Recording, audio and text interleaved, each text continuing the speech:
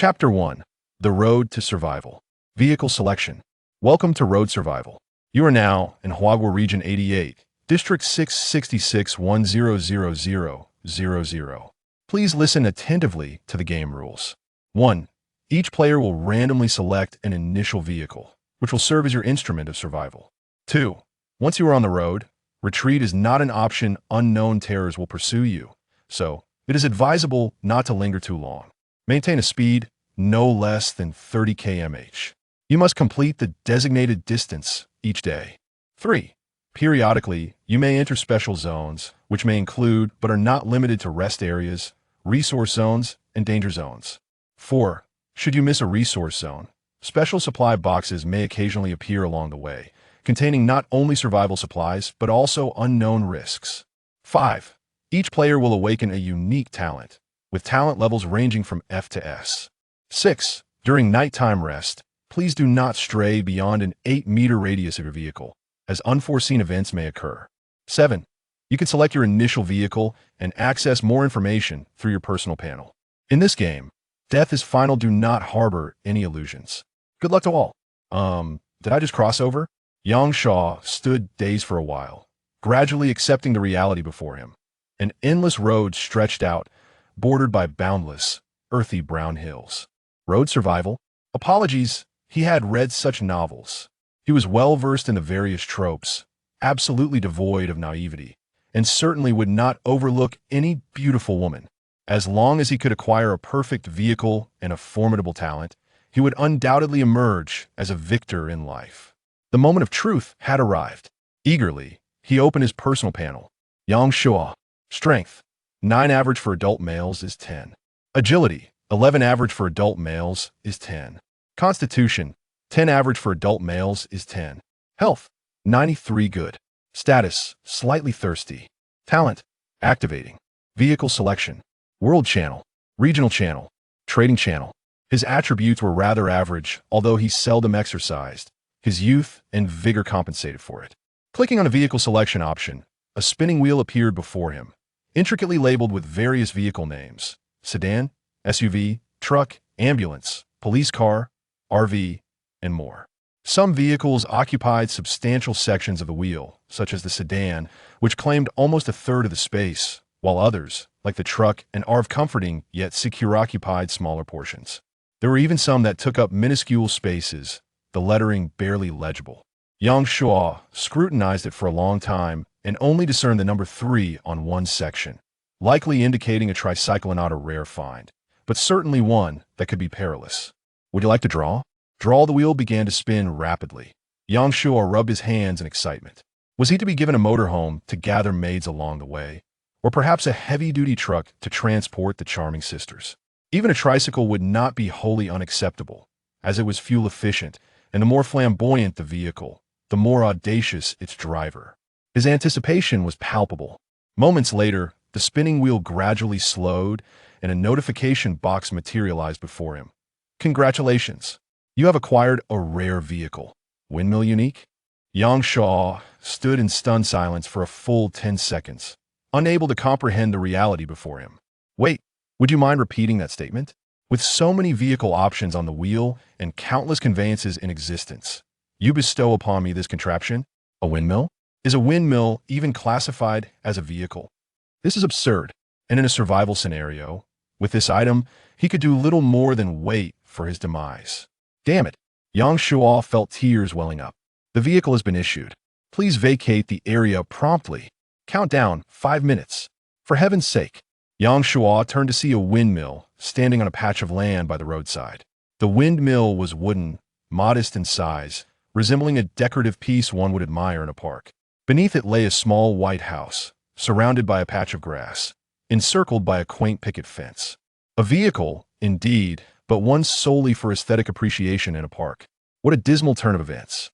Yang Shua felt utterly despondent with only 5 minutes on the clock, a required speed of no less than 30 km/h, and a daily mileage to complete. He was at a loss. Surviving seemed nearly impossible. How tragic.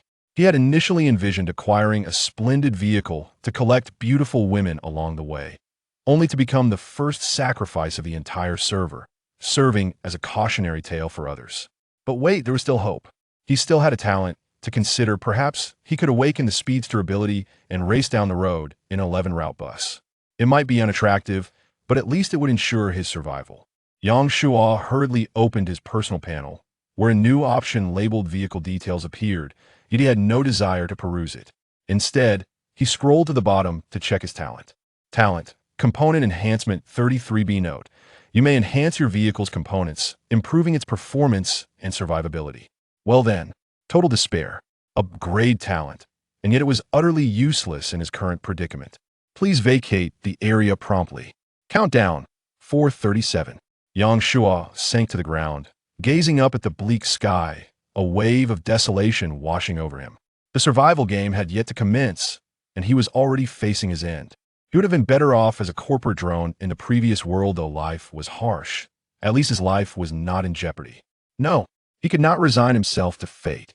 Yang Shuo quickly rose to his feet. Dignity was earned, and so was life. If he did not fight back, he would never find peace in death. What a windmill. What upgrade talent. He refused to believe that this survival game would offer him no chance of survival. Running was out of the question. Even if his legs gave out, he could not maintain a speed of 30 km/h. His only avenue for salvation lay with this unreliable vehicle beneath him. Vehicle details. Windmill, Level 1. Function, water extraction. Components. Windmill body, Defense 5, Attack 0. Upgrade materials, 50 units of wood, 20 units of stone, 10 units of iron ore. Lawn, Defense 1, Attack 1. Upgrade materials, 100 liters of water per day. Fence, Defense 5, Attack 0. Upgrade materials, 100 units of soil, 100 liters of water. Both the fence and the windmill possess a certain degree of defensive capability, yet considering that the lawn boasts an attack power of 1, the fence's defense of 5 seems rather insufficient. There are 3 opportunities for enhancement, but he is hesitant to proceed, fearing that a poor outcome could leave him utterly vulnerable. With 4 minutes remaining, the priority is to upgrade the fence before attempting any enhancements. Chapter 2. Fence Upgrade, Dual Achievements Unlocked. Although the windmill also offers some protection, the materials required for its upgrade are excessively abundant, making it nearly impossible to gather them in the short term. The 100 units of soil, however, present a significant opportunity, as the surrounding area is replete with soil. Yang Shuo's sole concern is the availability of water. He swiftly dashed towards the wooden cabin beneath the windmill, flung open the door, and entered. The cabin was modest, approximately 20 square meters, featuring a well at its center. Above the well dangled a bamboo tube, plunging deep into its depths, and a set of intricate water extraction equipment was mounted above, with a colossal wooden gear system composed of 2 horizontal and 1 vertical component, interspersed with an indeterminate number of smaller gears. As the blades outside rotated, the gears creaked and turned slowly with each full rotation. The bamboo tube affixed to the wall would release a cascade of water, plummeting into the receptacle beneath. To his delight, the water tank was brimming. Full. At last, a stroke of good fortune. Yang Shuo placed his hand upon the tank and received a notification. Water, 200 liters. 200 liters of water, ample supply. He scooped handfuls of water and quenched his thirst, indulging until he felt fully satiated. Should the fence falter, he would not hesitate to flee. Having quenched his thirst, he could run several dozen meters further. Confident in the sufficiency of his water supply, Yang Shuo seized a nearby shovel and rushed outside the fence to begin digging. After 3 vigorous shovelfuls, he received a notification. You have acquired 1 unit of soil. Only 3 minutes remain. Time is of the essence. Despairing yet undeterred, he continued to excavate. You have acquired 1 unit of soil. You have acquired 1 unit of soil. You have acquired 1 unit of soil. Please evacuate the area promptly. Countdown, 30, 29, 28. It was futile. The countdown chimed relentlessly, and Yang Shuo wearily set down the shovel. His arms felt as though they were about to break, but the urgency of the 3-minute time limit was undeniable. He had only managed to collect 67 units of soil, far from the required 100, and he simply could not keep pace. He had no choice but to temporarily abandon the idea of upgrading the fence and enter the lawn, bracing himself for the impending threat. Should the 5-point defense barrier prove futile, he would have to relinquish the windmill and flee without hesitation. If fortune smiled upon him, he might encounter other survival players. If not, he could only curse this wretched game and hope for a fresh start in another life. Due to your failure to vacate the area within the stipulated time, you will be attacked by monsters. Congratulations, you have achieved the Brave Warrior accomplishment. As the first player to trigger this achievement, you are awarded Black Iron Chest 1. Please maintain a speed of over 30 km/h, or you'll be attacked by monsters. Countdown. 3 o'clock. Hasten your departure from this area. Countdown. 5 o'clock. Damn. They truly left him no avenue for escape. Yang Shuo gritted his teeth, dismissing the game's warning sound as he anxiously surveyed his surroundings. Outside the fence lay an expanse of emptiness, stretching 2 miles ahead. Where were the monsters? What were they playing at? He had only 3 minutes left. After that, the next wave of attacks would come. If he failed to manage this wave, the subsequent ones would follow in quick succession, and not even the gods could save him. He contemplated digging outside, but quickly dismissed the thought. However, while he could not excavate the earth beyond the fence, he could certainly dig within it. Yang Shuo promptly began to shovel the lawn, unearthing the soil. Congratulations, you have obtained 1 unit of soil. Congratulations, you have obtained 1 unit of soil. A loud crash resonated from a distance, prompting Yang Shuo to look up. He saw a mound of earth rise outside the fence on the right, and soon after, a ragged skeleton emerged, its bones still encrusted with flesh, limping unsteadily toward the barrier. A sight most unsettling. His heart raced, and he instinctively raised the shovel. Yet after a prolonged moment, no second skeleton appeared. Just one. Yang Shuo felt a surge of joy. Though this creature appeared terrifying, it was evidently weak. Even if the fence failed to hold, he had nothing to fear. There was hope. The heavens had not forsaken him. With renewed composure, he continued shoveling, obtaining another unit of soil before running toward the skeleton, waiting patiently rather than attacking prematurely. The skeleton soon collided with the fence, seemingly oblivious to its presence, relentlessly charging forward with its hollow jaw opening and closing, unable to emit a sound. After several attempts, a section of the fence finally buckled under its assault. Indeed, it was utterly ineffectual. Fortunately, he had not squandered his opportunity for reinforcement. Yang Shuo wasted no time, lifting the shovel and bringing it down upon the skeleton's head. Clang! The jarring sound momentarily stunned the creature, which then, as if provoked, lunged toward Yang Shuo with outstretched arms. Clang! Yang Shuo struck again with the shovel. This time, it had a tangible effect. The skeleton's head tilted and its neck cracked. Seizing the chance, he aimed the blade at the skeleton's throat and delivered a fierce sweep. Crack! The skeleton's head flew off, landing outside the fence, its jaw still moving, while its body remained upright, reaching out in an attempt to continue its pursuit of Yang Shuo. Did it not perish? Yang Shuo continued his assault, methodically severing the skeleton's legs and arms before shattering its ribcage. Only then did the skeleton lose its semblance of life, rendered utterly motionless. Yang Shuo exhaled deeply. Congratulations on achieving the title the first to eat crab. Congratulations on completing the monster's first kill. You have received a reward. Bronze Chest 1. There was no time for elation, nor for perusing the game rewards. A glance at the clock revealed that only a minute and a half remained until the next punishment. He hurriedly began to excavate the earth. This time, he successfully unearthed 100 units of soil before the countdown concluded. You have acquired 100 units of soil and 100 liters of water. Would you like to upgrade the fence? What more is there to deliberate? Upgrade. The wooden fence that once encircled the lawn vanished, and moments later, the ground began to rise, forming an earthen wall that ascended to approximately 1.5 meters before ceasing its ascent. After a brief interval, the entire lawn was enveloped by the earthen barrier. The wall appeared somewhat loose, as if one could easily dislodge a sizable chunk of earth with a mere touch. Yet it was certainly more aesthetically pleasing than the previous fence. Had it been the skeleton from earlier, it would likely have taken quite some time to breach this barrier. Yang Shuo quickly assessed the defense of the earthen wall. Chapter 3. Opening the Treasure Chest. A Bountiful Harvest. Earthen Wall. Defense 50. Attack 0. Upgrade materials. 100 units of stone, 50 units of earth, 50 liters of water. The defense has increased tenfold. Indeed, choosing to upgrade was the wisest decision. Strengthen the earthen wall. The earthen wall has been reinforced. Strengthened the earthen wall. The earthen wall has been reinforced.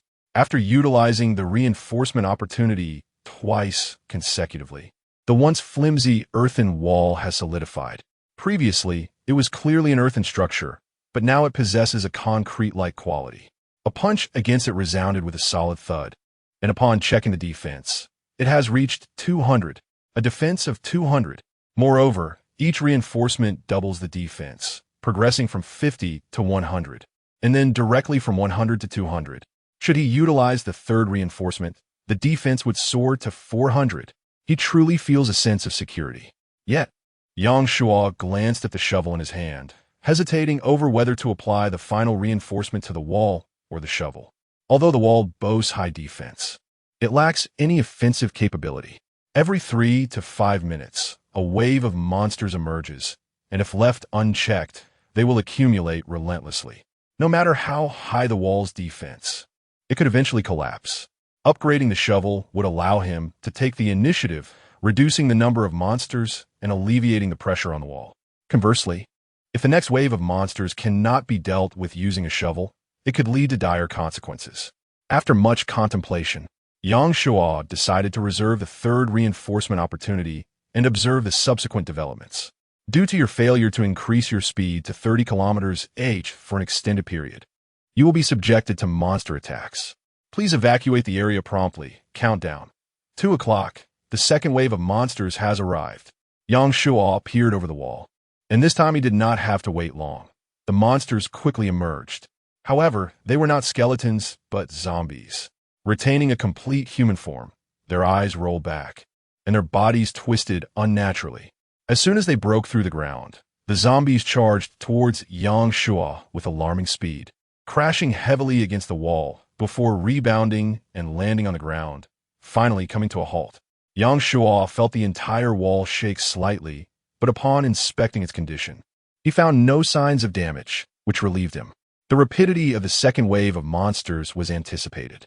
The purpose of the skeletons was to drive players away from their position, urging them to quickly activate their vehicles, while the zombies aimed to intimidate players unable to reach 30 km/h, compelling them to accelerate. Had the zombies advanced at the same sluggish pace as the skeletons, they would never catch up to those with functioning vehicles. This was also why Yang Shuo hesitated to upgrade the shovel.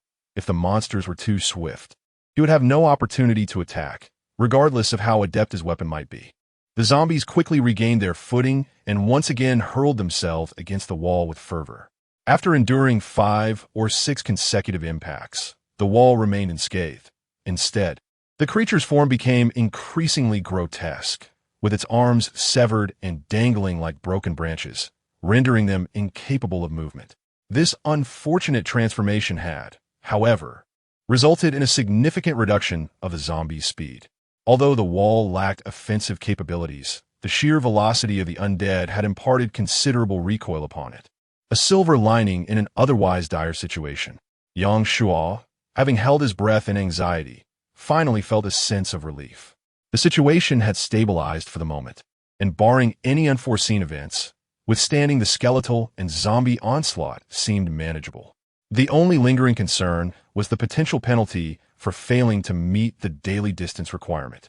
Given the disparity in strength between the first two monsters, it was undeniable that the creatures faced in the event of an incomplete journey would be even more formidable. However, with 7 or 8 hours remaining until dusk, there was no need for undue worry just yet. Yang Shuo accessed his information panel to review the achievements and rewards he had garnered. Brave One, as the first to remain stationary for 5 minutes, boldly challenging the game. You are indeed courageous. Strength 1, Trailblazer. Someone must dare to be the first to confront monsters in a life-or-death struggle. Strength 1, Constitution 1A. In the midst of the earlier tension, he had overlooked these accolades. Yang Shuo waved his arms, indeed feeling a marked increase in strength. As if he had been diligently training for an extended period, he would soon wield the shovel and take a moment to savor this newfound vigor. He also recalled the black iron chest and the bronze chest. They were not visible on the panel. Could they be in the windmill house? Yang Shuo turned and hastened toward the windmill, only to find 2 chests within, one black iron and one dark red bronze. Surely, these resource boxes would not harbor any monsters? Rubbing his hands together in excitement, Yang Shuo approached the black iron chest and opened it without hesitation. Congratulations! You have received 3 liters of potable water, 2 pieces of bread, and 1 iron pickaxe. Damn it! Water was the one resource he had in abundance. Fortunately, the bread was a much-needed boon. Having dug for so long, he was utterly exhausted and required a swift replenishment of energy. He tore open the bread packaging and began to eat, finding it rather tasteless and dry. Yet, having just clawed his way back from the brink of death, Yang Shuo could hardly afford to be picky, devouring the entire piece in a few bites. Although still hungry, he stored the remaining portion of bread for dinner. Unlike others with vehicles, he had no means of mobility, which impeded his ability to acquire resource boxes or access supply stations. Water and food were of paramount importance to him.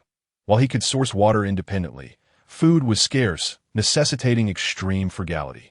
After securing the bread, he picked up the iron pickaxe, capable of collecting stones.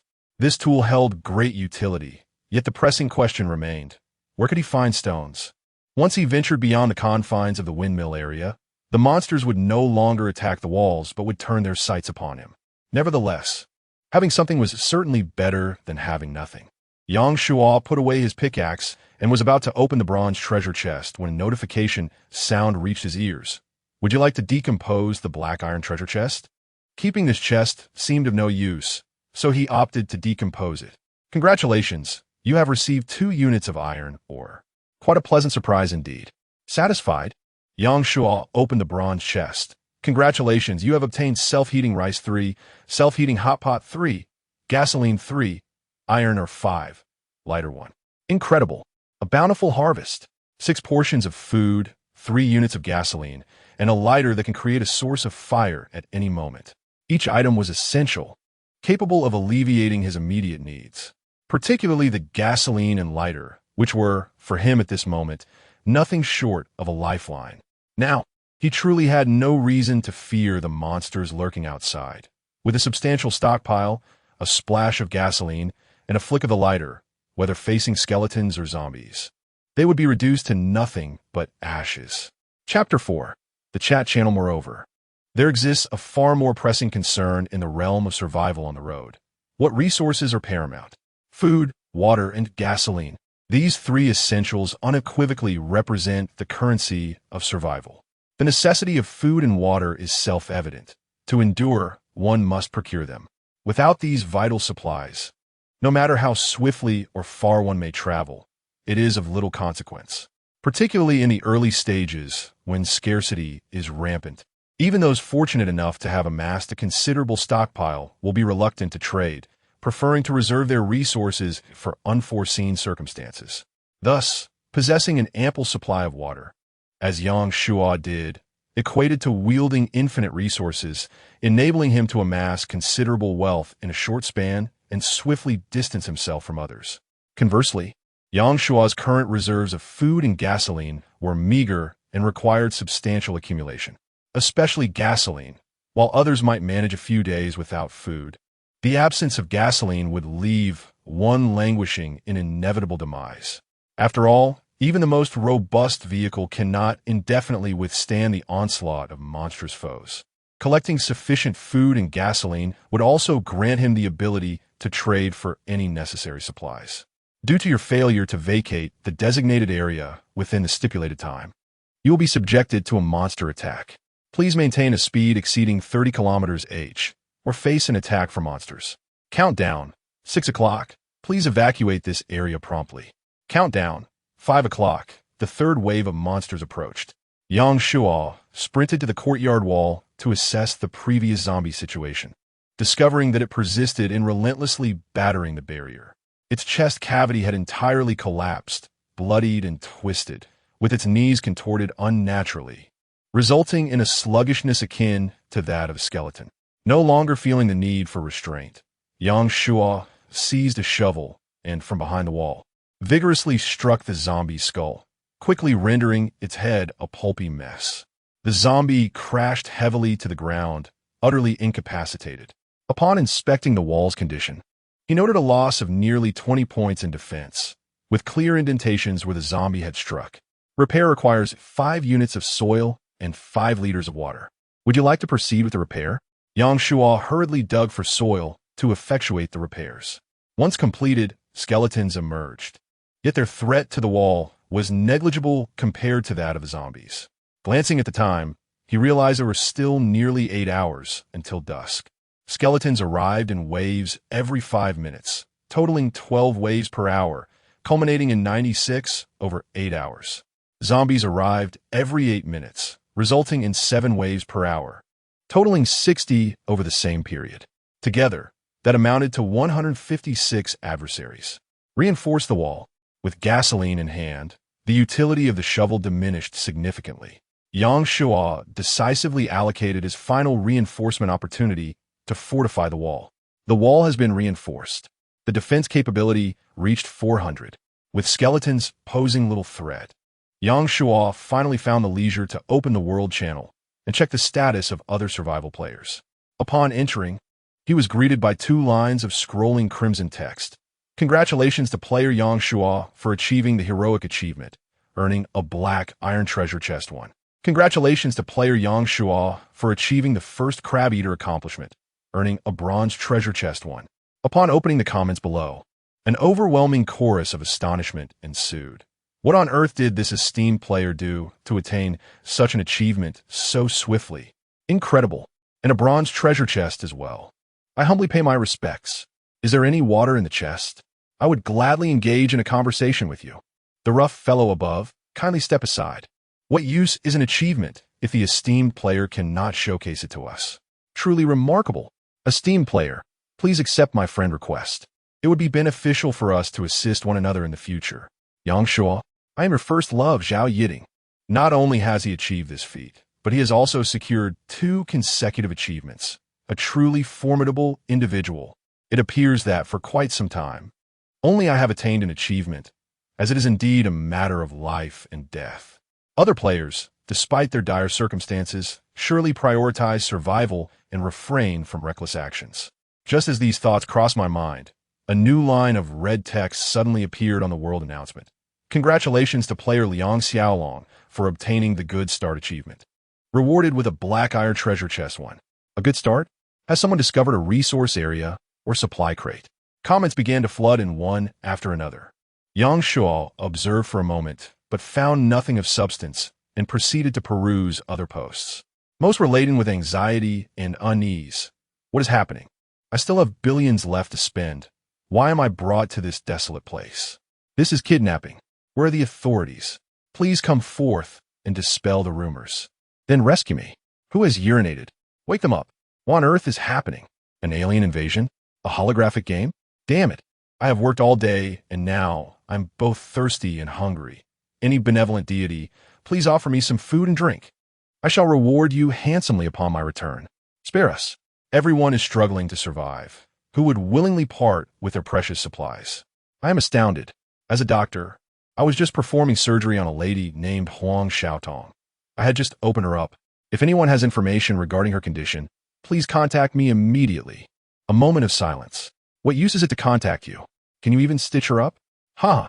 I no longer need to face imprisonment. I'm free. Ah ha ha ha. Yang Shuo shook his head and opened a regional channel.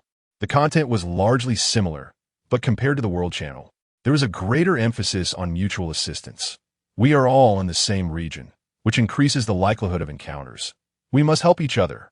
If anyone discovered a rest area or resource zone, please remember to take a screenshot. This way, others can avoid wasting time and recognition. Someone posted a screenshot of a highway, revealing an expanse of crimson desert hills, seemingly endless. My surroundings look like this. Are there no companions like me nearby? Mine looks the same. So does mine. It seems that those who inhabit the same area share a similar environment.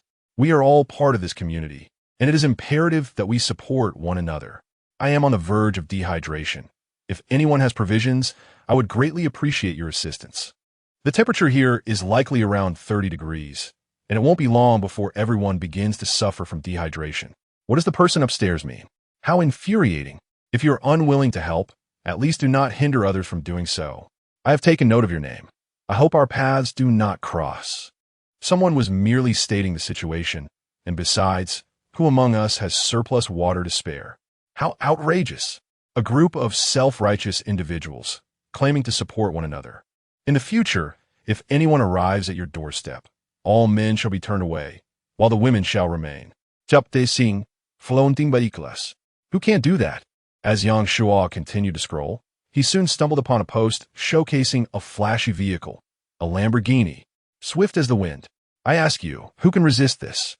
Accompanied by a screenshot, the car indeed appeared striking and impressive, evoking a profound sense of envy within Yang Shua. If he possessed such a marvel, would he need to grapple with zombies? The king of heavyweight. No monster would stand a chance. A lady in the group called out to him, promising to take everyone along if they encountered her. Incredible. Seeking a team. What is the fuel consumption? Can the master reach the resource zone? Look at that envious expression on your face. High fuel consumption, but a large tank as well, 700 kilometers. Surely that surpasses yours? Speak up. A hybrid SUV. 1 unit of fuel can cover 1,500 kilometers. Who else can claim such a feat? Damn it. My tricycle, although it boasts low fuel consumption, offers no shelter from the wind or rain. Seeking to team up with the ladies. A motorhome, comfortable and leisurely, an indispensable item for home travel. Finally experiencing a Land Rover. It truly feels exhilarating. I wouldn't trade it for a beauty. One stunning image after another left Yang Shua in awe.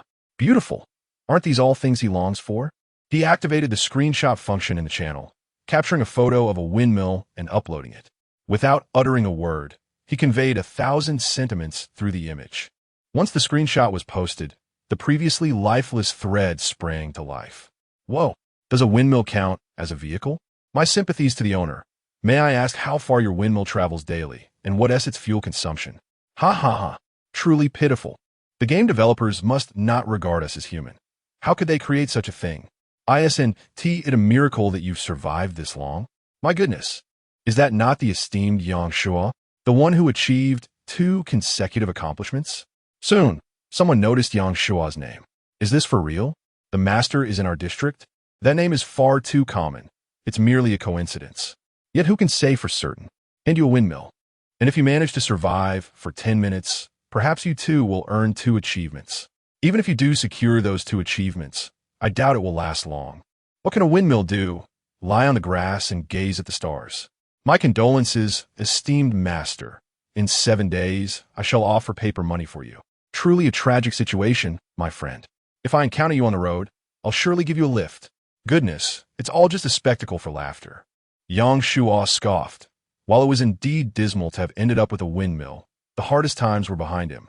As long as he could progress steadily from here, he would undoubtedly become the most dazzling figure in the entire district.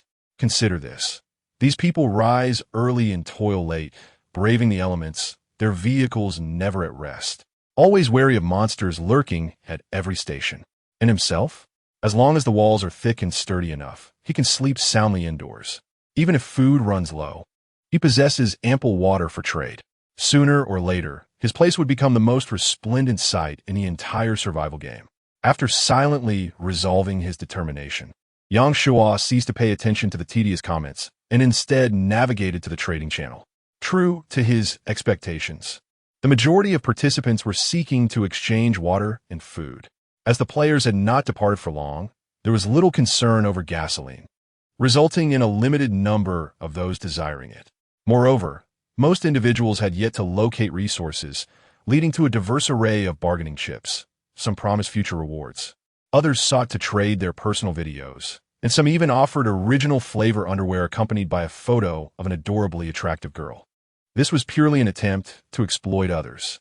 After observing the girl's picture for a while, Yang Shua ultimately decided to forego the trade, believing that such items were best procured personally. However, not all were engaged in such frivolous exchanges. He soon discovered several individuals wishing to trade gasoline for water. Zhou Qing proposed 1 unit of gasoline for 2 liters of water. Huang Shui offered 1 unit of gasoline for 1 liter, and Shangping was sought to exchange 0.5 units of gasoline for 500 milliliters of water. Yang Shua did not haggle with the latter 2, promptly accepting their trades and swiftly acquiring a barrel and a half of gasoline.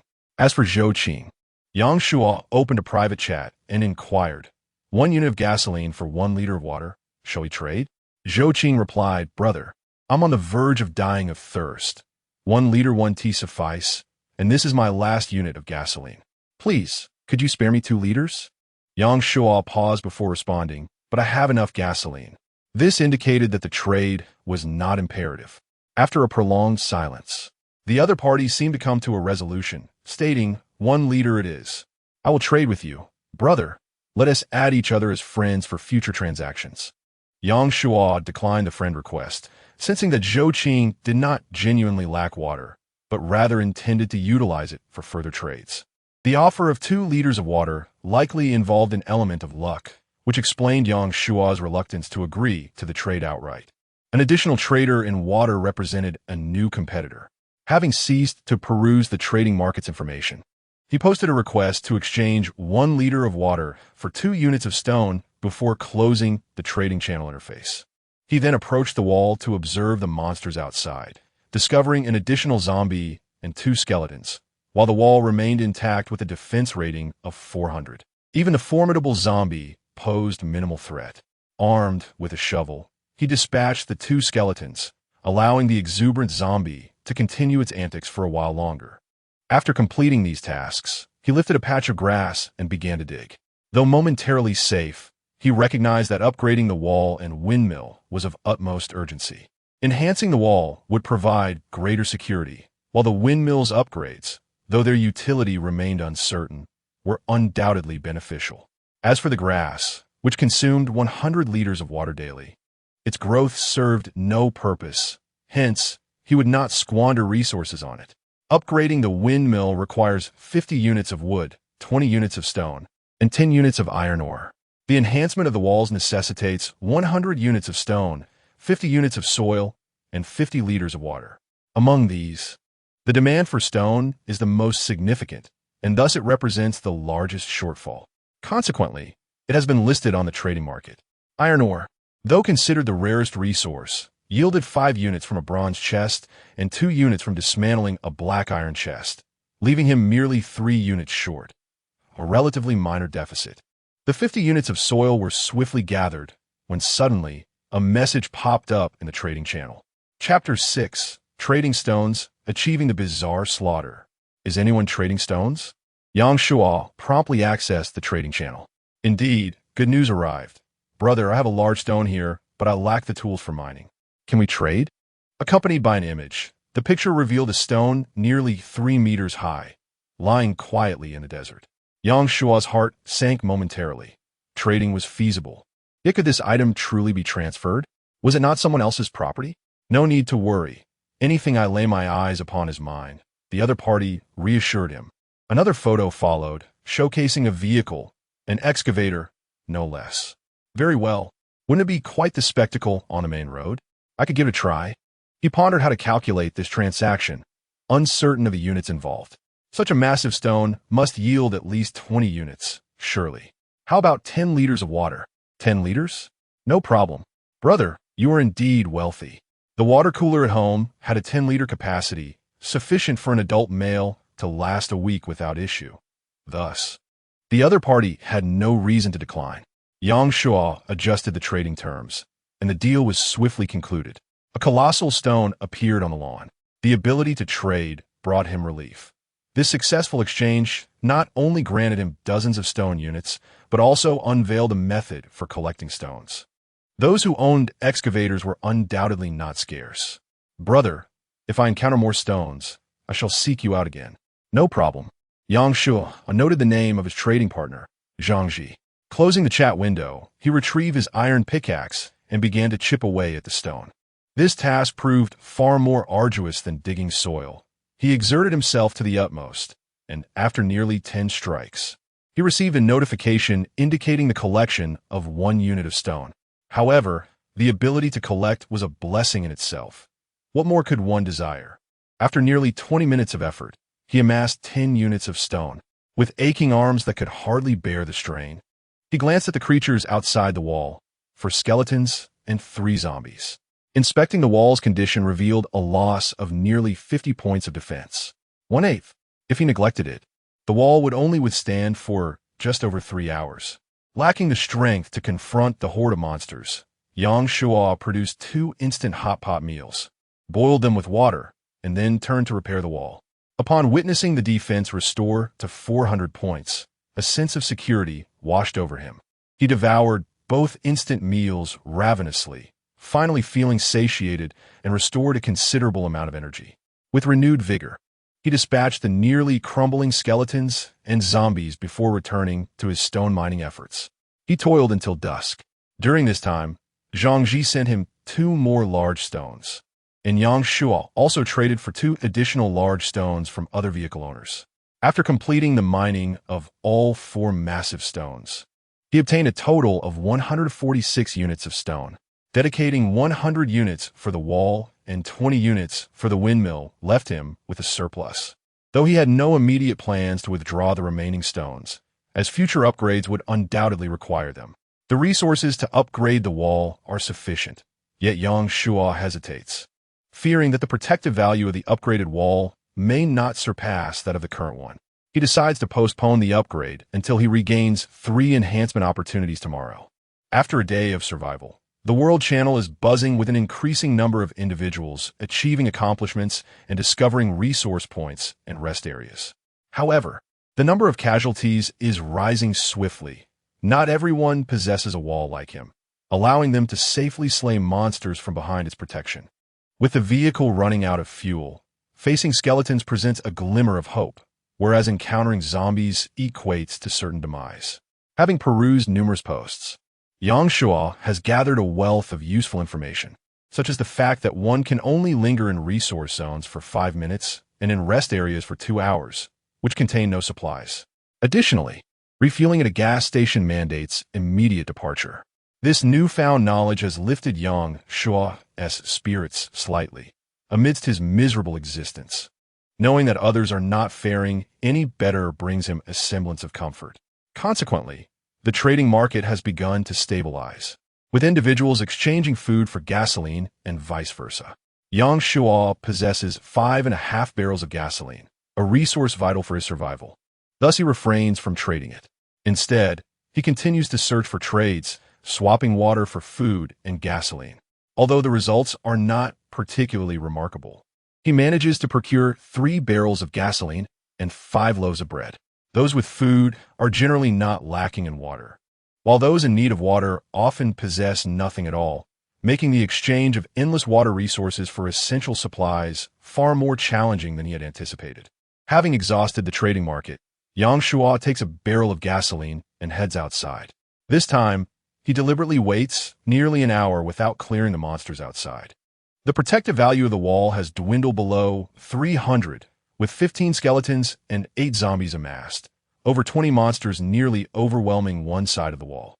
Merely gazing at the scene is terrifying, especially with the zombies, whose collective charge makes Yang Shuo fear that the entire wall might collapse at any moment.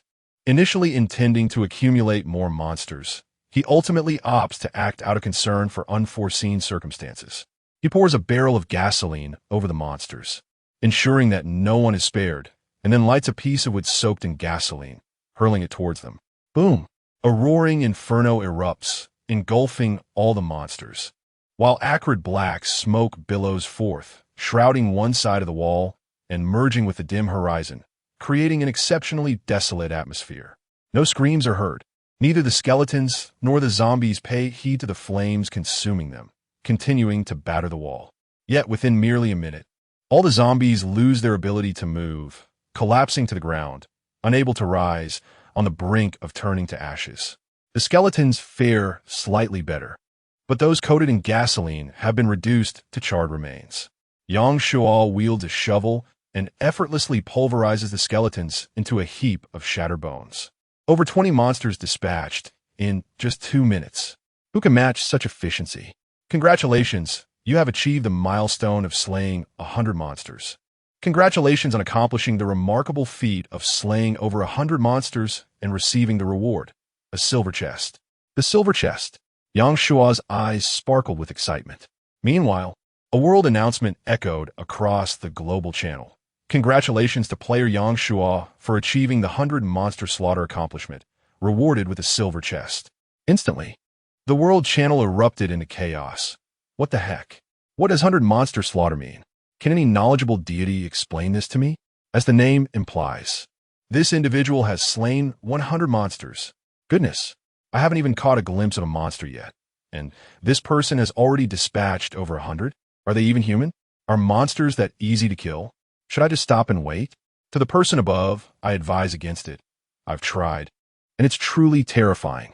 A silver chest. I haven't even seen a bronze chest yet. I haven't even encountered a black iron chest. I haven't even laid eyes on a wooden chest. For us, this is a survival game. But for this deity, is it turning into a monster-slaying game? I seriously suspect cheating.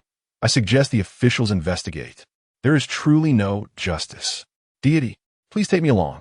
I'm a legally adorable lowly, the kind that can go without clothes. Get lost. It's merely 100 monster slaughter. Look at how frightened you all are. At this rate, 1,000 monster slaughter and 10,000 monster slaughter will merely be a matter of time. 100 monster slaughter, rewarded after slaying over 100 of a single type of monster. Strength 2, agility 2. Not only has he gained 2 points in strength, but also 2 points in agility. How splendid. Tomorrow, he will have the strength to toil like an ox. Just as Yang Shua intended to repair the wall, his peripheral vision caught a glimmering light reflecting off the charred corpse of a zombie outside. Chapter 7. The Silver Treasure Chest, Survival Coins. Is there something? With 3 minutes remaining before the next wave of monsters emerges, Yang Shua hastily leaped from the wall and rushed to the spot that had just emitted light, digging through the charred remains in search of treasures. Moments later, he unearthed the luminous object. You have acquired a survival coin. Delighted, he beheld the coin in his hand, a diminutive golden disc reminiscent of a game token. This item was essential for purchasing gasoline and gaining access to the marketplace. Could it be that zombies could drop equipment? Had he known this sooner, he would have utilized his gasoline long ago. In a state of elation, Yang Shua promptly grabbed his shovel and began to excavate the ground. If this zombie had dropped a coin, surely others must as well, even with a low drop rate. It would not be unreasonable to uncover 7 or 8 from the hundreds of corpses. Indeed, he soon discovered 2 more coins. However, many of the zombie bodies remained intact, and with time pressing upon him, he dared not linger any longer. He leaped back over the wall to repair it. The damage was severe this time, nearly exhausting the soil he had previously dug, yet Yang Shua was unconcerned. The yard lacked nothing but dirt. He continued to dig, creating a deep pit, then settled in to wait for nightfall. Naturally, he would not squander his resting time. He accessed the trading channel to explore transactions involving survival coins. Most exchanges involved gasoline, with a rate of 1 unit of gasoline for 1 survival coin. There were sporadic offers to trade food for survival coins, typically requiring 3 portions of food in exchange, clearly worth more than gasoline. Yang Shua pondered this. Those trading for gasoline had likely visited a gas station, while those offering food had ventured into resource zones. Regardless of their origin, it indicated that the true purchasing power of survival coins exceeded that of 1 unit of gasoline or 3 portions of food, as everyone sought to profit. Furthermore, possessing these coins meant he could procure gasoline, water, or food at any moment, alleviating the fear of scarcity, since all individuals required these essentials. This signified that the current market for survival coins was a seller's market, not a buyer's market. He temporarily dismissed the notion of using his coins, opting instead to wait for their value to increase or to achieve a true currency equivalent exchange before utilizing them. Water was also in high demand, sufficiently valuable to trade for the supplies he needed. After gathering the information he sought, he returned indoors to prepare for opening the silver treasure chest. The chest radiated a pristine white glow. Even a pile of silver like this would have held considerable value in the past, though it remained uncertain whether anyone in this world still desired it. However, of utmost importance to him now was the content of the silver treasure chest. He approached and opened it. Congratulations! You have received instant noodles 2 boxes, Oreo cookies 3, cola 3, copper or 5, survival coins 3, revolver 1, engine upgrade scroll 1, Cable 1, Spike Shield Design 1. Truly, the silver treasure chest did not disappoint. Its bounty was plentiful. The food alone would sustain him without fear of hunger for 3 or 4 days. Copper or served as an upgrade resource, while survival coins were a hard currency. Most significantly, however, was the revolver. Yang Shuo could not resist picking it up and examining it closely. The handgun was somewhat antiquated, its model unknown to him, yet it was loaded with 6 bullets. Utilizing it against monsters would be a waste. It could serve as a means of self-defense. Should a vehicle pass by in the future with a malevolent driver, he would show them the true meaning of justice. The engine upgrade scroll. Where does a windmill acquire an engine? It could only be traded, but he should be able to barter it for something of value. The purpose of the cable remained uncertain for the moment. Yang Shuo's gaze fell upon the last item. Spiked shield design. You can affix it to the bumper. Striking down gods and Buddhas alike. Require materials. 5 units of iron ore. The design depicted an elongated shield resembling the front of a vehicle adorned with spikes. It was specifically crafted for vehicles, and if it could be mounted on a wall, it would serve as a formidable weapon. As skeletons and zombies approached, they would be shattered upon impact, eliminating the need for him to dispatch them one by one with a shovel. However, one must consider if it were indeed feasible. How much iron ore would be needed for such a large wall? His current supply of iron ore was limited, and it would be prudent to focus on upgrading the windmill. After securing his items, he dismantled the silver chest to obtain 4 units of silver ore. There are 30 minutes remaining until dusk. You are 100 kilometers short of today's designated journey. Please complete it as soon as possible, or face severe penalties from the game. Maintain a speed of over 30 kilometers/h or risk monster attacks. Countdown. 4 o'clock. Expeditiously vacate this area. Countdown. 1 o'clock. Severe penalties indeed. Yang Shuo scoffed. He certainly wished to avoid such a fate, yet had no choice. As time ticked away, in the final 10 minutes, he carried all the gasoline to the wall. Outside, the combined horde of skeletons and zombies exceeded 10. Yang Shuo wasted no time, pouring gasoline liberally over them, ensuring to include those unfortunate creatures who had already met their demise beneath his shovel. Yet, he refrained from igniting the flames immediately, choosing instead to wait patiently until a certain moment. Congratulations to all surviving players for enduring the first day of the survival game. Please take the time to rest. A new round of the survival game will commence in 12 hours. During the rest period, all players must not stray more than 8 meters from their vehicles. Due to your failure to complete the designated distance for today, you will face severe penalties. In the dim, gray twilight, as the last skeleton clawed its way from the ground, a colossal figure emerged not far behind it, towering at 2 meters tall and as robust as an elephant. Chapter 8. The Tyrant. Yang Shuo instinctively tightened his grip on the revolver at his waist, yet he took a deep breath to compose himself.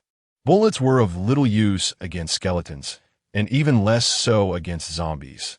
Their effectiveness against the creature before him was likely negligible. His only recourse lay in the wall and gasoline. A roar echoed from the distance, akin to a truck barreling towards him. With a thunderous crash, the creature collided with the skeleton, reducing it to mere fragments. As it drew nearer, Yang Shuo discerned its true form. It retained a humanoid shape, but towered nearly 3 meters tall, bare-chested, clad in white trousers. Its skin, muscular and glistening like bronze, emitted a faint crimson glow in the night.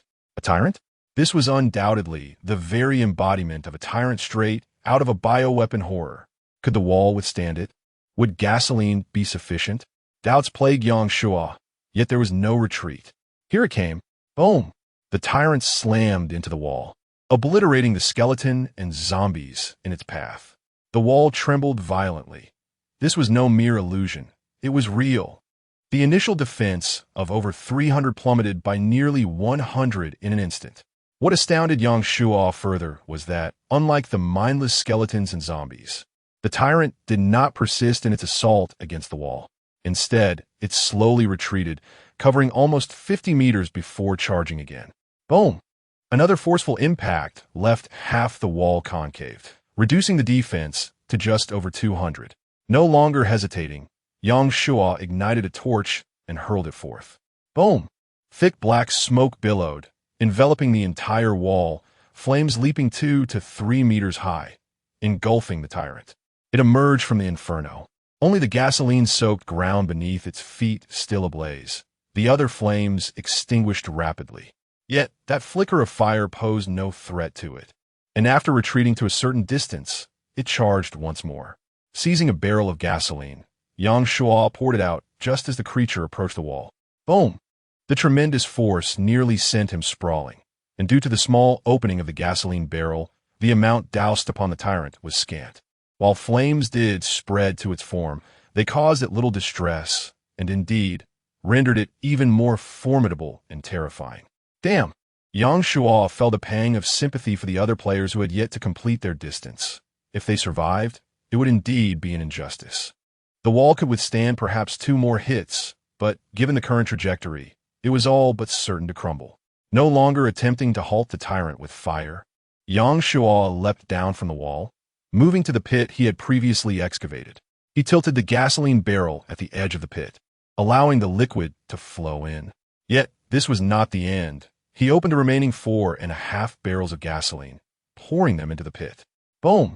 Another powerful charge resulted in a massive crack forming in the center of the wall, appearing as though a gentle push would bring it crashing down. Yang Shuo instinctively glanced over, his heart racing with urgency. Without hesitation, he kicked all 4 oil drums into the pit and desperately began to pour the contents from the last one. 1 second, 2 seconds. Boom! Accompanied by a thunderous roar, the wall before Yang Shuo shattered, debris flying in every direction. A colossal figure surged through the collapsing gap, crashing heavily into the pit, scattering gasoline everywhere. Without a moment's delay, Yang Shuo produced a lighter, igniting the flames before tossing both the gasoline drum and the lighter into the abyss. Then swiftly turned to leap towards the lawn. Boom! Boom! Boom! The scorching wave surged from behind, the powerful shock wave slamming him onto the grass. The first explosion was the result of the widespread combustion of gasoline, followed by the resounding detonations of the gasoline drums. The deafening roars rendered Yang Shuo momentarily deaf. Yet he gritted his teeth and rose from the ground, drawing his revolver to shoot at the tyrant. Bang! Bang! 2 bullets struck the tyrant's head, causing its massive form to falter, preventing it from leaping out immediately. Flames rapidly consumed its feet and quickly climbed up its legs. With a primal roar, the tyrant attempted to claw its way out, arms braced against the sides of the pit. But Yang Shuo would not grant it that wish. He swung a shovel down with force. Clang! The tyrant's momentum diminished, more gasoline splattering onto its body, intensifying the flames. Fortunately, the skeletons and zombies outside had been incinerated by the gasoline, allowing him to concentrate solely on the tyrant. Firing again, Yang Shuo sent 2 more bullets towards the beast. This time, his aim faltered. 1 bullet struck the tyrant's teeth, while another hit its neck, still serving to impede its movement. The raging flames soon inflicted substantial damage upon the tyrant. It attempted to lift its foot, but as it did, the flesh had melted away, leaving only a skeletal structure, which rapidly crumbled. As the tyrant's legs fell, it lost its support and crashed heavily into the gasoline below. Boom! The flames surged, enveloping the entire body of the tyrant. It attempted to rise once more, but with its other foot similarly consumed by fire, it found no foothold and collapsed again. This cycle repeated 4 or 5 times, until, with a final defiant roar, the tyrant ceased its struggles. Phew! Yang Shuo exhaled deeply, collapsing onto the ground. That was a close call. Had the tyrant possessed any strength to escape the pit, he would undoubtedly have met his demise. With all the gasoline depleted and the defenses of the windmill feeble, if his last resort failed to subdue it, he would have been the one to be vanquished. Fortunately, he emerged victorious in the end, having navigated through the day's most perilous challenge. Congratulations, you have earned the title of Tough Guy. Congratulations on completing the first kill task. Reward, silver treasure chest. Norin.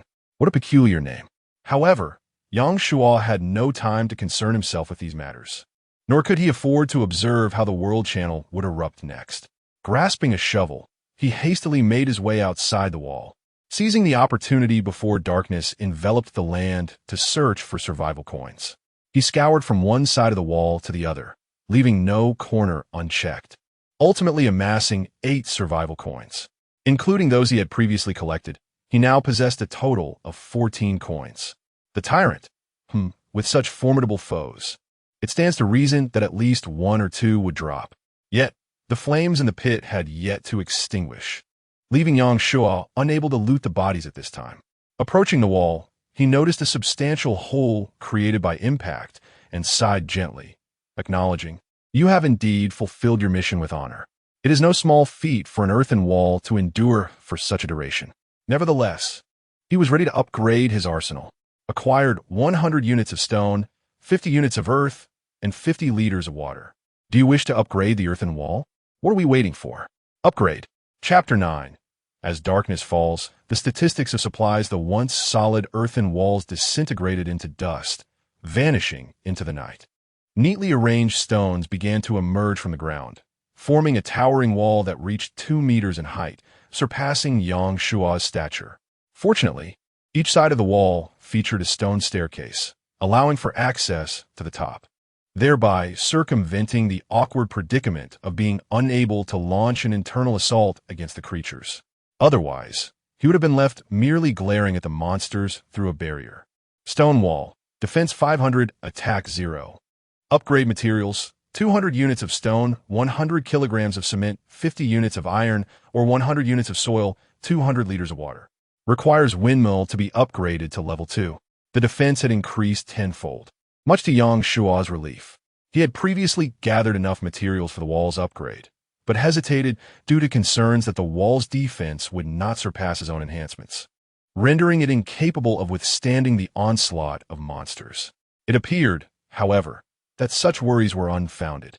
Yet, the materials required for a level 3 wall were indeed substantial. While 200 units of stone were manageable, the quest for 100 kilograms of cement posed a significant challenge.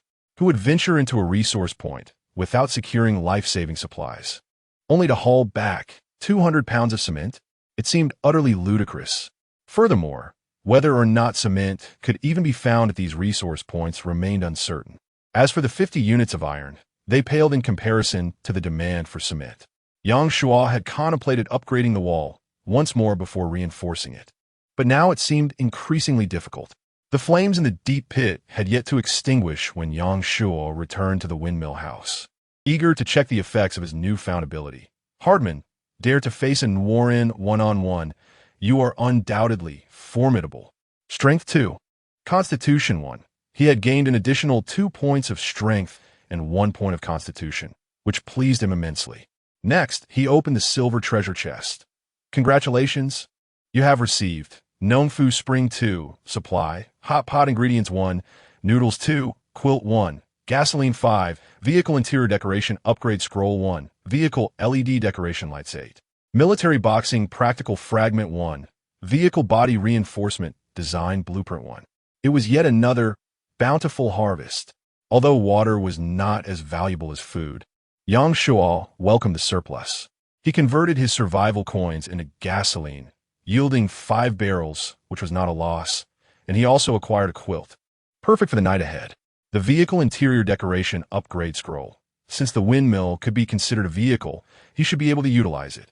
This item seemed ostentatious yet impractical, likely yielding little in trade. Thus, he resolved to keep it for personal use. The vehicle LED decoration lights were of no immediate use to him, as he lacked a power source, but he planned to test them in the trading market later. The remaining 2 items were genuinely valuable. The Military Boxing Practical Fragment, 1-4. Its name hinted at its utility. Once he collected the fragments, he would likely acquire the military boxing technique. Although he possessed a firearm, ammunition was limited, and who would ever complain about possessing excessive strength? A supplementary card was a safeguard. Regrettably, for fragments were required, and he anticipated that attaining further achievements would prove increasingly difficult. Not to mention the challenge of acquiring another silver treasure chest. The design blueprint for the final vehicle reinforcement requires 5 units of steel, setting aside the potential effects of utilizing it on a wind turbine. This item could yield substantial trade value. Internal fortification is the essence of true reinforcement, genuinely considering the needs of vehicle owners. I believe that as resources become increasingly abundant, a significant number of individuals will seek it out. After dismantling the silver treasure chest, Yang Shuo began to inventory his supplies. Food: 2 boxes of instant noodles, 3 packets of Oreo cookies, 1 portion of hot pot ingredients, 2 servings of hanging noodles, 4 self-heating pots, and 1 loaf of bread. Water: nearly 100 liters, 2 packs of Nongfu Spring, and 3 bottles of cola. Gasoline: 5 barrels. Iron ore: 7 units. Copper ore: 8 units. Silver ore: 8 units. Survival coins: 14 pieces. Scrolls: vehicle interior decoration upgrade scrolls, engine upgrade scrolls. Blueprints: spike protection shield blueprint, vehicle body reinforcement blueprint. Weapons: a shovel, a pickaxe, and a revolver. Other items: vehicle LED decorative lights, practical fragments of military boxing, and cables. In just one day's time, with such a wealth of resources, Yang Shuo felt confident that no one online could rival him. Merely the 14 survival coins would leave most vehicle owners envious and astounded. However, he understood that most of his resources were rewards from achievements, and the monsters he would encounter daily would remain the same. Without the first kill achievements, acquiring such bountiful rewards again would be impossible. Yet, this was of little concern to Yang Shuo. Survival coins, to him, represented a renewable resource. As long as he possessed them, he would not starve. As long as he could survive, his life would only improve. It was time to consider upgrading the wind turbine's main body. He had acquired 20 units of stone, but still needed 3 units of iron, ore, and was lacking in wood, having none at present. No matter, a trip to the trading market was in order. But first, he decided to check the world and regional channels. During the day, he had been too anxious to glance at them, and now, with a rare moment of tranquility, free from safety concerns, he sought some amusement. Naturally, the first thing to check was his achievements. Congratulations, Yang Shuo has attained the Tough Guy achievement. Reward: 1 silver treasure chest. Here we go again with Yang Shuo. When will it end? Tough Guy? Goodness, after slaying 100 monsters. Isn't that enough to be considered tough? Do we really need you to announce it? Another silver treasure chest. I traveled 300 miles today, past 2 resource stations, 2 rest areas, and 3 gas stations, and found 4 resource boxes, yet not a single silver treasure chest in sight. He gets 2 in a day. I seriously suspect this guy is exploiting a bug. What is the game official doing? Why aren't they investigating? We're all fighting for survival. So why is he so extraordinary? He must have drawn some incredible vehicle. I'm not convinced. Meanwhile, my ride is a broken electric bike, chased by zombies the whole way. Yang Shuo, I truly feel like your first love. Do you remember that night in the school stairwell? This is just the first day, and the game's balance is already askew? No imbalance. Yes, just exceptional while the rest of us remain as we are.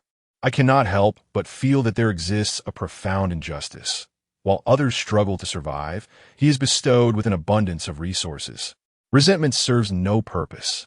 The essence of life lies in persevering through adversity. Compared to before, there is a noticeable increase in scornful and vitriolic comments. Yet, Yang Shuo remains unfazed. If he were to witness others thriving while he subsists on meager rations, he too would find it unbearable. The growing number of critics only underscores the envy surrounding his circumstances. However, how many truly comprehend that his fortune has been wrought through relentless effort and sacrifice? If one feels aggrieved, they ought to confront the tyrant directly. Such an encounter would surely dissipate all lingering grievances. Yang Shuo continues to peruse other posts, seeking to grasp the realities of this world. Though his vehicle may be somewhat unconventional, it is imperative for him to understand the situations of other owners, as this knowledge will facilitate advantageous transactions and illuminate the survival principles of this realm. Chapter 10. Timber trade in a world where resource points are as diverse as they are perilous. One encounters everything from junkyards to sprawling supermarkets, and even the occasional intrusion into an adult novelty store, resulting in an unexpected bounty of condoms. The danger zones possess a deceptive allure, a seemingly innocuous restaurant may, upon entry, reveal itself to be infested with zombies, or one may wander into what appears to be a serene garden, only to find oneself ensnared in a labyrinth from which escape is impossible, ultimately succumbing to monstrous threats. On the first day, each individual's experiences were remarkably bizarre. Yang Shuo perused the trading market for nearly an hour. His curiosity piqued before he began to exchange water for supplies. He successfully acquired 4 units of gasoline and 5 loaves of bread, subsequently seeking the iron, ore, and timber he so desperately needed.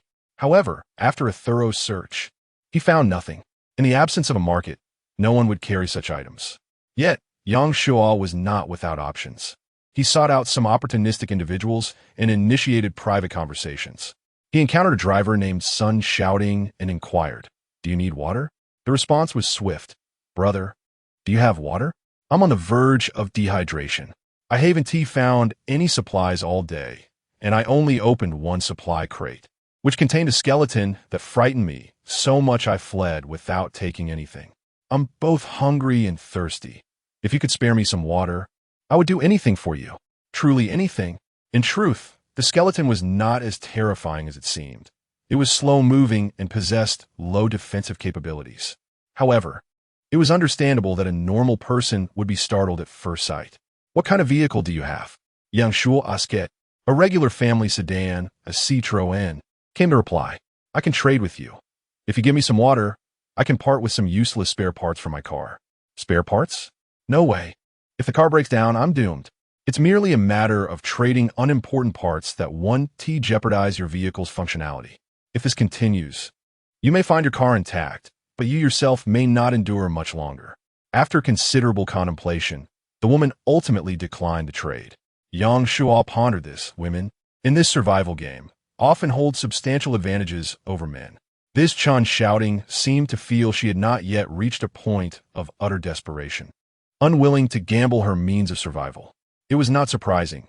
One could surmise that she believed that relinquishing her dignity might afford her a chance at survival.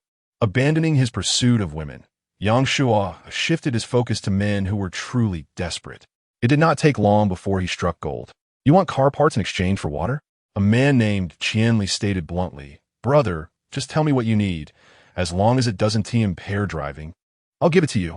What kind of vehicle do you have?" "A pickup truck." "That sounds promising. I'll take the truck bed." "Not a problem. How much water can you provide?" Yang Shuo contemplated briefly before responding. 5 liters. The man hesitated for a while before consenting. "Do you have food?" "I'll trade 2 liters of water for food. Just 1 loaf of bread and 1 self-heating pot."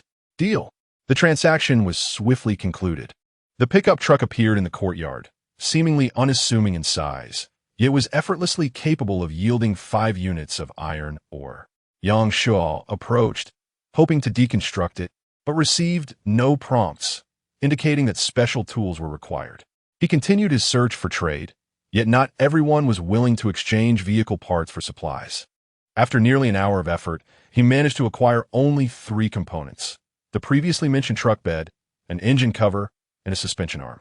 Fortunately, the iron ore deficit was not significant, prompting Yang Shuo to shift his focus towards gathering wood. To his surprise, he discovered a considerable number of traders dealing in timber. Among them, a woman named Su Mingxue stood out, boasting a trading record of nearly 50 units of wood. Remarkable, far more marketable than water. He reached out to her. "Do you have any wood left?" "Yang Shuo, I can't believe we're in the same district." The achievements broadcasted on the World Channel featured Yang Shuo's name prominently, with few remaining unaware of his reputation. However, the screenshot he posted of a windmill seemed to have gone unnoticed. "Hello, do you still have wood?" "Yes." "How much do you need?" 50 units, he replied. She responded promptly. "I currently have only 20 units, but I can gather enough for 50 by tonight. If you're willing to wait, I can offer you a discount." 50 units, a substantial order. "Can you really gather that much tonight?" Yang Shuo intrigued. "Isn't it dangerous to stray more than 8 meters from the vehicle?" "I can drive the truck into the woods," Su Mingxue replied, her brevity conveying her confidence in her capabilities. Yang Shuo did not press further. "What are the terms of the trade?" "Gasoline, water, non-perishable food, or survival coins are all acceptable," she explained. 1 survival coin exchanges for 5 units of wood. A barrel of gasoline for 3 units. a portion of food for 2 units, and 300 milliliters of water for 1 unit. Moments latte. She sent another message. If you add me as a friend, I can offer you 50 units of wood for the price of 40. Wow, that's quite generous. Yang Shuo marveled, pleasantly surprised by the efficacy of his reputation. She was evidently no ordinary trader. Her ability to venture off-road and her resource-gathering prowess marked her as formidable. Naturally, Yang Shuo was keen to add her as a friend to foster a long-term partnership. Adding you as a friend is fine, but I propose we trade at 45 units. Do you have any specific requests? If not, I will exchange everything for water. Given her significant offer, Yang Shuo felt compelled to reciprocate with sincerity. Now was the opportune moment to showcase his substantial water resources. He must not falter, but rather convince her of his prowess as a top-tier player. After a brief silence, perhaps taken aback by his impressive water reserves, she finally asked, "Do you have any survival coins?" "Yes, how about 3? "Perfect." The counterpart swiftly traded 20 units of timber, while Yang Shuo exchanged 3 survival coins for 15 units of water resources, setting aside a generous discount of 5 units. He bartered the remaining 30 units of timber entirely for water resources, intending to finalize the trade upon the completion of timber collection. Yang Shuo then took the initiative to add the other party as a friend, to which Su Mingxue consented and subsequently messaged, "I will give you the timber before departing tomorrow morning." "No problem," he replied.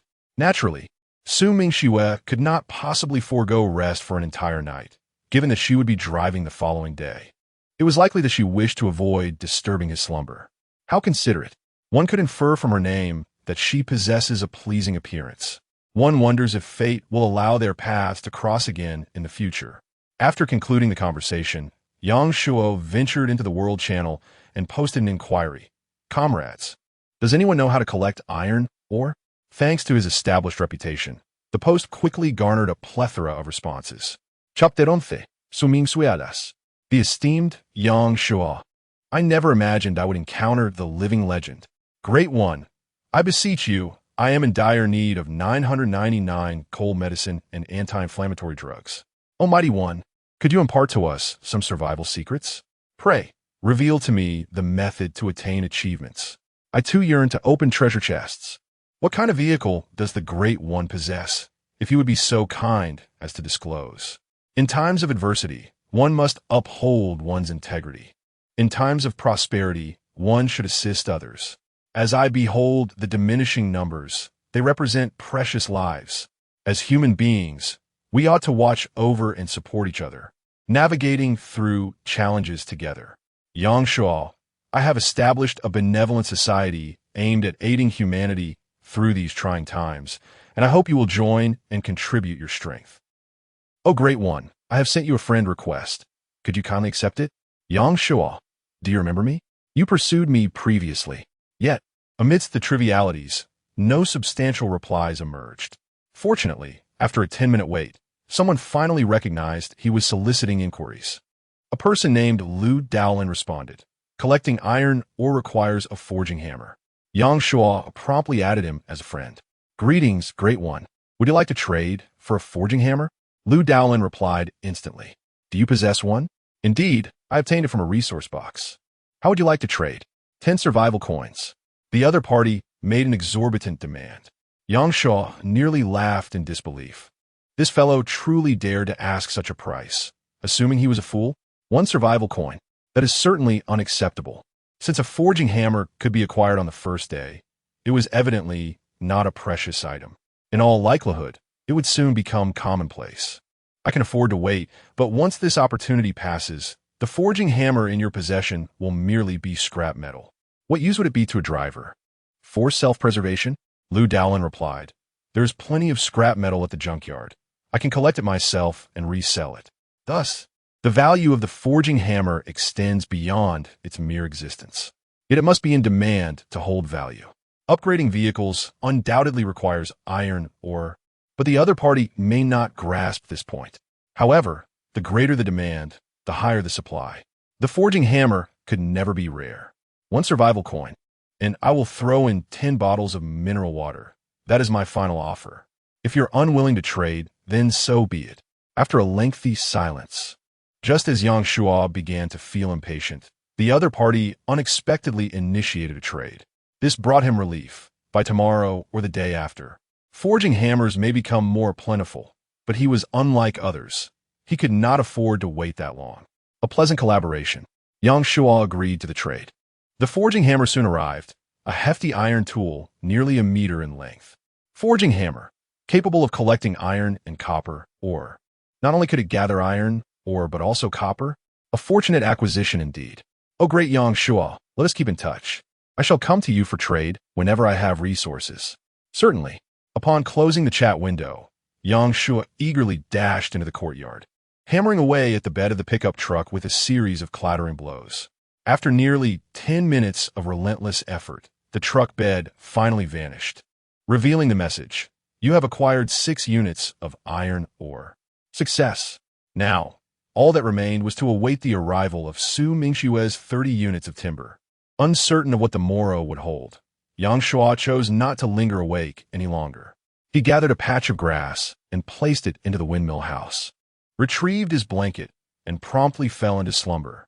Meanwhile, on a remote highway, after a thunderous roar reverberated through the air, an armored tank rolled into a dense forest. The rocky, uneven terrain of the brown soil was utterly flattened, offering no hindrance to the tank's advance. Su Mingxue leaped from the top of the vehicle, seized her axe, and began to fell trees. Fortune favored her, as she had drawn the formidable tank and acquired an S-class talent, information analysis. This ability not only enabled her to effortlessly distinguish between resource zones and danger zones, but also provided insights into various resources, such as the timber before her. Birch, ordinary wood, collectible 10 units. Thanks to this, she successfully avoided 2 perilous areas, one concealing a monster-infested resource box, and entered a resource zone where she opened 3 treasure chests. With ample food and water, she could rest easy for at least a week without concern. Yet, Su Mingxue was acutely aware that this survival game extended far beyond the immediate threats. Greater crises loomed on the horizon, necessitating the stockpiling of supplies, enhancing combat capabilities, and strengthening her own prowess, tasks that demanded unwavering diligence. Only through such preparation could she hope to increase her chances of survival against unforeseen and insurmountable dangers in the future. Moreover, any gains or improvements made in the early stages could snowball into significant advantages, positioning her as a standout within the survival group. She would not allow this opportunity to slip away.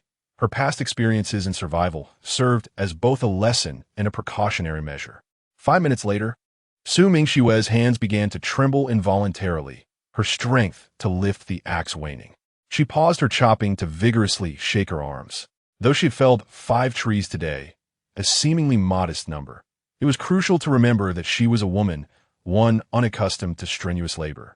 Before entering this survival game, her parents were chairpersons of a publicly listed company, and she herself ran a well-known design firm, having never engaged in any physical toil. Her only form of exertion had been fitness, but due to her demanding schedule, she could scarcely manage a visit to the gym once a week. The sudden shift to such intense lumberjack work was taxing, and despite her tenacity, her body could barely endure it. Her palms were blistered, and each drop of sweat that soaked them brought a fresh wave of pain. Nevertheless, Su Mingxue was resolute in her determination to persevere. Establishing a collaborative relationship with Yang Shua marked her 3rd stroke of fortune today. A person like Yang Shua, who can dispatch adversaries with the ease of slaughtering mere dogs while others tremble in fear and uncertainty, is undeniably formidable. The fact that he could effortlessly part with 3 survival coins and 10 liters of water signifies an astonishing abundance of resources. Such individuals either meet an untimely demise one day in the early stages or ascend to the pinnacle of this world. Su Mingxue was willing to take that gamble. The price, however, entailed gritting her teeth, stifling her tears, and relentlessly wielding her axe to fell 3 trees. 3 hours later, Su Mingxue finally gathered 30 units of timber, nearly succumbing to exhaustion. Her clothes, drenched in sweat time and again, clung tightly to her skin, causing her immense discomfort. Summoning her last vestiges of strength, she climbed atop the vehicle and entered the cockpit. First, She discarded her high-heeled shoes, revealing her delicate feet ensconced in black silk. And then she removed her sticky outer garment, exposing her impressive figure. Tomorrow, she would receive nearly 10 liters of water from Yang Shuo. She hesitated, contemplating whether to use some of her existing water to refresh her body. But after a prolonged moment, she ultimately relinquished the idea and leaned back in her seat, succumbing to a deep slumber. Chapter 12. The next day, danger escalates. Attention, players! There are still 30 minutes until dawn. Please prepare for departure. The mechanical and chilling voice startled everyone from their slumber, reminding them that the events of the previous day were not mere dreams. Master, the 30 units of wood you requested are ready for trade. Yang Shuo stirred awake and noticed Su Mingshua's message. The water in the tank was full, and he promptly traded 900 milliliters of water for the 30 units of wood. The resources for upgrading the windmill's main body are complete. Shall we proceed with the upgrade? Upgrade. Yang Shuo's face lit up with anticipation. What advantages would the upgraded windmill bring him? Would it offer additional functionalities? Creak, creak, creak. A jarring noise accompanied by a rumbling vibration filled the air as the entire windmill house began to slowly elevate. The water extraction equipment in the center of the room gradually expanded, and the tank stretched in tandem with the house. A rudimentary wooden ladder extended from one wall, with a thick wooden board obscuring Yang Shuo's view of the ceiling. Minutes later, tranquility returned. The windmill's main body has been successfully upgraded. Yang Shuo hurried to the water tank and placed his hand on it. Water, 400 liters. Wonderful. The capacity has doubled, ensuring he would never run out. Not only had the tank enlarged, but the speed of water flow from the pipes had significantly increased, delivering a copious amount of water every 30 seconds. Yang Shuo approached the wooden ladder and cautiously climbed up. The house now had an additional level, albeit a cramped space, with two pipes protruding in the middle, one connected to the water extraction device below, while the other linked to a machine resembling a motor. What could this be? Curiously, Yang Shuo reached out to touch it. Charger, capable of rectifying AC voltage ranging from 13-25 V. A charger? A charger. Goodness. Could it generate electricity? Indeed. The windmill was inherently designed to harness wind energy for power generation. Having electricity was only logical. Yang Shuo was filled with excitement. With electricity, he was one step closer to modern civilization, and it signified the potential for more formidable weaponry. Yet, how was he to utilize it? After a thorough examination, he found no sockets or similar devices. Even after placing the previously acquired section of cable, no prompts were triggered. Not usable? Yang Shuo began to discern the situation. The windmill served as a power source, while this device was a charger. But where was the battery? A charger without a battery was of little use. He still couldn't utilize electricity. His excitement had been premature. Thus, the upgrade of the windmill held significance. The Level 1 windmill could merely extract water, while the Level 2 windmill possessed the capability to generate electricity, albeit lacking the means to convert it for use. Would the Level 3 windmill finally enable him to harness electricity effectively? What about Levels 4 and 5? Surely, with the advancement of the windmill's main body, the functionalities would only continue to expand. Yang Shuo's confidence surged instantly. This was what made it worthwhile, otherwise being cooped up in this place, fretting over the basic necessities of life and engaging in a battle of wits against a horde of skeletons and zombies would surely drive him to madness. All right, his next objective was to upgrade the windmill's main structure promptly, so he could illuminate this domain soon. In high spirits, Yang Shuo descended the stairs and ventured outside to observe any changes. The lawn and walls remained unchanged, yet the windmill's blades had more than doubled in size, and the windmill structure now reached a height of 7 to 8 meters. The foundation was made of stone, while the upper levels were still wooden.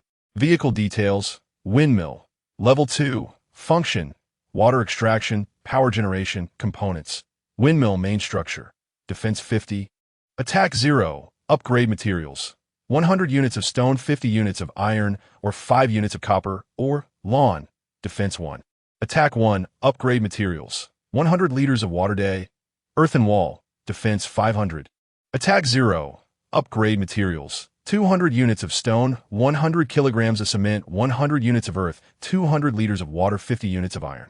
Next, he checked his own status. Yang Shua, strength, 15, agility, 13, constitution, 12, health, 90 good, status, slightly thirsty, moderately hungry, talent, component enhancement, 3-3, vehicle details. World channel, his strength had increased by a remarkable 5 points compared to the previous day. Yang Shua clenched his fists, feeling capable of confronting a bull head-on. If the tyrant did not possess the infectious capabilities of a zombie, he would have relished the opportunity to pit his strength against the foe. As for agility, he tested his speed and felt he had reached the level of a professional athlete. His constitution was harder to assess, but the 2 points were no mere illusion. Enduring half a day's intense labor was certainly within his grasp. Time until dawn, 30. 29. The countdown began anew, yet Yang Shua felt no urgency as he prepared to return indoors for breakfast. With a defense value of 500, skeletons and zombies posed no real threat. The only remaining danger was the tyrant, which you have to face after dark. Today, he had ample time to gather resources. He planned to upgrade the walls once more before utilizing his enhancement skills. The survival game officially begins. All players are advised to prepare and set forth promptly. Detection. The owner did not adhere to the prescribed travel commencement yesterday, failing to meet the minimum speed requirement and completing the required distance. Today's penalties will escalate. Please vacate the area promptly. Countdown, 5 o'clock. Please maintain a speed of over 30 km/h or face monster attacks. Countdown, 8 o'clock. What the hell? Yang Shua's smile vanished in an instant, his body trembling with rage. This damn survival game truly showed no mercy. Originally, I believed that relying on the formidable strength of the level 3 walls would allow me to disregard the skeletons and zombies outside, focusing solely on confronting the tyrant. However, I was unprepared for the game's harshness, which escalated the severity of the penalties. The threat level of ordinary monsters has once again intensified. The pressing question now is to what extent the upgraded penalties will reach. The resources required to elevate the walls to level 4 are immense, and it is uncertain whether I can gather them all today. If the level 3 walls prove inadequate for defense, I will find myself in grave peril. Yang Shua dared not linger. He swiftly consumed his bread and sprinted towards the walls. The tyrant from yesterday had been reduced to charred remains, and although he had not yet had the opportunity to scavenge the body, he lacked the inclination to do so now. He ascended the stairs to the walls, anxiously gazing toward the nearby open ground. Chapter 13. The wind blows from all directions. 5 minutes later, the monster emerged once more. It rose from the depths below. A skeleton, yet unlike the previous day, this skeleton towered nearly 2 meters tall and was clad in armor, wielding a formidable sword. Its eyes glowing with a menacing crimson light. It exuded an aura of aggression and threat far surpassing that of an ordinary skeleton. The mere presence of its armor rendered the prospect of resolving this predicament with a shovel quite daunting. But that was not the end of it. Mere seconds later, another skeletal warrior broke through the ground, slowly advancing towards the wall. An enhancement in quality was accompanied by a conspicuous increase in numbers. Goodness, was there more to come? Yang Shua furrowed his brow, bracing himself for what might follow. Fortunately, it appeared that only these 2 skeletons emerged, and no further reinforcements materialized.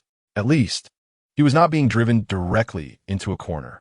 The skeletal warrior positioned itself beneath the wall, opting not to charge the structure with its body, but rather to raise its sword and begin chopping at the wall with a rhythmic clang. Every 2 seconds, a blow would fall, diminishing the wall as protective points.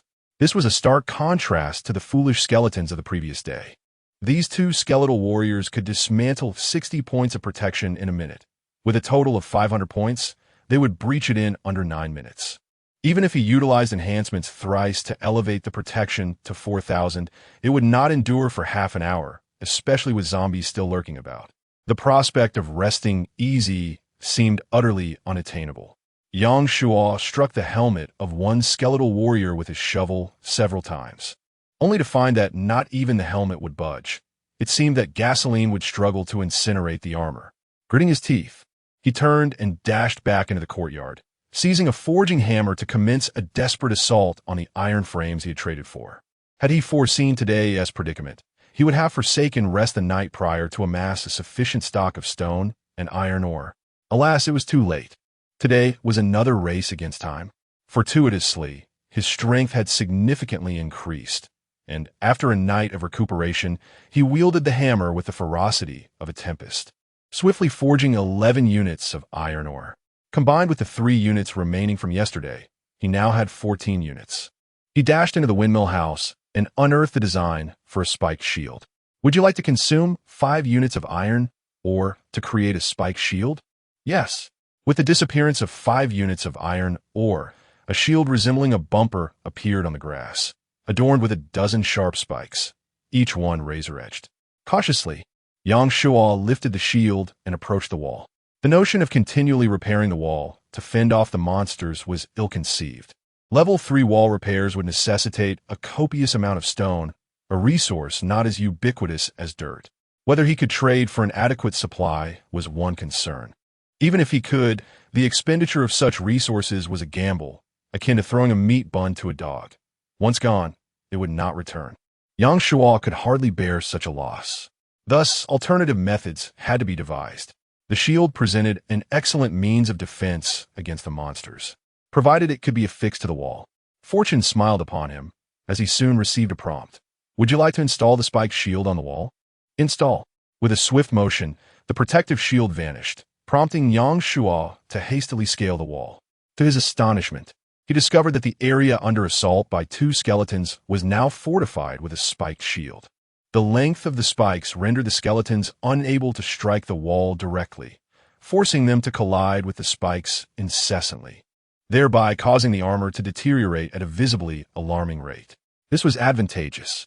Yang Shuo exhaled a sigh of relief. Possessing a method to combat the monsters significantly improved his situation, allowing him to focus on resource gathering and wall upgrading, preparing for the most perilous night ahead. As the skeletons had augmented both their equipment and numbers, it was inevitable that the tyrant would follow suit, a prospect that loomed ominously. However, now was not the time for such contemplations.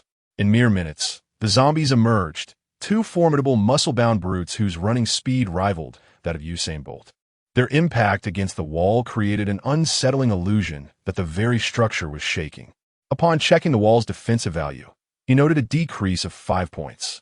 If he did not eliminate them promptly, the wall would surely collapse within 2 minutes. Construct a spike shield. Another protective barrier materialized. Yang Shuo approached the point of impact where the 2 zombies were battering the wall and installed the shield. In an instant, chaos erupted as flesh and blood were sent flying. Yet, despite sustaining multiple puncture wounds, the zombies relentlessly continued their assault. Witnessing the evident effectiveness of his actions, Yang Shuo dared not delay. He leaped down from a wall and into the deep pit where the tyrant lay buried, frantically digging, and soon managed to gather 3 survival coins. He then rushed to the trading market to initiate a transaction. The utmost priority now was to acquire more iron or to fabricate additional shields, aiming to fully equip at least 1 wall for safety. The monsters targeted the wall nearest to him. As long as he remained close to that wall, even with limited shields, he could achieve optimal protection.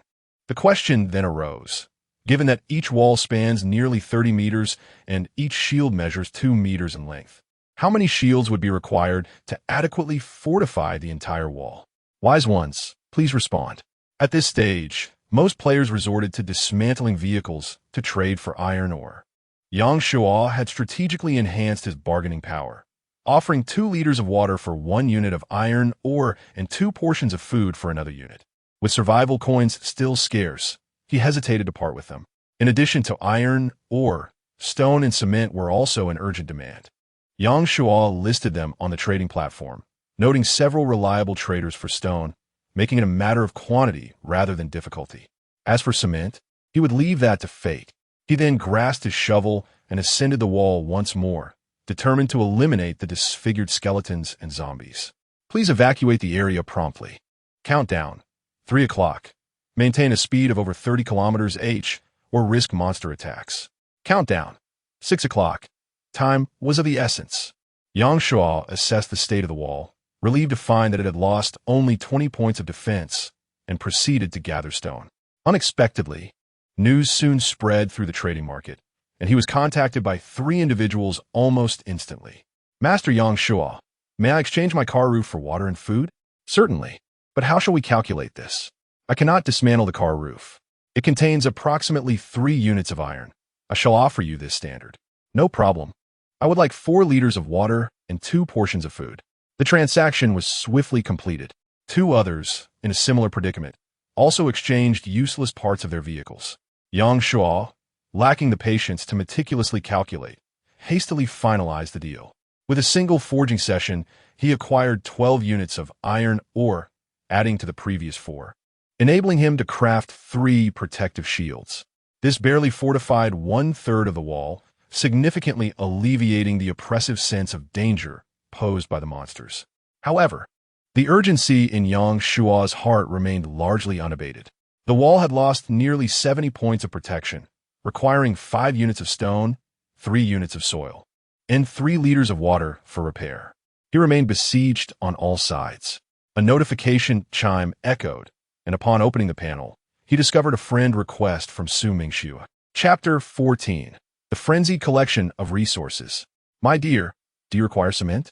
Yang Shuo's face instantly brightened.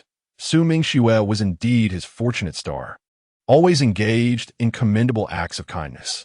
He vowed to raise a toast to her whenever they crossed paths again. Do you have cement? Beautiful. Not at the moment, but it could be obtained from the resource station, Su Mingxue promptly replied. She elaborated that the resource station was divided into various sectors, such as daily necessities, fruits, and food. Yesterday, when I entered the station, I happened to catch a glimpse of a renovation area, which should have the cement you seek. Not yet. Yang Shuo felt a twinge of disappointment, but at least hope remained. He inquired, "Are you willing to assist me?" "Mutual benefit," she stated. "Let us discuss the details." Each resource station allows entry for 2 minutes. If one does not exit within that time, a survival coin must be paid for each additional minute. Once I enter the resource station, I will help you search, but any fees incurred beyond 2 minutes will be your responsibility. Additionally, to exchange for 100 units of cement, 3 survival coins are required. All right, that is quite the price. 3 survival coins for 100 units of cement is acceptable, considering it is relatively inexpensive compared to stone. However, if Su Mingxue fails to find the cement in 10 minutes, will my survival coins be wasted? But then again, did he have any other options? Do you feel confident in finding it within a few minutes? That is uncertain. The nature of the resource station is vast. If fortune does not favor us, it's entirely possible to leave empty-handed within 2 minutes. Let us set a limit of 5 minutes then. If nothing is found by then, we shall cease the search. Furthermore, if you do manage to find some, please bring back as much cement as possible, as my demand is substantial. Understood. Yang Shuo transferred 3 survival coins. The uncertainty of when he would obtain the cement, or indeed if he would obtain it all, was truly agonizing. He sighed deeply, relieved that his transactions involving stone and iron had proceeded remarkably smoothly. Within a mere 20 minutes, he had completed 6 or 7 trades, a stark improvement over the previous day. Upon reflection, the rationale soon became clear. Everyone had been in a state of hesitation the previous day. Even when thirst and hunger struck, they could endure. However, after a day and night without resources, those who had not secured any supplies were becoming increasingly anxious. Do not dismiss the reality. In survival, if resources were readily available, it would hardly be termed survival. The fortunate few who encountered resource stations were indeed a rarity, and those who could procure the necessary materials were even scarcer. With fuel being limited, most individuals, while able to meet the prescribed travel distance, would keep their speed restrained at a maximum of 30 kilometers each. Even so, if they failed to encounter a rest station, they might have to drive the entire day without water or food. How many could truly endure such a trial? Thus, those who were initially reluctant to part with vehicle components have begun to waver. When vehicles break down, they face dire consequences. However, failing to trade vehicle parts would lead to even swifter demise. The distinction between what is trivial and what is significant has become clear to all. Having grasped this notion, Yang Shuo felt considerably uplifted. The abundance of iron or resources was particularly advantageous for him, as both walls and the main structure of windmills would require substantial quantities for future upgrades. The trading process proceeded seamlessly, yet Yang Shuo's current resources dwindled rapidly. Primarily, food was becoming scarce. He had initially possessed a modest stock, only trading it out of immediate necessity for iron ore. Most vehicle owners, however, sought food and water in exchange, leading to a swift depletion of his supplies. With merely 2 portions of self-heating meals and 3 servings of instant noodles remaining, he ceased food exchanges and opted to trade solely in water, resulting in a sudden drop in transaction volume. Nevertheless, it was of little concern, as he had amassed a sufficient quantity of iron components and large stones. After dispatching the skeletons and zombies threatening the walls, Yang Shuo repaired the barriers and devoted himself entirely to the collection of iron, ore, and stone. The hammer swung with fervor, and sweat poured from his brow. Had it not been for the enhancement of his strength and physique, he might have faltered. Yet, the toil proved worthwhile. Upon gathering 50 units of iron ore, he crafted 10 shields, thereby fortifying an entire wall and halting the bleeding. Next, he merely needed to clear the monsters every 8 minutes and mend any wall damage. The remaining task was to gather resources necessary for wall upgrades. 200 units of stone, 50 units of iron, ore, 100 kilograms of cement, 100 units of soil, and 200 liters of water. The sheer magnitude of this requirement sent a shiver down Yang Shuo's spine. Nonetheless, no matter how arduous the task, he resolved to persevere. Would this wretched survival game seek to grind him into dust? He would adamantly strive to endure. Ahead lay a hotel. Although devoid of food, it offered a chance for rest. On the road, the tanks roared incessantly, advancing steadily. Yang Shuo worried about Su Mingxue, uncertain of when she might encounter a resource station, let alone a large supermarket. However, matters were not as dire as he had envisioned. Soon, Su Mingxue came across a hotel, but chose not to stop. Lacking supplies rendered lingering there meaningless, and since she had only just set out, rest was unnecessary. An hour later, she encountered a station again, a large parking lot teeming with monsters. 3 hours later, she finally stumbled upon a resource station. Ahead lies a wholesale market, stocked with the supplies you require and devoid of danger. Uncertain of the market's nature, if it resembled a vegetable market, Yang Shuo would have to wait longer. The market boasted 5 stories and was quite expansive. Su Mingxue parked her vehicle and approached the entrance, refraining from rushing inside, instead peering through the doorway. The first floor is a general goods supermarket. Information about the second floor and above remained obscured. Su Mingxue removed her high heels, inhaled deeply, and swiftly made her way into the marketplace. Upon entering the resource station, a countdown began. 2 o'clock. Ahead of her stood an elevator. Although she quickened her pace, she refrained from entering the elevator immediately, instead directing her steps toward the department store. Arriving at the entrance of the supermarket, she seized a shopping cart before finally returning to the elevator area. The prospect of lifting 100 kilograms of cement was daunting. Even if it truly existed, she would be unable to move it without assistance. Stepping into the elevator, a series of prompts echoed. The second floor is dedicated to alcoholic beverage wholesale.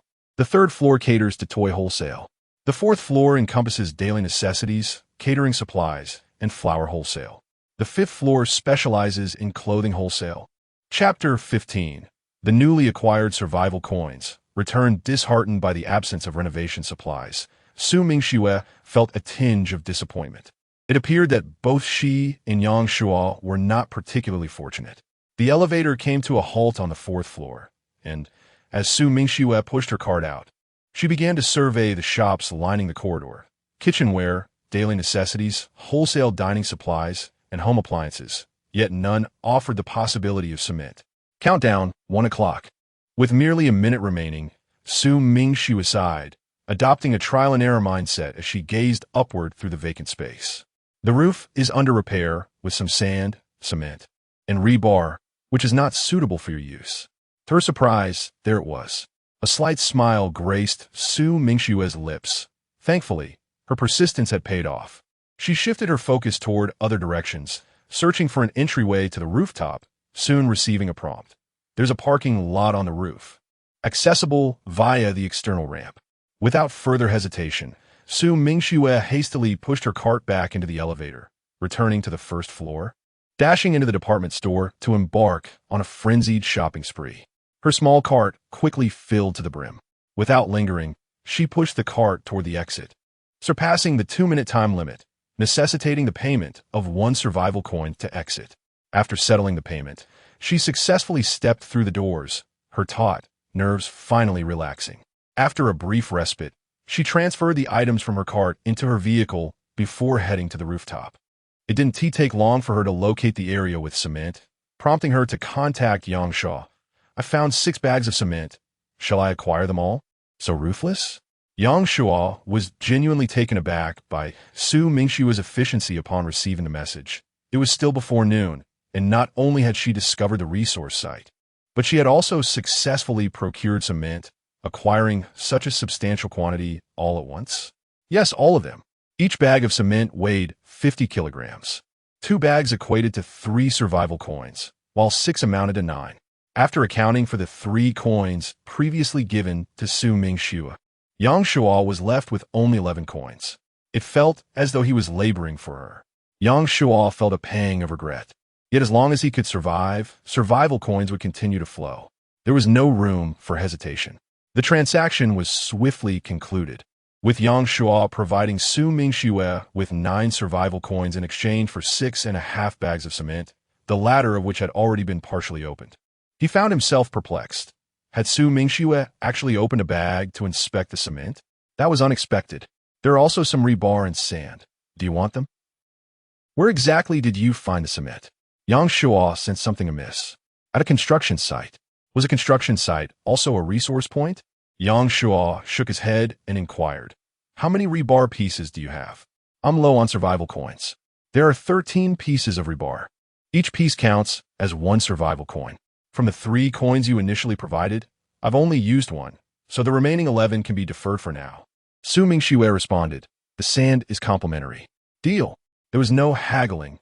Truly, she was quite generous. Su Mingxue exhaled softly, recognizing that her decision to cling tightly to Yang Shuo's thigh was indeed prudent. In just a single day, she had amassed 15 survival coins, alongside a debt of 11 coins, which was simply unimaginable. The tank boasted formidable defense and striking power. However, its fuel consumption was alarmingly high. One could hardly expect to find a gas station before exhausting the last drop of fuel. Thus, Su Mingxue had a pressing need for survival coins, allowing her to stockpile enough gasoline upon encountering a gas station. Now, with 15 survival coins in hand, her heart felt considerably lighter. Moreover, the concrete, sand, and steel before her were entirely free, an opportunity that promised immense profit without any cost. Quickly, Su Mingxue transferred the sand and steel to Yang Shuo. As for when he would repay the 11 survival coins, she understood that patience was essential. The coins he currently possessed were likely procured from treasure chests, and it was unreasonable to expect a continuous stream of achievements. The lack of any achievement notifications since that morning was a clear indication of this.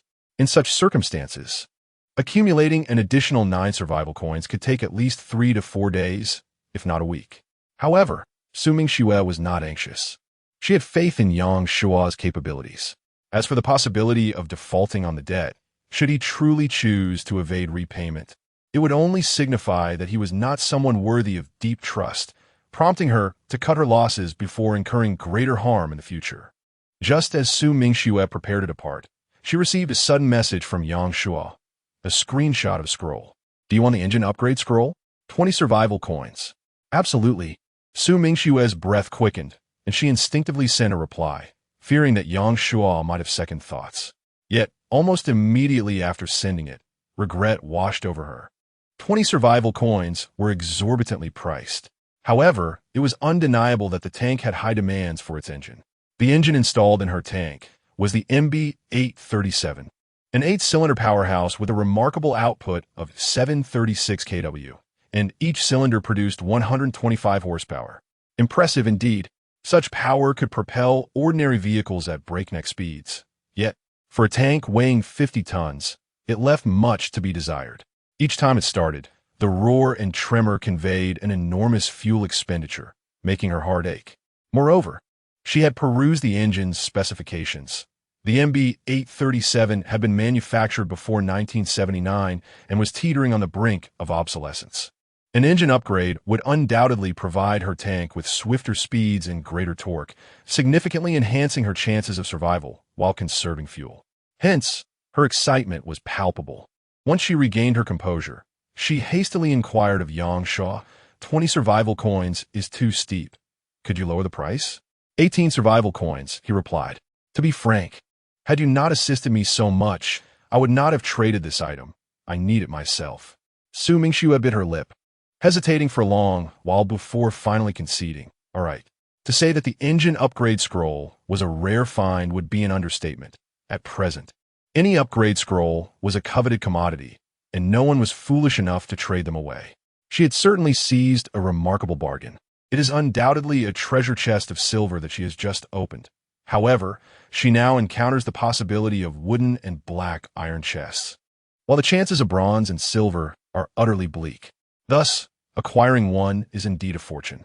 The price is 18 survival coins, and after deducting the 9 owed to Yang Shaw, she must part with an additional 9.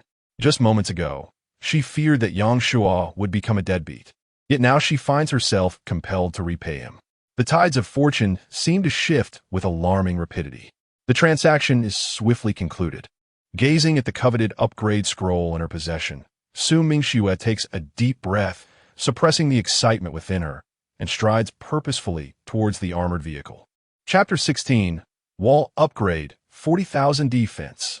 With the retrieval of 9 survival coins, there is no need for alarm. Just moments ago, after concluding the transaction for rebar, Yang Shua suddenly recalled that he possessed an engine upgrade scroll. Since it was of no use to him, he might as well trade it to Su Mingxue. 18 survival coins did not equate to a loss. Even if the current value of upgrade scrolls was higher, in the short term, no one could afford them. After all, how many people could accumulate survival coins as he had? Just as he needed to continually upgrade windmills, enhancing vehicles was undoubtedly a prevailing trend, and various upgrade scrolls would inevitably become commonplace. The sooner he traded, the sooner he could reap the rewards. Yang Shua quickly regained his focus. With cement in hand, and ample soil and water, he was only lacking stones and iron ore. A considerable heap lay in the yard, and gathering enough was merely a matter of time.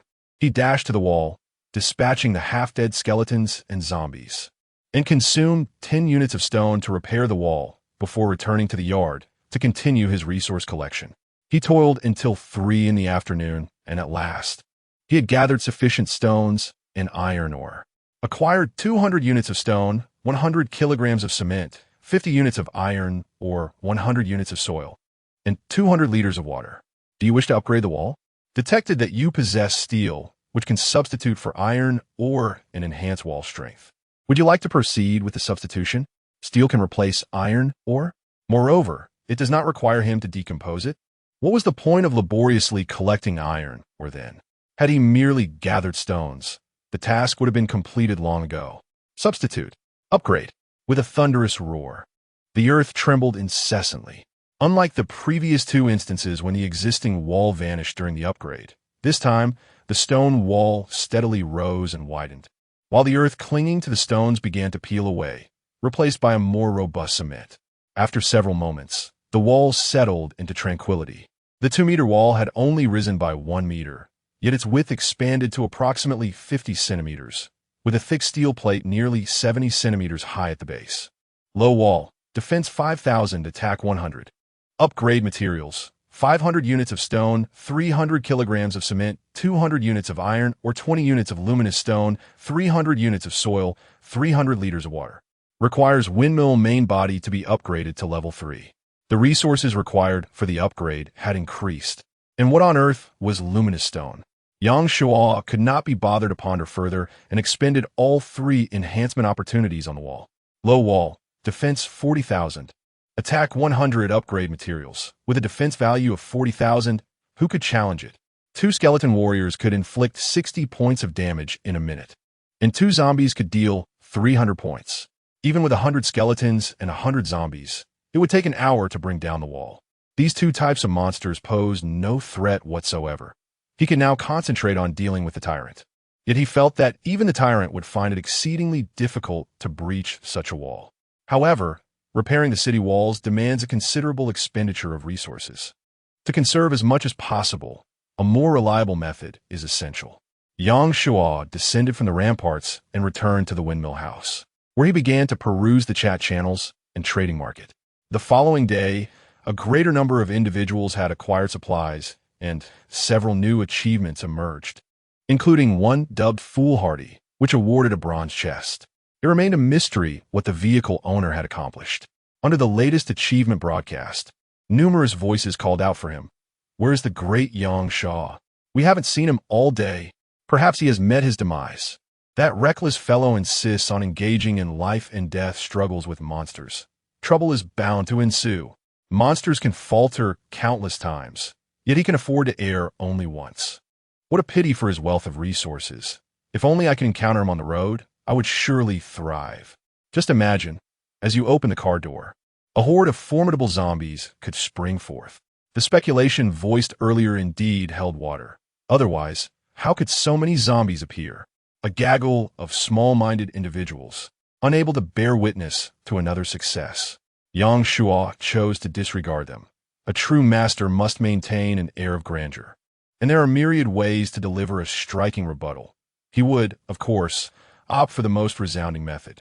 Upon glancing at the regional channel, he discovered someone had fortuitously encountered another on the highway and had even shared a screenshot. Haha, congratulations. With such company on the road, it certainly won't be dull. I eagerly wish to meet someone. Driving alone is exhausting. One brother on the right quipped, "Take care of yourself tonight. That chap beside you is impeccably clean-shaven and even sports a little mustache." To which another replied, "I would prefer to encounter a lady. What do you intend to do once you meet a lady?" "I shall refrain from exposing you." It is wise to remember that one can know an individual's face, but not their heart. Caution is warranted, as some may be more terrifying than monsters. "Such alarmist rhetoric," declared another. "In times like these, we ought to support one another. Who could kindly spare me a bottle of water? Get lost. In a district of 100,000, how could there be only one encounter in 2 days? The odds seem excessively low." "Not necessarily," came the retort. "There are surely those who haven't publicized their encounters. Mischief must be conducted discreetly. If I were pedaling a tricycle with a horde of zombies in pursuit, and I spotted you driving a sports car towards me, what do you think my first action would be? Even if I didn't intend to end your life, I would certainly seize your vehicle. Has someone truly had an encounter? It is only the second day. The probability remains quite high." Yang Shuo Muset. After all, he was stationary at this spot. As long as this road existed, individuals would inevitably traverse it, and perhaps he would soon have an encounter of his own. Nonetheless, he was mentally prepared for this eventuality and did not dwell on it overly. He commenced his exploration of various trading information in the marketplace. The free loot monsters continued to proliferate, but unlike yesterday, today's transactions had diversified beyond mere gasoline, water, and food, blossoming into a plethora of offerings. Blankets, clothing, shoes, kettles, rice cookers, toilets.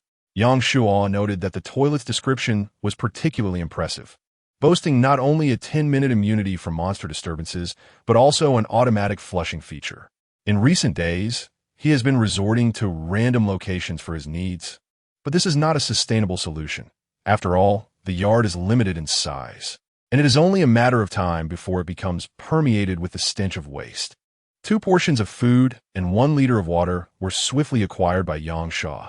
As he continued to observe, he stumbled upon an intriguing phenomenon. Resources boxes were being traded, and the number of traders was quite substantial. He quickly grasped the situation. While resource boxes could yield supplies, they also held the potential to unleash monsters. Rather than risking his life, it was far more prudent to sell them for tangible resources. Given the multitude of individuals in the area, it was evident that many had drawn excellent vehicles and desirable traits, ensuring that selling would pose no challenge. Yang Shuo's thoughts began to stir. Was he afraid of monsters? Not in the slightest. The remnants of monsters outside were nearly piling into a mountain. He immediately commenced a fervent purchasing spree. The resource boxes contain a myriad of possibilities. Although the likelihood of loss was considerable, the chance of uncovering something remarkable could easily offset all losses. It was a gamble worth taking. Chapter 17. Sweetheart. May good fortune accompany you always. The wooden treasure chest yields 2 items, predominantly consisting of water and food. While the likelihood of unearthing monsters or rare treasures remains exceedingly low, though not entirely absent. The exchange rate is set at 2 portions of basic supplies, water, food, gasoline. The black iron chest, on the other hand, can reveal 3 items, with an increased probability of encountering monsters, yet it also holds a significant chance of yielding high-value items. With a trading price of 4 portions of basic supplies, the bronze chests are scarce, with only 2 or 3 in circulation, and their exorbitant prices render them nearly untradeable, while the silver chests are virtually non-existent. At this stage, encountering a silver chest is a rare occurrence. Even achieving accolades typically results in obtaining a bronze chest, unless one is like Yang Shaw, who attains extraordinary achievements, such as the 100 monsters slay. The scavenging commenced promptly, with Yang Shaw opting to trade solely with water. For those who were hesitant, he would counter with a bid of double the amount of water, an unavoidable tactic, given his financial abundance. Only a fool would refuse double the water. After all, possessing surplus water allows for further exchanges for food, essentially a windfall, especially considering the multitude of individuals in dire need of water. Within a mere 10 minutes, Yang Shua successfully acquired 10 wooden chests and 3 black iron chests. As for the bronze chests, despite their high yield potential, their steep prices dissuaded him from pursuing them. Throughout the day, he focused on resource exchanges. And as the water in his reservoir dwindled, Yang Shua decided to pause trading until he could amass a sufficient quantity of water. As for opening the chests, with so many in his possession, it would be truly extraordinary if not a single monster emerged. He resolved to address that matter later in the evening. It was time to attend to serious business. Yang Shua posted a trading announcement, exchanging survival coins for high-damage weaponry, such as shotguns, explosives, flamethrowers, etc., at reasonable prices. Devoid of deceit, the announcement was prominently featured and boosted with functionalities like pinning, highlighting, mass messaging, and precise localization. The latter required 10 survival coins, while mass messaging necessitated 5. Yet, with plans to procure weapons, he hesitated and opted to spend only 2 survival coins to pin the announcement. The notice was prominently placed at the top, visible to all who entered the trading market. Please evacuate the area promptly. Countdown, 5 o'clock. Maintain a speed of over 30 kilometers h or face monster attacks. Countdown, 8 o'clock. Time until dusk, 1:59:20. You are still 100 kilometers short of today's required journey. Please complete it swiftly, or face severe penalties from the game. With merely 2 hours remaining, he pondered whether he would be able to acquire the desired weapon. If not, he would have no choice but to rely on walls and shields to confront the tyrant. Yang Shua ventured out, clearing away the injured skeletons and zombies while continuing to gather iron, ore, and stones. Initially expecting his trading announcement to go unnoticed, he was pleasantly surprised to receive several messages shortly thereafter. One message from an individual named Zhang Yang read, "Great one. Do you want a chainsaw? The electric kind, ready to use with a pole. Charge towards the tyrant armed with a chainsaw? That would be sheer folly." However, assuming Shue had been selling timber and might find this tool useful, selling it could yield some profit. "How many survival coins?" he inquired. 10. Begone. Do you truly consider him a philanthropist? Yang Shua, disinterested, dismissed him and turned to the second message. It was from a girl named Chun Shuer. "Great Yang Shaw. Is this type of dynamite acceptable?" She followed up with a screenshot of an old-fashioned dynamite package wrapped in ochre fabric. "Yes, what price do you propose?" "You decide." "Great one. How about 5 survival coins?" Although the dynamite was powerful, it was a one-time use item, and thus, he could only offer so much. Chun Shuer readily agreed. "All right, great one. Could you have me as a friend?" "Certainly." He had never been adept at turning down a beautiful woman. Once the transaction was complete, Yang Shuo found himself with only 6 survival coins left. He continued to peruse the subsequent messages, which came from an individual named Zhang Zhun. Great one. Do you need any shells? Several screenshots followed, depicting a type of shell painted green, approximately 20 to 30 centimeters long, resembling a pencil tip, though he was unsure of the vehicle it was intended for. While Yang Shuo had limited knowledge of shells, he understood that they were not easily detonated, and if they had excessive power, both the tyrant and his refuge would be at risk. Such fine merchandise. You should keep it for your own use. No further messages arrived, but acquiring a dynamite package was still a positive outcome. Turning back, Yang Shuo noticed that Zhang Yang was persistently bothering him. Great one, this item is quite practical and in high demand. It can not only fell trees, but also save lives. 8 survival coins. How about 8? 7, it cannot be lower. 6 if you're still dissatisfied. I might just walk away. Fine, 5, will that suffice? Not even 5? Great one. Can you show a bit of sincerity? This is already the lowest price. Observing Zhang Yang's desperate plight, Yang Shuo replied, how about 4? I will throw in 2 liters of water. Deal. To be honest, had he not been in dire straits, he would never have traded such a valuable item. Shall we then call it off? Zhang Yang has sent you a trade request. The deal was struck, and after obtaining the chainsaw, Yang Shuo immediately sent a screenshot to Su Mingxue. 6 survival coins. Do you want it? Yes. Su Mingxue quickly replied with another message. Could you lower the price a bit? I bought it for 5 survival coins. Making a profit of 1 coin seems reasonable, doesn't it? Not unreasonable. Su Mingxue let out a gentle sigh. She found it hard to trust Yang Shuo. That fellow might pocket several coins himself. However, 6 survival coins was not exorbitant. With the chainsaw, her efficiency in chopping would increase exponentially, allowing her to recoup the investment overnight. Who would be foolish enough to trade such an excellent tool? But upon receiving the chainsaw, Su Mingxue was immediately taken aback. It had no power. No wonder it was being traded away. Even with a battery on the vehicle, without a charger, it was utterly useless. She quickly confronted Yang Shuo. How can it be used without power? No power? Yang Shuo was momentarily taken aback, but soon realized he had fallen for Zhang Yang's trick. That rascal had long since depleted the battery. The chainsaw now amounted to nothing more than a heap of worthless scrap metal, hardly worth 4 survival coins. It was likely that even if he proposed a single survival coin, Zhang Yang would still be willing to make the trade. However, what was trash in the hands of others might not necessarily be so in his. As a form of compensation, he offered to provide free charging services for life, albeit only after nightfall. Very well, Su Mingxue responded without hesitation, promptly returning the chainsaw. Yang Shuo then inquired, do you have a lighter? I do, she replied, handing him 2 lighters with a generous smile. Consider them a gift. She had taken 2 boxes from the supermarket, far more than she could ever use. May good fortune accompany you throughout your life. Chapter 18, a standoff? No, a determined struggle. Though Yang Shuo has been replaced, he could still engage in such unscrupulous actions. Yet, ultimately, it is Su Mingxue who finds herself as the victim. Frustrated, he attempts to retrieve the chat records with Zhang Yang to unleash a tirade, only to discover that he has been blocked, rendering his messages futile. Very well, we shall wait and see. As for upgrading the windmill, although he currently possesses a considerable amount of stone and iron ore, he must prioritize the fortifications of the city walls and has no immediate plans to enhance the windmill. The spike shield has worn down 40. Would you like to repair it? Repair. This action consumes an additional 2 units of iron. Today alone, the iron expended on repairing the shield has exceeded 30 units.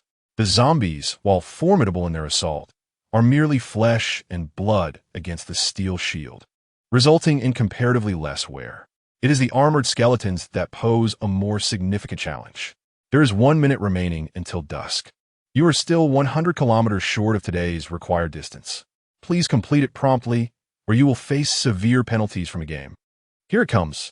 Yang Shuo set aside the shovel and gasoline, retrieving the explosives and lighter, gazing quietly at the darkening sky. Congratulations to all surviving players for enduring today. Please take a well-deserved rest. A new round of survival games will commence in 12 hours. During the rest period, all players must remain within 8 meters of their vehicles. Due to your failure to meet today's required distance, you will incur severe penalties. It has been detected that the owner also failed to complete the required distance yesterday. Today's penalties will be escalated.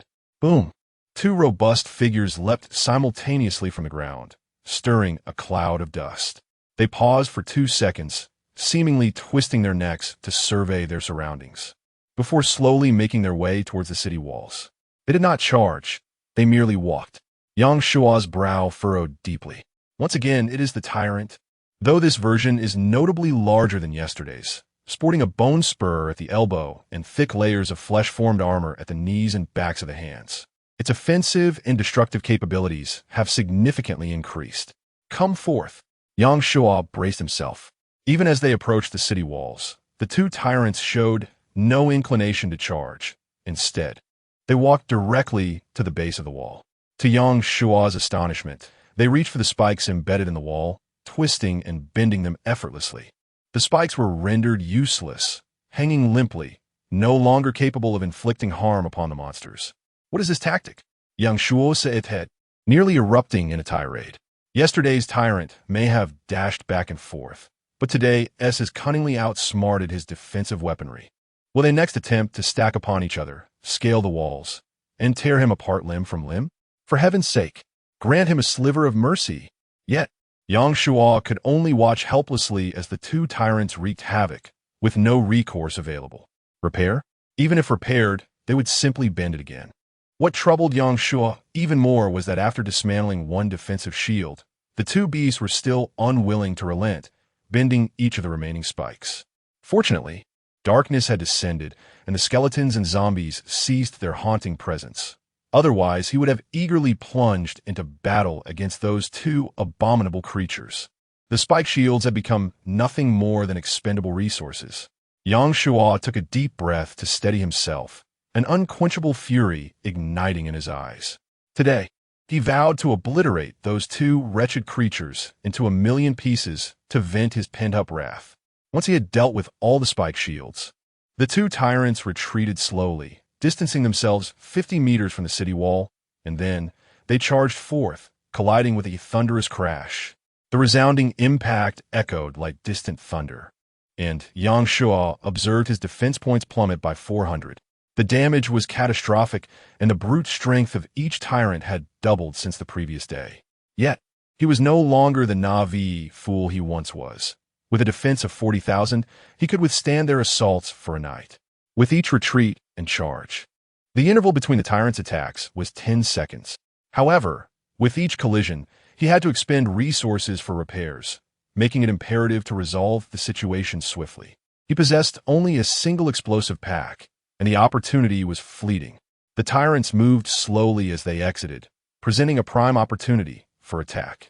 Yet, considering the intelligence they had displayed, there was no certainty they wouldn't halt or evade upon seeing the explosive. Thus, the most opportune moment to strike was during their charge, for evasion would be impossible. This raised another dilemma: how to time the strike perfectly. As it was his first time using the explosive pack, he was uncertain about the burning time of the fuse. If the fuse burned too slowly, he would have to hold on to it for a while, during which the tyrants could reach the wall, causing collateral damage. If it burned too quickly, it might explode before he could throw it the desired distance, failing to inflict effective harm. The margin for error was exceedingly slim. Yet, waiting idly was not a viable option. He had to act, come what may. Bang! The two tyrants crashed heavily against the wall before turning to leave. When they had covered half the distance, Yang Shua gritted his teeth and ignited the fuse. It was time to gamble. At this distance, if the fuse burned too quickly, he would throw it immediately, betting that the tyrants would not evade. If it burned slowly, that would work to his advantage, allowing him to throw it as the tyrants retreated. Sparks erupted brilliantly in the night, rapidly racing towards the end of the fuse. At this length and speed, it would take 6 or 7 seconds to burn out, neither too short nor too long. The worst-case scenario weighed heavily on Yang Shua's heart. However, the time for contemplation was fleeting, and he had to raise the explosive pack, yearning to hurl it quickly. Yet, in that split second, he abruptly halted. No, there was still a chance. The explosive pack weighed about 5 kilograms. An ordinary person could throw it 10 meters. with his strength enhanced by 5 points. He could manage 20 meters. His earlier experiments in the courtyard had confirmed this, but now, standing atop the 3-meter-high city wall, he could surely throw it even farther. Was he to take one last gamble? Absolutely. He had no other choice. 1 second. 2 seconds. The fuse had diminished by nearly a third. While the two tyrants were still 10 meters from the point of return, Yang Shuo was drenched in cold sweat, his gaze fixated on the fuse, fearing that it might ignite prematurely, transforming him from a hunter into prey. However, securing a victory would safeguard the city walls and conserve vast resources. Hold on. As the fuse burned down another third and the two tyrants reached their destination, the moment had arrived. Veins bulged on Yang Shuo's forehead as he summoned every ounce of strength to hurl the explosive package. Simultaneously, the tyrants turned and sprinted towards the city wall with blinding speed. A collision of forces. Thunderous roars erupted as flames soared into the sky, followed by a deafening explosion that unleashed a tumultuous shockwave, striking Yang Shuo almost instantaneously and propelling him into the air. Chapter 19. Victorious. Whoa, mother, I longed to return home. On a certain highway, atop a canopy-covered tricycle, Li Yi lay weeping profusely against the dashboard, her form quaking with despair. The majestic dual peaks of her figure, accentuated by the force of gravity, formed a more rounded silhouette, creating a strikingly poignant scene. Attired in a once elegant beige dress, now marred by stains and tattered beyond recognition, she lamented her dire fate. Her misfortune had led her to commandeer a tricycle. While fuel-efficient, it offered little defense against the relentless onslaught of skeletons and zombies. Consequently, she dared not slow her pace, spending nearly every moment driving. The tricycle was far less comfortable and stable than a sedan, demanding her constant grip on the handlebars. A mere lapse in concentration could send her careening off the road, resulting in catastrophe. As if that weren't enough, her initial venture into a perilous station had been fraught with terror, nearly robbing her of her wits in the presence of a horde of grotesque zombies. This harrowing experience cast a shadow over her perception of stations, rendering her devoid of the courage to investigate subsequent ones. Had it not been for her encounter with a refuse station, where she unearthed some expired food and tradable resources, she might have succumbed to thirst or starvation. The dual torment of physical and mental anguish had left her utterly drained, on the verge of collapse multiple times. At one point, thoughts of ending her existence crossed her mind. Yet, each time she beheld the horrifying visages of skeletons or zombies, terror would seize her, compelling her to flee in abject panic, rendering even death an unattainable escape. After 2 tumultuous days, she felt she had reached her limit. If she were to faint from exhaustion or meet with a fatal accident the following day, she would not be surprised. Rather, it would be perceived as a release from her suffering. Suddenly, a tremendous roar erupted from outside, startling Li Yi. Thunder? Or perhaps a fearsome creature? Her heart raced as she hastily wiped away her tears, peering into the darkness for the source of the sound. However, the night was pitch black, offering no glimpse of what lay ahead. Was she on the brink of mental collapse, conjuring illusions? Regardless, she resolved that it mattered not. After a prolonged silence, she retracted her head, surrendering to despair as she reclined in her seat, preparing to sleep.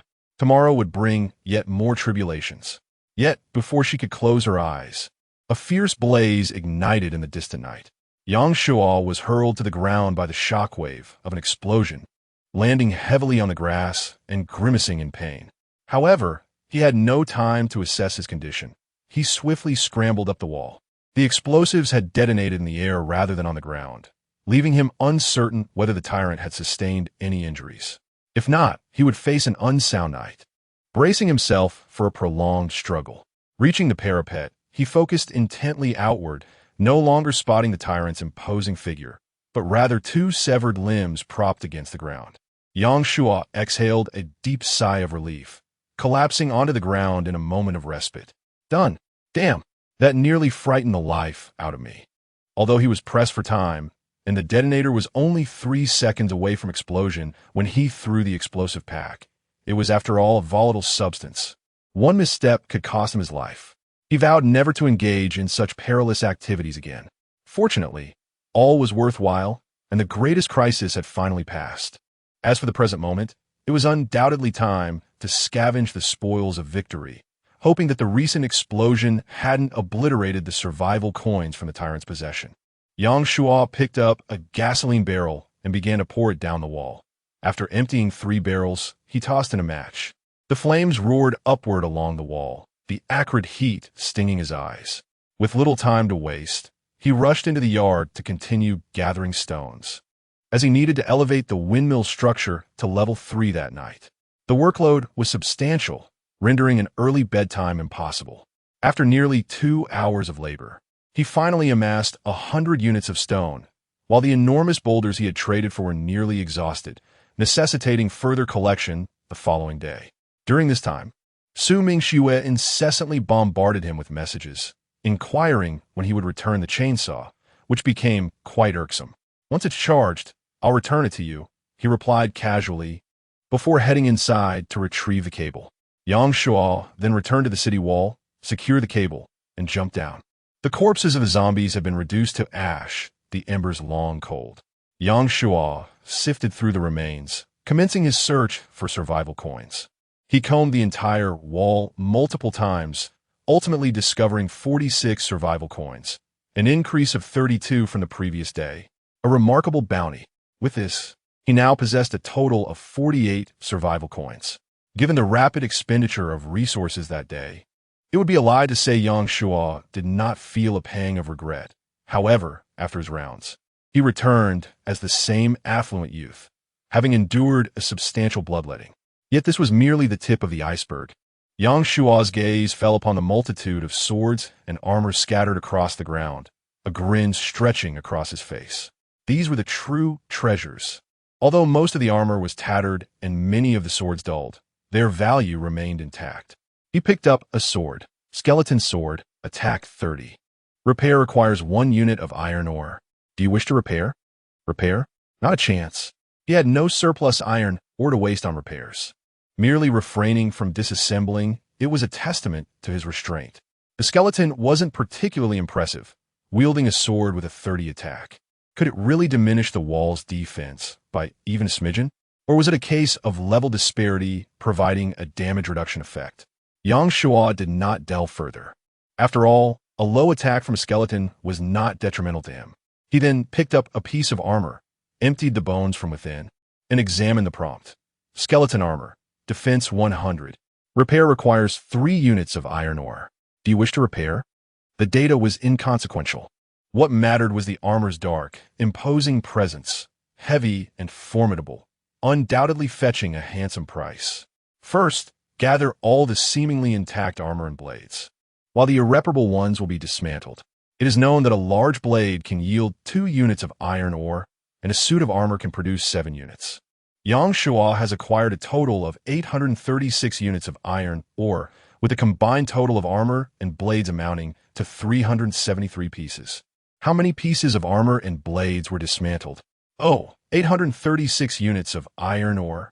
Mother, my child will never lack for iron ore again. Does the armor require repairs? Repair it. Does the blade need mending? Fix it. As a conscientious merchant, how could I sell substandard goods to customers? They must be afforded the most exquisite and unparalleled service. Then, I shall line the walls with spiked protective shields. Can the tyrant not be bent? Let them strain their hands trying. Yang Shuo felt immensely satisfied. Stone has a stable purchasing channel, yet iron ore does not. Today, in his quest for sufficient iron ore, he was nearly driven to despair. During several shortages, he had raised the trading prices. Now, he can finally hold his head high, and no longer will he resort to toppling others' carts. He will be self-sufficient, forging a formidable fortress with his own hands. Chapter 20. The moment of unboxing. After a prolonged period of excitement, Yang Shuo finally managed to calm his racing heart and trembling hands. He swiftly repaired a suit of armor and donned it with agility, seizing his great sword before hastily charging towards the location where the 2 tyrants had perished. Scanning the surroundings with determination, you have strayed 8 meters from your vehicle and will be attacked by monsters. In the darkness, the sound of shifting earth echoed. and Yang Shuo maintained vigilance while hastening his search. Soon, he discovered 2 survival coins. As the monsters closed in, he initially contemplated retreating, but upon glimpsing the approaching creature, he nearly burst into laughter. A skeleton, and a poorly armored one at that. "So, you look down upon me, do you?" He resolved not to flee. Instead, charging forward and unleashing a flurry of strikes with his great sword, reducing the skeleton to a disarray of bones. Gurgle, a sound that was not quite a sound, escaped the skeleton's throat as it crumpled to the ground in defeat. Yang Shuo continued his quest for survival coins and soon unearthed 3 more. "You have strayed 8 meters from your vehicle and will soon be attacked by monsters."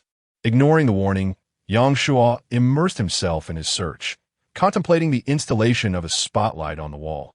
The pitch-black surroundings were straining his eyes. Another skeleton emerged, and without hesitation, he dispatched it with his blade. After an exhaustive search yielded no further rewards, Yang Shuo was about to depart when he suddenly felt a sharp jab at his foot. Crack! Instantly, his entire foot was encased in a thick layer of ice. Yang Shuo stared in astonishment, bewildered by the occurrence. "What on earth? You have been outside the 8-meter range from your vehicle for too long. Please return promptly or face a mob of monsters." "Thank you very much." Yang Shuo, now cautious, limped back to the city wall, his frozen foot a reminder of his folly. Once safe, he quickly elevated his foot, tearing his pant leg and removing his shoe to free himself from the icy grip. Upon inspecting the sole of his shoe, he discovered a gray stone, the size of a ping-pong ball, exuding a chilling aura. This cursed survival game had finally manifested in a manner he both found perplexing and longed for. An extraordinary ability? He cautiously reached out to touch it. Gray stone, miscellaneous, can release a freezing airflow, creating a certain freezing effect. Dropped by the tyrant, perhaps? Thankfully, he had stepped on it. Otherwise, its unremarkable appearance in the dead of night might have gone unnoticed. Was this the only one? Were there more? Yang Shuo attempted to venture outside again, hoping to respawn monsters, but was met with another game alert. "You have been outside the 8-meter range from your vehicle for too long. Please return promptly or face a mob of monsters." Best to abandon that idea. Survival is paramount. Grasping the cable, Yang Shuo ascended the city wall and returned to the courtyard. The resources for upgrading the windmill's main body are complete. Would you like to proceed with the upgrade? Upgrade. That girl, Su Mingxue, must be anxious. It was time to attempt charging her chainsaw. Creak, creak, creak. The roar of machinery resonated once more. From an exterior perspective, this time presents a distinctly different sensation. The windmill house appears to be emerging from the earth itself, as stone fragments and dust cascade down, while the structure ascends with remarkable speed. The earthen walls of the middle section of the house gradually vanish, replaced by stone blocks. The windmill's blades continue to rotate, with the red-brown wooden elements transforming into silvery metal as they pass the 0 point on the scale. Although the width diminishes, the speed of rotation markedly increases. In the blink of an eye, what was once a 2-story windmill house has now become 3 stories. The first and second levels constructed from stone, while the third level remains comprised of earthen bricks. Upon entering the house, the space has expanded more than twofold, nearly reaching 70 square meters. The water extraction equipment in the center has also grown, now adorned with numerous metallic components. The water tank by the wall has transformed into a large stone reservoir. Approaching it, he notes the water capacity is indicated as 1 ton. Unfortunately, all the water has been consumed today, leaving the reservoir barely covering the bottom. The staircase leading to the second floor remains wooden. Yang Shuo ascends, only to find the original charger has vanished, replaced by a black storage battery over a meter tall, cluttered with numerous cables and buttons, alongside a monitor displaying that it is charging, albeit at a meager one. This aligns with Yang Shuo's expectations, though the lack of a full charge surprises him. A disappointing outcome. It seems he cannot return the chainsaw to Su Mingxue today. Perhaps it is best for that girl to continue creating wealth with her own hands. He retrieves the cable and places it on the storage battery, curious if there would be any response. Is the cable connected? Remarkably, it is. Connection established. The cable in Yang Shuo's hand vanishes, replaced by an additional wire at the side of the storage battery, extending into the wall and disappearing from view. The vehicle is now powered. Is it truly powered? Yang Shuo descends to the first floor, noticing no available power strips. Venturing outside, he still finds no visible cables. Nevertheless, he resolves to experiment. Pulling out the LED decorative lights he intended to trade and approaching the city wall. Would you like to install the vehicle's LED decorative lights? Install. A faint glow flickers to life in the darkness, pulsating gently. For strips of lights are embedded parallel to the inner city wall, illuminating the courtyard in a rhythmic dance of light and shadow. Yang Shuo's heart leaps with joy. This signifies his momentous leap from agrarian society to industrial civilization. Tomorrow, he plans to acquire several car lights to ensure the courtyard remains indistinguishable from daytime and night. However, how does one turn it off? While the light strips are aesthetically pleasing, he finds it rather wasteful to be the sole observer. There isn't even a switch. Surely they cannot remain lit day and night? Ahem. Little wind, turn off the ambient lights. No response. Little vehicle, deactivate the LED decorative lights. Still no reply. Yang Shuo curses silently, resigning himself to the situation, contemplating purchasing switches to install on the wall to curb such extravagant behavior. It is time to open the blind boxes. 13 treasure chests are lined up neatly on the lawn. Taking a deep breath, Yang Shuo thinks, given his luck with so many boxes, there must be at least one gold treasure among them. Donning his armor, with a firearm in his left hand and a blade in his right, he was fully equipped and on high alert. The first treasure chest, a wooden one. Congratulations. You have received 300 milliliters of water 1, bread 1. Nonsense, continue. Congratulations. You have received 350 milliliters of water 1, bread 1. Congratulations. You have received 300 milliliters of water 1, bread 1. Damn it. Can I exchange the bread? Congratulations. You have received 300 milliliters of water 1, apples 2. Well done. Yang Shuo, undeterred by misfortune, continued to open chests. Congratulations. You have received Laogam Ma chili sauce 1. Is that all? After waiting for a while without hearing the notification sound, Yang Shuo was momentarily taken aback, and then his expression changed abruptly. What the hell? A monster has appeared first. Chapter 21. Fortune 1. Abundant harvest. In the next moment, a head emerged from the wooden chest. No, to be precise. A mass of thick hair, black, long, and straight. Between the fine strands, a face marred by dried blood could be discerned. A ghost? Damn! Yang Shuo was so frightened that he lost his wits and, without a second thought, launched a flurry of kicks. Bang! Bang! Bang! Bang! The head of the apparition bobbed violently, crashing against the sides of the chest. Initially, she seemed to strive to maintain her dignity, silently wriggling to escape. However, she soon lost her composure, letting out a piercing scream, and extended 2 pale arms in a desperate attempt to shield herself from Yang Shuo's assault. Cursing under his breath, Yang Shuo retaliated with his knife, striking mercilessly, blow after blow. The ghost's screams transformed into wails of agony, and she ceased her attempts to escape, instead retreating back into the chest. Yet, before she could fully withdraw, Yang Shuo's relentless strikes ended her life. He dare not pause, swinging his knife furiously until the chest lay in tatters, the ghost's hair nearly severed. Only then did he stop, panting heavily. Damn it! Yang Shuo kicked the head, which rolled away and then disintegrated into ashes, scattering in the wind. Truly terrifying. No wonder there were so many selling treasure chests. If it weren't for his extensive battle experience and having dispatched more monsters than the strands of this ghost's hair, he would have been scared half to death. You have obtained a talisman. Talisman, luck 1. Where the ashes of the ghost had dispersed, a diamond-shaped talisman, folded from paper, appeared, adorned with a symbol drawn in red cinnabar. Something that enhances luck? This was a first. After hesitating for a considerable time, Yang Shuo overcame his trepidation and picked up the talisman, carelessly stowing it in his pocket.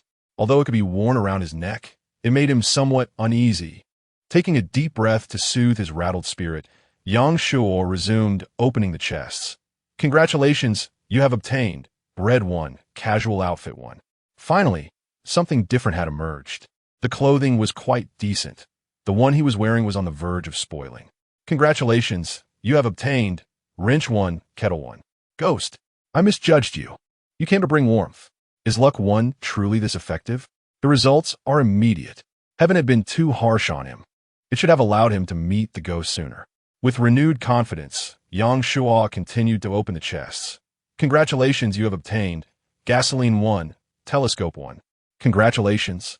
You have obtained Cola 1, Running Shoes 1. Congratulations, you have obtained Cigarettes 1, Matches 1. Ah, luck indeed had turned in his favor. It was unstoppable. Although the items were minor, they were all necessities of life. He felt at ease. This round was undoubtedly a bountiful gain, and with 3 more black iron chests remaining, he pressed on. Congratulations, you have obtained Pickaxe 1, Mineral Water 3, Women's Underwear 2. Women's Underwear. Lace. Hollow. Black. The doggone survival game. You understand me? Yang Shuo grinned widely, delighted. For now, the only thing standing between him and a blissful life was a beautiful woman. He turned to Su Mingxue and requested a selfie. If she looked appealing, he would give her an item for free. Wind Pickaxe. Can collect copper ore. Look at that. Luck certainly has its perks. Even a black iron treasure chest can yield such splendid finds. The trio of mining tools, Iron Pickaxe, Forging Hammer, and Wind Pickaxe, have been successfully gathered. Congratulations. You have obtained Gasoline 2, a set of bowls and chopsticks 3, and Jinlongju Vegetable Oil 1. Congratulations, you have obtained Self-Heating Rice Cooker 2, a Little Tyrant Gaming Console 1, and a Hairdryer 1. Shall we embark on a path from which there is no return? Yet, anything rare holds more value than ordinary supplies. Take the Little Tyrant Gaming Console. Once everyone's quality of life improves and the constant struggle for survival eases, there will surely be individuals willing to pay a handsome price for it. After all, who can endure a life devoid of entertainment? Once the treasure chests were opened, Yang Shuo, still craving more, ventured to the trading market and soon traded for 5 wooden treasure chests. However, he did not rush to open them. He was already quite satisfied with today's haul and preferred to save some surprises for the morrow, which promised to be far more entertaining. Next came the eagerly anticipated summary of supplies, as Yang Shuo laid out his items for meticulous accounting. Food, 2 self-heating rice cookers for loaves of bread, 2 apples, and a bottle of Laoganma. Water, several. Gasoline, 5 barrels. Iron ore, 711 units. Copper ore, 3 units. Silver ore, 8 units. Survival currency, 53 coins. Scrolls, none. Blueprints, design blueprint for vehicle body reinforcements. Weapons, shovel, iron pickaxe, wind pickaxe, forging hammer, revolver, wrench. Other items, practical fragments of military boxing, lighter, matches, binoculars, clothing, shoes, women's lingerie, bowls and chopsticks, oil, cigarettes, hairdryer, kettle. Armor, 202. Sword, temporarily confidential. Food was sufficient, and iron ore was abundant.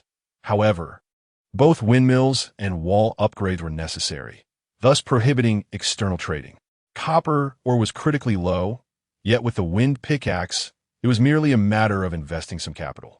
The items available for sale were armor and the sword, which not only promised a significant financial windfall, but also offered a steady supply of resources, as these 2 materials would continuously be delivered, with costs limited to mere stones and iron ore. As long as one survives, life can only improve. Yang Shuo brimmed with hope for the future. After repacking his supplies, he returned to the windmill house and retrieved the Li Hui stone. This peculiar item appeared unchanged in his hand. Yet, when placed upon the sword, half of the blade was swiftly enveloped in a thick layer of ice. When the Li Hui stone was set upon a bottle of cola, the beverage froze at a visibly rapid pace. A new business opportunity had emerged. In the future, when selling water, he could freeze it first and then sell at a premium. With the scorching heat of the day, many would surely desire it. Is the upgraded wall stone, known as the literary radiant stone, imbued with unique effects akin to the Li Hui stone? Given that the tyrant can yield Li Hui stones, is it not plausible that it can also produce literary radiant stones? Regardless, at least there is no need to flounder about like a headless chicken in search of answers. Even if one were to inquire in the channels, the likelihood of gaining any substantial information is exceedingly slim. After all, how many individuals possess items that cannot even be uncovered within the silver treasure chests at this stage? Setting aside the Li Hui stone, Yang Shuo resolved to wash up and retire for the night. Despite acquiring new garments, the sight of the scant water in the basin led him to postpone his bathing and change for a couple of days. What harm is there in donning old soiled clothes? Stripping down and being unclothed poses no issue, especially with no one else around.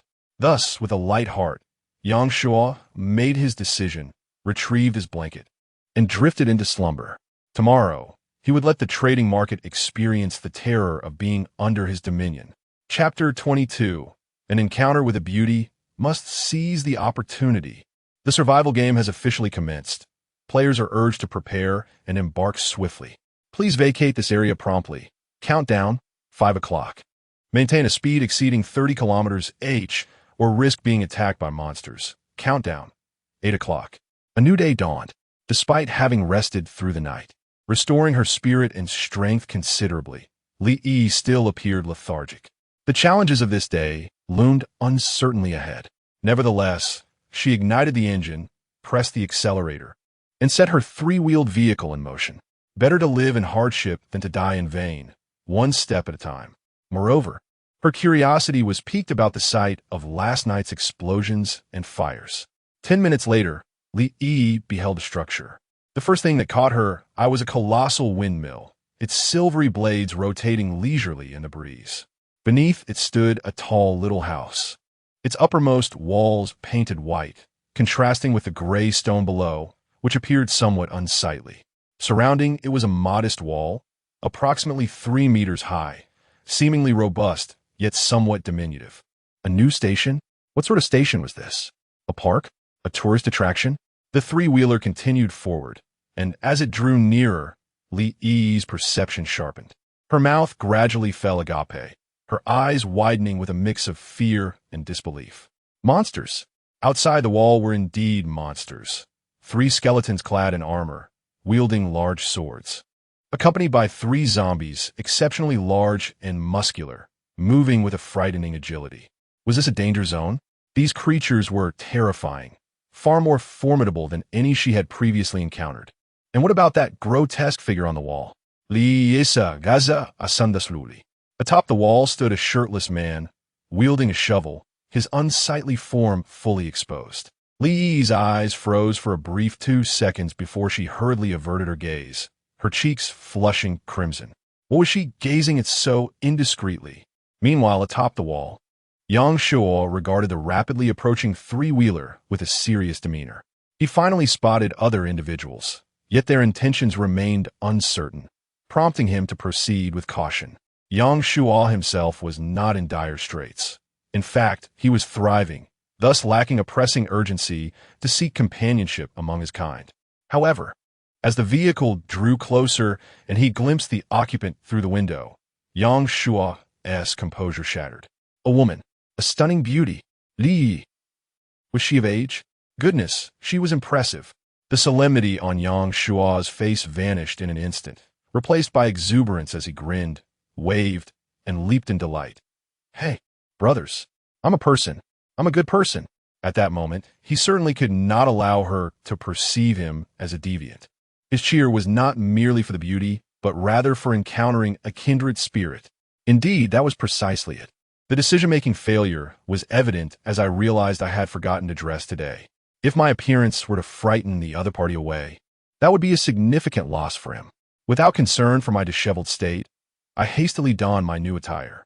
Fortunately, the individual soon came to a halt. It wasn't that Li Yi wanted to stop. Rather, her hand had instinctively recoiled from the accelerator to shield her eyes, allowing the vehicle to gradually come to a stop.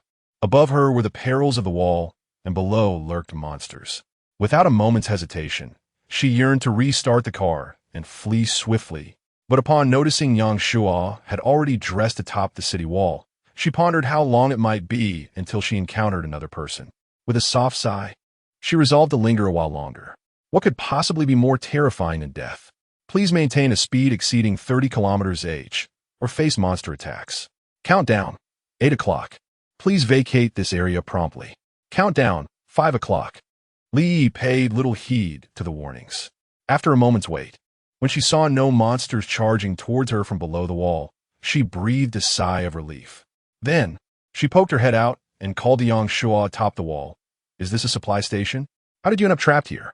Indeed, she was a stunning beauty, possessing an enchanting youthful visage and ample curves, with a voice that was particularly melodious. Even if he were to resort to highway robbery today, he would find it impossible to let her go. So, it turned out to be a woman. Yang Shua decided to maintain his ruse, then pointed to the windmill behind him with a thumbs up, saying, "This is my vehicle." A vehicle?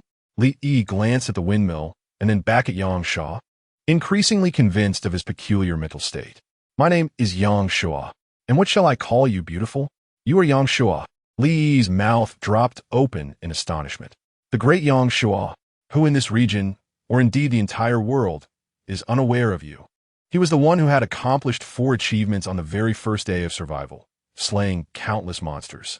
Li Yi still trembled at the thought of monsters. Let alone 100, she wouldn't dare confront even one. Compared to him, she felt utterly insignificant. Over 100 monsters?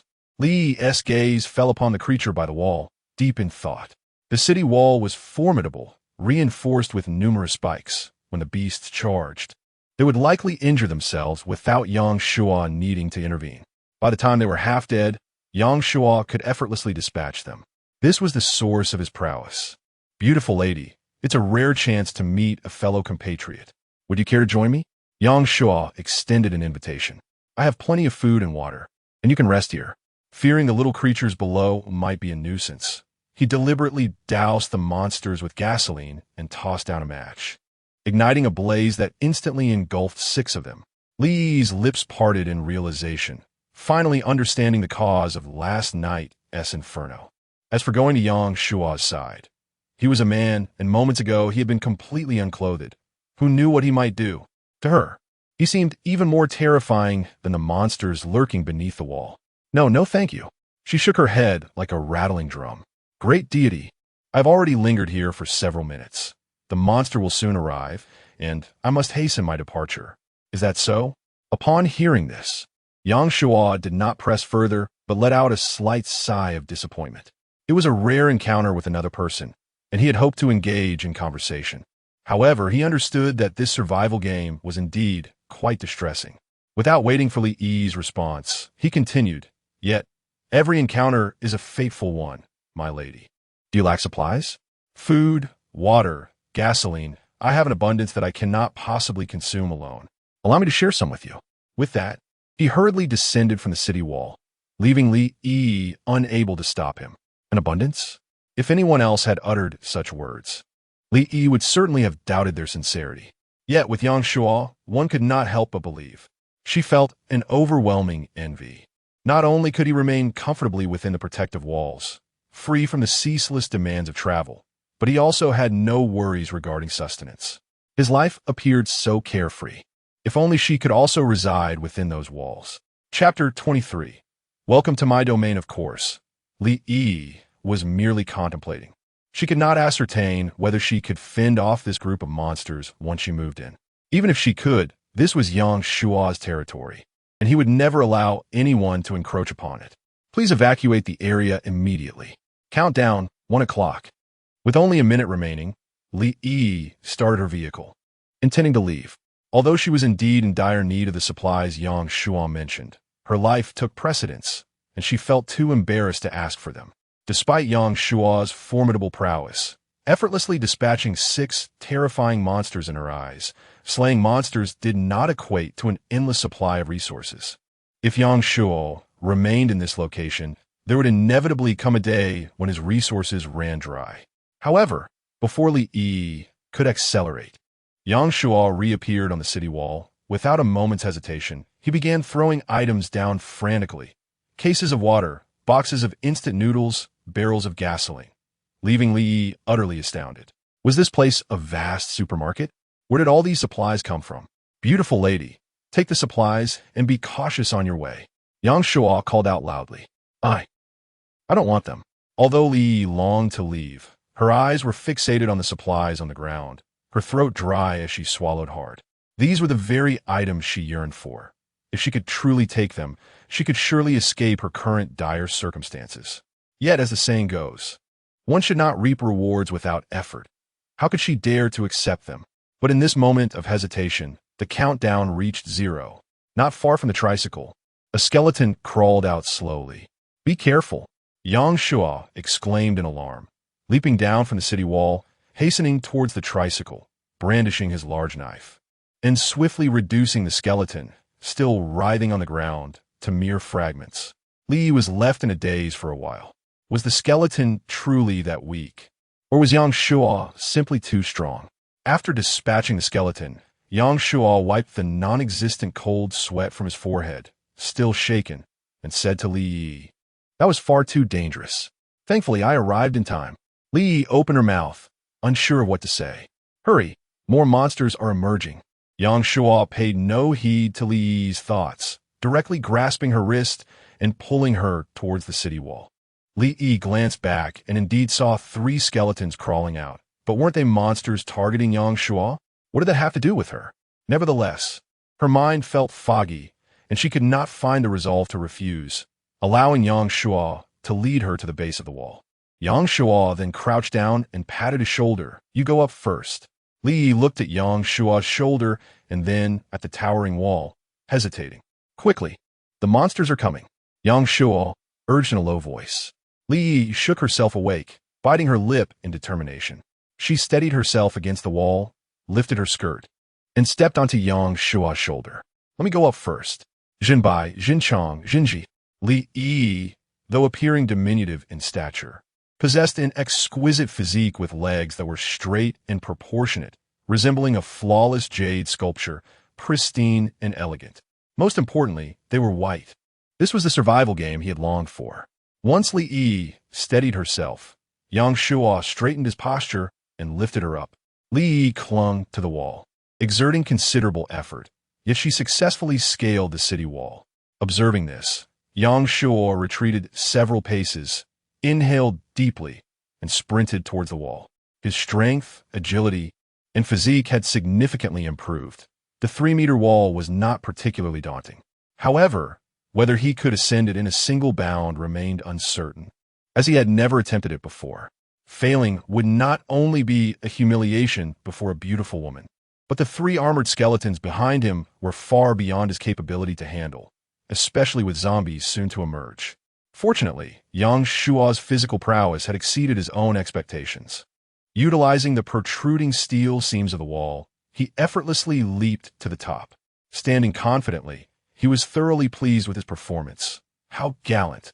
Seeing Yang Shuo successfully ascend, Li also breathed a sigh of relief. "What should we do next?" she inquired hastily. "Do not worry. Let them collide for now. This wall is sturdy," he reassured her. As he had anticipated, due to 2 days of inactivity, the game's penalties intensified once more. Fortunately, no new monsters had emerged, and compared to the previous day, there was only 1 additional creature, which was not overwhelmingly burdensome. Thankfully, the monsters followed an arithmetic sequence. Had they adhered to a geometric progression, he would have contemplated digging a grave to dance in. "What about me?" Li Yi gazed at Yang Shuo helplessly. "My vehicle is still outside.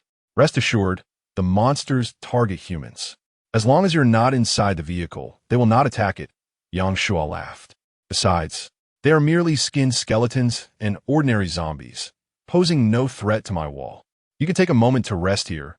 Once you have recuperated, I will assist you down. For now, you are secured. Leaving is not an option." "Very well then," Li Yi acquiesced, though still anxious. However, having climbed the wall, her options to descend were limited. She was not like Yang Shuo, who could leap down from such heights with ease. "Welcome to my vehicle," Yang Shuo gestured welcomingly. "Come down and take a look." Li Yi then began to observe the surroundings of the courtyard. The lush grass carpeted the ground beautifully, enclosed by 4 thick city walls, creating a serene and secure atmosphere. From this vantage point, the windmill appeared even taller and grander. The gentle whir of its blades not only failed to disturb the tranquility, but rather enhanced the peace within one's heart. How beautiful, she mused. Amidst the vast desert, this place resembled an oasis, a stark contrast to the dangers that lurked outside, reminiscent of a paradise untarnished by the world. Itruly enfiu, yang shuo. Vehicle? Li Yi quickly grasped the implication. Indeed, Yang Shuo replied, still harboring a hint of frustration regarding the matter. He pointed to the windmill. The vehicle I drew is, in fact, that windmill. Li Yi found herself at a loss for words, her initial admiration swiftly transforming into sympathy. She had thought her own misfortune of drawing a tricycle was considerable, only to discover that others fared far worse, having drawn the immobile windmill. It was no wonder that Yang Shuo could vanquish so many monsters. He had no choice but to fight, for if he did not slay the beasts, they would undoubtedly claim his life, leaving no avenue for retreat. When you drew the windmill, was the surrounding environment as it is now? Surely not. Initially, there were no walls, only a wooden fence that could be easily trampled underfoot. My walls have already reached level 4. Li Yi fell silent. This meant that Yang Shuo's reputation as a formidable player was well-deserved. He had transformed a hand of dreadful cards into a royal flush. Had it been her in that position, she would have likely surrendered at the first sign of danger. Indeed, it seemed that most people would struggle to survive in such dire circumstances, let alone thrive. Yet could vehicles truly be upgraded? She had never heard of such a thing. Chapter 24. The Sale of Armor and the Eruption of the Trading Market. Li Yi had never ventured into the resource station, nor had she opened any substantial treasure chests. Thus, she was unfamiliar with the concept of upgrade scrolls. Nevertheless, she was acutely aware of what a level 4 city wall signified. After all, her vehicle had yet to reach level 1. The majority of individuals in the channel were desperately struggling to survive, lacking the energy and resources to continually upgrade their vehicles. In contrast, Yang Shuo had already accomplished a remarkable leap to level 3. It was no wonder that the monsters outside posed no threat. Even her tricycle, if it could achieve a consecutive upgrade to level 4, might easily dismiss the monsters. The two swiftly descended from the city wall, and upon noticing numerous black armors displayed across the way, Li Yi curiously inquired, "Are those all skeleton armors?" "Indeed," Yang Shuo replied. "They're collected after defeating the skeletons and can be utilized after a bit of repair. Once placed in the trading market, many will surely seek them. Not just many, it seems every individual would desire them," she mused. After all, wearing such armor provides an additional layer of protection, especially against zombies, alleviating the fear of being scratched and subsequently infected. "How many do you possess?" "Not many, perhaps a little over 200. Li fell silent, contemplating the abundance of resources Yang Shuo possessed. Even if these armors were sold at a bargain, they would undoubtedly fill his coffers. Not to mention the continuous influx of skeletons outside. Let us proceed indoors and take a look. Following Yang Shuo into the windmill house, Li found the interior quite simple. The spacious room was largely vacant, save for a wooden barrel-like device, and, was that a water basin? Her gaze fixated on the basin, unable to divert her attention. It was filled to the brim with clear, cold water. Her throat instinctively swallowed. Her thirst, already intense, became nearly unbearable. With a deep exhale, she thought that she would willingly dwell in this place for a lifetime, solely for the water. Having gone 2 days and nights without a bath, she felt increasingly unclean. "May I drink some water?" she asked. "Of course." Yang Shuo chucklet. "I have soda and boiled water. Which would you prefer?" "No need, I can drink from the basin." Approaching the water basin, she noticed there were no vessels to collect the water, so she cupped her hands to drink. Yang Shuo encouraged her to scoop with your hands. Although she found it somewhat abrupt, the allure of the water was too great for her to resist. After washing her hands, she began to sip from her palms, repeating this action numerous times until her thirst gradually subsided. "How sweet," she remarked sincerely. Yang Shuo loket puzzlet. "Really? I find it quite ordinary." "That is because you have not experienced the torment of extreme thirst, where you dare not drink even the meager water at hand. Rest here for a moment. I shall take the armor to the trading market." Time is of the essence, and Yang Shuo left Li Yi to her own devices, while he proceeded to place his armor and blades in the trading market.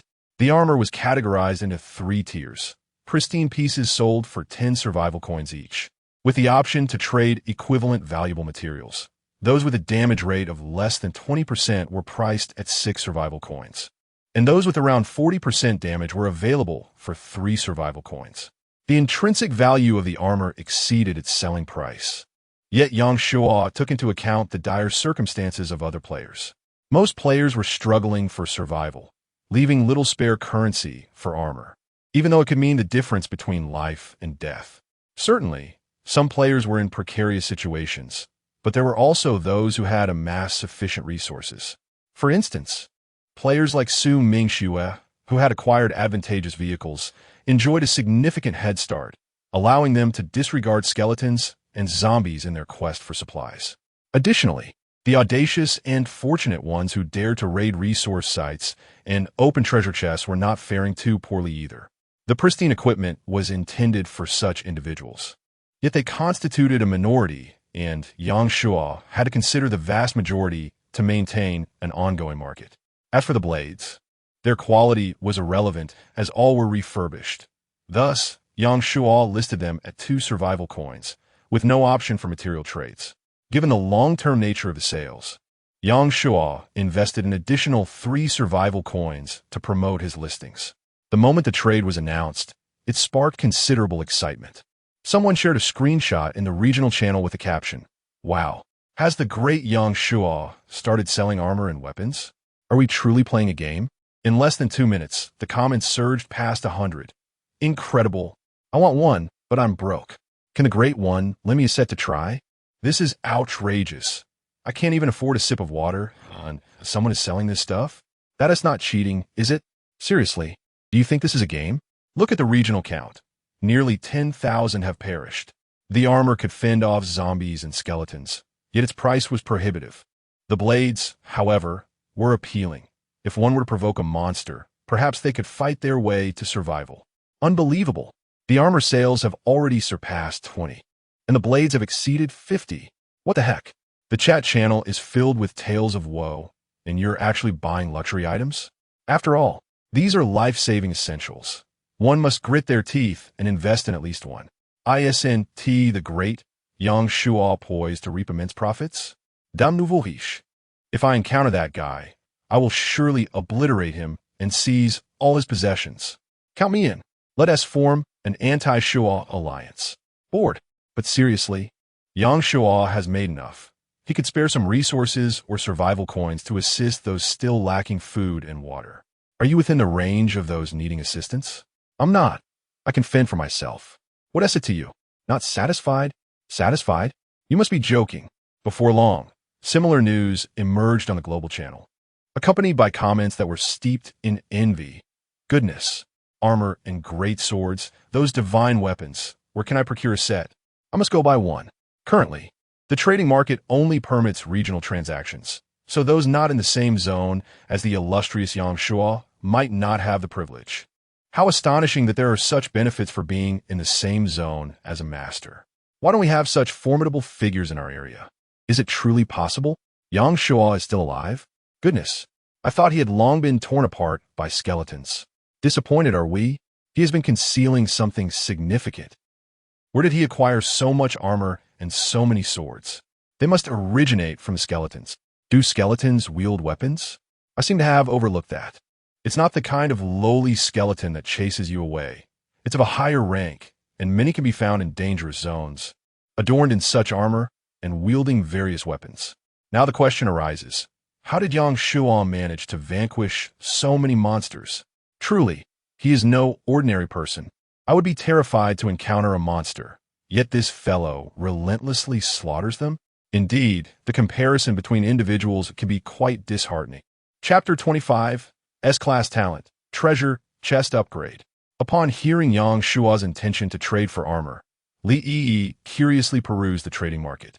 Upon viewing the exorbitant prices for the armor and the great sword, she couldn't help but gasp silently. They were astoundingly expensive. She couldn't afford even a single piece.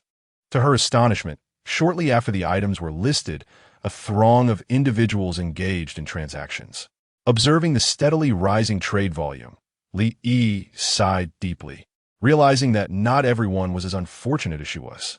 It was hardly surprising. She operated a tricycle and had encountered no less than 5 resource stations, while others undoubtedly encountered even more.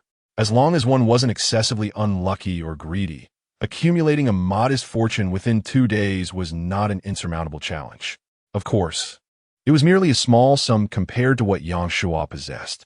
Furthermore, once this batch of armor and the great sword were sold, the resources at Yang Shuo's disposal would become even more formidable. After listing the armor and the great sword for trade, Yang Shuo checked his chat messages to see if anyone wished to sell him heavy weaponry. However, there were none. Yet he felt no urgency, as the day had only just begun. He reached out to Zhang Ji and the others, requesting them to continue supplying him with stones, and then sought out Li Yi once more. "How is it?" he inquired. Li Yi nodded earnestly. "It's quite good, safe, and comfortable. There's water, food, and I don't have to concern myself with the incessant notifications ringing in my ears. What vehicle could possibly compare to this? Would you consider staying for 2 days?" Yang Shuo finally revealed his ulterior motive. Li Yi looked somewhat taken aback. "Stay? Indeed. As you can see, I'm not only dealing with the monsters outside, but also gathering and selling various resources. It is exceedingly busy. Having someone to assist me would undoubtedly lighten the load." Yang Shuo explained. "As for the monsters you attract, they pose little threat to me. The resources dropped by those pursuing you, I can share with you." "You mean the armor and the great sword?" "Not only that, zombies drop survival coins as well, and the drop rate is quite favorable." Survival coins. Li's Bratkikanat. She understood the value of survival coins. Possessing this meant access to all the resources one desired. Could it be that monsters actually drop survival coins? How many did Yang Shuo currently have? Yet, Li Yi remained hesitant.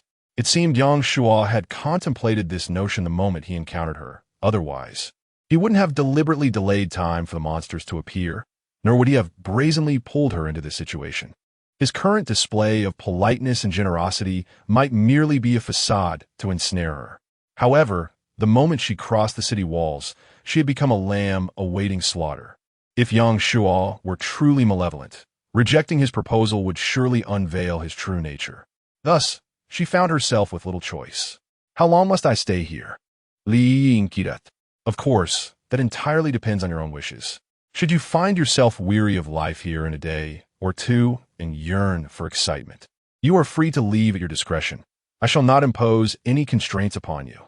However, that notion is quite illusory. Escape is certainly not an option." Sighing softly, Li Yi pondered what other recourse did she have but to place her trust in Yang Shuo. "Wonderful!" Yang Shuo exclaimed, clapping his hands with a hint of enthusiasm. "You may utilize the resources in the courtyard as you see fit. For the resources acquired through trade, aside from those required for upgrading the windmill and wall, I shall grant you a 10% commission. What do you think?" "Well, I'm already immensely grateful to be in this safe haven. I would forego any remuneration," Li Yi replied with a wry smile. The more promises Yang Shuo made, the more her heart was beset with unease. "Fear not," he reassured her. "His time is far more precious, and without allowing Li Yi to savor the fruits of this endeavor, how could she be content to remain?" As for the apprehensions that weighed on her mind, he was acutely aware. It would be the same for anyone, unless they possessed absolute confidence to overpower him. Yet such individuals would never gain entry. "You have 4 tasks to undertake. First, visit the trading market and exchange water for resources, food, survival coins, iron, or copper. You may set the prices yourself. At present, I am in dire need of copper and silver mines, so please trade as much as possible. Second, keep an eye out for any special resources in the market, such as luminous stones, or ash stones, or upgrade scrolls. If you're uncertain about the prices, feel free to consult with me. Third, many individuals are selling treasure chests, primarily wooden and black iron chests. As long as the price is fair, you are welcome to procure them. Fourth, seek out those on the brink of desperation and barter for the components of their vehicles. Any metal parts will suffice, including headlights. Those 7 or 8 will be adequate. Upon finishing, he produced 30 survival coins and handed them to Li Yi. For those transactions that can be conducted with water, use water. If that proves impossible, resort to gasoline, food, or survival coins. Do you understand? Oh, Li Yi nodded, her gaze fixated on the glimmering coins. Is this what survival coins are? And there are so many of them. How many resources does Yang Shua possess? I shall tend to the monsters outside. Do you wish to observe? Yang Shua inquired. Li Yi hesitated for a moment before softly affirming. Although somewhat daunting, she realized she must take this step. Without the courage to confront her fears, how could she hope to survive in this perilous environment? The two ascended the city wall. Outside, a dozen monsters had gathered, 3 of which belonged to Li Yi, while the remaining 9 sought to confront Yang Shua. The 3 monsters associated with Li Yi were swiftly incapacitated by the spikes, requiring no intervention from Yang Shua. However, Yang Shua's adversaries remained vigorous. He doused them with a barrel of gasoline and ignited the flames to eliminate them, simultaneously repairing the city wall. Within half an hour, there was no cause for concern. The process was straightforward. These monsters posed little threat. Nevertheless, while the city wall could be upgraded, the monsters would also evolve, thus necessitating the prompt collection of resources. Yang Shua, in the midst of conversation, suddenly inquired curiously of Li Yi, "By the way, what is your talent?" Li Yi did not conceal her ability and replied, "S-level talent, treasure chest upgrade." Chapter 26. The Achievement of 1,000 Wonders, the Golden Treasure Chest. Listen, such a talent has practically been handed to him on a silver platter. Should she slip away now, heaven would surely unleash a thunderbolt upon him.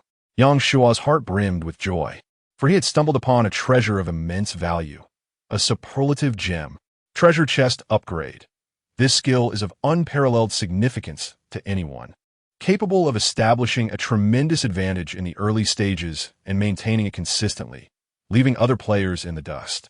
Truly, it is of S-grade caliber. Regrettably, he thought, yesterday's dozen treasure chests should have been opened today instead. Li seemed to perceive his thoughts and, with a hint of blush, remarked, "I have yet to utilize this talent." Before last night, she had not realized that treasure chests could be traded, thus neglecting to gather the resource chests along the way. Consequently, this talent felt akin to a mere trinket. No worries, I have an abundance of treasure chests here. Yang Shua produced the 5 wooden chests from yesterday's trade and added, "If you come across any treasure chests in the trading market, procure them all, provided the price isn't exorbitant. Even bronze chests should be acquired." Li Yi, concerned, inquired, "What if a monster emerges when opened?" "That will be splendid." Yang Shua replied excitedly, "Monsters spawned from the chest will drop equipment, and there is a high likelihood it will be rare gear." Observing Yang Shua's eager anticipation for monsters to manifest from each chest, Li Yi sighed deeply. It was unnecessary to question further. This fellow, having slain countless monsters, surely had no fear of those within the boxes. By the way, is there a daily limit to your talent? None at all. All right, there is nothing to worry about. The resources dropped by those monsters outside are trivial. Now, you are my greatest source of wealth. I shall give it a try. Li Tiasetu disturb Yang Shua. Finding a patch of grass to sit down and diligently explore the trading market, while Yang Shua resumed his task of gathering stones. As noon approached, Yang Shua paused his work and ascended to the 2nd floor to return the fully charged chainsaw to Su Mingxue. "Thank you." Su Mingxue promptly sent another message. "Do you still have armor and the great sword?" "Indeed, if the beautiful lady desires, I can offer you a 20% discount. Can I trade this for it?" Su Mingxue sent a screenshot, revealing a fragment of the 8 Extremes fist. No problem. Although it remained merely a fragment, Yang Shua was far from dismissive. Accumulating enough might one day allow him to complete a set. 8 Extremes fist fragment, 1-4. My dear lady, should you come across such items in the future, feel free to seek me for trade. Okay. Su Mingxue gazed at the armor and great sword she had acquired, letting out a gentle sigh.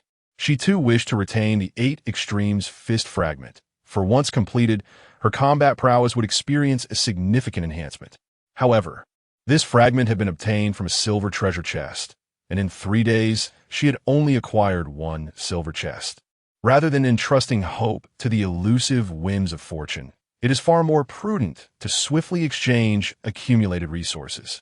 After all, one cannot remain in a vehicle while opening treasure chests, as the protection of armor offers greater safety. When the time comes that survival is no longer a concern, one can then contemplate enhancing one's own strength. Concluding his conversation with Su Mingxue, Yang Shuo sought out Li Yi to inquire about their gains. They had successfully traded for 7 resource boxes, 3 wooden chests, 2 black iron chests, and 3 bronze chests. Li Yi, Sumawatan Sios, Ramarka. I spoke with the owners of the 3 bronze chests and managed to exchange them for 6 supplies. 6 supplies? That's quite a deal. Yang Shuo exclaimed. Those were not merely bronze chests. They were clearly silver chests, the highest tier currently available in the game. An absolute steal. Absolutely no problem, he added, giving her a thumbs up. Go ahead and take action. I'm here to support you. Li breathed a sigh of relief. Although she had tried her best to bargain, some individuals simply refused to budge, and she feared that Yang Shuo might become upset if he thought she had lost out. Fortunately, Yang Shuo was both affluent and generous. The two continued with their respective tasks. At 3 in the afternoon, after Yang Shuo dealt with several lethargic skeletons and zombies outside the city walls, a notification suddenly sounded in his ears. Congratulations, you have achieved the 1,000 monsters slain accomplishment. Congratulations on your feat of being the first to slay over 1,000 monsters, receiving the reward, Golden Treasure Chest. After 2 days, accomplishments had finally returned. 1,000 monsters slain. Indeed, how impressive. Moreover, the reward was a Golden Treasure Chest. Not to mention, with Li Yi present, the Golden Treasure Chest would surely elevate to the next tier. Yang Shuo, having little knowledge of what lay above a Golden Treasure Chest, nonetheless felt he had struck gold. Li Yi arrived at a fortuitous moment, as did this accomplishment. Yang Shuo immediately opened the World Channel, eager to observe the expressions of those who once wished for his demise. The World Channel displayed in bold crimson text, now transformed into blazing gold. Congratulations to player Yang Shuo for achieving the 1,000 monsters slain accomplishment and receiving the reward, Golden Treasure Chest. In mere seconds, comments surged past the 1,000 mark. The initial comments were filled with exclamation and question marks, and only after several dozen did the remarks begin to normalize. Are you kidding me? Is this even real? I seriously suspect this Yang Shuo is a plant, deliberately stirring up trouble. I absolutely refuse to believe someone like this exists. Over 1,000 monsters in 3 days? Yang Shuo ventured into the danger zone and caused chaos. After 2 days of silence, the Great One descended once more with overwhelming might. Tremble, you wretches! Worship! To have slain over 1,000 means the Great One's armor must possess 1,000 pieces, right? Grandfather, give me a set. I am your long-lost grandson. Experiencing the golden text for the first time, especially for a golden treasure chest. Goodness, I haven't even encountered a bronze treasure chest yet. The competition among individuals can be quite fierce, and one cannot help but wonder what extraordinary vehicle the esteemed player has acquired to achieve such remarkable feats. It has been rumored that they have drawn a windmill. What? A gust of wind? Can a mere breeze vanquish 1,000 monsters? How delightful! Yang Shuo let out a soft hum, his face radiating joy. What is 1,000 monster slays in comparison? At this rate, it won't be long before he reaches the milestone of 10,000. Soon, they will all be forced to bow down. Before long, Li Yi rushed over, her excitement palpable as she inquired, "Esteemed player, have you accomplished the 1,000 monster slay achievement?" Chapter 27. The Treasure Chest Upgrade. Radiant Purple Treasure Chest. Indeed, Yang Shuo concealed his amusement, adopting an air of nonchalance as he waved his hand and remarked, "You are aware of how I've vanquished those monsters. It is not as mystical as it is portrayed outside. Moreover, the monsters pursuing you have also contributed significantly. Otherwise, such achievements would not have been attained so swiftly. Look, that is the achievement of slaying 1,000 monsters." And Yang Shuo appears utterly unfazed. In contrast, she is brimming with excitement, feeling as though she has witnessed a miracle. "That is quite impressive," Li Yi sincerely exclaimed. "You should give it a try as well." Yang Shuo encouraged Li Yi. These monsters are not as fearsome as they seem. Coupled with their limited intelligence, there are numerous strategies to deal with them. Li Yi cast her gaze downward at the wall. The skeleton still bore its grotesque visage, while the zombies, having incessantly collided with the sharp spikes, were left battered and bloodied. She shuddered at the thought of confronting them, deciding it was best to refrain from any confrontation. Yang Shuo chuckled, choosing not to elaborate further. Yet, his brow furrowed once more.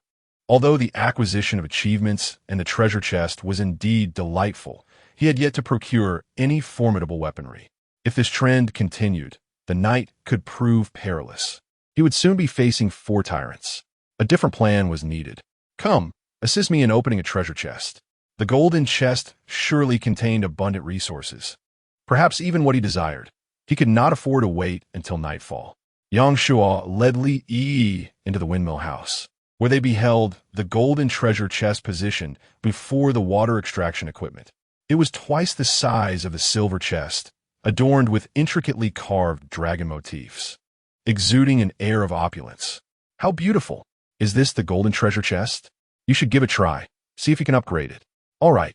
Li Yi approached the golden chest and activated her talent, causing it to transform visibly into a lustrous purple-gold hue, shimmering like exquisite glass.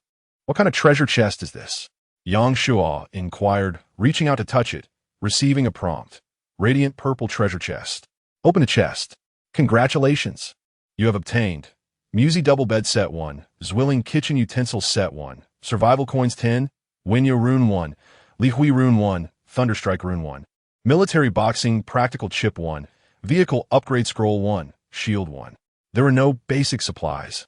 All were substantial rewards. The bed was a delightful addition, perfectly suited to his needs, and there was only one, neither more nor less, inviting Li Yi to embrace him.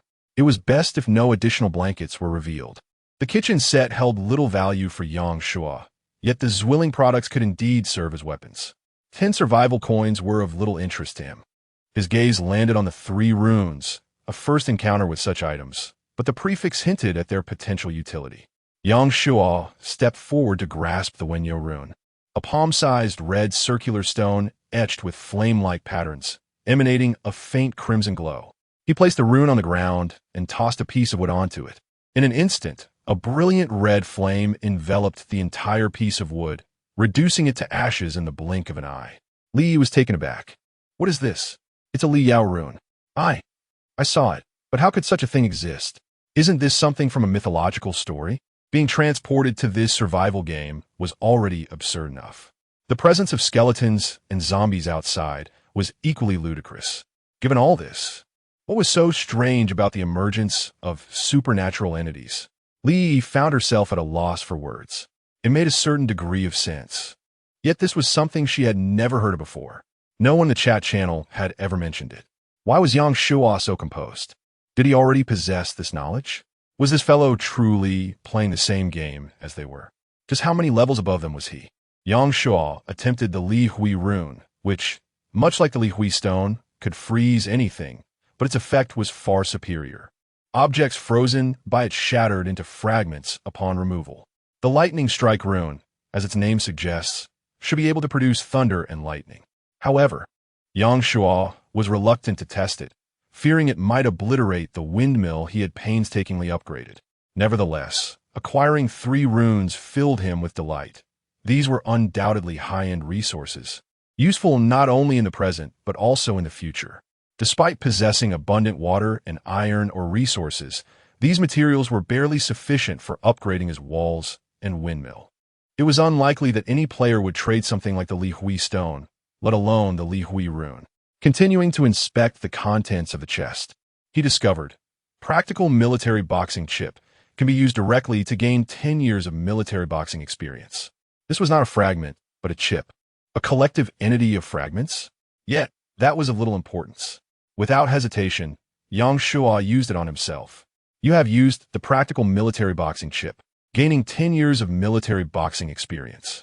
A warm sensation surged from his abdomen, rapidly spreading throughout his internal organs and limbs.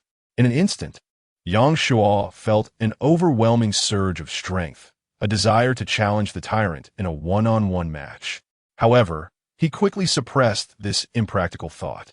10 years of military boxing experience was indeed impressive, but the tyrant's power was beyond what any human strength could withstand. Upon reviewing his attribute panel, he discovered that his strength, agility, and constitution had all increased by 3 points. Not bad at all. This meant that each point of attribute value was equivalent to 3 years of training experience. If that were the case, his strength likely surpassed that of a professional boxer, considering he had nearly 30 years of training experience. As for the vehicle upgrade scroll, it should allow for an entire vehicle upgrade without the need to search for parts and materials one by one. However, since there was no prompt for the windmill, it seemed it could not be used. Yang Shuo handed the scroll to Li Yi. "This is for you." "For me?" Li Yi was somewhat taken aback, and quickly returned the item, saying, "This is your treasure chest, and such a valuable item is not something I can accept. Had it not been for your upgrading of the chest, I would never have encountered such a wealth of treasures. Moreover, this scroll holds no utility for me. It will be far better utilized on your tricycle." In truth, Yang Shuo harbored reservations about Li Yi using it, for even with further upgrades, the tricycle would merely evolve into a larger version of itself, offering little aid for survival. However, he was not yet ready to reveal his true intentions, and thus refrained from voicing his thoughts. If it was to be wasted, so be it. One must cast a long line to catch a big fish. After a moment of hesitation, Li ultimately decided to keep the scroll, understanding that if she were indeed to depart in a few days, this scroll would hold significant value for her. At worst, she could offer Yang Shuo some form of compensation later. Shield provides protection for the vehicle for 1 hour. Another new item, its value was unmistakable. Yang Shuo recognized that, while the walls appeared sturdy, they were, in truth, riddled with flaws and far from impenetrable. For instance, should they face airborne creatures or monsters capable of burrowing from beneath, he too would find himself in peril. With the shield in his possession, he gained a crucial buffer. Although it offered merely an hour of protection, in a moment of crisis, even a single minute could prove to be a life-saving grace. Chapter 28. The conclusion of a novice period, difficulty doubled? Upon inspecting the contents of the treasure chest, Yang Shuo turned to Li Yi and remarked, "Let us keep this chest for now. You can use it to store your belongings." "Oh, all right," Li Yi replied, her gratitude towards Yang Shuo evident.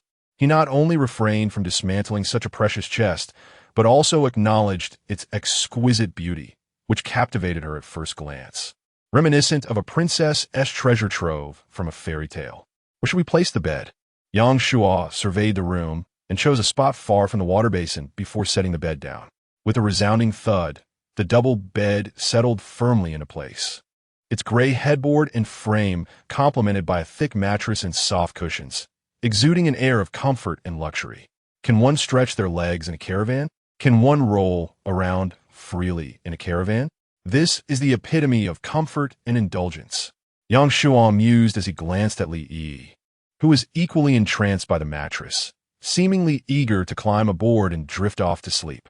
The thought of resting on a tricycle was laughably uncomfortable, and it was clear that the girl was utterly enchanted by her new surroundings. This was promising. The likelihood of Li Yi staying with him had just increased. The only vexation for Yang Shuo was that even the radiant purple chest failed to yield the formidable weapon he so desperately sought. With dusk approaching rapidly, continuing in this manner posed a risk of failure. After all, it would be quite the calamity to have a beautiful companion only to falter at a critical juncture. Gritting his teeth, Yang Shuo resolved to utilize the resources at hand to prepare for the impending battle. If all else failed, he would have no choice but to face the challenge bear. As time slipped away, nightfall drew near. There are 10 minutes remaining until nightfall. You are 100 kilometers away from today's designated journey. Please complete it promptly, or face severe penalties from the game. Li Yi, having received a similar notification, hurried to Yang Shuo. "Master, the game has informed me that I haven't completed the required journey and that there will be severe penalties." "Don't worry. I've grown accustomed to this," Yang Shuo replied calmly. Panic would only lead to more mistakes. Even 4 tyrants couldn't breach the city walls in such a short time. As long as he seized every opportunity available, victory was not out of reach. "You should stay inside. I'll handle things here." "And no, it's fine. I'll stay here with you," Li Yi insisted, sensing the gravity of Yang Shuo's demeanor. Her heart raced with anxiety, If even the accomplished Yang Shuo was so serious, what kind of monsters awaited them? 10 minutes slipped by in the blink of an eye. Night descended. There are 10 seconds remaining until nightfall. 9, 8, 1. Congratulations to all surviving players for completing the third day of survival games. The novice experience period has concluded. Tomorrow, the survival journey officially commences with double difficulty. Players are advised to err with caution. A new round of survival games will begin in 12 hours. During the rest period, all players must remain within an 8-meter radius of their vehicle. Yang Shuo and Li Yi exchanged glances, bewildered. A novice experience period? The difficulty level has doubled? How could they not be afforded a glimmer of hope? With the situation as dire as it was, they were still labeled as novices? Countless skilled individuals had already perished. Beyond the most basic skeletons, heavily armored skeletons, zombies, and other horrific beings posed a lethal threat to humanity. Faced with such circumstances and a double difficulty, Yang Shuo was genuinely at a loss for what awaited him the following day. What should they do? Li Yi's face was etched with despair. Why had this calamity struck just as she arrived? Would she have to flee this place with Yang Shuo, sharing a rickety tricycle as they wandered the world? Well, that was entirely unacceptable. Yang Shuo was remarkably capable and would certainly fare better than her struggling alone. There was no point in overthinking it. They would take it one step at a time and focus on overcoming today's challenges first. Yang Shuo inquired of Li Yi, "Did you manage to acquire any headlights?" "I managed to get 2, but that's all," she replied. "Give them to me," he said. Li Yi handed the 2 headlights to Yang Shuo, who placed them on the city wall. Soon, a prompt appeared. "Would you like to install the headlights?" "Install." The 2 headlights vanished, and merely 2 seconds later, 2 beams of white light burst forth from the wall beneath their feet, illuminating the darkness ahead and revealing clear visibility for several meters. "Where's the electricity coming from?" Li Yi was taken aback. All right, she recalled seeing light strips on the inside of the wall when she had entered, initially mistaking them for mere decorative features. Now it seemed they were also installed by Yang Shuo. This revelation implied that the courtyard not only had an infinite supply of water, but was also connected to electricity. This was too blissful. What difference was there from the outside world? Oh no, she felt even less inclined to leave now. But in the next moment, her heart sank again as she noticed something horrifying emerging from the shadows beyond the reach of the light, moving slowly towards them with great commotion. Unable to restrain herself, she turned to glance at Yang Shuo, who was gazing intently ahead, his expression grave. She swallowed hard. Moments later, 4 colossal figures stepped into the light. Their forms eerily similar, yet distinctly different. The one on the left was smaller, lacking the hard armor covering its arms and thighs, and had no barbs on its joints. Clearly, the smaller creature belonged to her, while the other 3 were Yang Shuo's. However, even the smaller creature sent shivers down Li Yi's spine. Did Yang Shuo confront such terrifying monsters every night? How had he survived thus far? Thankfully, she had consistently completed her mandated 100 kilometers daily. Otherwise, she would have met her demise long ago. God, what should we do? Stay calm, Yang Shuo urged, lifting a gasoline canister and waiting patiently. Just like the previous night, the tyrant did not rush to crash against the wall, but stepped forward to pry the spikes from it, even the one that had pursued Li Yi. Damn it! Seizing the moment while the creature was preoccupied, Yang Shuo poured the gasoline liberally over the ground and then struck a match to ignite it. Boom! A scorching wave surged forth, and acrid smoke swiftly followed, soon enveloping the entire city wall. Tears streamed down Li Yi's face as she coughed, desperately covering her nose to evade the suffocating fumes. Yang Shuo tore a strip from his garment, soaked it in water, and shielded his nose, bravely stifling the tears welling in his eyes as he keenly observed the commotion below the wall. Suddenly, a thunderous roar erupted. A ferocious wind surged from beneath, sweeping up the smoke and flames to form a swirling vortex that rapidly dismantled the wall's defenses. Outside, a tempest of dust and debris danced chaotically, and from within the haze emerged 3 tyrants, their bodies devoid of any flame, striding resolutely into the distance. Cold, unfeeling. Chapter 29. The 4 Tyrants, the Moment of Reckoning. On the other side, the tyrant pursuing Li Yi appeared to be unacquainted with the three prominent tyrants, suffering no preferential treatment and remaining engulfed in flames. In mere seconds, the defensive value of the wall plummeted by 1,000. It became evident that employing fire as a weapon was futile. Not only did it fail to inflict substantial harm upon the tyrants, but also imposed a considerable burden on the wall. Construct a spike shield.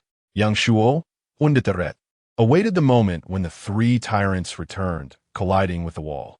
In that instant, he affixed the spiked shield, hoping to exploit the tyrant's momentum to inflict damage.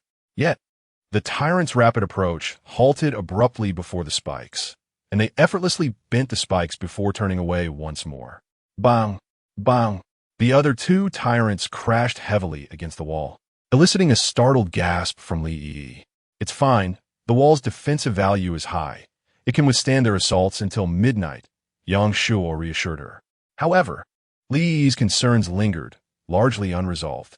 Yang Shuo then attempted to lift a stone, aiming to strike down as the tyrants collided with the wall, but the result was negligible, barely grazing the tyrant's scalps.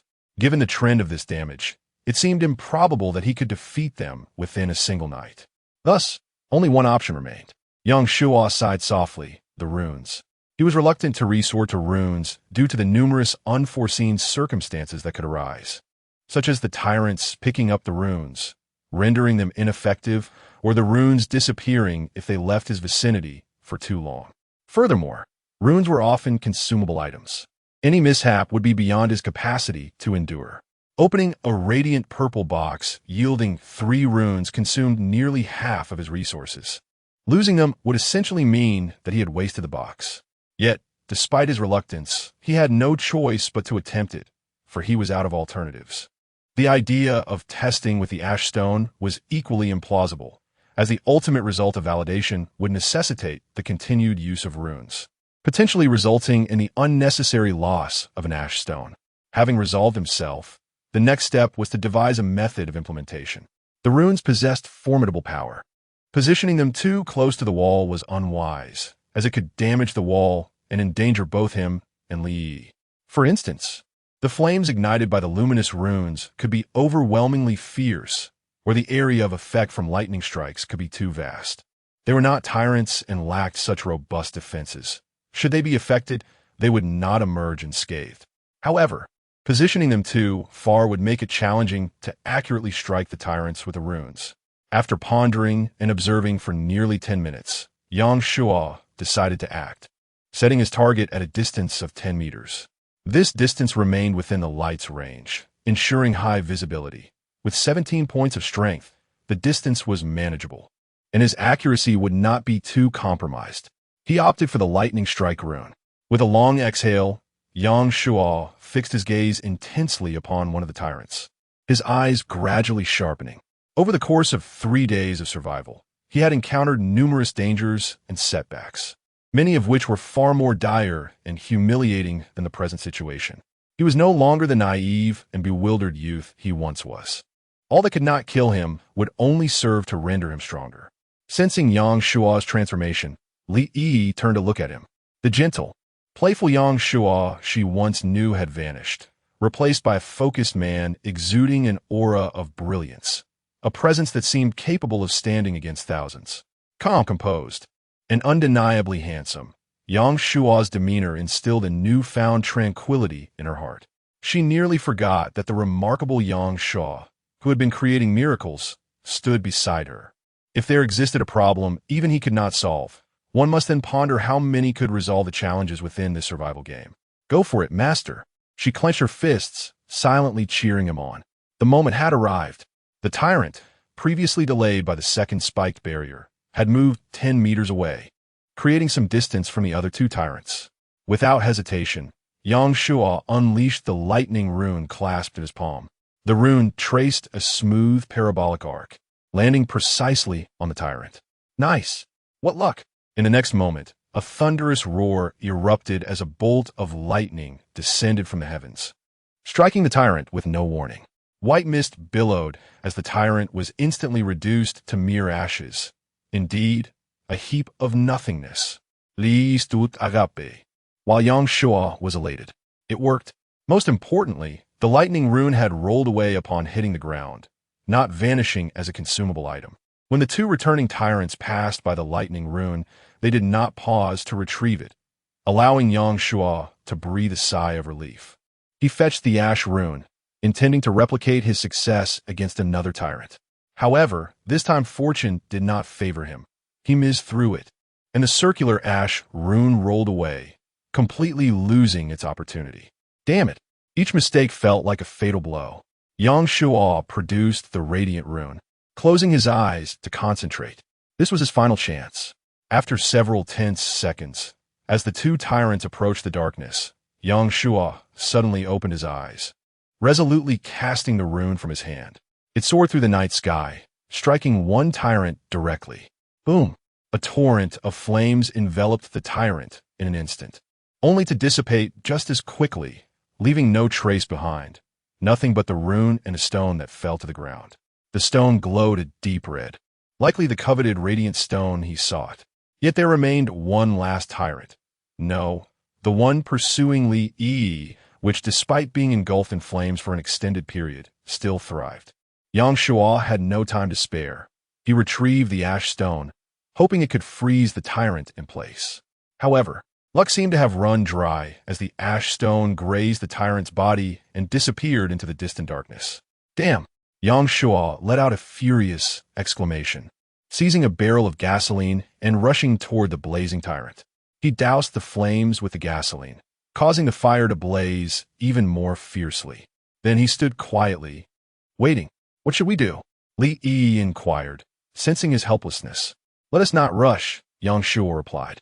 Once this tyrant beneath us is incapacitated by the flames, I will need to descend. Descend? Li Yi's eyes widened in alarm as she quickly grasped Yang Shuo's arm. Great one, we can contemplate other strategies. Did you not mention that the city wall could endure for a considerable time? There is only one left. We can gradually wear it down. Yang Shuo shook his head resolutely. No, I fear that delay may invite unforeseen changes.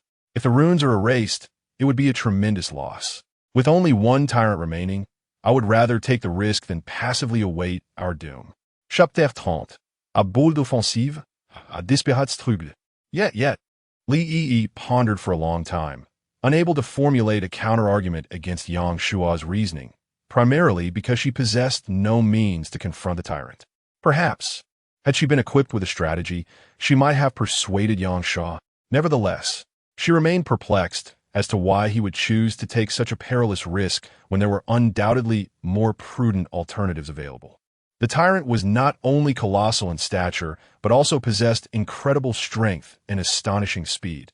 Should Yang Shuo be caught, the likelihood of survival would be nearly non-existent. It is not without a chance, Yang Shuo asserted. It merely requires a gamble with our lives. I need your assistance. Without regard for Li Yi's consent, he directly handed her the revolver. I will leap down when the tyrant is at the farthest distance. At that moment, its focus will shift from the wall to me. I need you to fire and hold it back, even if only for a second or two. I cannot. Li Yi's hand trembled uncontrollably as she clutched the gun, her voice laced with despair. She had never handled a firearm before and was uncertain if she could even pull the trigger, let alone hit the swiftly moving tyrant. Such a task seemed utterly impossible. Furthermore, this was a matter of Yang Shuo's life. Yang Shuo grasped her trembling hand, ostensibly taking advantage, but genuinely seeking to comfort her. He smiled broadly. I will do my utmost to escape, striving not to give you a chance to fire. If it truly comes to that and you miss, then it is simply my fate. Do not worry. No one will blame you. Remember, if I do not return, take whatever supplies you can from the courtyard and live well. With a soft thud, a tear fell from Li Yi's eye. She bit her lip, looking at Yang Shuo with a sense of grievance, as if to accuse him of dragging her into this courtyard only to abandon her now. This girl was utterly captivating, possessing a delicate and enchanting doll-like face, and her tear-streaked expression tugged at one's heartstrings. Yang Shuo turned away, fearing that if he allowed himself to soften, he would lose the courage to fight.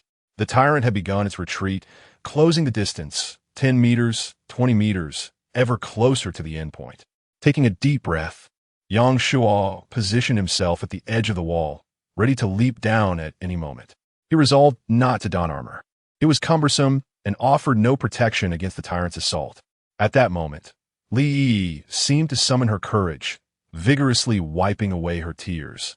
Her hands gripping the gun tightly as she fixed her gaze on the tyrant, soon to vanish beyond the light. She had always perceived herself as ineffectual, too timid to approach resource points or open treasure chests. Her only thought was to survive another minute. Yet she had never considered how to live more freely or how to confront the impending unknown calamities. However, in Yang Shuo, she saw a reflection of an entirely different persona. Brave, optimistic, resilient, and proactive. Despite already possessing ample resources, he continued to strive for more, not out of greed, but as a preparation for even greater adversities. Despite possessing fortifications stronger than any, one unhesitatingly leaps beyond the walls in times of need to confront calamity. This is not a sign of folly. Li comprehends that this must be the most optimal choice in Yang Shuo's heart. She does not wish for her presence to ultimately lead to Yang Shuo's demise at the hands of a monster, for even if she were to live 1,000 years, it would amount to nothing but endless torment for her. At the very least, she could muster a fraction of Yang Shuo's courage. Go! Yang Shuo bellowed, decisively vaulting over the wall. Upon landing, he darted away like a cunning rabbit, streaking towards the distance. Li Yi's nerves tensed once more. Her gaze fixated on the encroaching darkness. A thunderous roar erupted. It was as if an eagle sliced through the fog, or a train breached the wind barrier. Amidst the night, the tyrant surged forth with a piercing shriek, racing towards Yang Shuo. In a mere breath, it entered the realm of light, mere meters from Yang Shuo. Ah! Li Yi cried out, instinctively closing her eyes and pulling the trigger with fervor. Bang! Click bang! Click bang! The bullets from her gun were unleashed in a torrent. When she finally regained her senses and opened her eyes, the chamber was empty. Terrified, she collapsed onto the ground, weeping uncontrollably. It was over. She had closed her eyes, and surely none of her shots had found their mark. She was indeed of no use. Not only had she endangered herself, but now she had also jeopardized Yang Shuo. Incredible. Li Yi did not witness it, but Yang Shuo did. 3 bullets fired, 2 struck the tyrant. Though they inflicted minimal damage, they successfully hindered its charge, granting him at least 2 additional seconds. Yet, his situation remained dire. The tyrant was merely a few meters away, while he was still 3 or 4 meters from the nearest rune. Would he make it in time? With a rush, the tyrant accelerated to its peak speed, the wind howling in its wake. In under 2 seconds, it closed the distance to Yang Shuo, its elbow spike aimed directly at his forehead. Yang Shuo was still at least a meter away from the rune. Create a spiked shield. Yang Shuo roared inwardly. Boom! A protective barrier resembling a car's front bumper materialized instantaneously, interposing itself between Yang Shuo and the tyrant. However, the tyrant's reflexes were nothing short of monstrous. Before its right elbow could descend, its left arm swept across, effortlessly sending the shield flying. But that brief moment was more than sufficient for Yang Shuo. He rolled on the ground, snatching up the rune, and without pausing to steady himself, hurled it towards the tyrant's descending arm. Crack! The sound of ice shattering echoed. And contrary to expectation, the tyrant was instantaneously encased in ice, propelled by its own momentum, crashing down forcefully upon Yang Shuo. With a resounding crash, the ice sculpture shattered into countless fragments. It did not significantly impact Yang Shuo. Otherwise, given the tyrant's earlier speed of nearly 100 kilometers per hour, even a block of ice could have sent him flying several meters away. Damn it! He had narrowly escaped with his life. Yang Shuo seemed to have exhausted all his strength, lying flat on the ground. This was the closest he had ever come to death, as well as the most exhilarating experience, pushing his body to its utmost limits. Curse you, tyrant! In a one-on-one, I could take you down too. The joy of surviving filled Yang Shuo with laughter. Though perhaps due to the tension he had just endured, no sound emerged from his mouth despite his prolonged mirth. You have left the vehicle's range of 8 meters and will be subject to monster attacks. Damn it! Must you add to my troubles at this moment? With a sense of resignation, Yang Shuo rose, swiftly gathering the runes and stones dropped by the tyrant from the ground, and made his way towards the city wall. After considerable effort, he finally climbed atop the wall, only to be met not with Li Yi's cheers. Instead, this young lady, believing him to be heroically fallen, was buried in her knees, weeping uncontrollably. Chapter 31. Li Yi's unexpected affection? Ahem. Yang Shuo could only voice a reminder. Little one, your brother is far from deceased. Why weep over a grave that isn't yours? Li Yi's body trembled slightly, and she ceased her weeping, incredulously lifting her head. Upon seeing the unscathed Yang Shuo before her, her expression shifted from surprise to an exuberant rush, and she leapt into his embrace. The impact was astounding, particularly when her ample bosom collided with Yang Shuo's chest. The pressure nearly took his breath away. Goodness, it was truly dizzying. Yang Shuo's lips curved into a broad grin, unexpectedly delighted by such fortune. Forget the runes and stones, this was his greatest reward. As for the tyrant, he could take on 10 of them. Yang Shuo unhesitatingly wrapped his arms around Li Yi's shoulders, gently patting her back while softly reassuring her, "It's all right. It's all right. See? I'm perfectly fine and lively. You just accomplished a tremendous feat by hitting the tyrant with 2 shots. Otherwise, I would surely have met my end." Li Yi soon became aware of her excessive display of emotion, quickly retreating from Yang Shuo's chest and turning to the side. Her face flushed with embarrassment. In that moment, she had truly acted on impulse, believing Yang Shuo was dead, and that she was somehow responsible. She thought she had finally secured a measure of safety and comfort, only to find the towering tree that had sheltered her had suddenly collapsed. She believed the life had fleetingly vanished before her eyes, only to discover that Yang Shuo was entirely unharmed. Throughout the night, her heart had been on a roller coaster, oscillating through extreme highs and lows, a burden too heavy to bear. Thus, even though they had known each other for merely a day, witnessing his safety sent her into a whirl. Yet, how utterly mortifying. She had dashed forward and even embraced him. Would Yang Shuo think her lacking in self-respect? Would he mistakenly believe their relationship could deepen, leading him to take advantage of her? Li Yi felt a wave of anxiety wash over her once more. Come now, it was time for the rewards to be revealed. However, Yang Shuo was not preoccupied with such thoughts. After all, Li Yi would inevitably become his, and he felt no rush. He had collected 3 runes and additionally acquired 2 stones. One was a Zhuanglan stone, and the other a windmill stone. What were these? In an effort to alleviate her embarrassment, Li Yi quickly redirected her attention to the stones. They were akin to the runes in effect, albeit lacking in strength.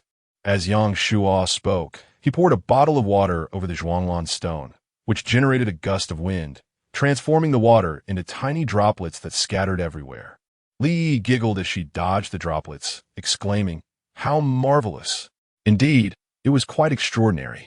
As for the windmill stone, there was no need for validation. It surely could ignite a fire. Thus, it appeared that the probability of the tyrant dropping stones was quite high. But to gather 20 units of windmill stones would undoubtedly take ages. Certainly, other creatures that dropped windmill stones existed, much like zombies and skeletons. But they were nowhere to be found. Yang Shuo could hardly embark on a wild search, as that would be tantamount to courting death. Now, he could only hope that others might also acquire this object. He then poured gasoline over the skeletons and zombies at the base of the wall, igniting them with a spark. After completing this task, he turned to Li Yi and said, "Let us return to the house for now. We'll descend to collect the survival coins once the ashes have cooled." Indeed, Li Yi exclaimed with delight, curious about how many survival coins she might gather. "Oh, by the way," she quickly reminded him, "I've been keeping a distance of 8 meters from the vehicle, and the game warned me about potential monster attacks. Pay no mind, they are merely a useless horde of skeletons. Even without a spike shield, they pose no threat to the city walls."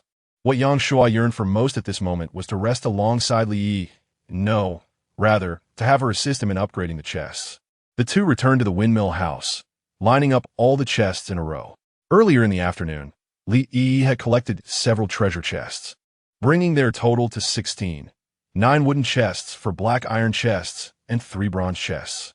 Let us begin, Yang Shuo said, rubbing his hands together in excitement. Li Yi was equally thrilled. Her S-class talent was finally proving its worth. As they upgraded all the chests, they swiftly acquired 9 black iron chests for bronze chests and 3 silver chests. How exhilarating! With so many chests, others would surely envy us if they knew. Li Yi nodded eagerly, a look of envy on her face, nearly drooling at the sight, though she dared not open them. Let us proceed, Yang Shuo instructed, having Li Yi don her armor and wield a large blade for safety. Once he too was fully equipped, he began to open the chests. Black iron chest 1. Congratulations, you have received gasoline 2, bread 2, Nongfu spring mineral water 4. Trash. Black iron chest 2. Congratulations, you have received self-heating pot 2, men's shirt 1, Wuchang rice 1 bag. Not bad at all. Not only clothing, but rice as well. However, I lack a rice cooker. Will I have to eat dry rice? Black iron chest 3. Congratulations, you have received frozen meat package 1. Handheld electric fan 1. Is that all? Yang Shuo's eyes suddenly brightened, and he called out excitedly, something good is coming. Before Li Yi could inquire about what was emerging, a bloody child crawled out of the chest, its head disproportionately large like a porcelain doll, adorned with a bizarre grin. She was nearly fainting from fright, her scream resonating throughout the room. Yang Shuo's ears rang painfully, but he had no time to dwell on that. He rushed forward, hacking wildly. Initially, the porcelain doll laughed joyously, but soon enough, its laughter faded. It attempted to attack Yang Shuo, but could not breach the onslaught of blades. It tried to reach Li Yi, yet was thwarted by Yang Shuo's defense. Before long, it was wailing inconsolably. However, it was to no avail. Yang Shuo continued his fervent assault, and in less than a minute, he had dismembered the porcelain doll into a myriad of pieces. Paying no heed to the gear that might have dropped, he quickly turned to console Li Yi. The porcelain doll was far more terrifying than skeletons or zombies, especially in such close proximity. Li Yi's mind was profoundly shaken. Even as she watched Yang Shuo destroy the doll, her heart remained gripped by fear. In a moment of panic, she threw herself into Yang Shuo's embrace and began to weep. Unfortunately, both were clad in heavy armor, preventing Yang Shuo from fully relishing the moment. After considerable effort, Yang Shuo managed to soothe Li Yi, intending to have her wait outside. However, she was too frightened to stray even half a meter from him, clinging tightly to his wrist, which brought Yang Shuo great joy. Thank you, mysterious porcelain doll, he thought as he led Li Yi to the spot where the doll had vanished. There, he picked up a pendant from the ground. Mother's gift, Constitution 1. An equipment piece that enhanced his constitution. Quite splendid indeed. Yang Shuo offered the pendant to Li Yi, but she shook her head vigorously, refusing to accept it. Reluctantly, he kept it for himself, silently boosting his own strength in the process. Chapter 32. Unboxing, what a windfall. The subsequent treasure chests yielded nothing but mundane supplies, leading Yang Shuo to question the efficacy of his good luck charm, the peace amulet. Fortunately, the last 2 chests finally revealed something of value. Black iron chest 10. Congratulations! You have acquired Survival Coins 3, High Voltage Electric Grid Blueprint 1, Vehicle Interior Decoration Blueprint 1. A high voltage electric grid blueprint? Yang Shuo picked up the schematic and noted that it required 10 units of steel material. Its ordinary grid-like design made him ponder whether it could be installed on a wall. Given that his windmill generated electricity, once powered, it could at least inflict some damage on skeletons and zombies, even if it didn't outright eliminate them. As for the vehicle interior decoration blueprint, without a moment's hesitation, Yang Shuo decided to utilize it. If he were alone, he would certainly trade such a blueprint, but with Li Yi present, it was essential to emphasize elegance, as girls often cherish such details. As the blueprint vanished, the previously rudimentary windmill house began to transform gradually. The walls were adorned with white latex paint. The floor was laid with wooden planks. The windows became larger and more luminous, and recessed lights were added to the walls, instantly elevating the space from a mere shell to a refined dwelling. Indeed, this blueprint was worth several tens of thousands. Li Yi clearly delighted in the transformation, her large eyes scanning the surroundings, and her face finally adorned with a smile. Upon returning to the trading market, should you come across decorative items, feel free to purchase them, Yang Shuo suggested. Li Yi cast a shy glance at Yang Shuo. Weren't we supposed to agree that I would stay for a few days and then leave? What? Do you not wish to part with me? Black Iron Chest 11. Congratulations. You have obtained Vehicle Wheel Hub Upgrade Scroll 1, Crossbow 1, Bolts 100, another weapon, and an ample supply of arrows. Considering the recyclability of these items, he hardly needed to worry about resupply issues. Overall, it was passable. It could not compare to the previous day's treasures, but it was unrealistic to expect perpetual good fortune. Receiving basic supplies from lower-tier chests was the norm. Next came the bronze chest. Thus far, he had only opened one bronze chest, which had yielded gratifying rewards, making him all the more eager for this one. Congratulations! You have acquired Flour 1 bag, Gasoline 3, Lighters 2, Self-Heating Hot Pot 2, Copper Ore 3. Congratulations! You have acquired Functional Beverages 1 box, Survival Coins 1, Copper Ore 2, Vehicle Engine Upgrade Scroll 1, Shotgun 1, with 10 rounds of ammunition. Congratulations! You have acquired Grenades 2, Vehicle Bumper Upgrade Scroll 1, Portable Water Tank 1 for trucks. The haul appeared quite impressive. However, without hesitation, Yang Shuo shoved Li Yi aside and seized the shotgun from the second bronze chest, pulling the trigger with force. As expected, within moments, a creature emerged from the last bronze chest. A goblin, short and green-skinned, reminiscent of characters from his gaming experiences. Bang! He did not hesitate to pull the trigger again. The goblin was instantly riddled with numerous bullet holes, howling in pain, yet in the next moment, it bared its fangs and charged at Yang Shuo. Yang Shuo! Li Yi was taken aback, but Yang Shuo remained as steady as a mountain. With no time to pull the trigger, and unwilling to use runes for fear of obliterating both the monster and the dropped items, he charged forward with his blade, striking the goblin on the shoulder. The goblin let out a mournful scream, its sharp claws swiping at Yang Shuo's face. Yang Shuo deftly evaded the attack, delivering a powerful kick that sent the goblin flying. After a few test strikes, he felt increasingly at ease. The goblin was inferior in strength, speed, defense, and weaponry. What could this diminutive creature possibly do against him? He took the initiative, launching an offensive against the goblin. With a decade of experience in military boxing, he was no longer the inexperienced youth who could only slash randomly with a knife. Each blow was now aimed with precision at the vulnerable spots. The goblin, in a fit of rage, made several desperate charges, but none inflicted any harm on Yang Shuo. Instead, its wounds multiplied, and blood flowed profusely. Sensing its impending doom, the goblin let out a pitiful cry and frantically lunged toward Li Yi. However, Yang Shuo had anticipated this move. He swiftly sidestepped, positioning his blade at the goblin's neck. With a decisive thrust, blood splattered everywhere. The tremendous force propelled the goblin away, though he did not sever its head.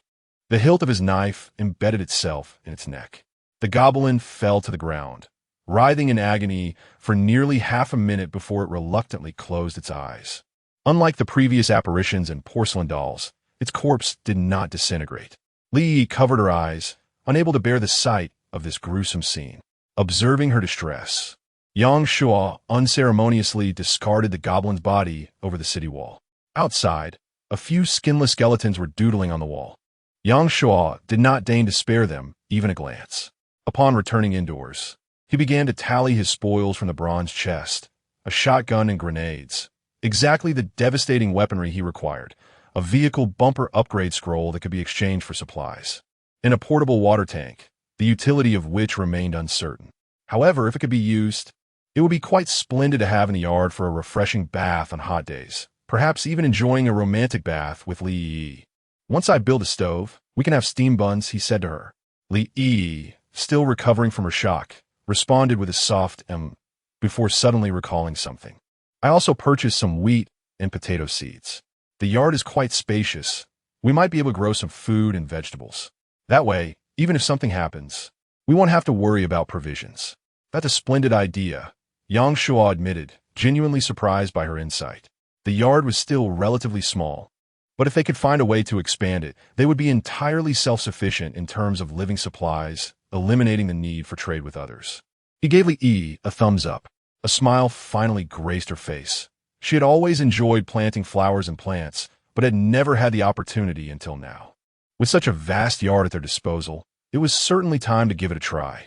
Let us continue opening the chests. Yes, she agreed. Two individuals approached the silver treasure chest and opened the first one. Congratulations, you have received 2 boxes of aged pickled vegetable instant noodles, 6 vehicle-specific connectors, 1 oven, 1 gift package of 3 squirrel snacks, 1 fragment of the 12 routes tan leg, 1 intelligent driving system for vehicles, 1 soft armor, and 1 master forged tang knife. Congratulations. You have received 2 boxes of Xiang Piao Piao milk tea, 1 pack of Chinese cigarettes, 1 bag of Chai family courtyard rice, 1 water dispenser, 1 decorative scroll for vehicle aesthetics, 1 alarm system, 1 design blueprint for an automatic retractable spike shield, and 1 mounted machine gun with a bonus of 10,000 rounds.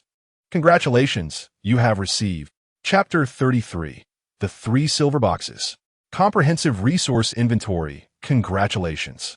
You have received Basic Medical Kit 1, Beef 2, LBS, Blackfish 2, Pieces, Pet Dog, Teddy 1, 12 Path, Tan Leg Fragment 1, 8 Extremes Fist Fragment 1, 265/60 are 18 off-road tires 4, Vehicle Nitrous Acceleration System 1. Before Yang Shuo could examine the details, Li Yi exclaimed in delight, immediately scooping up the teddy dog, her affection evident, dispelling her earlier fright. Yang Shuo was taken aback to discover that the treasure chest could yield living creatures. However, the presence of this dog would undoubtedly add a delightful twist to their lives. Turning back to assess his haul, he dismissed the basic supplies as mere embellishments, albeit luxurious ones. The medical kit held significant importance, as it marked the first healing item he had uncovered after 3 days in this place, underscoring the perilous nature of this survival game and its apparent desire for players to meet an untimely end. He had obtained 3 fragments of martial arts techniques, 2 from the 12 Paths Tan Leg, and 1 from the 8 Extremes Fist, leaving him just 2 fragments short of acquiring both techniques. Regarding vehicles, the intelligent driving system would surely attract a multitude of buyers, as it liberates one's hands and allows for necessary rest. After all, enduring a 12-hour drive is a daunting task for anyone. The market for off-road tires and a nitrous acceleration system is also vast, while the design blueprint for an automatic retractable spike shield and a mounted machine gun are essential for him, and despite their high value, he has no intention of trading them. As for the vehicle aesthetic decoration scroll, he would set it aside for now. Alarm system, capable of detecting monsters and providing early warnings. This item holds little utility for him, yet it is a treasure for other vehicle owners. Just imagine, if the alarm sounds near a resource station, it could indicate an impending danger, allowing for timely avoidance. Of course, its practical application remains to be seen. The remaining items, soft armor and Tang Dao, are perfectly suited for his needs. Yang Sha, Strength, 17, Agility, 15 Constitution, 15 Health, 100 Status, Good, Talent, Component Strengthening, 3-3. Vehicle Details, Windmill, Level 3, Function, Water Extraction, Power Generation, Components, Windmill Body, Defense 500, Attack 0, Upgrade Materials, 500 units of stone, 200 units of iron, or 50 units of copper, or 10 units of silver, or lawn. Defense 1.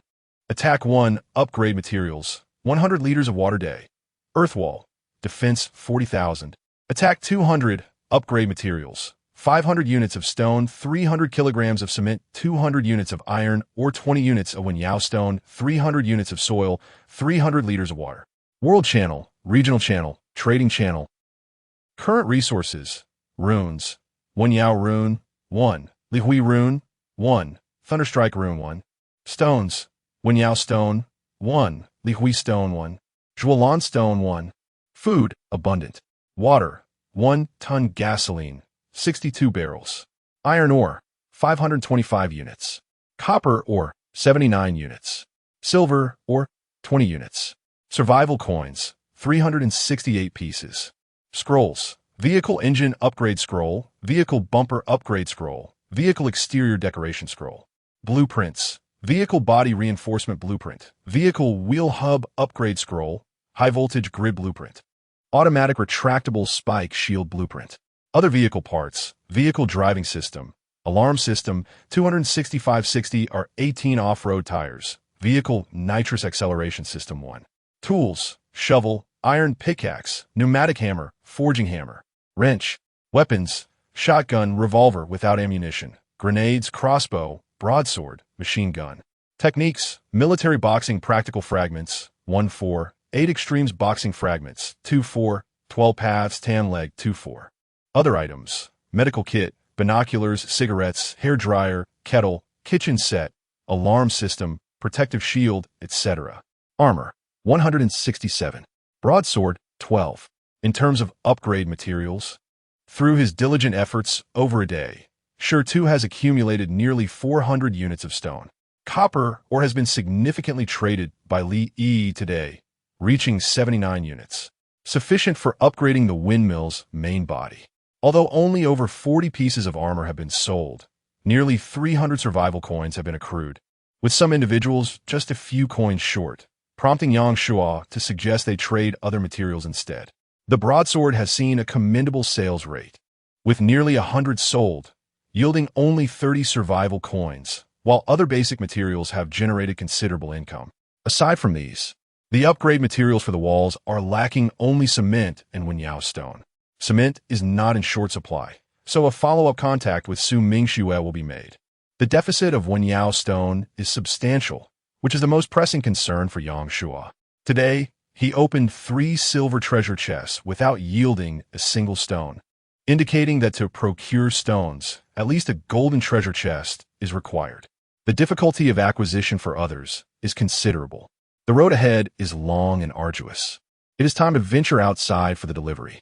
Yang Shua called upon Li Yi, and they ascended the city wall together, both having removed their armor.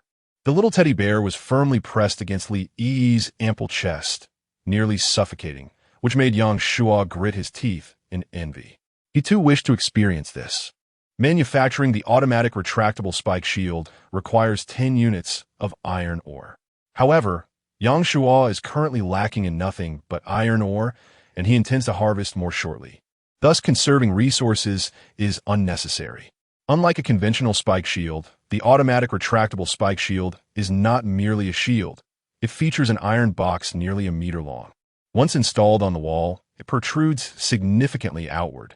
If the entire wall were to be outfitted with such shields, it would resemble a fortress rather than a mere wall. Moreover, the spikes remain retracted until the skeletons approach, at which point they will spring forth violently, delivering enhanced lethality. Consequently, it will not be an easy task for the tyrant to dismantle the spikes afterward. Once again wielding the shovel, after dealing with the battered skeleton, Yang Shua leapt down from the city wall and began to search the ground. Soon, he unearthed 60 survival coins. After collecting all the armor and the great sword, he turned his attention to the goblin, rummaging through its remains and discovering a tooth pendant. He then set the corpse ablaze, leaving no trace behind. Regrettably, it yielded no additional items. Goblin pendant, crafted from the fangs of a goblin hero. Strength 1, Agility 1. The dual attributes were quite commendable. However, he mused, would he one day adorn himself with an array of pendants while engaging in battle? It would be rather embarrassing if an opponent merely plucked one off, causing him to lose both strength and vitality, thereby diminishing his prowess with each encounter. That would indeed be a significant humiliation.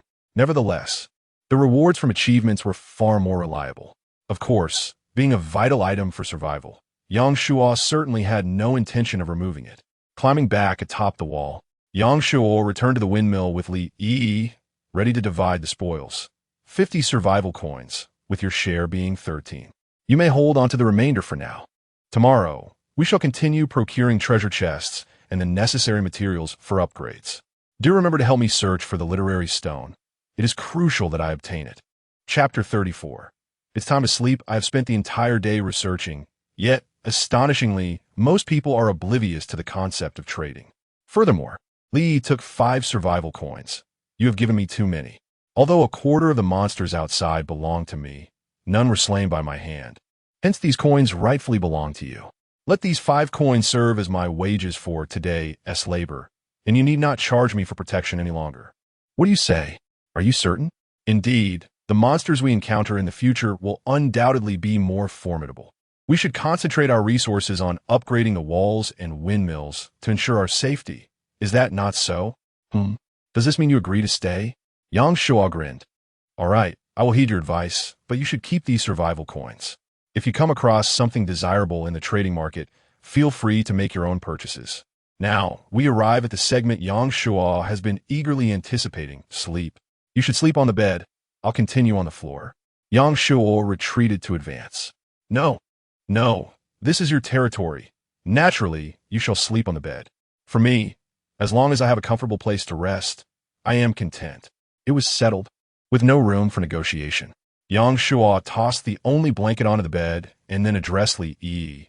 There is still plenty of water left today. We can both take a bath.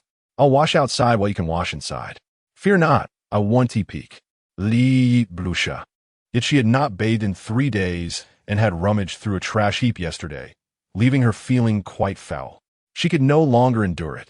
The sight of the water basin made her long for a bath.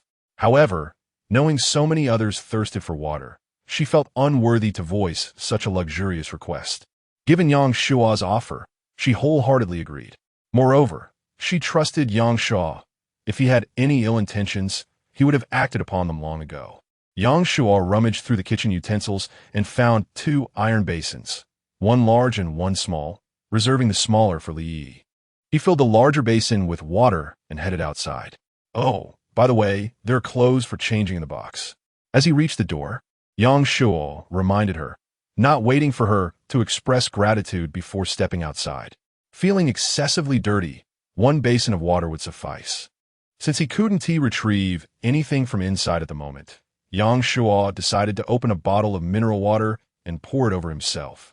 After the commotion, he unexpectedly received a reward.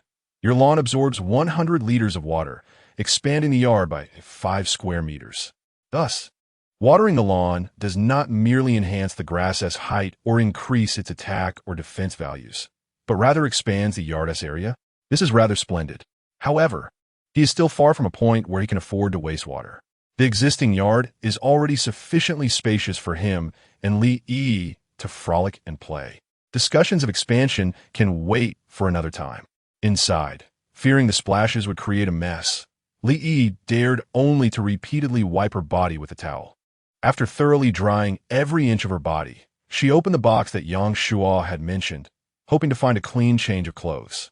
However, the box contained only a single men's shirt and a pair of black lace-trimmed women's underwear. Li Yi felt her cheeks flush. She had never worn such intimate apparel before, and she wondered if the shirt would provide adequate coverage. If it failed to conceal her, would that mean Yang Shuo? The thought alone filled her with unbearable shame. Yet, glancing back at her soiled, discolored old clothes and then at her freshly washed body, she steeled herself and picked up the underwear and shirt. The men's shirt was oversized, offering both comfort and complete coverage of the black panties.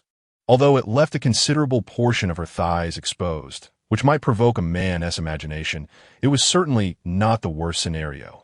Still, the absence of a bra made Li Yi feel somewhat uneasy. Yet, given her circumstances, it was difficult to be overly concerned. Li Yi had contemplated the possible outcomes of her situation, such as encountering another driver on the road. If it were a woman, she could plead for companionship. But if it were a man, the options for seeking companionship seemed limited to one. Regardless of her willingness, the man might display malice at first sight, striving to possess her body by any means necessary. Thus, she considered herself fortunate to have met Yang Shuo, who had brought her to this sanctuary, a place where she could find shelter and live comfortably. However, she was not naive. Even though Yang Shuo had not coerced her, he was still a man. If she wished to remain there, she had to devise a way to coexist peacefully with him, avoiding any potential discord.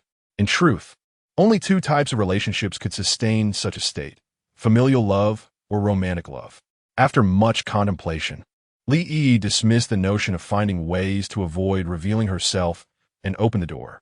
Yang Shuo had finished his bath and was lying on the grass, gazing at the night sky, his legs crossed and a blade of grass held between his teeth. Yang Shuo, I'm ready. Despite her mental preparation, Li's face remained crimson, her gaze cast downward, unable to meet his eyes. Yang Shuo turned his head, his gaze fixating on Li's legs, which he found utterly captivating, unable to tear his eyes away. They were fair and smooth, the shirt seemingly covering her, yet also failing to conceal entirely. Through the gap, he glimpsed the most exquisite scenery. This girl was truly enchanting. Yang Shuo sprang up from the grass, grinning as he made his way to the windmill house. Since you're all set, let us retire early. Tomorrow's challenges may prove even more daunting. Li still dared not lift her head. Yang Shuo, perhaps you should take the bed. Enough of that. Sleep where you're told. Li was a wonderful girl, yet she was overly contemplative, prone to flights of fancy. To put it charitably, one could call her sentimental. Less charitably, one might say she lacked decisiveness. Had she encountered another man, her fate would likely have been dire. And had she not encountered anyone at all, the outcome would have been far worse. She would not have survived a week. Yang Shuo reclined directly on the previously laid grass, fully clothed and ready to slumber. Li glanced at the bed, then at Yang Shuo, and, after a prolonged moment, she sighed, yielding to his intention. How about we share a bed? Yang Shuo suddenly opened his eyes but feigned restraint, responding, Isn't that rather inappropriate? Li, determined, bit her lip and replied, It's perfectly fine. The bed is spacious enough for us to sleep comfortably. Chapter 35. The Goblin Army? And you are sleeping here without a blanket. It will be quite cold at night. Yang Shuo stared intently at Li. Are you certain? Li pressed her lips together, raised her head to meet Yang Shuo's gaze, and nodded resolutely. I am certain. Very well. I shall heed your words. Yang Shuo immediately moved closer to Li, taking her by the hand and guiding her towards the edge of the bed. In this apocalyptic struggle for survival, the uncertainty of tomorrow looms large.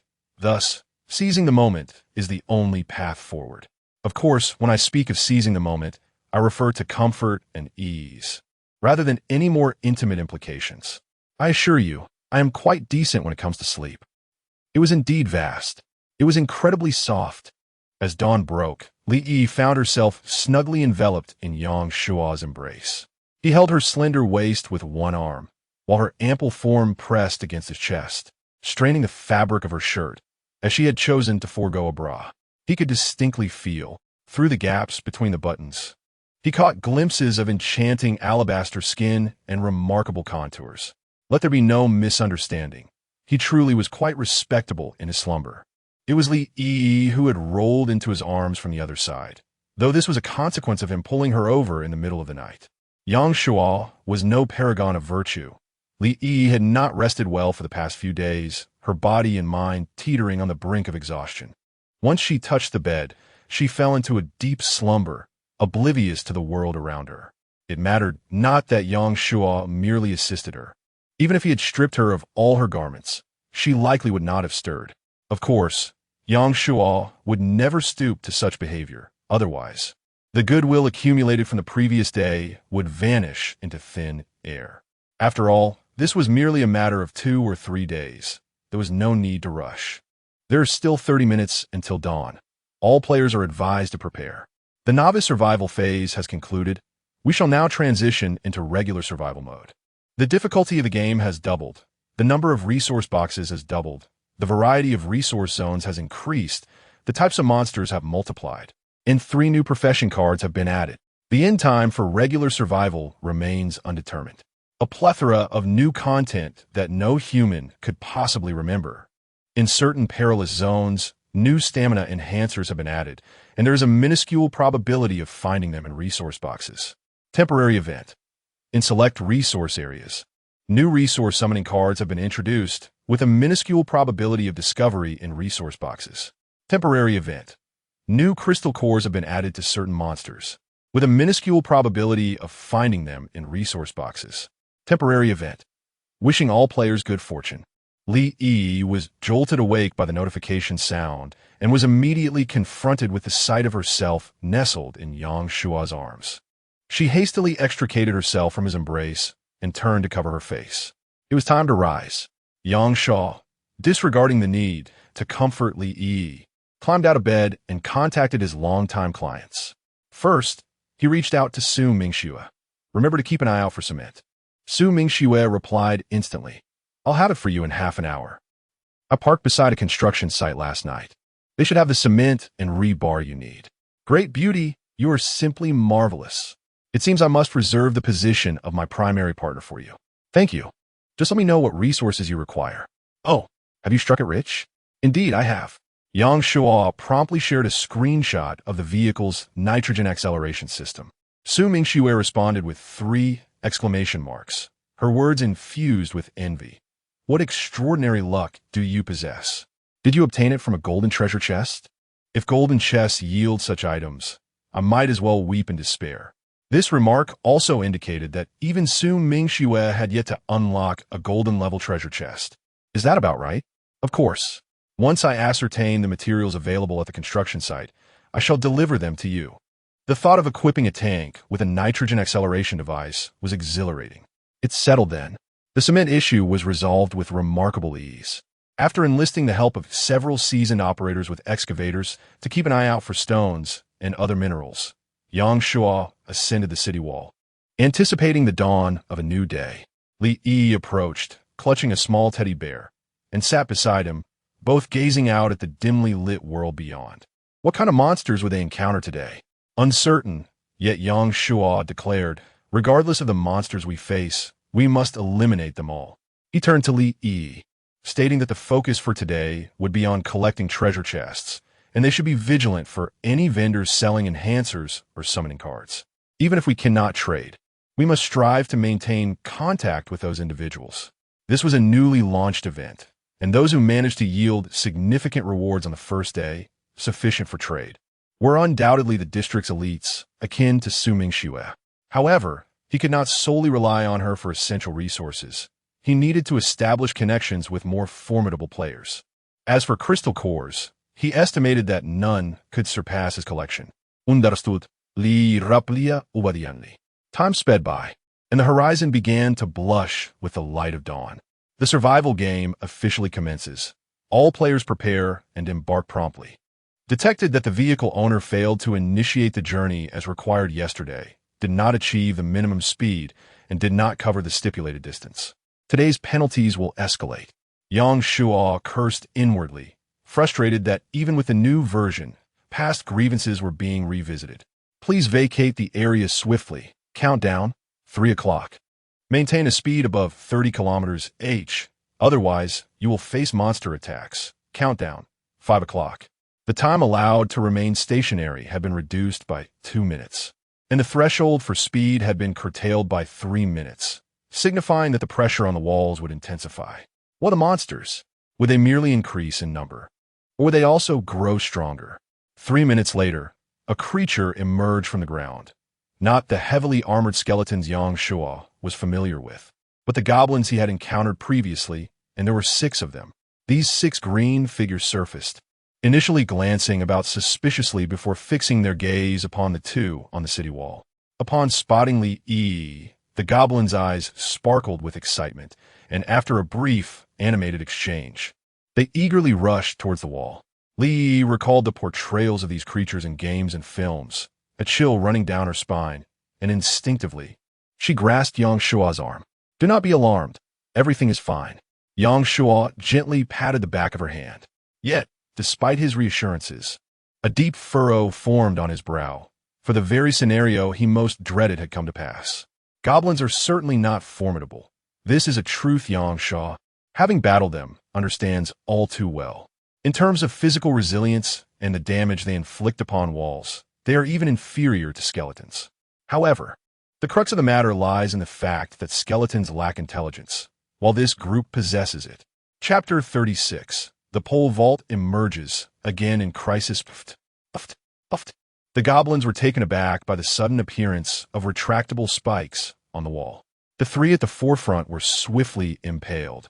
leaving behind 3 lifeless bodies after their anguished cries. The remaining 3 goblins, startled, hurriedly distanced themselves from the wall. After a furious roar of frustration, one goblin picked up a stone and hurled it at the wall, triggering the spikes once more. This time, the trio of beasts settled down, sitting cross-legged on the ground to engage in discussion. Are they this clever? Li asked in terror. Somelhat intelligent, Yang Shuo replied, feeling a bit of a headache. This also meant he could not leave the city wall for extended periods to gather resources. If a single spike shield were to be breached, these creatures might devise a means to scale the walls, forcing him into close combat with the goblins. While he might not fear a couple, the prospect of 6 emerging every 3 minutes would stretch his survival to its limits. The goblins sat on the ground, and 2 minutes swiftly passed. The monsters that emerged this time were old acquaintances of Yang Shu, zombies, albeit in a different guise. At least he need not worry much about their intellect. However, his amusement was short-lived. 6 zombies appeared, 3 bare-chested and clad in athletic shorts. Likely former track and field athletes. 2 were burly, so rotund that they could easily outweigh 6 or 7 Li's, and were astonishingly sumo wrestlers. Their offensive capabilities were undoubtedly formidable. To make matters worse, the last zombie wielded a pole vault. Damn, they truly won. Let me have a moment's peace. Yang Shuo promptly drew his shotgun and instructed Li Yi, you stay inside and trade for supplies at the market. I'll handle things here. Oh, be careful. Li Yi realized the severity of the situation. Though the wall had substantial defensive value, the emergence of monsters capable of breaching it posed a grave threat. The immediate priority was to devise a strategy to counter these creatures or to upgrade the wall. Without delay, she returned to the windmill and began her search. Had this predicament arisen yesterday, she might have contemplated retreating to the tricycle, but now she preferred to remain in this location. Bang! A dull gunshot resounded as a zombie attempting to pole vault over the wall was struck mid-air, half its skull blown away. It fell to the ground, struggling momentarily before succumbing entirely. This scene did not frighten the other zombies, but sent the 3 goblins into a panic. They exchanged terrified glances at Yang Shuo before fleeing to a safer distance, waiting until 3 minutes had passed for the second wave of goblins to appear. The initial 3 quickly approached, and after a hurried discussion, convinced the 6 goblins to remain in place, avoiding the fate of being impaled by spikes. Let us create a high-voltage electric fence.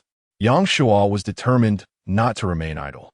With 20 units of iron ore, he crafted a high-voltage electric fence measuring 4 meters in length, 3 meters in width, and 3 meters in height. With just 3 of these, he could protect one side of the wall. He hesitated not, enveloping the 4 walls with high-voltage electric nets.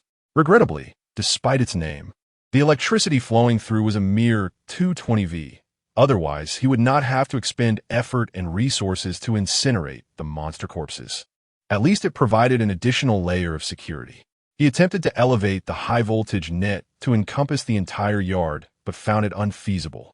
The installation of a machine gun mounted atop the wall, its barrel aimed at the sky, still lacked assurance. With pole vaulting creatures emerging every 5 minutes, 12 per hour, and a staggering 144 within a day.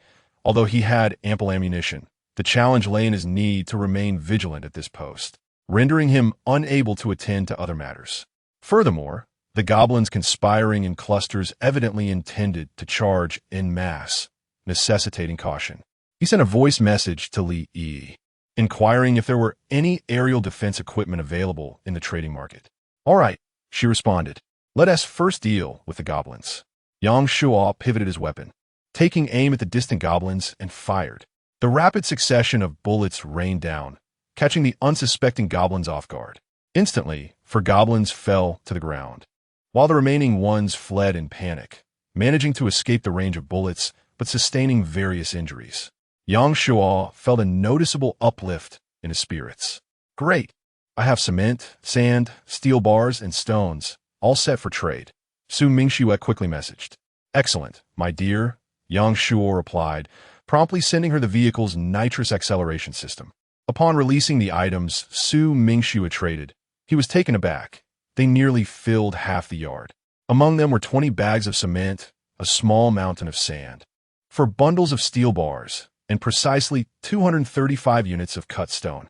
Wow, what a profit. If he were to sell the nitrous acceleration system, he might fetch 20 survival coins, but the worth of just these stones was equivalent to 10 survival coins. Main windmill upgrade materials are complete. Would you like to upgrade? Yang Shua hesitated for a moment, sighed, and ultimately chose not to upgrade the windmill's main body. For him, the walls were of utmost importance. Gathering 500 units of stone, even with a continuous supply of raw materials, would require 2 days, not to mention his current reliance on the city walls. Yang Shua, I found something remarkable, Li Yi messaged. He had no time to inquire what it was, as the second wave of zombies emerged. Timing his shots with the pole vaulting zombies, he fired rapidly, bringing one down. Noticing it was not yet lifeless, he delivered another volley until the zombie was unequivocally dispatched, allowing him to breathe easier. What is it? He asked. Take a look. Li sent a screenshot accompanied by text. Design blueprint for protective net. Provides all-around protection for vehicles. Require materials. Iron or resource quantity determined by the size of the vehicle's shape. The asking price was 30 survival coins. I am currently negotiating, Li Yi informed him. Yang Shua was uncertain whether this contraption could sufficiently cover the upper expanse of the courtyard. After all, it was unlike ordinary vehicles. The area above the courtyard was not only vast, but also devoid of any supporting structures.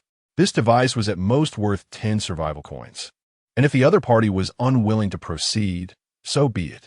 Yang Shua had no desire to be taken advantage of. The protective net was highly beneficial for conventional vehicles, as it could prevent monsters from intruding. However, it might not serve him as well. Merely 2 minutes later, Li Yi successfully negotiated the transaction and sent him the design blueprint for the protective net. Yang Shua immediately set to work. Crafting the protective net requires 100 units of iron ore. Would you like to proceed with the installation? It has been detected that you possess steel reinforcement resources, which can substitute for iron ore. Would you like to make the substitution? Substitute. Install. In the next moment, a mesh woven from steel wire began to unfurl from the wall, enveloping the entire courtyard in just 1 minute.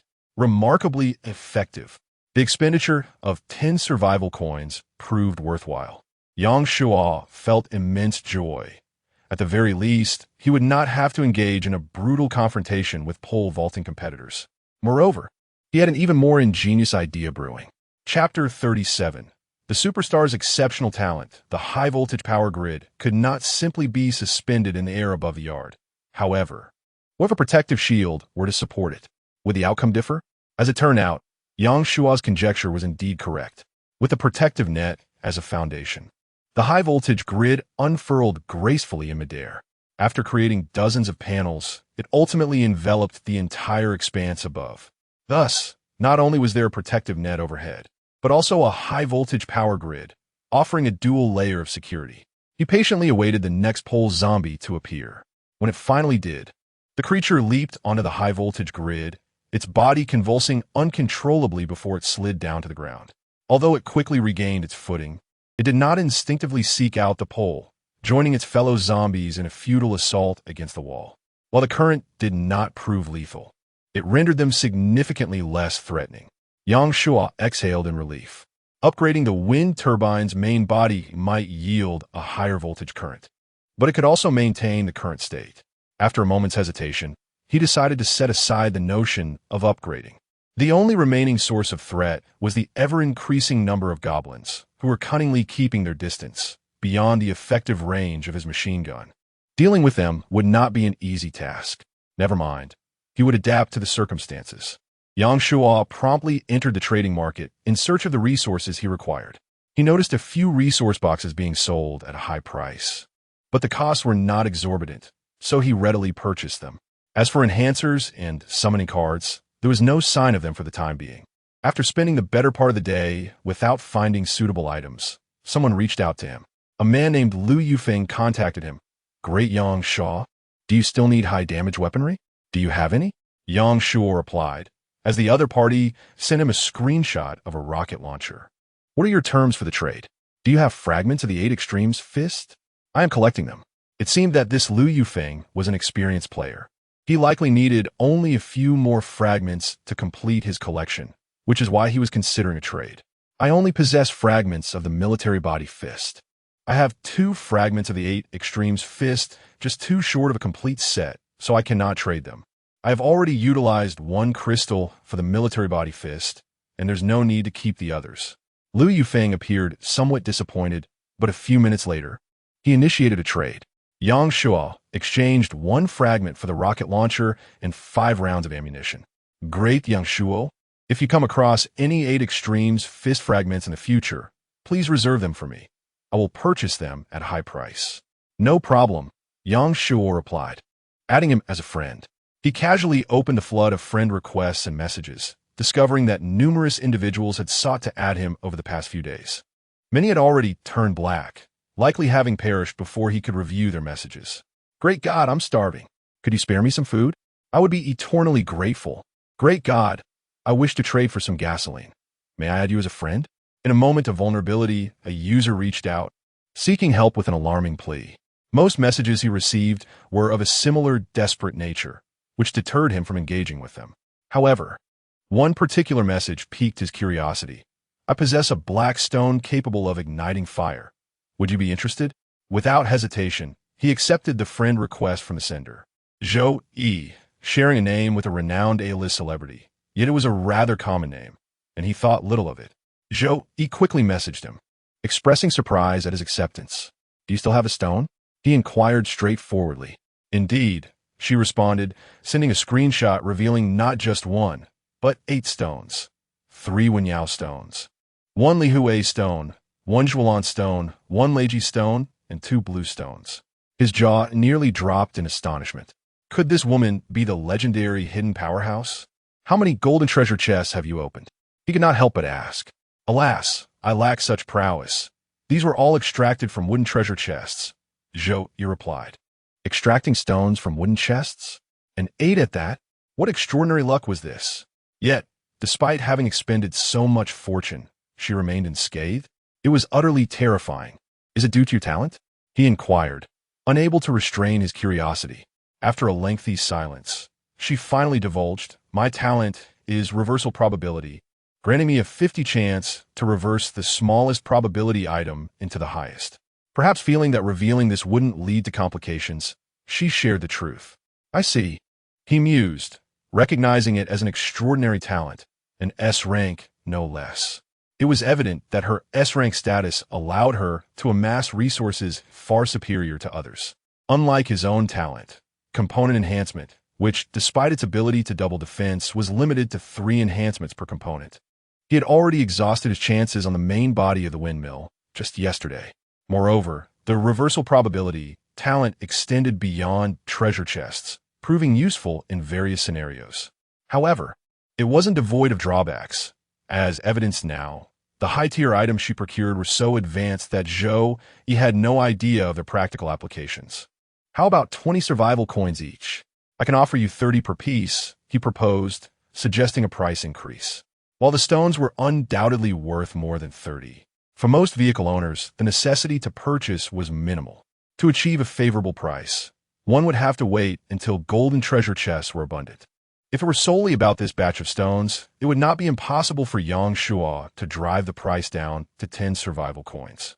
After 4 days without a single transaction, Zhou Yi must be on the brink of despair. 10 survival coins would undoubtedly be acceptable. However, Yang Shuo must consider long-term development. Zhou Yi's talent in scavenging high-end resources is truly unparalleled, while he himself is among the highest in demand for such resources across the entire network. Their connection is akin to kindling meeting a raging fire, a steed encountering a discerning master, or the serendipity of meeting one's first love in a massage parlor. Yang Shuo not only needs to establish a long-term collaboration with Zhou Yi, but also seeks to make her his exclusive treasure. Thus, showcasing his substantial strength at this moment is imperative. 30 survival coins.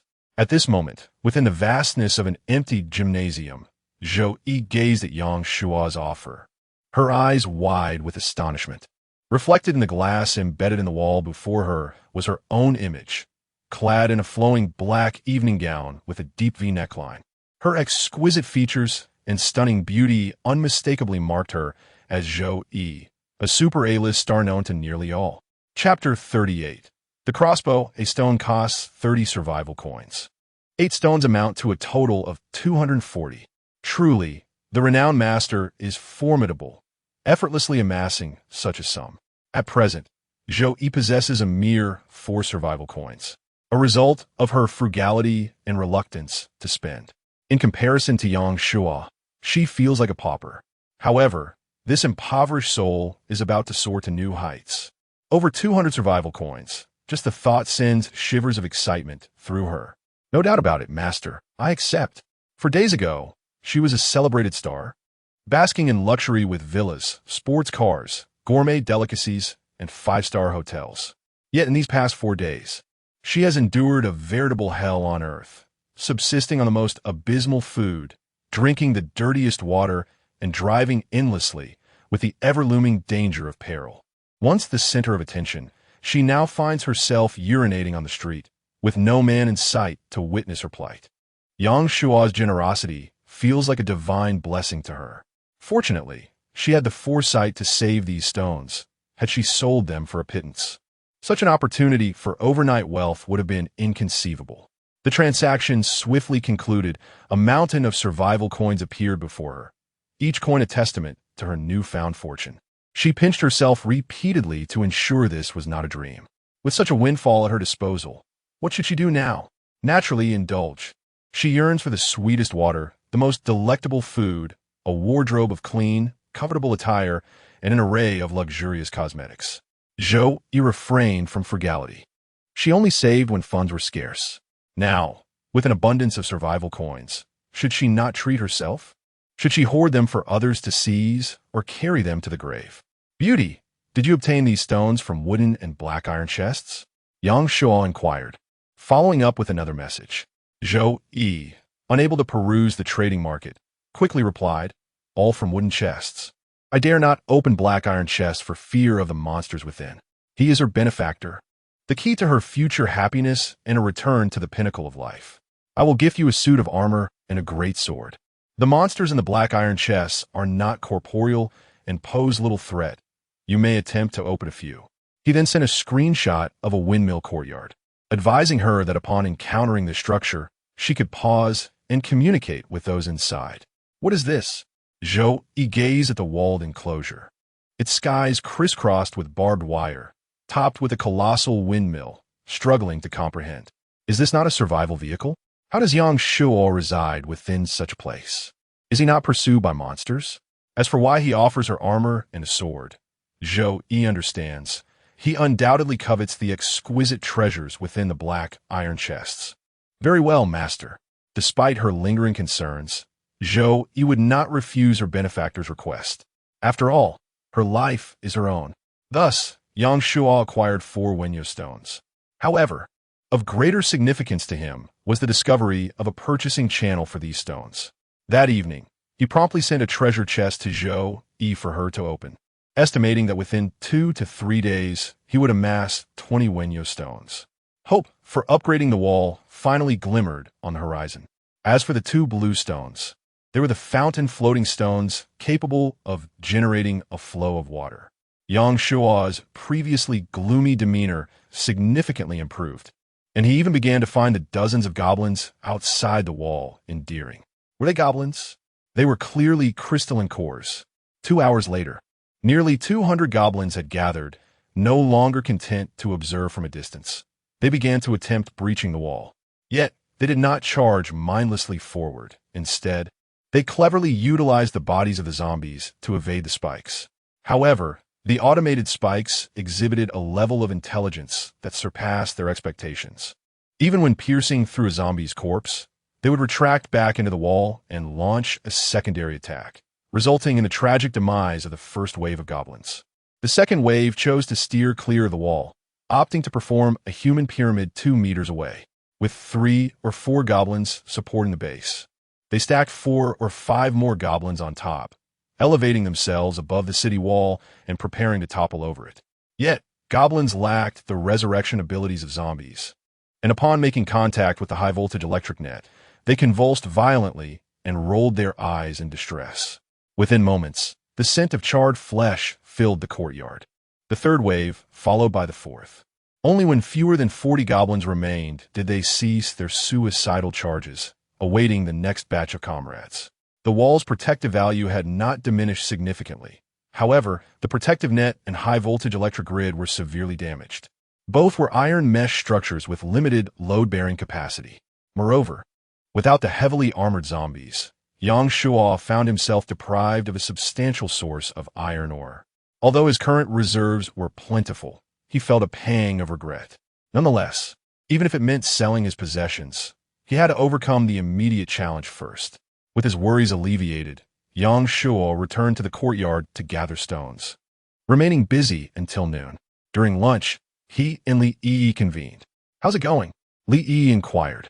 "For now, there's no danger, and I found a method to collect windmill stones. Soon, we shall upgrade the wall." "Really?" A visible smile spread across Li Yi's face, as this meant they would not have to leave the courtyard and embark on a journey of escape. "I've had significant gains as well," she remarked, a hint of pride in her tone. "Due to the increased resources, many came to trade treasure chests this morning. I collected 13 chests, 7 wooden and 6 black iron. Moreover, I also obtained this." She presented a blueprint to Yang Shuo.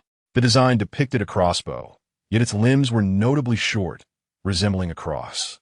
A deep slot ran along the limbs, with a circular indentation at its center, and below it, a handle-like structure with a trigger situated between the handle and the limbs. "Doesn't it seem unusual?"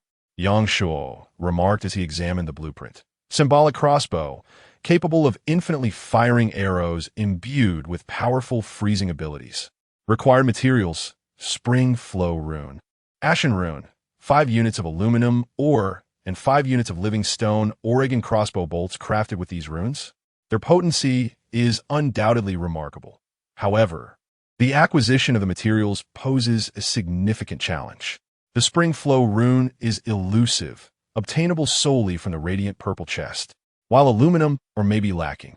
Trading for it should not be an insurmountable task.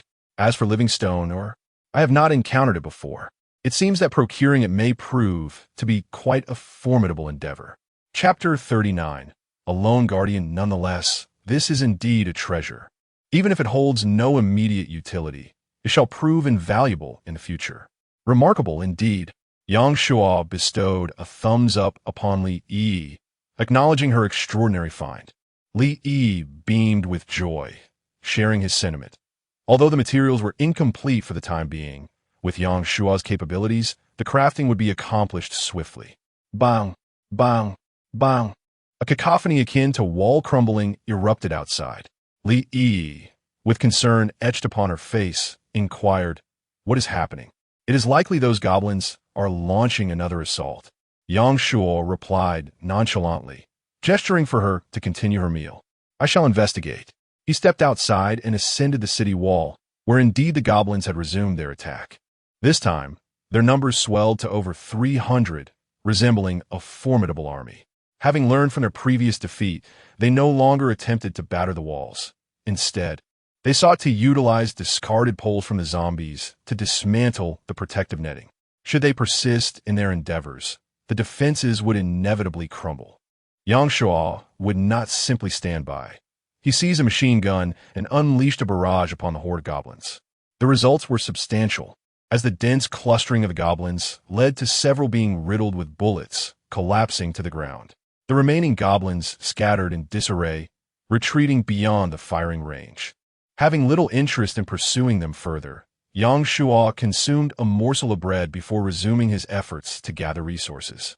Meanwhile, emboldened by their numbers, the goblins attempted several more assaults, all of which proved futile. Yang Shuo found no means to eradicate them entirely. Thus, both sides were left to endure this stalemate. Yang Shuo, someone has shared the effects of the enhancer and summoning card.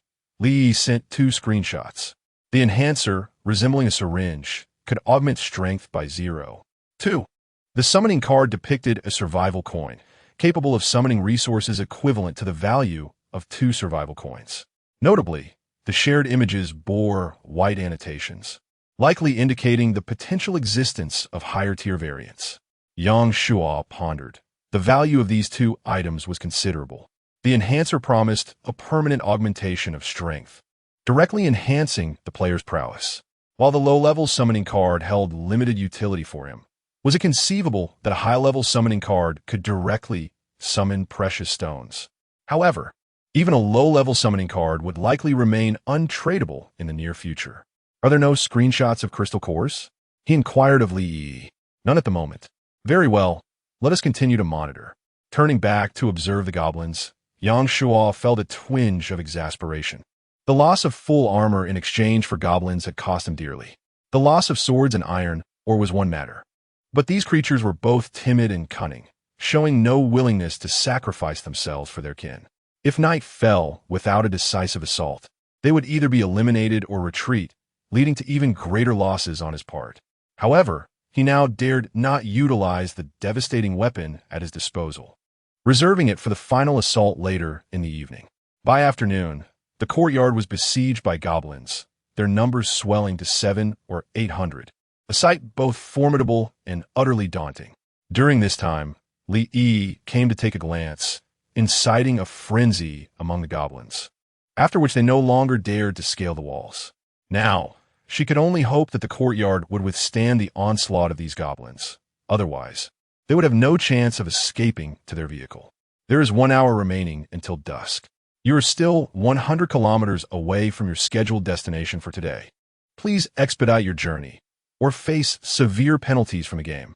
Maintain a speed of no less than 30 kilometers per hour, or you will be subjected to monster attacks. Countdown, 3 o'clock. Please vacate this area promptly. Countdown, 5 o'clock. Do you require any enhancers? Su Mingxue suddenly missive. Huh. Yang Shuo was taken aback for a moment. Su Mingxue was actually offering to trade enhancers? Had she lost her mind? Of course, no problem. But what about you? Aren't you using any? Each person can only utilize 5 doses per day. All right. Just how many have you scavenged? The abundance of enhancers was certainly not from treasure chests. It could only be from hazardous zones. Had Su Mingxue ventured into such peril, emerged unscathed with so many? Was her physical resilience now far superior to his? Yang Shuo was perplexed. How many do you have left? 10 doses, but I can only sell you 5. That is fine. What is the price? Do you have any upgrade scrolls or blueprints for vehicles? I have vehicle rim upgrade scrolls, engine upgrade scrolls, bumper upgrade scrolls, exterior decoration scrolls, and off-road tires. Which one do you need? Truly impressive. Can I have the vehicle rim upgrade scroll? Certainly. Yang Shuo swiftly received 5 enhancers, resembling syringes filled with half a tube of transparent viscous liquid. Enhancer. White increases strength by 0.2 points. After contemplating, Yang Shuo dismissed the idea of sharing them with Li Yi and injected all 5 doses into his body. His strength rose by 1 point. Aside from achievement rewards, this was the sole means of directly augmenting strength. How much for the engine upgrade scroll? An enhancer that increases strength by 2 points, or an equivalent summoning card. All right, we shall reconnect later. Concluding his exchange with Su Mingxue, Yang Shuo began to prepare for the tyrant. There were 6 tyrants tonight, and their intensity might have escalated. Relying on the shield and high-voltage grid would be futile, as flames held no efficacy against those creatures. His arsenal included a rocket launcher, grenades, a shotgun, a machine gun, and runes. Compared to yesterday, he was considerably more equipped. As long as no unforeseen events transpired, he anticipated navigating through tonight without significant issues. An hour swiftly elapsed, and as darkness gradually enveloped the surroundings, with only 10 minutes remaining, Li Yi ascended the city wall and stood beside Yang Shuo. Aren't you afraid? She inquired.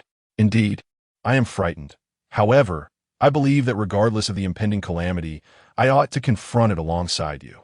Li Yi forced a smile as she spoke. Rest assured, I will not succumb to cowardice as I did yesterday. I have faith that you will guide me through this crisis. I appreciate your kind words, Yang Shuo replied, gazing silently into the distance.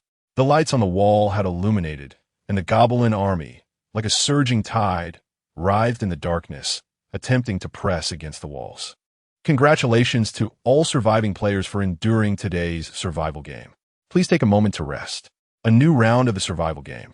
Due to your failure to complete today's required distance, you will face severe penalties because of the multitude of monsters pursuing you. A special scenario has been triggered. One man against the hordes. One man against the hordes. This scenario activates when you inadvertently enter a perilous zone, confronted by more than 1,000 monsters with no route of escape. Reward: unknown. Mandatory activation rule: no means of evasion. Chapter 40. Desperation for a full hour. Yang Shuo was momentarily struck dumb, his expression a mixture of disbelief and ire. The unforeseen upheaval he dreaded had come to pass. The good news: these goblins would not flee. The bad news: there were thousands of them. This damn survival game. Could it truly trigger a special narrative? How utterly bizarre. He turned to Li Yi and inquired, "Have you received any special notifications?" Li Yi shook her head. "No, why?" "Nothing," he sighed gently, realizing the impending shock she would face was likely far greater than yesterday's. She should brace herself. This evening would either yield a substantial profit or bid farewell to a life of comfort. Bang, bang, bang, bang, bang. 5 tyrants erupted from the ground, their size and appearance unchanged from the day before. Yet Yang Shua's brow furrowed in concern. Only 5? Where was the last one? He soon learned the answer as the indistinct goblin army suddenly parted, creating a 2-meter-wide path. At the end of this passage, a shadowy figure gradually approached, stepping into the light. Only then did Yang Shua discern that it was yet another goblin, albeit one significantly aged, adorned with jewelry crafted from animal bones. In its left hand, it wielded a staff, while its right clutched a rune. Upon its arrival, the 5 tyrants quietly positioned themselves beside it, forming a protective formation. A goblin king? Or perhaps a goblin shaman? The situation grew increasingly peculiar. Yang Shua patted Li Yi on the shoulder. "Listen to me. If things take a turn for the worse, make a hasty retreat indoors." "Okay," Li Yi replied, but before she could finish, Yang Shua abruptly raised a submachine gun and fired toward the elder goblin. The gun erupted with a barrage of gunfire, bullets unleashed in a torrent. Yet, he was not the only one quick to act. The tyrants were swift as well. They surged in front of the shaman, using their bodies to absorb the oncoming bullets. Once the gunfire ceased, they violently shook their forms, dislodging the embedded projectiles, while their wounds began to slowly mend. The goblin shaman raised its staff, chattering a string of incantations. From thin air, a massive blade of wind materialized, slicing through the air over a distance of several dozen meters, crashing into the protective barrier with a resounding boom. The wind surged like a tidal wave. With a crackle, the high-voltage grid and protective netting were rent asunder, leaving a gaping hole. The goblin shaman, raising its right hand, summoned the rune, which radiated a dazzling white light. The jagged opening in the shield was instantly encased in ice. A deafening roar erupted from the goblin horde, and in the blink of an eye, their eyes gleamed a fierce crimson as they surged towards the city walls, descending upon them like a tidal wave. The sound of piercing echoed through the air, yet the icy barrier muffled it, producing a jarring noise. Despite a gaping wound being torn open, the electrical current persisted, rendering the first wave of goblins rigid with shock. However, before they could collapse, they were trampled by the goblins that followed.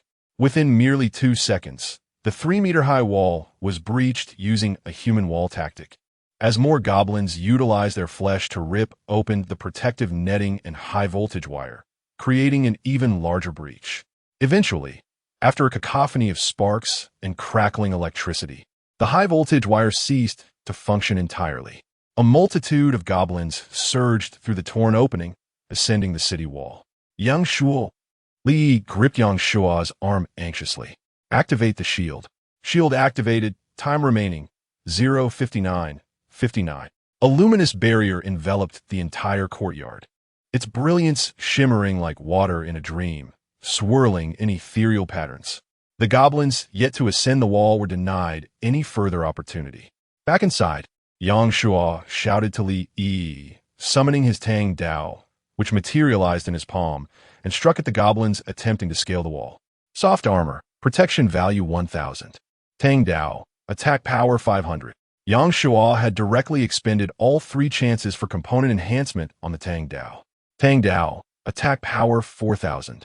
With each swing, a goblin fell as effortlessly as slicing through vegetables.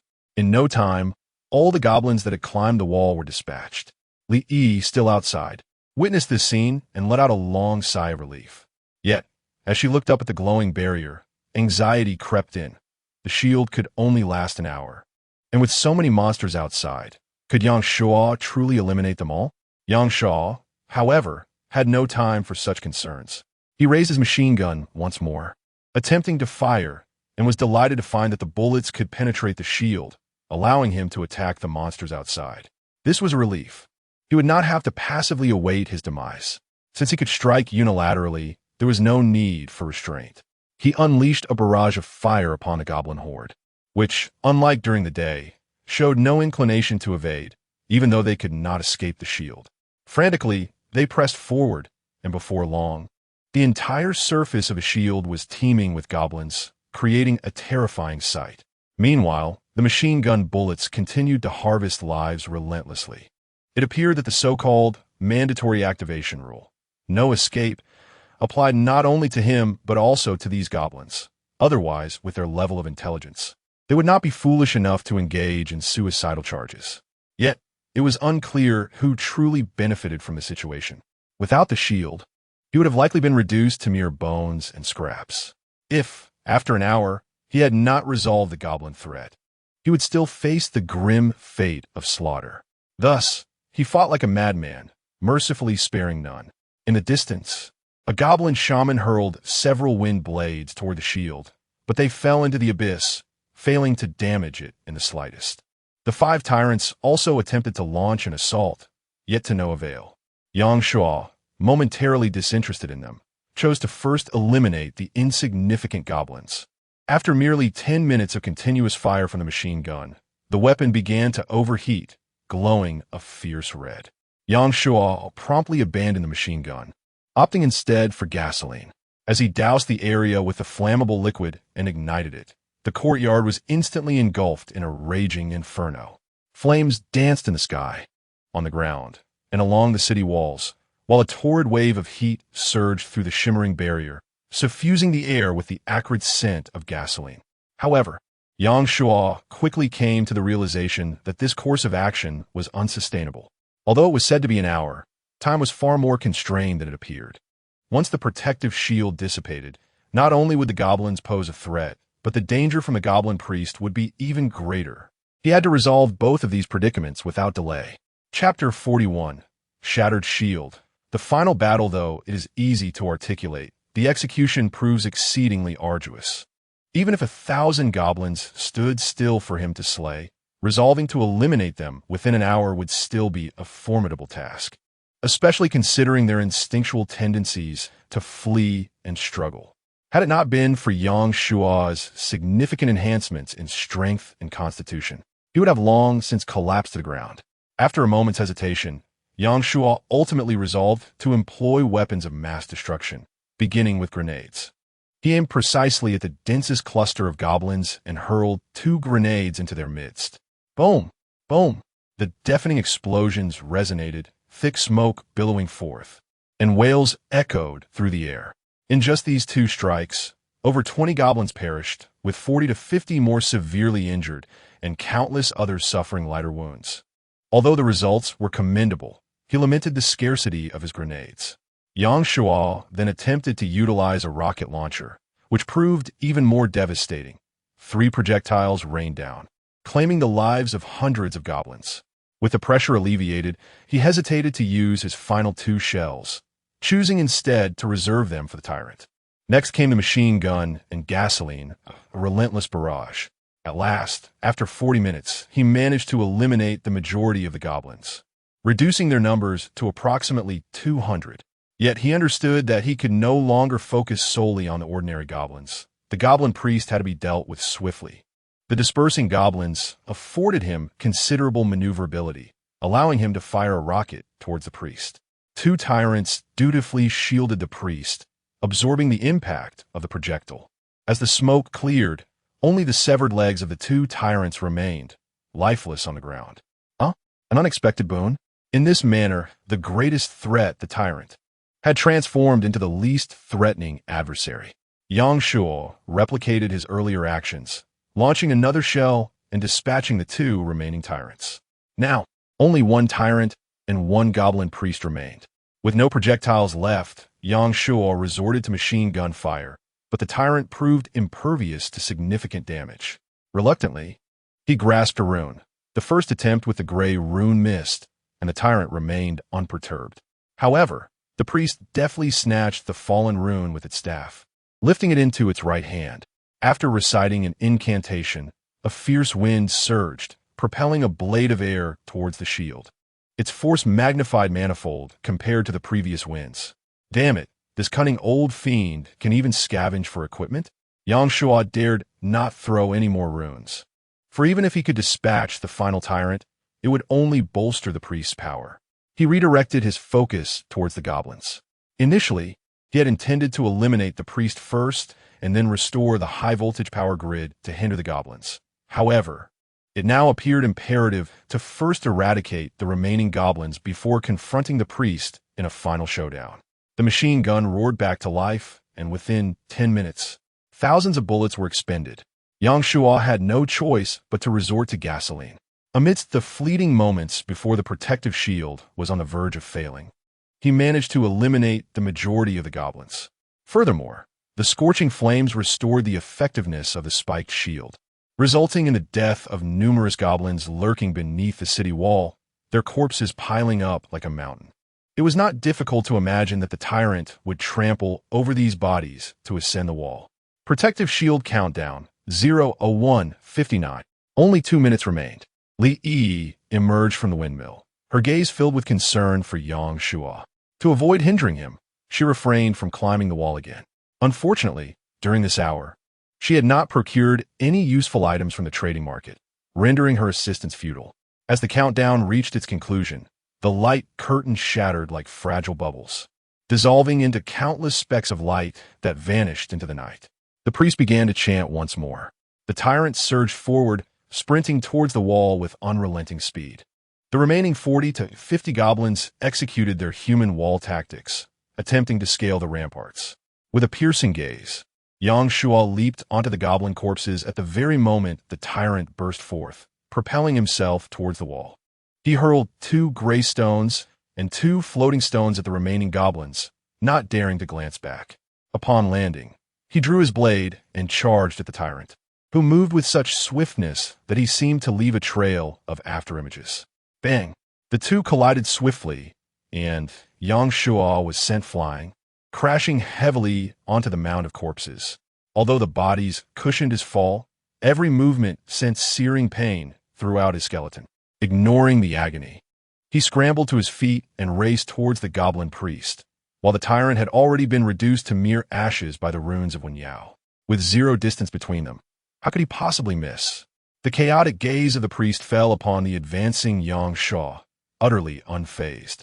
He raised his staff with his left hand, summoning a fierce wind that lifted Yang Shuo into the air, thwarting his approach. Simultaneously, his right hand conjured several ice blades that sliced towards Yang Shuo from all directions. Though less potent than the attack on the protective shield, their sheer number sealed off all of Yang Shuo's escape routes. Constructing vehicle chassis reinforcements. The reinforcements, akin to a cage, were completed. Although they were porous and could not withstand the ice blades, their significant weight forcefully dragged Yang Shuo down to the ground, allowing him to evade the blades and break free from the tempest. Once on solid ground, Yang Shuo hurled 2 Wenyao stones at the goblin priest and dashed out of the reinforcements, charging towards the priest once more. The priest summoned a wall of wind to deflect the Wenyao stones and was preparing to attack Yang Shuo again when Yang Shuo unleashed another 4 or 5 stones. Suddenly, a massive ice wall rose before the goblin priest, advancing like a bulldozer towards Yang Shuo, uprooting soil while blocking all the stones. Yang Shuo, with no other choice, hurled a rune of Wenyao towards the ice wall. Upon contact, the ice wall melted instantaneously, releasing a cloud of pristine vapor that enveloped both the goblin priest and Yang Shuo. without a moment's hesitation, taking advantage of the goblin priest's obscured vision. He cast the final lightning strike rune in its direction. However, the goblin priest was not without cunning. The moment the mist began to form, it retreated swiftly while conjuring a gust of wind to disperse the fog. As the lightning strike rune approached, it summoned its staff, erecting a wall of wind before it. Yet, the instant the rune collided with the wind barrier, lightning descended from the heavens, shattering the wall and sending the goblin priest flying. Seizing the opportunity, Yang Shuo charged forward, closing the distance to the goblin priest swiftly. With a roar of fury, the goblin priest, still on the ground, raised its staff and unleashed several ice blades towards Yang Shuo. Undeterred by the icy projectiles and the searing pain, Yang Shuo pressed on, stepping within 3 meters of the goblin priest. A shotgun materialized in his grasp, and without a trace of hesitation, he pulled the trigger. Chapter 42, Profiting Madly. Bang! A bullet struck the goblin priest, eliciting a sharp cry of anguish as the priest hurled 2 gray runes towards Yang Shuo. Yang Shuo, overwhelmed by fear, dared not confront the attack head-on, nor did he even entertain the thought of raising a protective shield. Instead, he somersaulted to evade, landing awkwardly on the ground. As he rolled over, he aimed his shotgun at the goblin priest, intending to unleash another volley. However, the priest swept his staff, conjuring a gust of wind that sent Yang Shuo's shotgun flying from his grip. In the next instant, a crossbow appeared in Yang Shuo's hands. He loosed a bolt that pierced the wrist of the goblin priest's staff-wielding hand. The priest let out a pained scream as the staff clattered to the ground. In a frantic attempt, it scrambled to retrieve its weapon. Crafting an automatic retractable spiked shield, Yang Shuo forcefully pushed it closer to the goblin priest. Although there remained a meter between them, just as the priest reached for the staff, the spikes shot forth, impaling its arm. With a shriek, the goblin priest recoiled, losing its final chance to grasp the staff. Having been knocked aside by the tyrant, Yang Shuo rose, drew a large blade, and charged once more at the goblin priest. The priest, despite its desire to resist, was now bereft of both staff and runes, its power merely a slight notch above that of an ordinary human, rendering it utterly inadequate before Yang Shuo. With 3 or 5 decisive strikes, Yang Shuo felled the goblin priest and severed its head, allowing himself a sigh of relief. Without a moment to spare for looting, he ascended the city wall to survey the courtyard. The gray runes and springing stones had indeed failed to annihilate all the goblins. Several had already reached the windmill, desperately attempting to dismantle it. Yang Shuo descended the wall and dispatched the remaining goblins. At last, the prompt echoed in his ears. Congratulations on completing the One Man Holds the Pass quest. Strength 1, Agility 1, Constitution 1. Congratulations on achieving the One Man Holds the Pass accomplishment. Congratulations on receiving the Radiant Purple Treasure Chest, Quest Reward. Congratulations on obtaining the Golden Treasure Chest, Achievement Reward. Congratulations on receiving a Hidden Reward, Class Card. What a delightful sound. Yang Shuo lay limply on the ground, his body utterly exhausted, wounds deep enough to reveal bone, and every inch of him aflame with pain. Yet his spirits soared. He had never hoped for a stable existence, fully aware that danger lurked at every corner.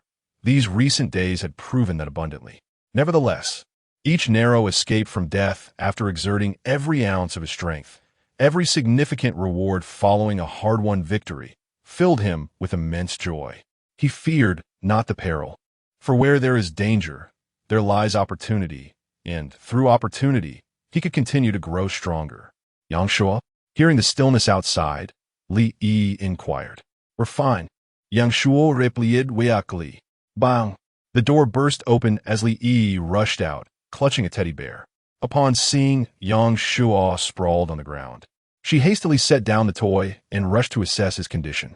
Upon observing the wounds adorning Yang Shuo's face and arms, his clothing tattered by sharp blades, Li Yi bit her lip, tears cascading down her cheeks.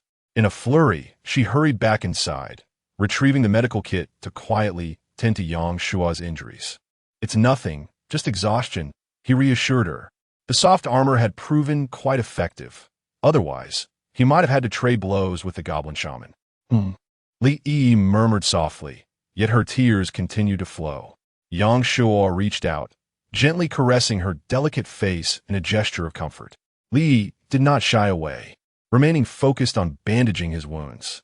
I need to step outside for a moment.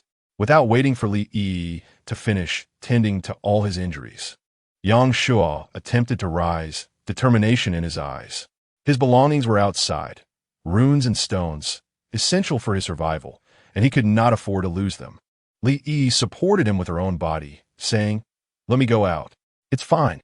Even in my current state, dealing with 7 or 8 of you would be a breeze, especially since you've been keeping a safe distance of 8 meters from the vehicle, while monsters continuously emerge to threaten you." Struggling up the city wall and out into the open, Yang Shuo first gathered his stones and runes, then rushed to the goblin shaman, retrieving its staff and a faded rune. Staff can release attacks based on rune attributes. Usage conditions: possess soul power. It seemed unusable, which was not surprising. The staff was clearly an artifact beyond the realm of reality, surpassing the level of stones and runes, rendering its ineffectiveness to be expected. Though only temporarily, he stowed the staff away and searched the goblin shaman's corpse, finding nothing of value. The assortment of necklaces bore no attribute enhancements. Nevertheless, acquiring a staff and a rune was quite generous, and Yang Shuo felt no significant disappointment as he moved on to inspect the tyrant's corpse, successfully obtaining 1 luminous stone and 1 thunderstone. A bountiful harvest. Of course, what he truly coveted now was the crystal core. Dousing the bodies of the goblins and zombies with gasoline, he disregarded the potential damage to the city wall and ignited a fire. The fierce flames, accompanied by the acrid smell of charred flesh, swiftly engulfed the entire wall. After incinerating a few scattered bodies in other locations, Yang Shuo climbed back up the wall from the other side, finally able to rest in peace. Li hurriedly continued to dress his wounds. Once the injuries were sufficiently attended to, Yang Shuo led Li back indoors, unveiling all the treasure chests acquired through trade. In the afternoon, Li had traded for numerous chests, amassing a total of 14 wooden chests, 8 black iron chests, 1 bronze chest, 1 golden chest, and 1 purple radiant chest. Shall we upgrade now? No, wait a moment. Yang Shuo contacted Zhou Yi. Beautiful lady, could you assist me? Of course, handsome. Zhou Yi replied promptly, congratulating him on achieving the milestone 1 man at the pass. Truly formidable, with the reward being a golden chest, causing a stir in the world channel. In a mere hour, over 1,000 monsters were vanquished. Merely a display of basic skills, nothing more. Oh, so you kick up a fuss when I mention your weight? Zhou Yi stuck out her tongue, incredulous at the boast of annihilating 1,000 monsters in such a short span. Were those creatures to stand still? Would you truly be able to slay them all? Her skepticism was palpable. What assistance might the esteemed player require? I have gathered a dozen wooden treasure chests and would like to request your assistance in opening them. Should you unveil stones, summoning cards, enhancers, or crystal cores, I am willing to procure them at the rate of 15 survival coins each, while you may keep any other resources. How does that sound? With a dozen chests, the emergence of monsters seemed all but a foregone conclusion. Zhou Yi hesitated for a moment. Nonetheless, she had previously encountered monsters within wooden chests, and the threat appeared minimal. As long as fortune did not particularly frown upon her, her life would be safe, especially with her armor and sword at hand. Moreover, with each chest guaranteeing 15 survival coins, the prospect of accumulating over 100 coins from numerous chests was enticing. Very well, esteemed player, I shall accept this task. Chapter 43. The Radiant Purple Treasure Chest and the 8 Extremes Fist. Yang Shuo traded all 14 wooden treasure chests and then inquired, "Are you brave enough to open the black iron treasure chest, my lady?" "The master, I shall refrain from opening the black iron chest. I fear I may not withstand it," she replied. "Very well," Yang Shuo conceded, not wishing to pressure her, for he valued the stability of his high resource supplier. Concluding their conversation, he turned to Li and said, "It is done." Li nodded and upgraded all remaining treasure chests by 1 level, 8 bronze chests, 1 silver chest, and 1 radiant purple chest. The upgraded radiant purple chest emitted a kaleidoscope of colors, shimmering as if enchanted, truly mesmerizing. Is the radiant purple chest actually the starlight chest? He mused. What magnificent treasures might the starlight chest yield? He then asked Li Yi which to open first. After a moment's contemplation, she suggested, let us commence with the black iron chest. The most anticipated should be saved for last. Agreed, as you wish. Once properly equipped, they began to open the black iron treasure chests. Congratulations! You have received mineral water 3, gasoline 3, survival coin 1. Congratulations! You have received beef balls 1 packet, gasoline 2, stove design blueprint 1. Congratulations! You have received bread 2, Morindo 1, 1L, lighter 2. Congratulations! You have received silver melting furnace 1. Suddenly, they encountered a creature. In fact, two appeared at once. It was a twin porcelain doll with 2 heads but a single body, presenting an even more unsettling visage. Yang Shuo approached swiftly and dispatched it with ease. Li Yi seemed to have acclimated somewhat, though her fists were clenched and her complexion pale. She refrained from collapsing into Yang Shuo's embrace, much to his disappointment. They pressed on. Congratulations! You have received bread 2, mineral water 2, gasoline 2. Upon completing the 8 treasure chests, the rewards were not as bountiful as Yang Shuo had anticipated. Only 2 items stood out, a stove design blueprint, allowing for stove creation, and a silver melting furnace for dissolving and collecting silver ore. However, he paid little mind, for he had outgrown the wooden and black iron chests.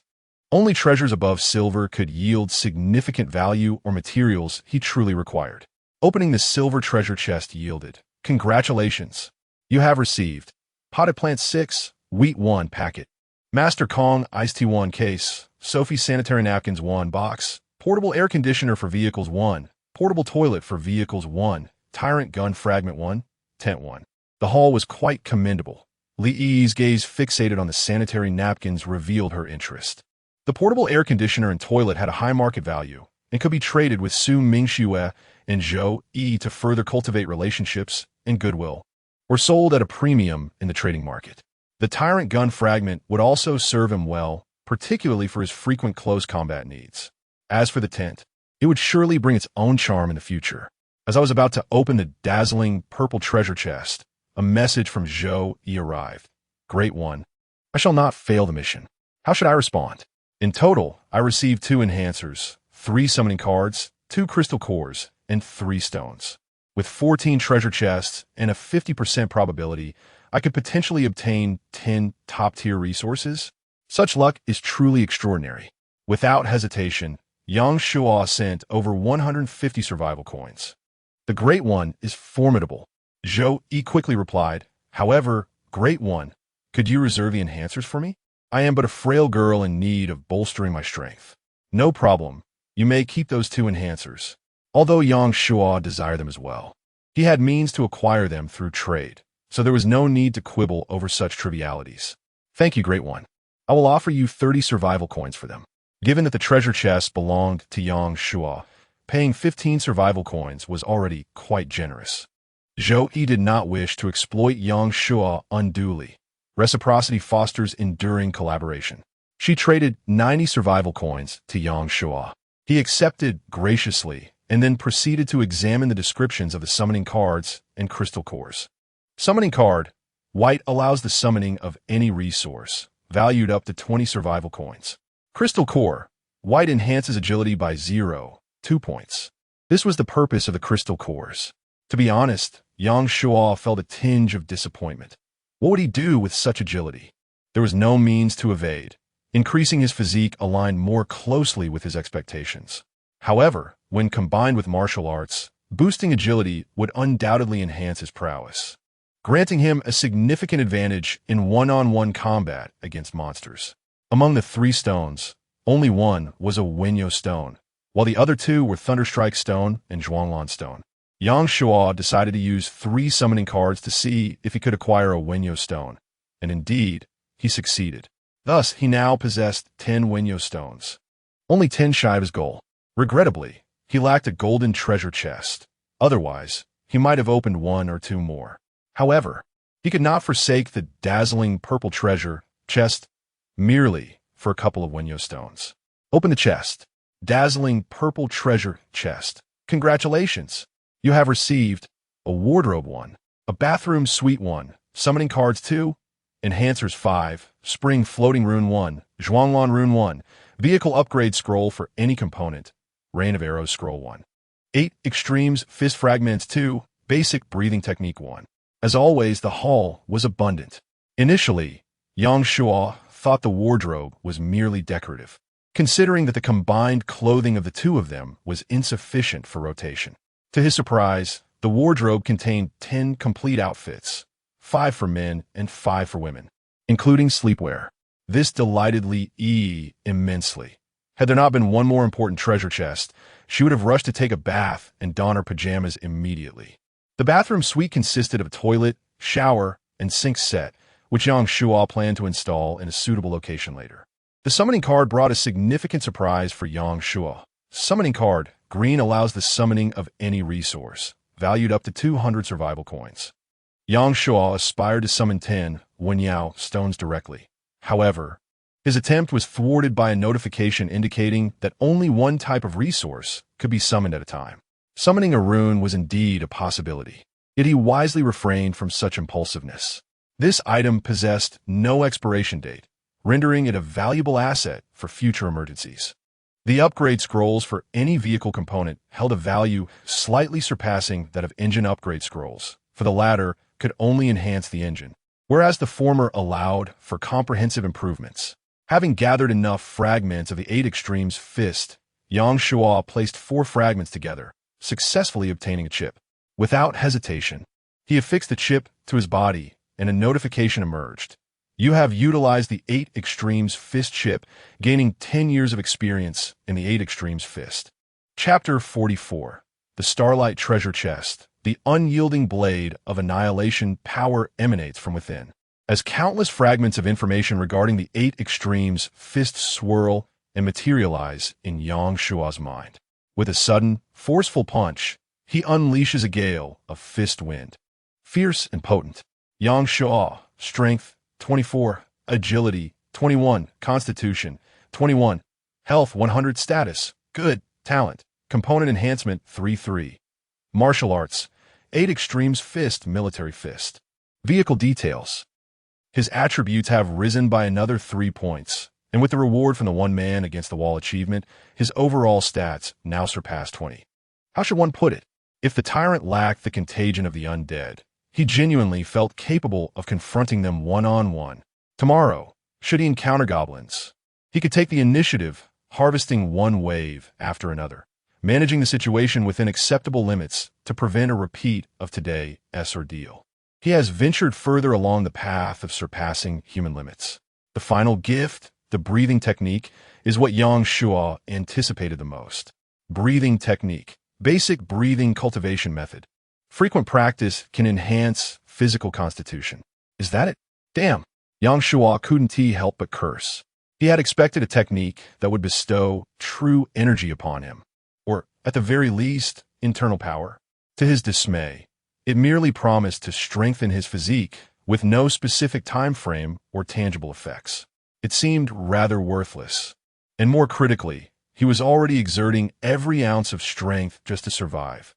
Who had the time to cultivate such a triviality? Yang Shuo handed the breathing technique to Li Yi. You should give it a try. Li Yi hesitated, considering its value. After all, it came from the illustrious purple treasure chest. It can't be too shabby. Would it be inappropriate for me to use it? Not at all. It's not a one-time item. Yang Shuo replied with a smile. Even if it were, once you learn it, you could teach me. You have a bit more leisure than I do, so it's worth a shot. Very well then. Li Yi accepted, recognizing that while she may not need to battle monsters, possessing additional strength could assist Yang Shuo significantly. Now, it was time for the Starlight Treasure Chest. Yang Shuo rubbed his hands together, anticipation radiating from his expression. Without hesitation, he opened it. Congratulations!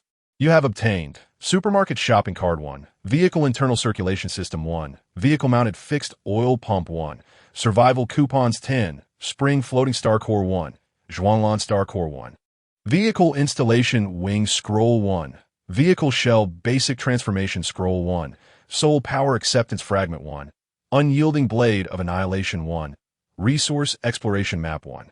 These are the treasures contained within the chest. Just reading the names stirred Yang Shua's excitement, at the very least. He and team merely received a few loaves of bread or bottles of water.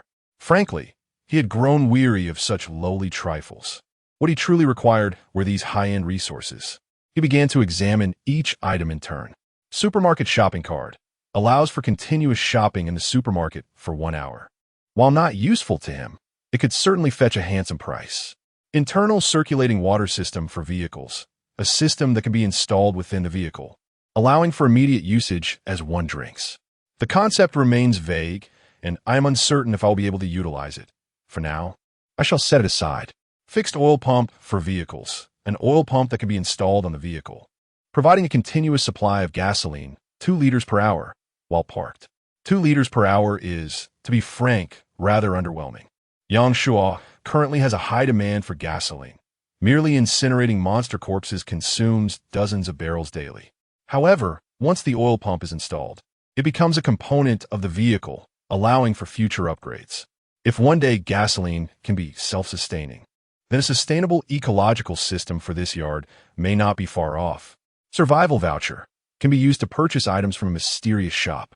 The explanation is straightforward, yet leaves Yang Shua somewhat perplexed. The concept of a mysterious shop is understandable, likely involving some arcane forces, but where is this shop located? And how does one reach it? Is it purely by chance? That would spell disaster for him. Spring Star Core provides an inexhaustible source of energy for the vehicle. The Star Core is undoubtedly a level above runes, yet Yang Shua currently lacks the understanding to utilize such an item. Nevertheless, possessing it is better than not, and it will surely prove valuable in the future. Wing Scroll for vehicle installation. Do you wish for your vehicle to soar into the sky? Then give us a try. This is easily comprehensible, and its value is self-evident. Yang Shua knows he cannot use it himself, and will only be able to sell it to others. However, he does not plan to sell such a high-end item for now, as even someone like Su Mingxue could not afford its price. Basic Transformation Scroll for Vehicle Shell grants your vehicle shell a degree of transformation ability. A peculiar trend has emerged. Following the enhancement of humans, are vehicles now embarking on a path of cultivation? Yang Shua envisions a future where various vehicles race down the streets, suddenly transforming into formidable automatons, engaging in fierce battles. That imagery, however, with the Starry Treasure Chest only yielding a basic transformation scroll, achieving full transformation for vehicles seems a distant goal. He has merely progressed further than others, allowing him a glimpse of what lies ahead. Regardless, let us continue to explore. Soul Power Acceptance Fragment. 1, 2. Collect the fragments, and your body will be able to accept soul power. This is indeed quite promising. Yang Shua has always adhered to the principle that true strength lies in one's own capabilities. Walls may provide some defense, but when it matters most, he must take action himself. Thus, anything that can enhance his own strength is invaluable. With soul power, the most fundamental benefit is the ability to wield a staff and utilize runes. Yet, who knows when the next Starry Treasure Chest will be available? And whether it will yield another fragment remains uncertain. One cannot rejoice too soon. Yang Shua cautiously stows away the fragment and turns his attention to the final 2 items. The Blade of Infinite Severance. Each day, it can store energy equivalent to the player's own strength, with greater stored energy resulting in increased power. There is no doubt it is an exquisite treasure, whether it be military boxing or Baji Quan. These are merely fundamental routines and techniques that not only enhance Yang Shua's physical condition, but also elevate his reflexes and crisis management abilities. However, it must be noted that they do not transcend human limitations. While they suffice against ordinary monsters, they fall short when faced with tyrant-level creatures. In contrast, the return to one blade strike is a different matter entirely. It has grazed the true edges of martial arts. Just imagine, with a few days of accumulated energy, he could cleave a tyrant in 2 with a single stroke. If he amassed sufficient power, it would not be impossible to unleash a strike that darkens the heavens and obscures the earth. Yang Shua beamed with joy with this life-saving technique. His combat prowess and self-preservation abilities had ascended to a new level.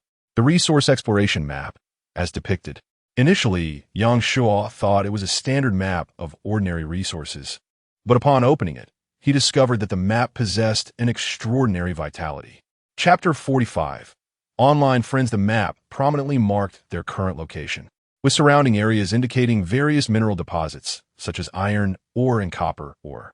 Further afield, there was even a Zhuanglan stone mine, and the map detailed the routes to reach these resources. Travel west for 7 kilometers, south for 12 kilometers. The farthest Zhuanglan stone mine was nearly 60 kilometers away. If Yang Shuo could successfully acquire these minerals, basic resources would no longer pose a challenge for him. However, the prospect was enticing yet fraught with difficulties. On one hand, he lacked appropriate mining tools. Using a pickaxe or pneumatic hammer would yield painfully slow results.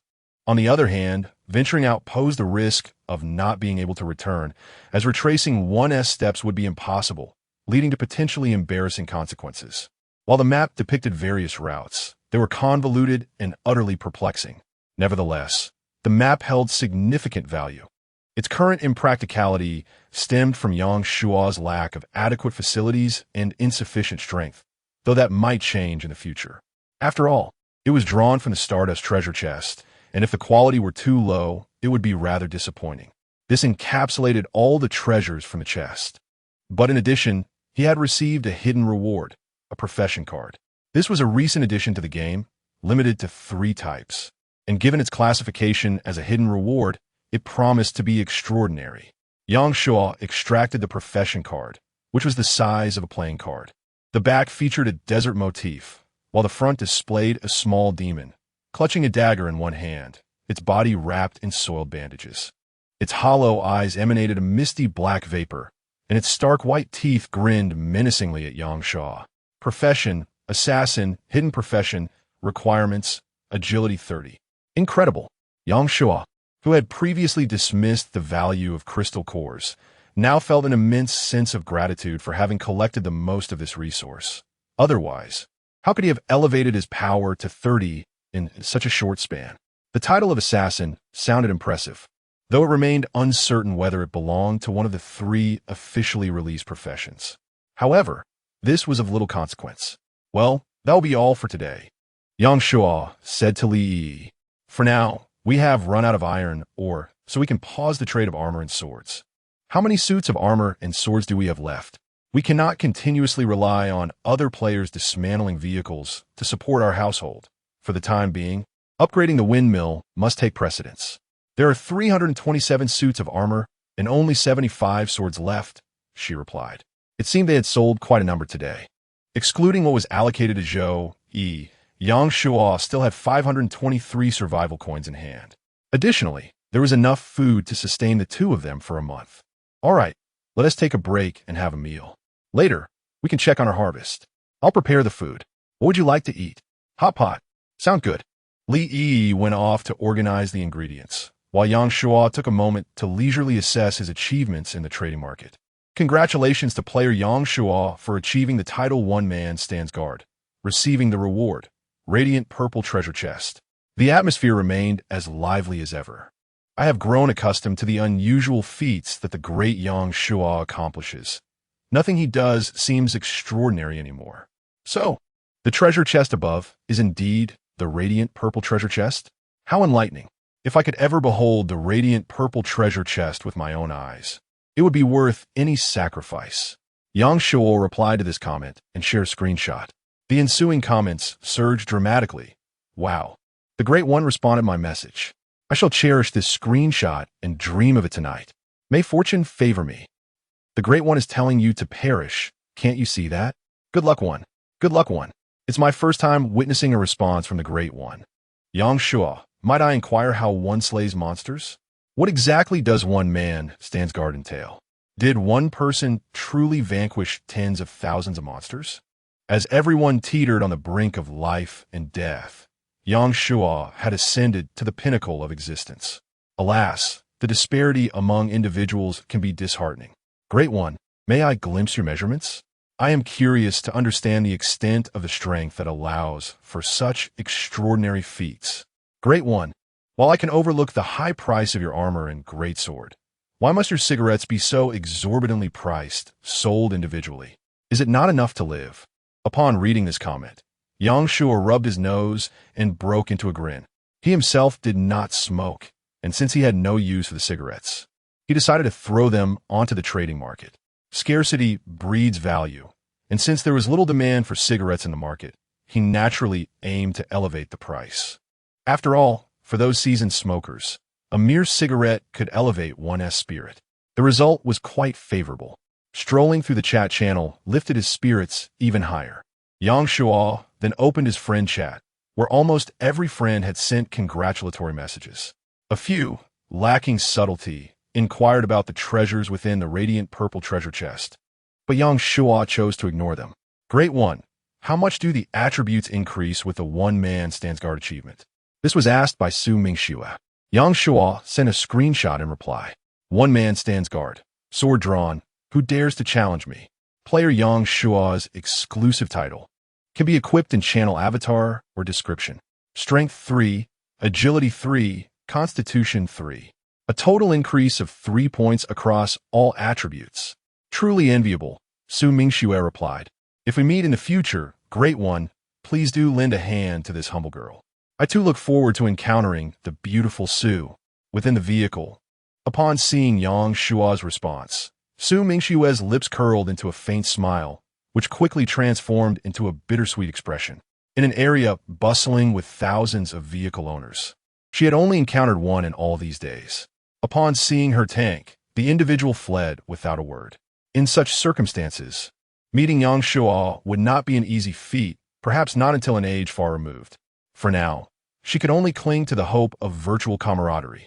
Yet, to even aspire to such companionship, one must possess the means to do so. If her resources did not keep pace with Yang Shua's demands, abandonment would be inevitable. It is imperative to strive onward. Su Mingxue could hardly imagine that one day she would not only fret over her own advancement, but also struggle to keep pace with Yang Shua. After their conversation concluded, Li Yi had prepared a feast, and the two indulged in the most sumptuous meal since their survival began. Satiated, Li Yi patted her belly and exclaimed, "It feels as if we have returned to simpler times, carefree and untroubled." This was due to the comforting presence of someone shielding her from life's storms. Yang Shua smiled quietly, choosing not to respond. Li Yi seemed to grasp the inappropriateness of her remark and shyly cast a glance at Yang Shua. "I'll leave this for you to tidy up. I need to step outside for a moment. Be cautious. There's still some monsters lurking outside." Understood. At night, venturing beyond an 8-meter radius from the vehicle would result in a continuous emergence of monsters.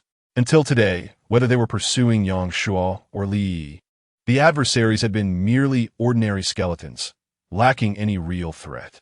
However, today they had transformed into heavily armored skeletons, which actually delighted Yang Shua, as it signified a more reliable source of iron ore, albeit limited, but even the flesh of a mosquito counts as sustenance.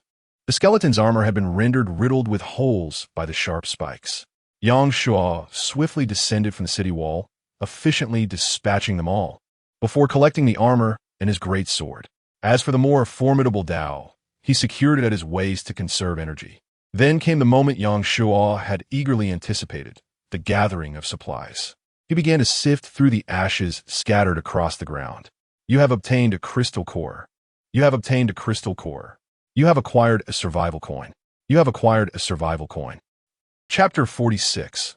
Li Yi's affectionate advance. The goblins spawn in waves of 6 every 3 minutes, totaling 440 within a 12-hour span. In contrast, the zombies emerge every 5 minutes, also in groups of 6, amounting to 864 daily. Following this trend, in merely 2 days, he will achieve the feat of slaying 10,000 monsters, a prospect that could terrify others. Alas, players cannot conceal their accomplishments. Yang Shua yearns for modesty, yet it eludes him. After searching for over an hour, meticulously combing through every nook and cranny outside, he amassed a total of 37 crystal cores and 130 survival coins. The drop rate for crystal cores is exceedingly low, with only 1 dropping from every 40 goblins. It is a testament to his prowess, for others, merely gathering 5 would be a Herculean task. In contrast, individuals like Zhou Yi, reliant on their innate talents, find it far easier to collect summoning cards from treasure chests. Indeed, when faced with luck, effort often proves futile. With a resigned shake of his head, Yang Shuo opted to retain 10 crystal cores and place the remainder on the trading channel, exchanging them solely for summoning cards at a rate of 2 crystal cores per card. While a summoning card typically yields either a crystal core or an enhancer, Yang Shuo perceives the value of stone to exceed that of mere attributes. However, opinions may vary. For many, material resources may seem more advantageous than attributes. As soon as the crystal cores hit the trading platform, a frenzy erupted. The world and regional channels were flooded with trading screenshots. The first person to trade crystal cores has emerged. Truly a marvel. 2 crystal cores for 1 summoning card. What extravagant generosity. I was not at all surprised. When I learned that monsters could drop crystal cores, I anticipated this outcome. Why did I slay 7 or 8 skeletons without a single core dropping? Do you think Yang Shuo's one man holds the past achievement came without effort? I just opened a chest and obtained a summoning card. Anyone interested in trading? No need to elaborate. While you hesitated, the crystal cores were snatched up in an instant. This opportunity will not come again. Today you can trade 1 summoning card for 2 crystal cores, and tomorrow you could exchange those 2 cores for 2 summoning cards. What do you think? I have an idea. From now on, if anyone encounters Yang Shuo, please take a screenshot, and we shall gather a group to seize him. Indeed, this notion has merit. If Yang Shuo can tackle 1,000 monsters at once, and an average player can handle half a monster, how many individuals would we need to assemble to challenge him? 13. Summoning cards. Within half an hour of listing the crystal cores on the trading platform, they were entirely sold out, and Yang Shuo acquired 13 summoning cards. The material for the wall upgrade is sufficient. After hardship comes reward. Yang Shuo was on the verge of tears. Ever since the walls had been upgraded to level 4, it had been an extended period without further enhancements, forcing him to venture out and confront monsters at great personal risk. However, this arduous existence was finally coming to an end. He was merely 300 units of soil away from upgrading the walls, but Yang Shuo had no intention of working tonight, not out of fatigue, but because the current level 4 walls still possessed substantial defensive value. He wished to allow them to serve one final purpose before they met their end. Upon returning to the windmill, Yang Shuo handed Li Yi 5 crystal cores for her to absorb. Still, you should use them yourself, he suggested. Li Yi, however, did not accept the cores, responding, "You need them more than I do. I can save my share, and as we encounter increasingly more monsters, the resources we gather will only grow. It's crucial to seize every moment to enhance ourselves." While Yang Shuo intended to prioritize his own use of resources, he would not hesitate to empower Li Yi if surplus remained. Although she did not engage in direct combat, she was nonetheless his ally. The stronger she became, the more at ease he felt, especially since she would inevitably become his partner. After some persuasion, Li Yi finally accepted the crystal cores. Freshen up and rest early, he advised. Li Yi eagerly retrieved her pajamas and dashed to the sink, casting a lingering glance at Yang Shuo. Although he yearned to stay and witness her beauty, he suppressed his urges and stepped outside the windmill, allowing her to bathe in peace. With injuries preventing him from bathing, he could only wipe himself down with clean water. Half an hour later, both were ready and climbed into bed in perfect harmony, pulling the covers over themselves to prepare for sleep. Li Yi, nestled on the other side of the blanket, murmured incessantly. Yang Shuo contemplated whether to draw closer to deepen their bond, but unexpectedly, Li Yi turned over, moved beside him, and nestled into his embrace. Yang Shuo, momentarily taken aback, felt her arms tightly encircle his waist, her entire form pressed against him. The sensation of her ample bosom was both overwhelming and exquisitely supple. If he remained indifferent in such a moment, would he still be a man? Instinctively, he reached out to reciprocate the embrace, but Li pressed her head firmly against his chest and suddenly said, "Don't move." Huh? Yang Shuo halted his actions. "Yang Shuo, can we stay like this? This girl, Did she truly believe he was some paragon of virtue? Thank you, she added, her voice tinged with a nasal quality, revealing her own nervousness and shyness in this intimate moment. Yang Shuo chuckled and asked, "Thank you for what?" "Thank you for protecting me." Li Yi was acutely aware that if the windmill courtyard were genuinely safe, there would be no need for them to exert themselves. Yet, the reality was that Yang Shuo had faced numerous dangers, never once being harsh on himself or shying away from peril. Such devotion was indeed rare. Initially, she harbored fears that Yang Shuo might have ulterior motives, but upon reflection, she realized that in such circumstances, he ensured her safety and shielded her from perilous situations. Even if he did possess some hidden agenda, what could it possibly matter? Who could perform better than he? Li recognized her own advantages, or rather her role. She yearned to remain in this place to express her gratitude for Yang Shuo's efforts, and thus felt compelled to play her part well. Moreover, after spending the last few days in his company, she found no animosity towards him. On the contrary, witnessing his fierce battles against the monsters, observing his unwavering dedication to the fight for survival, she felt an increasing sense of admiration and respect for him. Although feelings of affection or love were far from her mind, what significance did that hold? She was a woman, after all, and needed someone to rely on, a formidable protector, and was not the man before her precisely that. Hence, after much hesitation and inner turmoil, Li ultimately decided to take the initiative. Yet, her courage faltered at this juncture, as she could scarcely conceive of or endure anything more extreme. At least for today, that was the case. Chapter 47. Have we encountered someone again? On the following morning, Yang Shuo was awakened once more by the sound of a notification. Li Yi remained entangled in his embrace, her delicate and fragile form resembling a puddle of warmth, soft and inviting. Her serene and adorable sleeping face captivated him. Leaning down, Yang Shuo gently pecked her cherry-red lips before rising from the bed.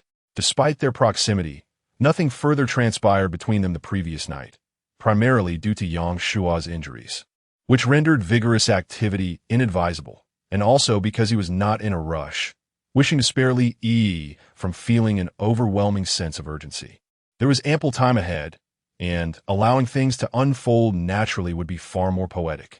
Before dawn, with only a few materials needed to enhance the city walls, Yang Shuo grabbed a shovel and set to work. Before long, Li Yi too had risen, casting shy glances toward him from the doorway, before proceeding to prepare breakfast. With no monsters in sight, the courtyard was enveloped in tranquility. The refreshing morning air danced upon the windmill, accompanied by the gentle rustling of leaves as they fell upon the rooftop, cascading into the courtyard and providing a soothing ambience. The two individuals in the courtyard moved about like a couple that had been together for ages, each silently attending to their own tasks. However, the serenity was abruptly shattered by a series of mechanical announcements. A new round of the survival game has officially commenced. All players are advised to prepare and embark swiftly. Detected that the vehicle owner failed to commence the journey as required yesterday, did not reach the minimum speed, and did not cover the specified distance. Today's penalties will escalate. Please vacate the area promptly. Countdown, 3 o'clock. Maintain a speed of over 30 km/h, or face an attack from monsters. Countdown, 5 o'clock. Thus, a new day began. Yang Shuo did not hasten to the wall, but continued digging. After 3 minutes, a commotion arose outside, prompting him to investigate, where he encountered a group of goblins, now numbering 8. They charged forward, suffering casualties before retreating in defeat. Yang Shuo returned to his task of digging. After another 2 minutes, another significant disturbance erupted outside. Climbing atop the wall, he was astonished to find that this time, it was not a horde of zombies but a group of ogres, towering around 2 meters, their bodies riddled with grotesque lumps, each wielding a massive club. As they ambled beneath the city walls, the retractable spikes activated, piercing the flesh of the ogres. Yet, they seemed oblivious to the danger, raising their clubs and striking the protective shield. With each blow, the defense value plummeted by several hundred points. It appeared yet another batch of rugged creatures had arrived. Was this survival game truly devoid of humanity? Were these monsters truly capable of penalizing the vehicle owner for maintaining a speed below 30 km/h? It seemed as though they were merely here to wear down his defenses. After a quick assessment, Yang Shuo concluded that the wall's protective value would suffice until noon, so he chose to disregard them and focus on his digging. He swiftly gathered 300 units of earth, shifting his efforts to stone. He found that a day without quarrying had resulted in a significant accumulation of large boulders in the courtyard. Collecting 500 units was easily within reach. And with his enhanced strength, his efficiency in gathering stones had markedly improved. He estimated that he would soon have ample resources for upgrading the windmill's main structure. Everything was progressing favorably. 2 hours later, Li Yi unexpectedly sent a message urging him to check the regional channel, accompanied by a screenshot that displayed an image of the windmill courtyard, albeit from a perspective on the highway. Had someone else arrived? Yang Shuo entered the regional channel and swiftly located the post. The high-definition image revealed the scene more clearly. It was indeed captured from the main road, showcasing not only the panoramic view of the windmill courtyard, but also the myriad of monsters lurking outside. The comments below were plentiful. What on earth? Is this a danger zone? So many monsters. Are you blind? Those monsters are clearly besieging the wall. There must be treasures inside. I suggest the poster take a look. Well, the poster must be capable of entering, after all. The monsters in the danger zone are inside. There are no monsters in the safe zone. This is the first time I've encountered such a scenario. With so many monster corpses, what are you waiting for? Hurry up and collect the crystal cores. There are hundreds of goblins over there, watching intently. Poster, protect yourself. This place is so bizarre. There must be something amiss. If I were to come across it, I would definitely venture in. Yang Shuo furrowed his brow and ascended the city wall. Not far away on the highway, a small car was parked, and he could not discern the occupants within. Taking out his binoculars, he finally made out that it was a man. Ugh! Yang Shuo spat, turning away in frustration. What a waste of emotions. Meanwhile, the car's owner, startled by the silhouette that appeared atop the city wall, quickly captured the moment and posted it in the chat channel. The post became even more sensational. No way. Someone got there first? It seems there truly are great treasures inside. This is definitely a bold individual. I wonder how many treasures this brother has acquired. Who knows how many treasures he has, but I do know he won't be getting out. People die for wealth. Birds perish for food. Brother, take care. Now if you wish to enter, you must not only face the monster siege, but also guard against your own kind. If they didn't invite you, then you should leave quickly. Don't risk your life. Could this guy be the great Yang Shuo? I remember his vehicle is a windmill. Impossible, the styles are different. Besides, that's clearly just Yang Shuo joking around. One must admit, if that were the case, it would explain why Yang Shuo could defeat so many monsters without lifting a finger. In the courtyard, Li Yi stepped outside, her brow furrowed with concern. Yang Shuo, what are you planning to do? She feared that Yang Shuo might, like he had accepted her, allow the outsiders to enter. Who knew whether they were friend or foe? Moreover, she did not wish for any unknown individuals to intrude upon the bond between her and Yang Shuo. Ignore him, Yang Shuo replied expressionlessly. A person who immediately shares a screenshot like that is a ticking time bomb. If outsiders learn that the owner of this courtyard is me, and we are unable to move, what do you imagine will happen next? Are you afraid that someone might rob us? That day will inevitably arrive, though I hope it comes later rather than sooner. Being immobile and possessing a plethora of both low and high-end resources makes us a target of envy. Currently, it is manageable, as most people struggle to secure their basic needs. However, once the masses no longer fret over survival, they will undoubtedly seek every means to enhance their own power. At that point, our abode will become a coveted prize for many. Yet when that day truly comes, it remains uncertain who will be the predator and who the prey. Do not worry, he'll depart shortly. It is merely a small car, utterly incapable of withstanding skeletons and zombies. If they remain oblivious to the situation and wish to approach, well, we must first consult the Goblin Army to see if they consent. Chapter 48, Upgrading the Wall. 400,000 defense value. 5 minutes later, the owner of the sedan finally revved the engine and sped towards the windmill courtyard. Although he was curious about what lay within and the individuals residing there, Yang Shuo refrained from initiating conversation, indicating his lack of interest. The driver lacked the courage to take a risk, especially considering the monstrous threats outside that were beyond his capability to confront. As the car disappeared from view, Li Yi let out a sigh of relief, while Yang Shuo remained unfazed. Such encounters would likely become commonplace, as long as the other party did not actively seek trouble. He had no inclination to engage. The wall had been deformed by the ogre's relentless assaults, and nearly 200 goblins had gathered. Yang Shuo decided it was time to act, utilizing 10 summoning cards to conjure 10 luminous stones. The resources for upgrading the low wall are ready. Would you like to proceed with the upgrade? Upgrade. With a thunderous rumble, the stones of the wall began to shift and realign. The previously uneven surface swiftly returned to its original state. Simultaneously, the walls ascended, rising nearly 2 meters, and battlements emerged at intervals. Every 4 or 5 battlements, slender columns resembling torches sprouted, each topped with a luminous stone. 20 luminous stones were evenly distributed across the 4 walls, casting a gentle red glow. The iron sheeting on the wall extended to 4 meters, nearly enveloping the entire structure. Li Yi gazed in awe, her expression one of sheer astonishment. This was her first encounter with a wall upgrade, and it left her utterly captivated, as if the walls possessed a life of their own. All right, Yang Shuo approached to assess the state of the wall. Ordinary wall, defense 50, 000, attack 2, 000.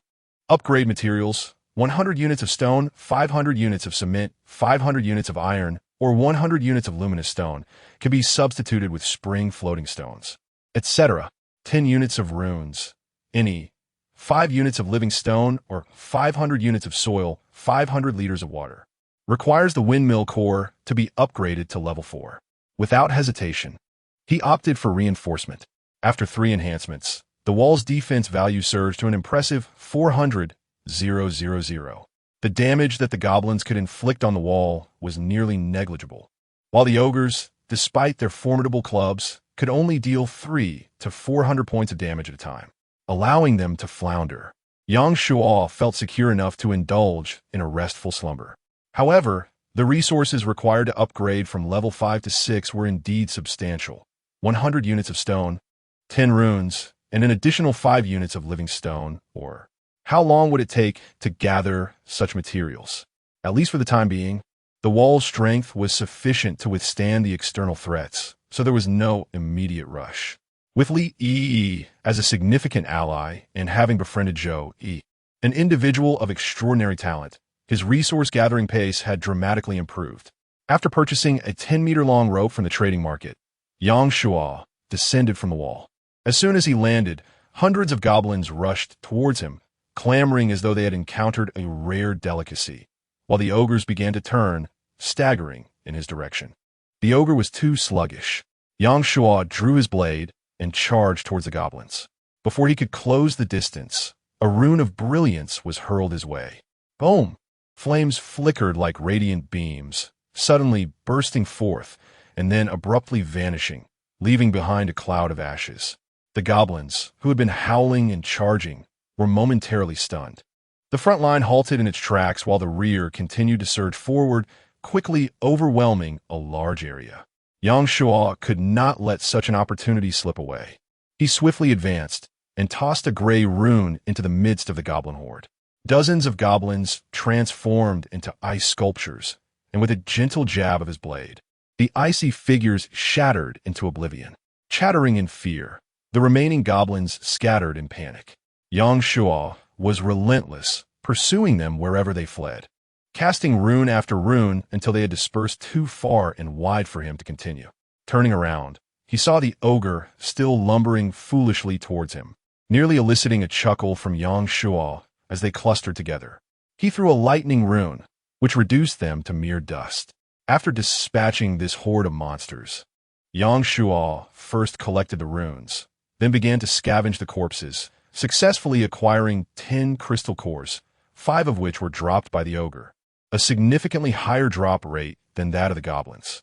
Quite satisfactory, Yang Shuo felt elated, compared to bullets and shells, which were one-time consumables. Runes not only wielded greater power, but could also be retrieved and reused. Mastering their usage made them an indisputable weapon of mass destruction. However, The speed of the tyrant and the goblin shaman's cunning were formidable. Otherwise, with these runes, Yang Shuo would have dared to challenge them directly.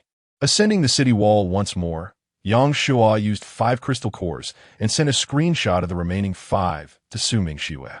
Do you need them? I do. Great one, but I have yet to find any enhancers. No worries, I'll wait for you. Thank you, Great One. Su Mingxue sighed softly, feeling as though she could barely keep pace with Yang Shuo, despite possessing an S-class talent that allowed her to scout for resources. Many of the items in Yang Shuo's possession were precisely what she desired, yet she was unable to gather the materials he sought. She needed to accelerate her efforts. Without hesitation, Su Mingxue pressed the pedal to the metal. Currently, there are many trading stones and iron ore in the market. I've acquired quite a bit. During their meal, Yang Shuo and Li Yi began to share their respective gains. The high trading volume of iron ore was unsurprising, as vehicles required maintenance, and after several days, the number of individuals seeking upgrades had increased significantly. Yet, Yang Shuo pondered, why did some need stones? Recently, many have opened crates and obtained temporary defensive structures. Those unable to find a resting area can use stones to construct a makeshift barrier for their vehicles or themselves. Although it won't last long, it provides enough time for everyone to catch their breath. Having driven for 12 consecutive hours was an experience Yang Shuo had yet to endure. Otherwise, he would surely have reached a breaking point, as one could easily doze off while driving. Li Yi remarked that it was likely everyone now felt nauseated at the sight of vehicles, let alone the thought of having to drive continuously. There exists a method of respite that, if it were hers, would prompt her to accumulate even a modest reserve of stones, regardless of the scarcity of resources at hand. This is indeed a fortunate circumstance. The most time-consuming endeavor for Yang Shuo is the chipping of stones. With a high market demand, the supply must inevitably increase. Much like Su Mingxue's nightly woodcutting routine, if he could continuously procure stones from the trading market, he would be liberated to dedicate his time and energy to other pursuits. Moreover, today has proven to be fortuitous for me, as I successfully traded for a total of 13 treasure chests, among which were 2 bronze chests and 1 silver chest. Li Yi raised 3 fingers and joyfully proclaimed, Chapter 49, Upgrading the Windmill Structure and Mining Capacity. That's quite impressive, Yang Shuo remarked, puzzled. Can the bronze treasure chest still be obtained with survival coins? And is the silver treasure chest also available for exchange with them? Li Yi hesitated and replied, No. I kept the crystal core from yesterday and I exchanged that instead. Please don't be upset. I just believe that gathering resources swiftly is more crucial than enhancing my agility, especially since I don't need to engage in combat with monsters. The breathing technique is sufficient for me. Yang Shuo shook his head. Why would I be upset? This girl, Li Yi, was genuinely considering her own needs. However, crystal cores were not particularly rare for us. We would accumulate plenty soon enough, and then you could exchange them for resources. In comparison, it remains vital to focus on self-improvement. Yang Shuo patiently elucidated, enhancing our physical strength is merely the first phase. In the future, runes and soul power will gain prominence, and possibly new elements will emerge beyond runes and soul power. Even if you do not aim to be exceptional, you should not fall too far behind. Of course, this is merely my suggestion. How you proceed is entirely your choice, and I shall not interfere excessively. Upon hearing this, Li Yi stared at Yang Shuo in a daze. What's wrong? Nothing. She shook her head, her smile growing ever more radiant. She felt genuinely pleased, believing that Yang Shuo was sincerely considering her well-being rather than merely using her or viewing her as a mere ornament. After their meal, Yang Shuo leaped down from the city wall, clearing a significant number of goblins and earning another 13 crystal cores, before returning to his task of mining stone. Li Yi managed to gather over 100 units of stone, while he collected nearly 300 units that morning. Just 70 or 80 units more, and he would be able to upgrade the windmill structure. After more than an hour of diligent work, he successfully amassed 500 units of stone. Resources for upgrading the windmill structure are complete. Would you like to proceed with the upgrade? Upgrade. With a resounding roar, the windmill house began to rise swiftly, its blades gradually elongating and broadening. Between the blades, 3 intricately designed connecting plates emerged. The top earthen structure transformed into stone masonry, enhancing its aesthetic appeal. Subsequently, 6 steel rods extended from the roof, arching towards the surrounding city walls, supporting the protective net while fortifying the semi-arch covering above the courtyard. This was not the end. Beneath the windmill blades on the opposite side, a 3-meter-long iron frame extended outward. Atop the frame hung a small wooden windmill, while a small gear machine dangled below, with a drill bit descending straight into the ground. Nearly 10 minutes later, the upgrade was complete. It looks significantly more beautiful. The girl's perspective was refreshingly straightforward. The previous windmill house had indeed been somewhat unattractive, but now it was far more pleasing to the eye. The two circled around the house and discovered that the water tank, previously situated inside, had been relocated outside. The tank's area had expanded, and above it, a massive iron barrel was installed, also capable of storing water. The water tank has a capacity of 10 tons, while the iron barrel can hold 5 tons. With an additional 14 tons of water, the fear of running out of water has been dispelled. From this day forth, the expansion of the courtyard can be placed on the agenda. However, what occupies Yang Shua's mind is not this, but rather the small windmill that has appeared atop. Beneath the windmill lies a machine of uncertain purpose, yet the dangling drill clearly indicates a well-drilling apparatus. Upon inspecting the windmill status, the details reveal windmill, level 4 function, water extraction, power generation, mining, oil, not yet operational components. Windmill body, defense 5,000, attack 0, upgrade materials, 1,000 units of stone, 500 units of iron, or 100 units of copper, or 50 units of silver, or 20 units of gold, or 10 units of spring floating stone. 10 units of Zhualan stone. Requires courtyard area of 1,000 square meters. Lawn, defense 1, attack 1, upgrade materials, 100 liters of water per day. Earthen wall, defense 40,000, attack 200. Upgrade materials, 1,000 units of stone, 500 units of cement. 500 units of iron or 100 units of Wenyao stone can be substituted with spring floating stone, etc. 10 units of runes, any, 5 units of living stone, or 500 units of soil, 500 liters of water. Requires the windmill body to be upgraded to level 4. Oil? How delightful! This substance can not only be refined into gasoline, but also yield kerosene, diesel, paraffin, and asphalt. The crux of the matter, however, is the absence of distillation equipment. It would be unrealistic to expect Su Mingxue to procure a refinery for him. Even if she possessed such capabilities, it would necessitate a sufficiently large courtyard and ample manpower. Yang Shua shook his head. He would take things one step at a time.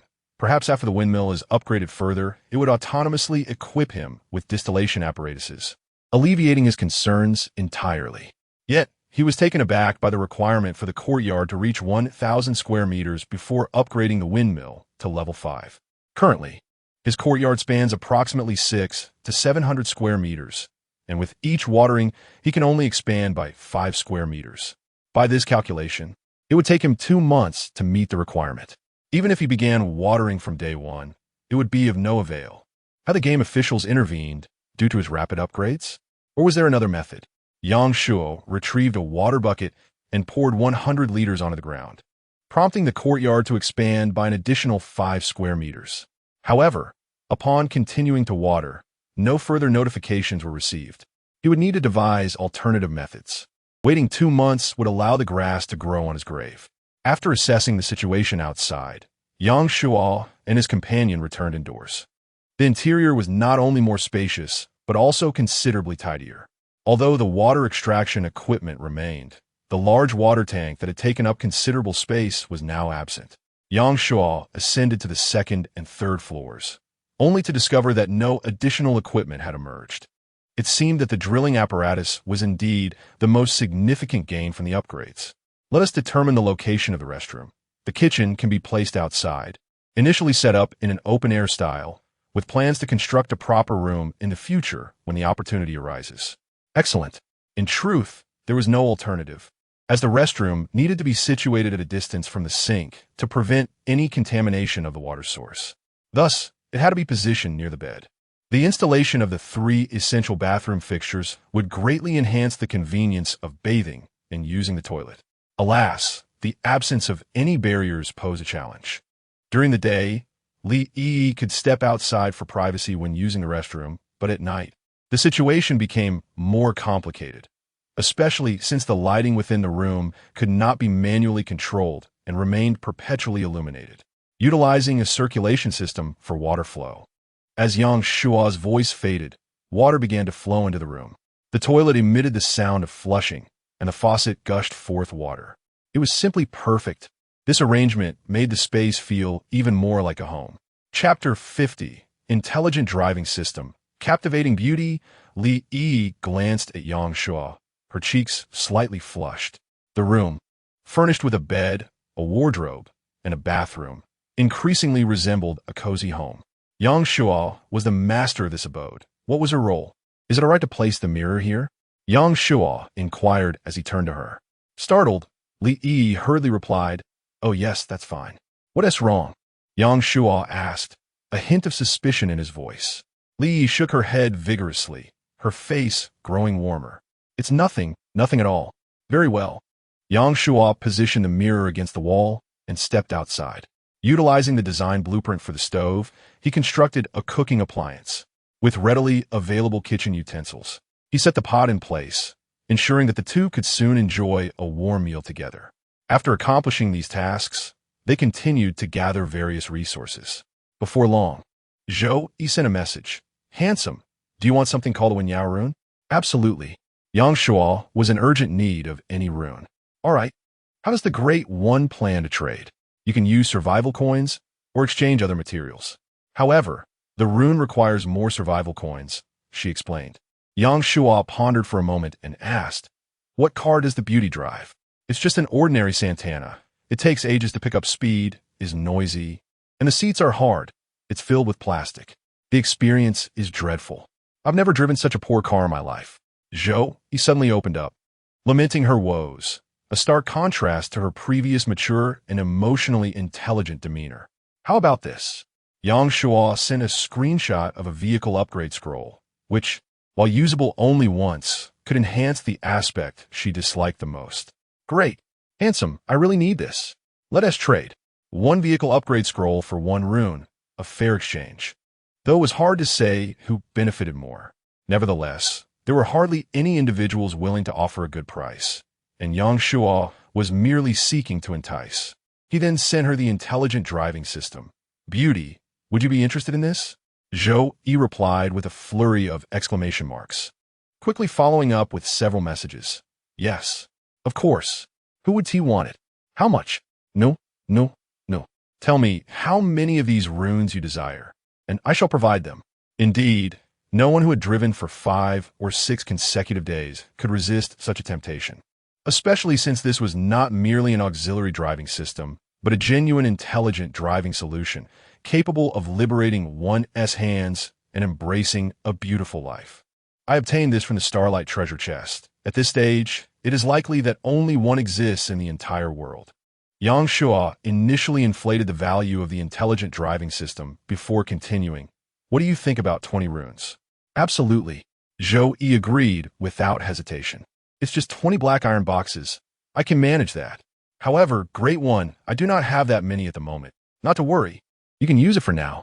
Yang Shua directly sent the system without a care for whether Zhou might default, whether in the present or the future.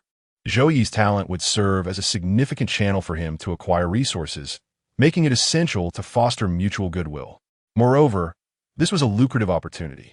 Master, you are exceedingly handsome. I shall head to the trading market shortly to purchase boxes, striving to gather 20 runes for you as swiftly as possible. First, I must ensure my own safety. Rest assured, Master. Zhou closed the chat window, eagerly installing the intelligent driving system. You have installed the intelligent driving system. You may utilize the intelligent system for driving operations. Duration, 2 hours. Usage, 3. With a limitation of 3 uses per day, each lasting 2 hours. Zhou felt somewhat disheartened, having hoped for continuous use of the intelligent driving system, envisioning the luxury of sleeping in the car. It appeared that convenience was not so readily available. Nevertheless, it was still a significant improvement, driving for 12 hours a day. She could rest for 6 hours. What more could one desire? Most importantly, whenever she felt fatigued, she could delegate the driving to the intelligent system, alleviating her concerns about the vehicle unexpectedly speeding off, leading to catastrophic consequences. As for the random upgrade scroll, after much contemplation, Zhou Yi resolved to apply it to the seating, as she would have to interact with it for 24 hours in the absence of a rest area. Comfort was paramount. The seat was upgraded to genuine leather, soft and elastic, providing significantly more comfort whether reclining or sitting compared to before. Being in the company of the master had its advantages. What use did she have for those worthless stones?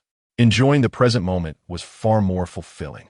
Regrettably, her talent only produced the best and the worst items, lacking the ability to self-adjust. Otherwise, she would have transformed the cabin into a luxurious 2-bedroom suite long ago. However, after indulging for a moment, Zhou Yi reluctantly rose to enter the trading market, commencing her search for treasure chest transactions.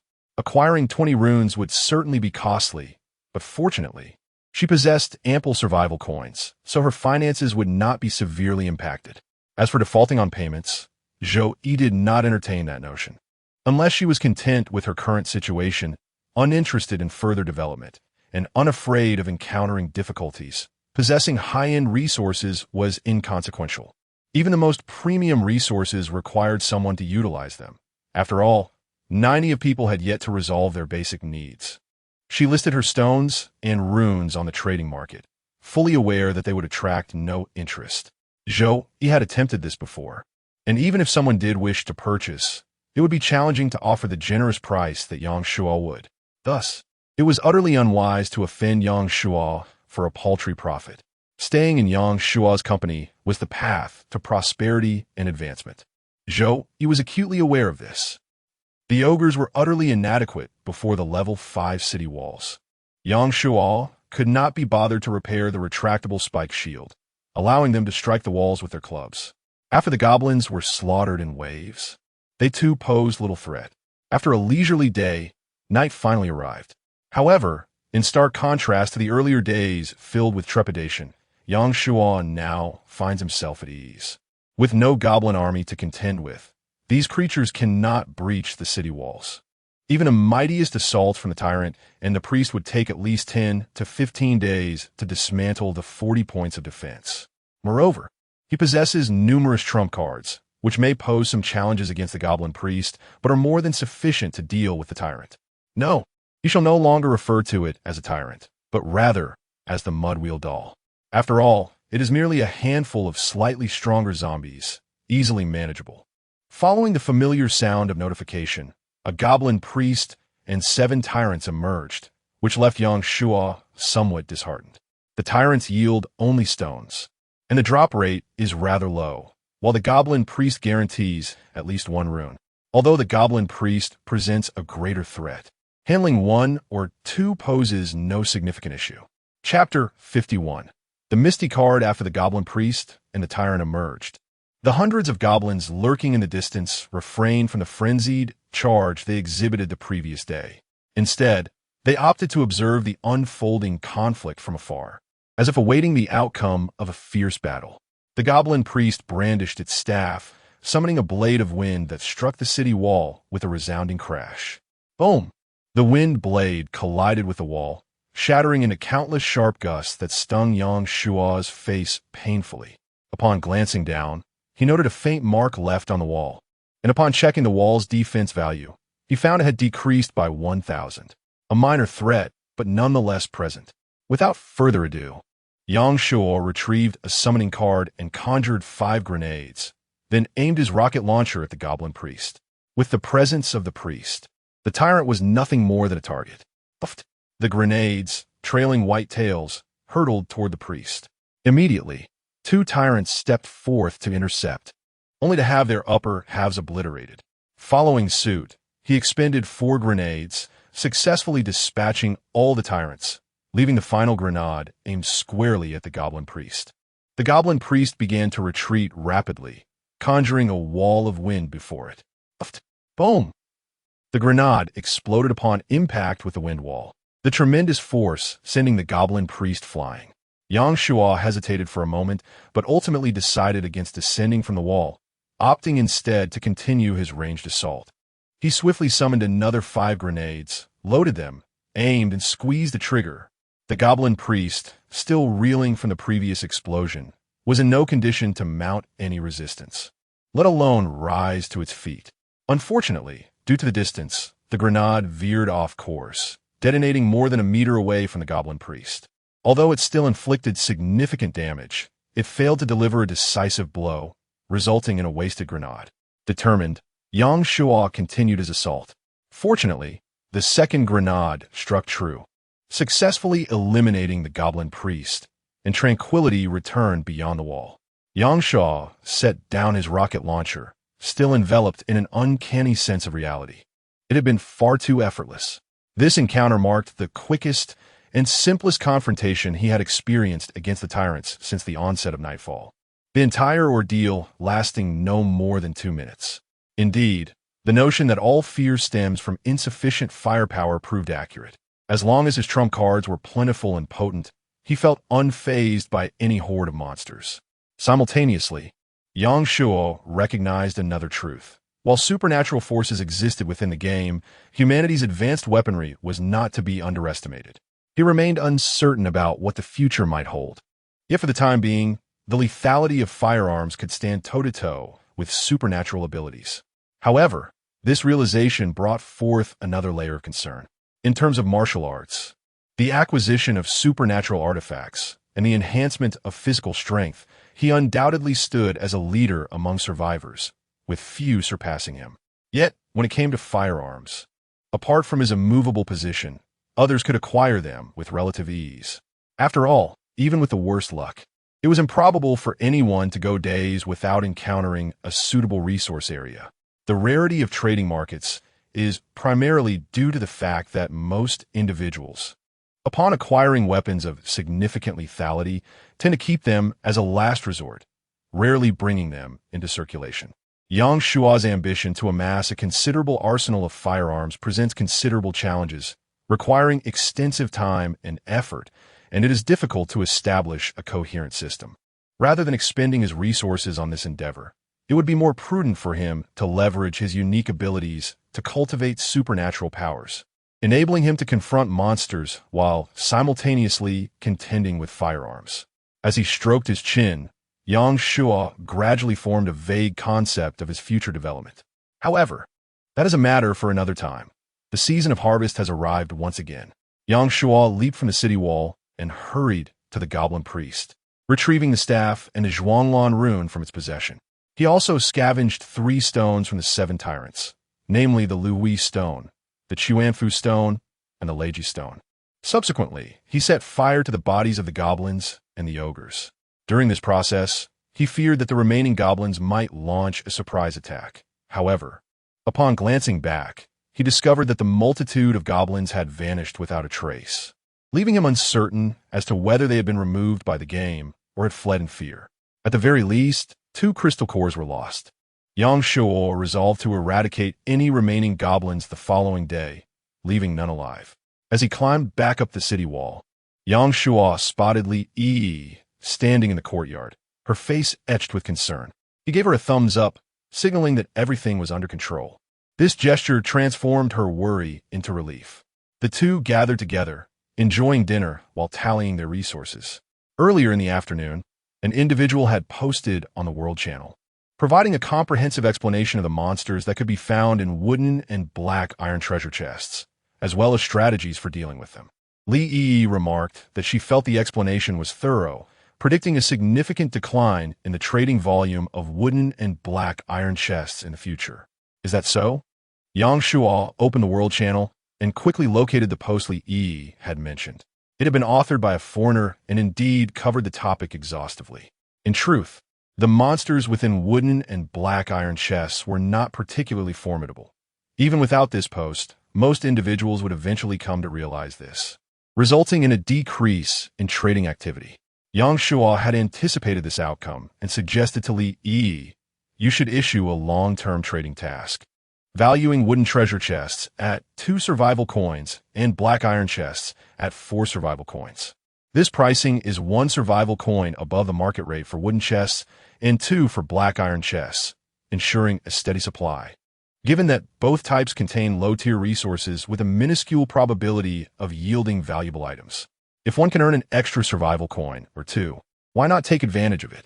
In truth, had it not been for Zhou Yi, Yang Shuo would have already dismissed the wooden and black iron chests. Understood, Li Yi replied. Before continuing, today, I managed to acquire a total of 11 wooden chests, 7 black iron chests for bronze chests, and 1 silver chest.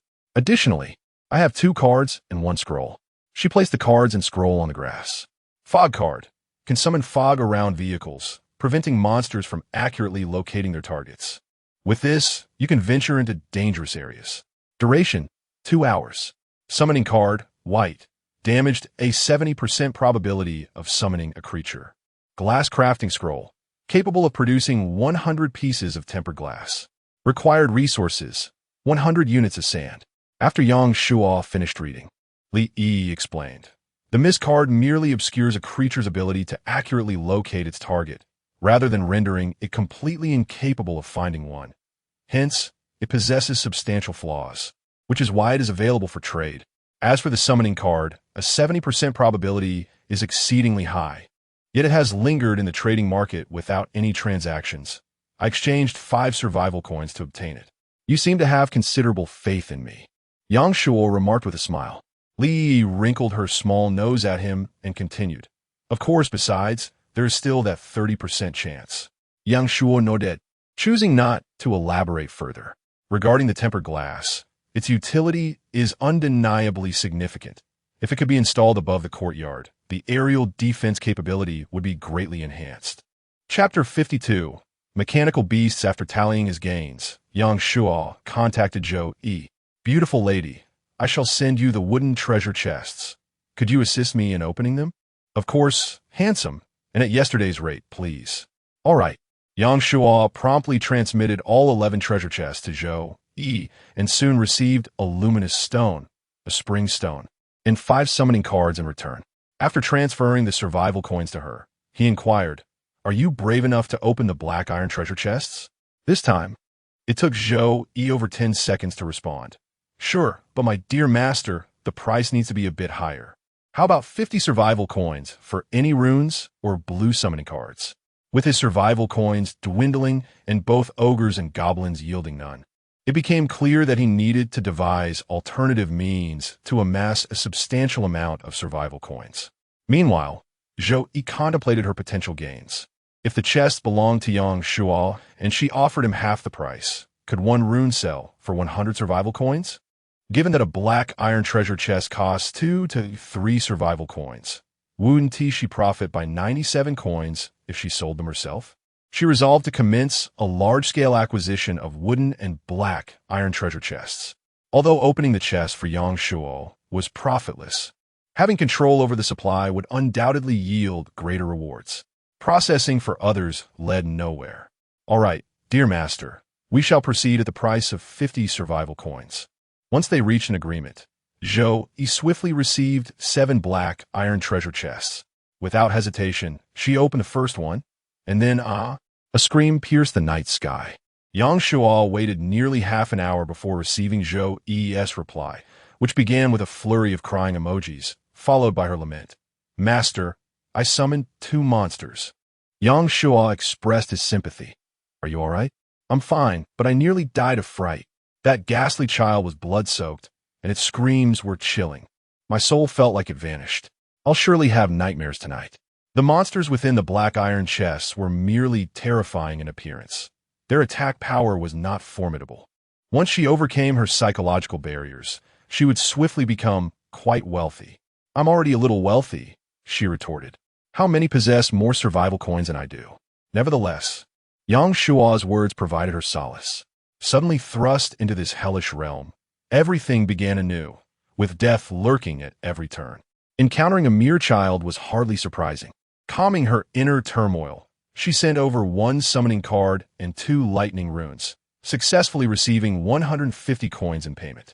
Out of the 7 chests, only 3 treasures were unveiled, and today felt rather unlucky. Fortunately, 2 monsters had dropped necklaces, each bestowing an additional point to her strength, a small consolation. With 2 more runes in hand, she finally gathered the 10 runes necessary for the wall upgrade. What was once the most challenging resource to collect had, ironically, been the easiest to amass, thanks to Yang Shua's previous accumulation. However, once these runes were utilized, acquiring the next set for the following upgrade would prove to be far more difficult. However, 100 units of luminous stone are still far from sufficient. Upgrading the walls is not a task that could be accomplished in a short span of time. Yang Shua's gaze shifted towards the 4 upgraded silver treasure chests and 1 golden treasure chest before him. He stepped forward to open them. Silver treasure chest 1. Congratulations! You have received 1 Xiaomi bag, 1 fresh peach box, 2 bedding sets, 2 cured pork legs, 1 current amplifier, 1 summoning card, 1 automated vehicle-mounted submachine gun. The good news was that the silver treasure chest yielded a summoning card. The bad news was that it contained only 7 items. Step back. Yang Shua swiftly pulled Li Yi behind him and drew his blade, striking towards the treasure chest. A harsh clang echoed as metal clashed. His blade seemed to strike the chest, but instead connected with a metallic creature. This beast appeared to be a robot cobbled together from refuse, grimy and disheveled. With 1 arm and an eye dangling by a single wire, its other parts tattered and sparking. Yet, this dilapidated creature absorbed the blow without sustaining any damage. Yang Shua discarded his sword and reached for the rune, but upon noticing the items that had just emerged from beneath the mechanical monster, he suppressed that impulse and opted to wield a shovel, striking it down. Bang!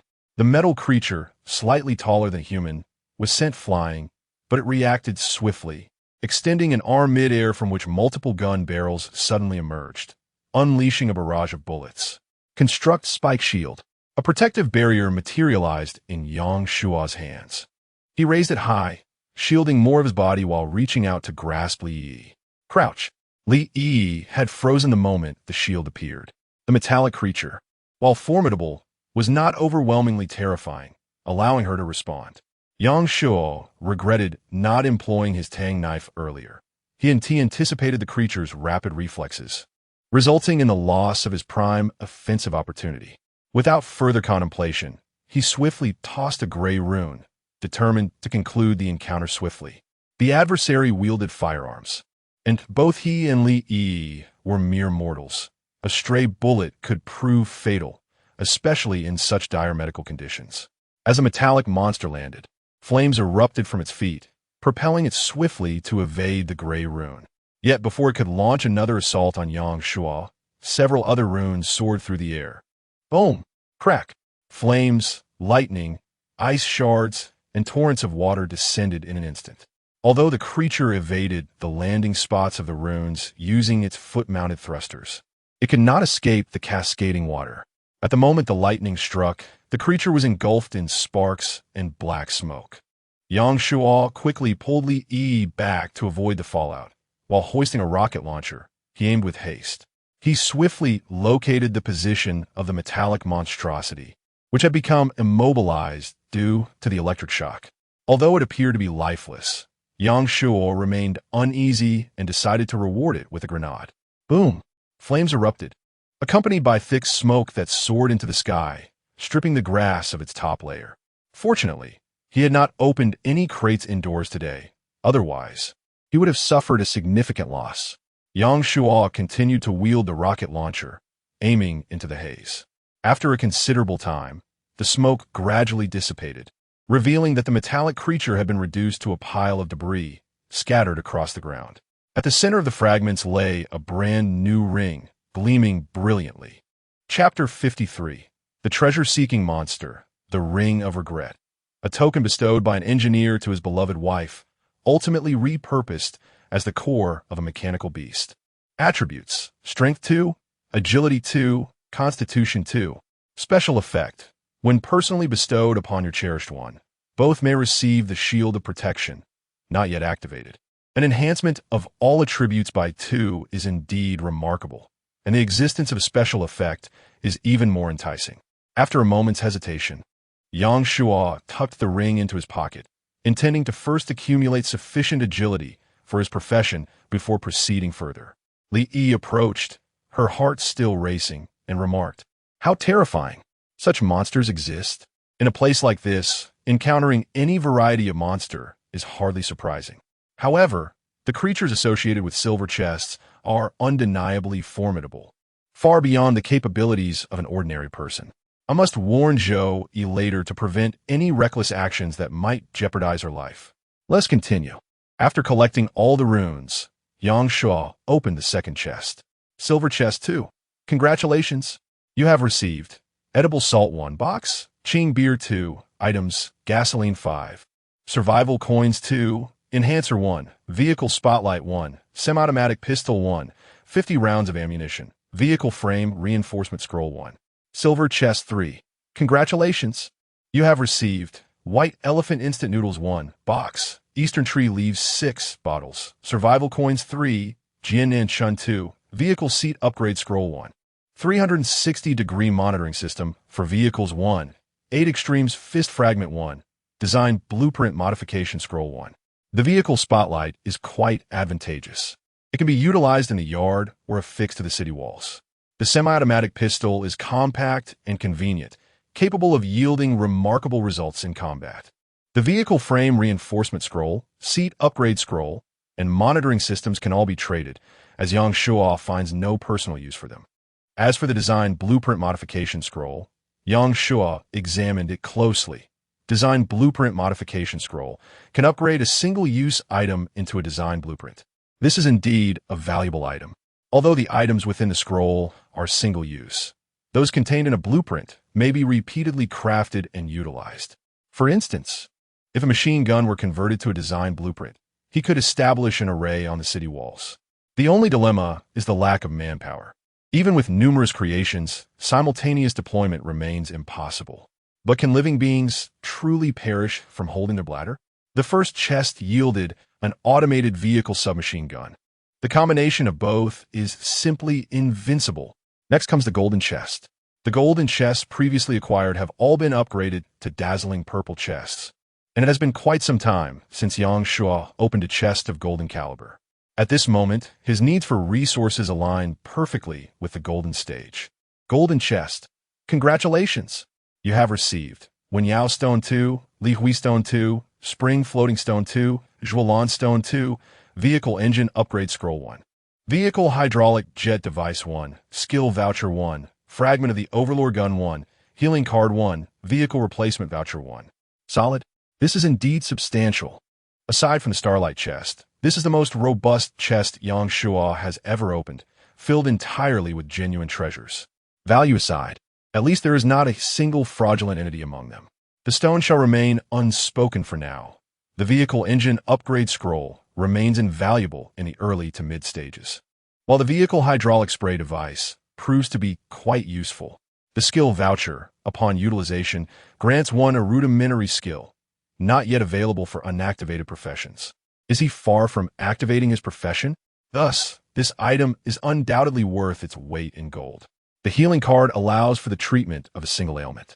Although it does not specify the severity of injuries it can mend, the mere fact that it appears in card form and within a golden treasure chest suggests that its efficacy is certainly not negligible. While terminal illnesses may evade its grasp, it should suffice for more mundane injuries, alleviating concerns of timely treatment and subsequent complications leading to fatality. Lastly, the Vehicle Exchange Voucher, as its name implies, should permit a single vehicle swap. Had this been a few days prior, Yang Shuo would have certainly reserved it for personal use. However, with his fortifications now sufficiently robust and the functionality of the windmill body increasingly advantageous, everything is progressing positively. At this juncture, to abandon all and start anew would be far from his desire. Even should he utilize this scroll, it would only be in the dire circumstance of his walls being breached and survival becoming untenable. For now, he shall hold on to it and assess the situation further. After organizing the resources from the treasure chest, Yang Shuo ventured outside the walls to commence gathering crystal cores. Having collected over 20 during the day, his evening yield mirrored the earlier count. yielding merely another 20. After retaining 10 for himself, he exchanged the remainder for summoning cards, albeit this time at a rate of 1 crystal core for a single summoning card. Previously, he had engaged in this trade out of urgency. Now, with ample time to gradually amass resources, he would not indulge in unprofitable transactions. Having dispatched a few heavily armored skeletons and acquiring additional armor pieces, Yang Shuo did not hasten back to the courtyard.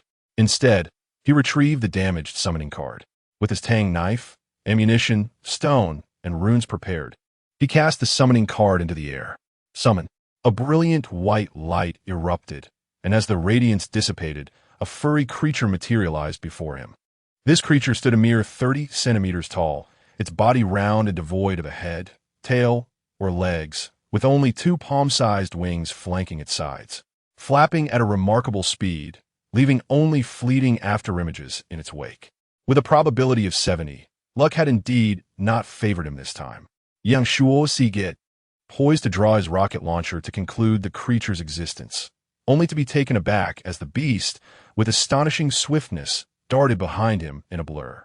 Startled, Yang Shuo instinctively reached for his rune, only to realize the creature was not assailing him.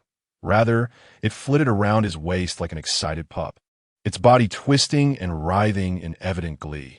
What manner of trickery is this? Yang Shuo retracted his hand, gazing at the creature in perplexity. The creature emitted peculiar sounds reminiscent of a dog, incessantly bumping against Yang Shuo's waist as if striving to convey its needs. A flicker of understanding sparked within Yang Shuo. He returned the rune to his palm and produced a Zhuanglan stone, opening his hand. Is this what you desire? With an eager hot chi, Aki, the creature, round and plump, suddenly opened a swirling mouth at its center and inhaled forcefully, drawing the Zhuanglan stone into its being. Subsequently, it jubilantly fluttered before Yang Shuo, vigorously shaking its rotund body, seemingly attempting to ingratiate itself to him. Yang Shuo found himself at a loss for words. Was this creature a sycophant? He reached out to touch the creature and received the following information. Treasure-seeking monster cub, tamed. Chapter 54. The second official member of the windmill courtyard tamed? How is it tamed? That stone? The name Treasure Hunter sounds rather impressive. Yet the crux of the matter is that Yang Shuo is trapped within the courtyard, unable to venture forth in search of treasures. Moreover, this fellow does not appear particularly astute. What kind of treasures could he possibly uncover? Yang Shuo shook his head and led the treasure hunter back to the courtyard. What is this? Li Yi observed the treasure hunter with a mix of fear and curiosity. The dog at her feet barked incessantly at the newcomer, causing the treasure hunter to swiftly charge at the barking creature, sending Teddy into a frenzy around the yard. The worthless card that summoned him displayed a status of being tamed, indicating he should pose no threat to us, hence we decided to keep him. So that is how it is. Li patted her chest, causing a ripple across her bosom. Is he formidable? Can he fight alongside you? I'm not entirely certain, but he seems to be quite the glutton, Yang Shuo replied with a smile. No worries. If worst comes to worst, I could always stew him. Have you washed up? It's time for bed. Li's cheeks flushed slightly as she turned her face away, responding awkwardly, I've already washed up. All right, I'll go freshen up. You wait for me. Wait for him. Where would she wait? In bed? Li's expression grew more flustered, yet she softly affirmed and turned to walk into the house. Yang Shuo's wounds had scabbed over. After a quick rinse, he returned indoors. With the acquisition of another set of bedding, they could now each have their own comforter. Li retained her old bedding, while Yang Shuo received the new one. At that moment, the dog and creature lay nestled between the two comforters, serving as unwitting intruders. As Yang Shuo nestled into his bed, the room fell into a serene silence, interrupted only by the treasure hunter's gentle snoring. Perhaps feeling that her previous actions had been a tad excessive, Li lay particularly still today, her back turned towards him, remaining motionless. This was not their first encounter, and their relationship had progressed to a significant extent. Yang Shuo had no intention of enduring a night of desolate slumber. After waiting for nearly half an hour without a word from Li Yi, he lifted the covers, nudged the two bothersome dogs off the bed, and pulled aside the blanket draped over Li Yi, sliding in beside her while wrapping his arms around her waist. Li Yi trembled at the sudden movement. Yet as Yang Shuo had anticipated, she did not struggle. After a moment of quiet embrace, his hands began to wander restlessly across her body, traversing the fabric of her clothing. Li Yi's body tensed, trembling slightly. Whenever Yang Shuo's hands ventured to particularly sensitive areas, she would attempt to stop him. But her efforts were feeble, quickly yielding to his advances. As Yang Shuo's hands slipped beneath her clothing, making contact with her heated skin, Li Yi let out a soft whimper, grasping his hand tightly in a desperate hold. "Turn around," Yang Shuo whispered in her ear, sending shivers coursing through her entire being. After much inner turmoil, she finally turned to face Yang Shuo.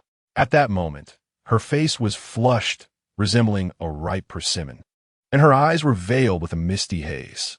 Once she turned around, she buried her head in Yang Shuo's embrace, too timid to meet his gaze. Yang Shuo gently lifted her chin, raising her face to his, but upon seeing her eyes darting away in evasion, he lowered his head and kissed her. Li Yi instinctively closed her eyes. 10 seconds, 30 seconds, 1 minute, 2 minutes. Li Yi transitioned from a slight struggle to gradual acceptance, from unfamiliarity to slowly beginning to respond. Subsequently, everything unfolded seamlessly as Yang Shuo began to remove her garments. He encountered no resistance. In the deep of night, Li Yi, utterly exhausted, succumbed to a deep slumber, while Yang Shuo remained unsated. The enhancement of his physique was not always a boon. However, considering it was Li Yi's first time, he refrained from overwhelming her, choosing instead to exercise restraint. He cast aside the unused blanket and embraced Li Yi's delicate form, drifting into sleep. The following morning, the alert sound roused them from their slumber. As Li Yi attempted to turn over, she let out a pained groan, suddenly recalling the events of the previous night. A glance at Yang Shuo caused her cheeks to flush anew. The young girl was quite bashful. Yang Shuo pecked her forehead gently and rose from the bed, saying, "Rest here for a while. I'll go deal with the monsters outside." Li Yi murmured softly, burying her face beneath the covers, too shy to show herself. Yang Shuo said no more. After preparing bread, peaches, and hot water for Li Yi, he ventured outside to observe the monsters. The creatures today were the same as yesterday, goblins and ogres, though their numbers had swelled to 10, posing no threat to the city walls. Though Li Yi was unable to move about freely, she could visit the trading market. Yang Shuo continued collecting stones, having worked for just 2 hours when he received a message from Su Mingxue. "Master, do you have any survival vouchers?" Yang Shuo was taken aback. "Have you encountered a mysterious shop? Truly remarkable. You seem to know everything. This is my first encounter. There are many treasures inside, but I lack a survival voucher and cannot enter. There's only 3 minutes to decide. Can you lend me a survival voucher? We could discuss the price later." Yang Shuo, unable to find the mysterious shop himself, realized keeping it would serve little purpose. Yet the value of the survival voucher was undeniable, and he could not let it go for mere pennies. "Let's not discuss the price for now. I also desire the items within. If I can only purchase one, that item shall belong to me, and I will offer you a fair reward. If more than 3 items can be purchased, you may keep one, but I must choose first. How does that sound?" Su Mingxue had no survival vouchers herself, lacking even the qualification to enter. She sought to use his voucher to procure items, then trade ordinary supplies for a survival voucher. Such a scheme, akin to pulling a fast one, was not something Yang Shuo would allow to transpire on his watch. It is essential to note that the survival voucher can only be obtained from the star treasure chest. If the other party is unwilling to comply, they would rather keep it for themselves. Fortunately, it was not long before Su Mingxue responded affirmatively. "All right." Yang Shuo promptly sent over the survival voucher and advised, "If you can exchange it for anything related to soul power, do so without hesitation. As it stands, soul power represents the highest caliber of weaponry he has encountered thus far." After a brief silence, Yang Shuo resumed his tasks, and nearly half an hour later, Su Mingxue messaged him, "Great one, I managed to acquire 2 items, but I desire just one." Changing your mind now? Please do not be upset, esteemed one. Allow me to explain my situation. My talent is classified as S-level, information analysis. No matter the type of resource encountered, I can discern its nature. For instance, I can investigate whether there are monsters within the treasure chest and differentiate between resource zones and danger zones. Most importantly, I can actively gather information about the mysterious shop and rush to it at the swiftest pace. Su Mingxue revealed her trump card. In this realm of uncertainty and peril, information is undoubtedly the most critical and valuable asset. I dare say even you, esteemed one, lack such capabilities. Therefore, I wish to discuss a potential collaboration and the distribution of benefits. Regarding the matter of the profession card, I indeed overlooked it. A detail modification has already been made earlier to ensure that this does not hinder the reading experience. I will briefly introduce it here. Profession card, Assassin, Hidden Profession, requires agility to reach 30. Chapter 55. The Mysterious Shop and Soul Power Fragments of S-Class Talent. Information Analysis? Survival on the road. Only I can see the hints? Alas, who is truly the protagonist? Yang Shuo sighed deeply. Surrounded by remarkable women, each more impressive than the last. Li Yi could upgrade treasure chests. Zhou Yi could extract the most valuable items from them. And Su Mingxue could directly engage in straightforward gameplay. The creator of this game must either be a woman or a lecher. For what other reason could there be for such favoritism? However, after his initial shock, he began to seriously contemplate the feasibility of Su Mingxue's proposal. Her extraordinary talent was indisputable, having been validated by countless authors. Even if there were temporary limitations in resources, once the opportunity arose, she would soar to new heights. Most importantly, establishing a stable partnership with Su Mingxue would not only grant immediate access to the most premium resources, but also provide timely updates on the latest information from the outside world, preventing stagnation and ensuring they kept pace with external developments. Moreover, Su Mingxue possessed the ability to precisely locate certain resources, a fact that had already been proven. The cost of this assistance would be a portion of his resources. There was truly no hesitation required, even though Yang Shuo could continuously acquire survival vouchers. Was there anyone more suited to utilize them than Su Mingxue? Absolutely not. With a deep breath, Yang Shuo sent a message. Cooperation is acceptable, but I must select the resources first. This is only fair. After all, the one who invests is paramount, and Su Mingxue understood this well. Without survival vouchers, encountering numerous mysterious shops would be futile. Even splitting even-numbered items equally and allowing the deity to take an extra odd-numbered item was a reasonable arrangement. Thus, the terms of their collaboration were swiftly established, and Su Mingxue soon transmitted the items she procured from the mysterious shop.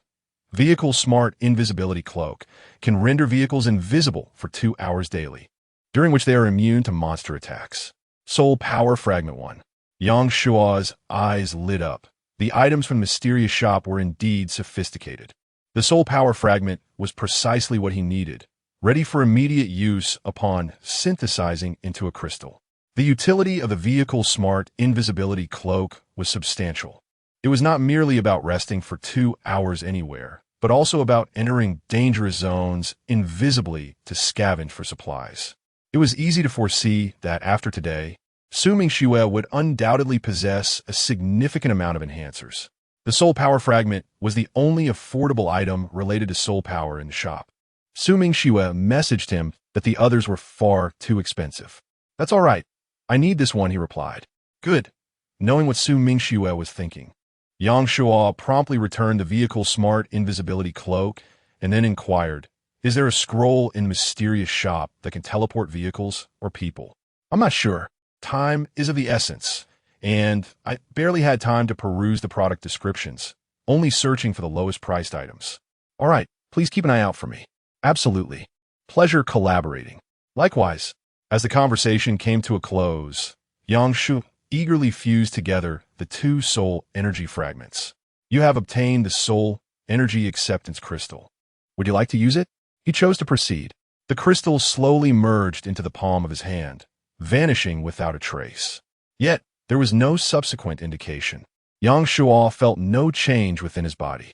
Opening his panel, he observed Yang Sha, strength, 26, agility, 25, constitution, 23, soul energy, 0, martial arts. None. Unification blade / health, 100, status, good, talent, component enhancement, 3-3, vehicle details. This indicated that he could indeed acquire soul energy, albeit he had not yet done so. How, then, could he obtain this energy? Yang Shuo took out stones and runes, attempting to absorb them, yet met with no response. It appeared futile. However, he remained unconcerned, confident that, with this capability, a method to acquire it would eventually present itself. He resumed his work. The goblins appeared in groups of 10, and within an hour, there would be 200. It was crucial not to let too much time pass between cleanups, or the situation could easily spiral out of control. Although Yang Shuo's strength, agility, and constitution far exceeded that of an average human, he had not yet transcended the limits of humanity. Without the abundance of stones and runes at his disposal, he would struggle against such a multitude of goblins. His formidable strength merely granted him enhanced mobility and crisis management skills. His ability to confront many foes was not particularly impressive. In contrast to the goblins, the ogres, while equipped with automatic spiked shields for harvesting, consumed iron at an alarming rate. Yang Shuo had already instructed Li Yi to purchase iron ore on his behalf. If this continued, no matter how much iron ore he possessed, it would soon prove insufficient. Nonetheless, overall, he felt in control. The two types of monsters merely presented a numerical challenge, and as long as he prevented them from clustering too closely, chaos could be averted. Regarding the automated vehicle-mounted submachine gun and the blueprint upgrade scroll, he decided against utilizing them for the time being. The former consumed ammunition excessively. Currently, he sought to acquire bullets solely through the summoning card, rendering the cost unworthy. After dispatching a wave of goblins and acquiring nearly 20 crystal cores, Yang Shuo returned to his room to find Li Yi already out of bed, tidying up the bedding and clothing, though her gait appeared somewhat awkward. Yang Shuo approached her from behind, enveloping her in an embrace and kissing her hair. Li Yi blushed slightly, but turned to reciprocate the embrace, inquiring, "How is it outside?" "Nothing to worry about. Well, I acquired some seed for plants. As you mentioned wanting to expand the yard, perhaps we could try planting them and see if they yield any results. Additionally, I traded for a scroll that can expand the internal space of the vehicle. I'm uncertain if it will work. Having a helper is indeed advantageous. With work, they can assist, and in times of leisure, they can provide companionship. Ahem, I'll give a try later. It's time to eat. Let's have our meal first." With that, he lifted Li Yi effortlessly, carrying her towards the bed. Li Yi was taken aback, hurriedly patting his shoulder. "Please spare me. I feel as though I'm falling apart. Every inch of me aches. What are you thinking? Do you really believe I am the type to lack compassion for delicate beings?" Despite her words, once they reached the bed, Yang Shuo still pinned Li Yi beneath him, kissing her fervently for an extended period before finally releasing her. After enjoying their lunch and taking a brief respite, they set out to harvest another batch of goblins, after which he began to explore methods for expanding the dimensions of their yard. Chapter 56, Accidentally Unveiling Version 2.0. That said, the methods available for exploration are rather limited. The notion of irrigation has been dismissed, leaving the next course of action to focus on the plants themselves. Two primary factors drive the expansion of the yard: flora and water, both of which are inextricably linked. The characteristics of the plants involve their area, individual volume, growth rate, and water requirements. Perhaps by identifying suitable plants, one might augment the daily water demand, thereby facilitating the yard's expansion. However, this remains a mere conjecture, requiring validation. Li Yi had previously acquired a substantial number of vegetable and grain seeds, though time had eluded her for planting. Today, she procured additional saplings, which proved fortuitous for experimentation. Yang Shuo first located a patch of barren ground devoid of grass, sowing the seeds therein before checking the status of the vehicle. Vehicle details: windmill, level 4, function, water extraction, power generation, mining, oil, not operational. Components: windmill structure, defense 5000, attack 0, upgrade materials, 1,000 units of stone, 500 units of iron, or 100 units of copper, or 50 units of silver, or 20 units of gold, or 10 units of spring floating stone, 10 units of Jalan stone. Requires yard area to reach 1,000 square meters. Grassland. Defense 1. Attack 1. Upgrade materials. 150 liters of water day. Earth wall. Defense 40,000. Attack 200. Upgrade materials. 1,000 units of stone, 500 units of cement, 500 units of iron ore, 100 units of windmill stone, substitutable with spring floating stones, etc. 10 units of runes, any, 5 units of living stone, or 500 units of soil. 500 liters of water. Requires windmill structure to upgrade to level 4. The demand for water has indeed increased. Just as anticipated, Yang Shua exhaled in relief. The internal space expansion scroll for the vehicle traded by Li Yi would likely only augment the indoor area. If this method were also ineffective, he would be left with no recourse.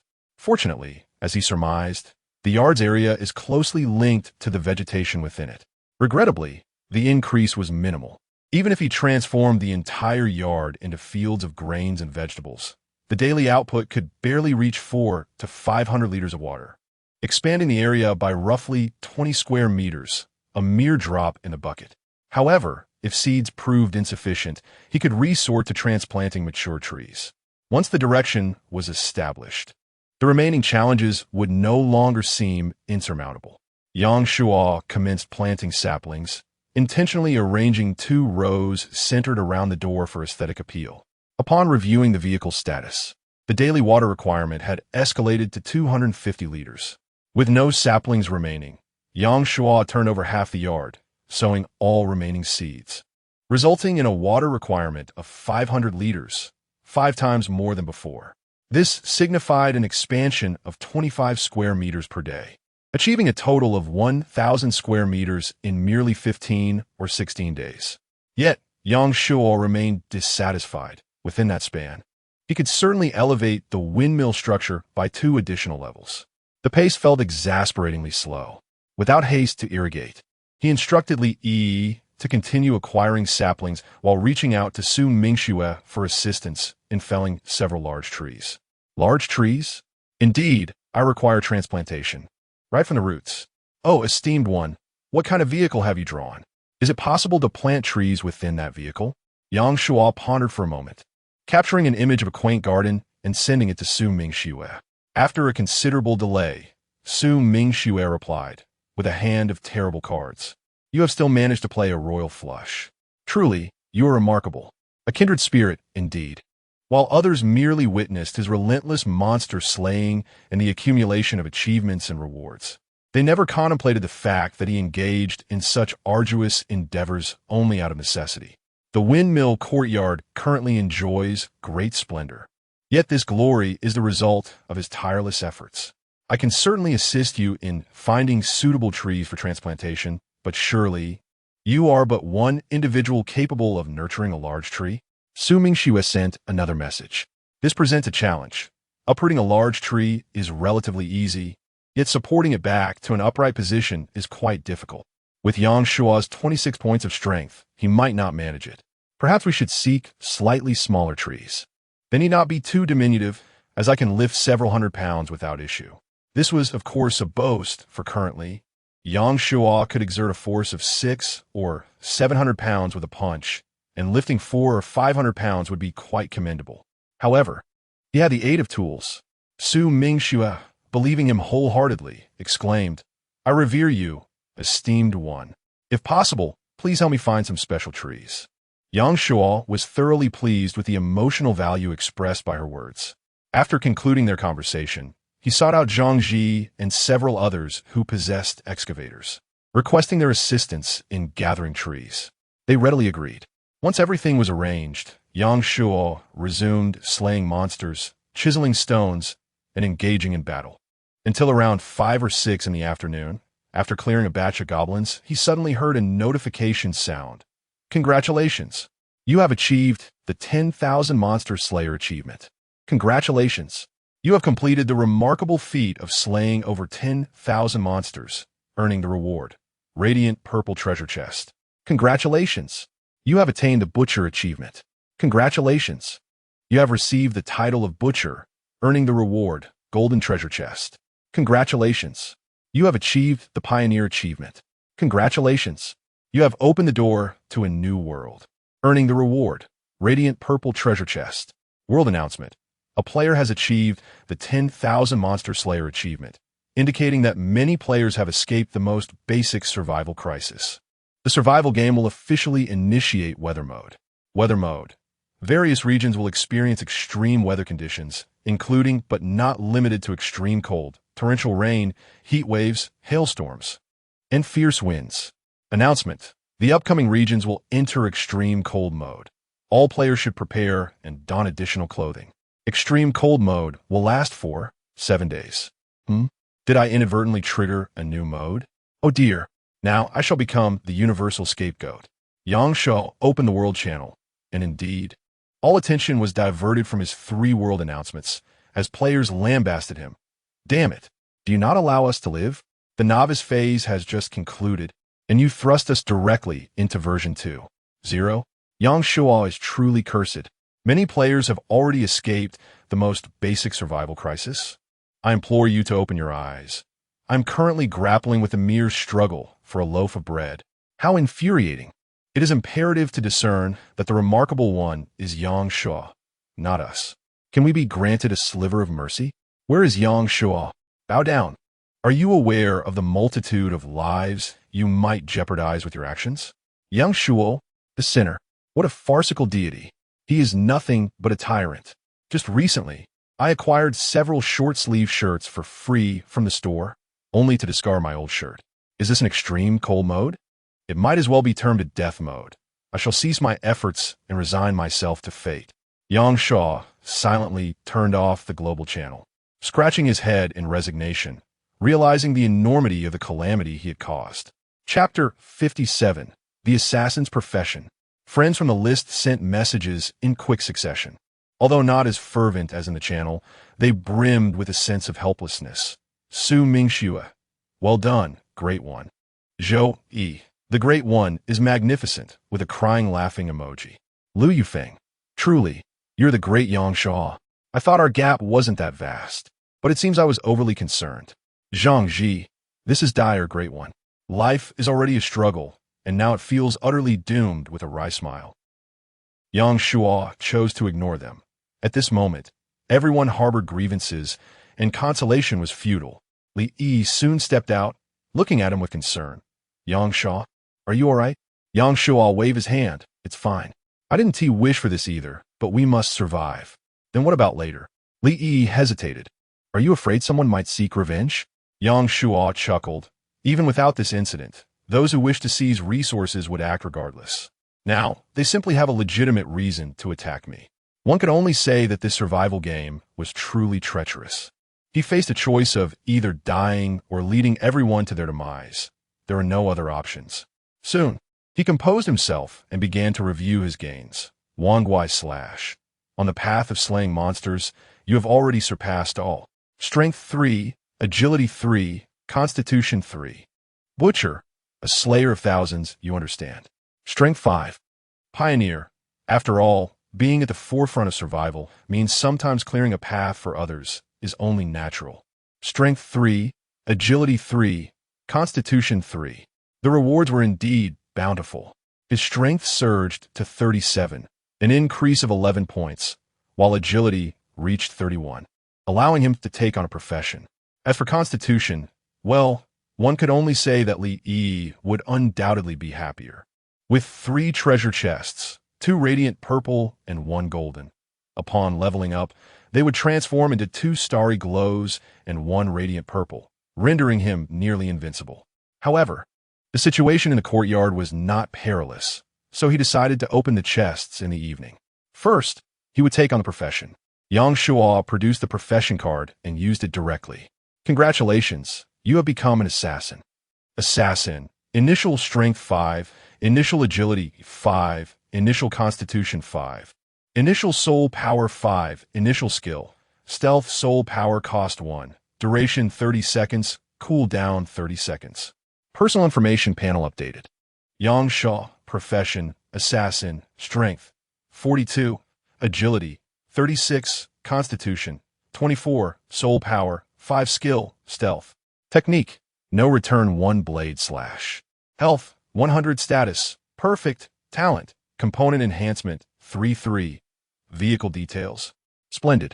Not only did all attributes receive a boost of 5 points, but he also gained soul power and a life-saving skill, stealth, which proved immensely useful for both offense and defense.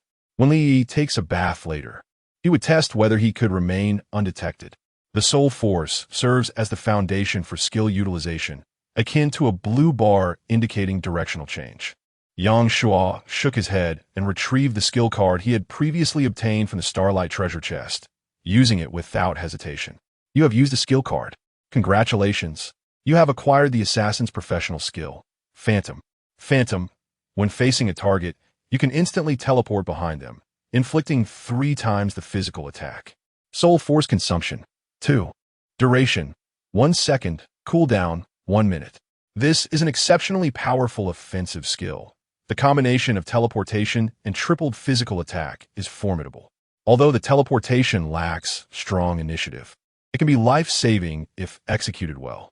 With his current strength at 42 points, a 3-fold increase results in a staggering 126 points. A truly crushing blow. Yang Shuo beamed with delight. Previously, his survival depended solely on walls and items. From this moment onward, he would strive to become formidable in his own right. He envisioned a time when he could slay the monsters outside without relying on the walls, allowing him to traverse this vast world freely. However, the constraints of soul force remain a concern. During a single battle, he could only use stealth or phantom twice at most. He hoped to find an item that enhances soul force from the treasure chest tonight. Additionally, he lacked the standard weapon of an assassin, a dagger. Entering the trading market, Yang Shuo searched for daggers. While there were numerous offerings, they were all commonplace supermarket varieties, seemingly inferior in attack power compared to larger blades. Nevertheless, he purchased one as a backup. Having prepared everything, he ventured outside the walls to practice against goblins. He dispatched most with runes and stones, and when only 3 remained, Yang Shuo drew his dagger and charged in, executing the phantom skill. The world spun, goblin, dim sky, goblin, an exquisite transition that induced a momentary dizziness. Though not severe enough to hinder his subsequent attack, he found himself suspended in mid-air behind the goblin, his dagger slicing down with ferocity. With a squelch, blood erupted as a deep, long gash appeared on the goblin's back. With a scream, it collapsed to the ground, utterly incapacitated. A single strike? Yang Shuo approached and kicked the goblin twice. Its stillness brought him joy, as this skill exceeded his expectations. The other 2 goblins, witnessing the scene, turned and fled. He activated stealth, his form shimmering before vanishing completely, pursuing the goblins. With his agility now at 36, he effortlessly caught up to one, dispatching it with a flurry of strikes. The other had fled too far, and Yang Shuo opted not to pursue further, instead turning back to deal with the ogres. When only 1 ogre remained, his phantom skill was ready once more, and he activated it. Though he inflicted a massive wound on the ogre's back, it did not result in an instant kill. The ogre stumbled and struggled to rise, prompting Yang Shuo to deliver several finishing blows, ultimately ending its suffering. The outcome was satisfactory, effectively rendering the ogre immobile. However, the tyrant's defense should surpass that of the ogre, making solo engagement quite challenging. This realization left Yang Shuo somewhat displeased. After all, he had longed to personally vanquish them after being tormented by the tyrants for so long. After testing his skills, Yang Shuo returned to the courtyard, resuming his laborious tasks. Nightfall soon enveloped the surroundings, and the goblin priests alongside the tyrants emerged. 2 goblin priests and 8 tyrants appeared. Yang Shuo did not hesitate. He drew forth his rocket launcher and unleashed a grenade. The 2 tyrants positioned themselves protectively in front of the priests. But before the shell could reach them, a bolt of lightning struck from above, precisely hitting the swiftly flying grenade. A thunderous explosion erupted, deafening in its intensity, as thick smoke billowed and waves of force radiated outward. Have they grown wiser? Yang Shuo pondered in surprise, for previously the goblin priests solely focused on attacking him, never taking the initiative to defend the tyrants. Yet, this was not the end. Before the smoke had fully dissipated, two fireballs shot forth from the haze, hurtling directly toward Yang Shuo. Chapter 58. The radiant purple treasure chest and the stone guardian Yang Shuo swiftly crouched behind the parapet as a fireball soared overhead, crashing into the protective net and creating a breach. It became evident that one entity was designated for assault while the other was tasked with defense. With a cold snort, Yang Shuo produced the automated vehicle-mounted submachine gun and the upgrade scroll for the design, endeavoring to merge the two. Would you like to upgrade the automated vehicle-mounted submachine gun to the design? Confirmed. Fusion complete. Congratulations. You have acquired the automated vehicle-mounted submachine gun design 1. Install the automated vehicle-mounted submachine gun. In the central section of the city wall, a small aperture, the size of 2 fingers, abruptly appeared in the thick wall. Subsequently, the barrel protruded from the opening, unleashing a torrent of flames.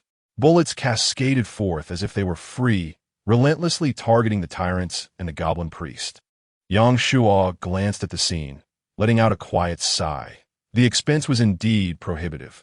Just one gun like this could drive him to bankruptcy if he were to equip all 4 walls. Nevertheless, the efficacy was undeniable. The goblin priest responsible for defense was compelled to erect an ice wall to impede the bullets. Due to the incessant barrage, the goblin priest was required to continuously cast spells to maintain the integrity of the ice barrier. Alright, it was now a 2-on-2 scenario. Yang Shuo lifted the rocket launcher once more, aiming at another goblin priest.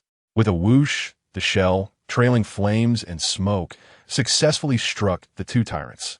A sense of relief washed over him as he witnessed one tyrant reduced to a mere fragment of its former self. He had feared momentarily that the goblin priest had become more cunning, but it was merely a false alarm. Having swiftly dispatched 8 tyrants, Yang Shuo sought to eliminate the 2 goblin priests, only to encounter new challenges. He struggled to find a suitable angle to defeat the defensive goblin priest while the attacking one adeptly shielded itself, causing Yang Shuo to futilely expend 2 grenades. However, due to the proximity of the explosions, both goblin priests were caught in the shrapnel's wake, sustaining significant injuries, particularly the one tasked with defense. The blast had obliterated its fortifications, and before it could conjure a new barrier, it was met with a volley from the submachine gun, leaving it bloodied. Determined not to waste additional ammunition, Yang Shuo activated his stealth skill and leaped from the city wall, stealthily approaching the 2 goblin priests. When he was a mere 2 meters away from the wounded one, he hurled a gray rune towards it while simultaneously unleashing his ghostly skill on the less injured goblin priest. With a sickening thud, blood erupted as the goblin priest emitted a final, anguished cry before its corpulent form crashed to the ground. Instant death. It appeared that the defensive capabilities of the goblin priest were akin to that of a standard goblin. Turning to the other, he found it encased in ice. Well then, truly simple. Although his inherent strength had not undergone a drastic enhancement upon acquiring a profession, his combat style had experienced a qualitative leap. The assassin was indeed a master of ambush. Yang Shuo briskly returned to the courtyard after acquiring the Thunder Strike and Radiant Rune from 2 goblin priests, as well as extracting 4 stones from the 8 tyrants. Once again, it was a day of leisure and comfort. After a simple dinner, he and Li Yi gathered to tally the resources obtained that day. Li Yi had purchased a total of 15 wooden treasure chests, 9 black iron chests, and 1 bronze chest. The reason for such a substantial transaction was that she had raised the prices of the wooden and black iron chests, as suggested by Yang Shuo. After distributing the wooden and black iron chests to Zhou Yi, Yang Shuo received 9 more stones and 5 runes half an hour later. However, upon sending the survival coins to Zhou Yi, Li Yi reminded him that there were only 8 survival coins left. That's all right, Yang Shuo replied, promptly sending Zhou Yi several screenshots of scrolls. Zhou Yi quickly responded, Great one. Is this what they mean by wool comes from sheep? Do you want them? Of course. I can't spend my survival coins fast enough. Zhou Yi replied with a smug emoji. She requested 3 scrolls. 1 for engine upgrades, one for vehicle bumper upgrades, and one for vehicle exterior decorations. Not one to be shy around such a wealthy individual, Yang Shuo boldly asked for 500 survival coins. After a lengthy negotiation, they settled on 350 survival coins. Although this was significantly above market price, it was unavoidable. Such scrolls were rarely available for trade, and when they were, they typically commanded a premium. Yang Shuo believed he had been quite fair. However, this amount of survival coins was merely a drop in the bucket, hardly enough to cover what he owed Zhou Yi the following day.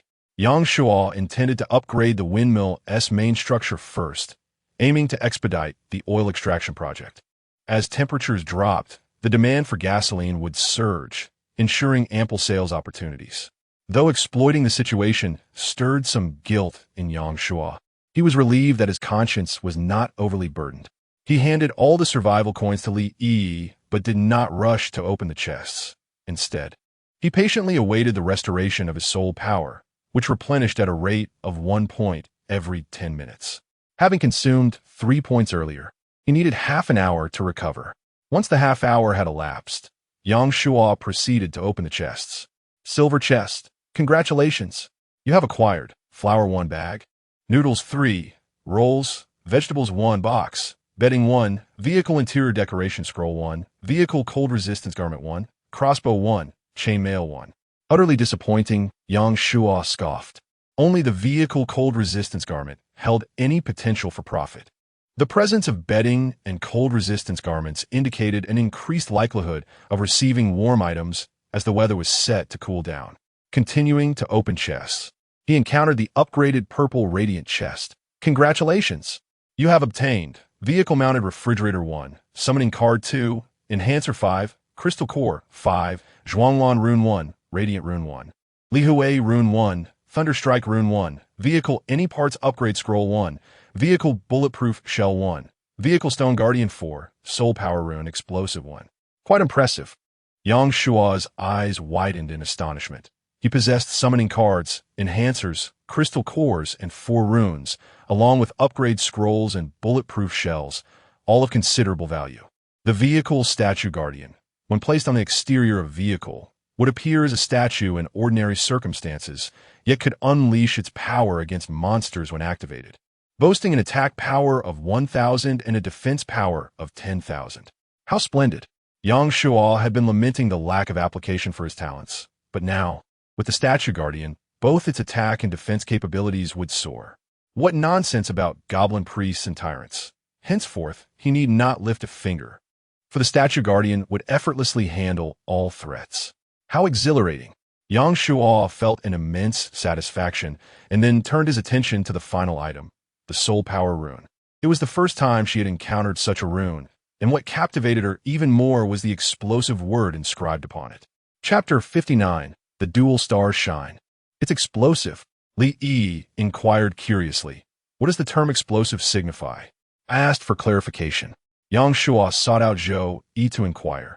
What is the significance of the explosive item obtained from the treasure chest? The expert replied, it indicates the emergence of a premium treasure. Every time I unveil stones and runes, this term accompanies the revelation. Indeed, it aligned with Yang Shuo's expectations. It implied that this soul power rune could only be procured from a treasure chest of a higher caliber, and his extraordinary fortune had led to its acquisition. One could only say it was somewhat satisfactory.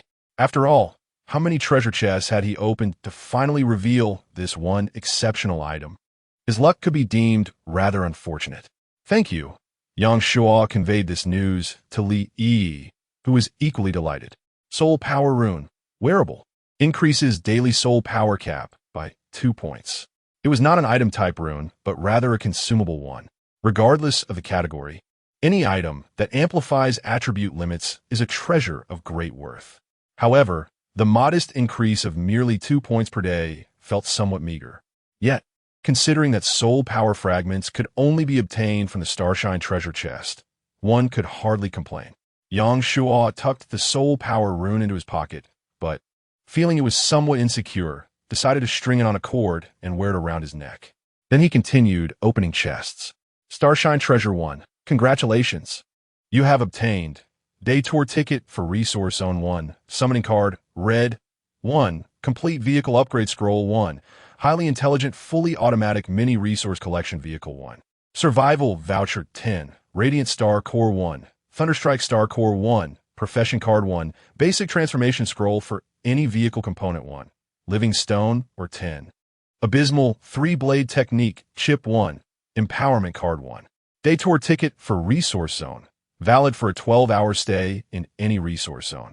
Highly intelligent, fully automatic mini resource collection vehicle, capable of autonomously locating vehicle position while seeking resources. Profession Card, Doctor. Employment Requirement, none. Abysmal 3-Blade Technique, a technique of the Abysmal Realm. Learning Requirement, Strength 60. Note, each strike consumes 1/3 of physical strength. Empowerment Card, allows selection of a specific vehicle component to bestow a unique ability. Choose one from 3 special abilities. Yang Shuo exhaled deeply. Li Yi, intrigued, asked, "What is the matter?" "I'm just overwhelmed with excitement." The Starshine Treasure Chest never fails to impress. Each item it reveals is remarkable. The ticket's value was self-evident. Once utilized, it could thoroughly deplete any resource zone. The red summoning card represented the highest tier Yang Shuo had encountered thus far. The resource vehicle addressed the limitation of his vehicle's immobility. While its precise utility remained unknown, it at least provided him a sense of direction. Should he acquire a larger, more intelligent resource vehicle in the future, he could directly extract whatever resources he needed without the painstaking efforts of market transactions. Just imagine, one day, countless resource zones continuously transporting resources back to him, allowing Yang Shuo to effortlessly obtain all the materials required for upgrades and trading.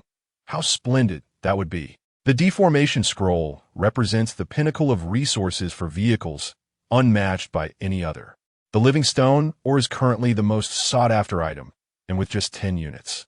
It is sufficient for upgrading the city walls and activating the crossbow, thus providing him with a formidable weapon. The Abaddon Triple Strike, as its name suggests, possesses an imposing aura.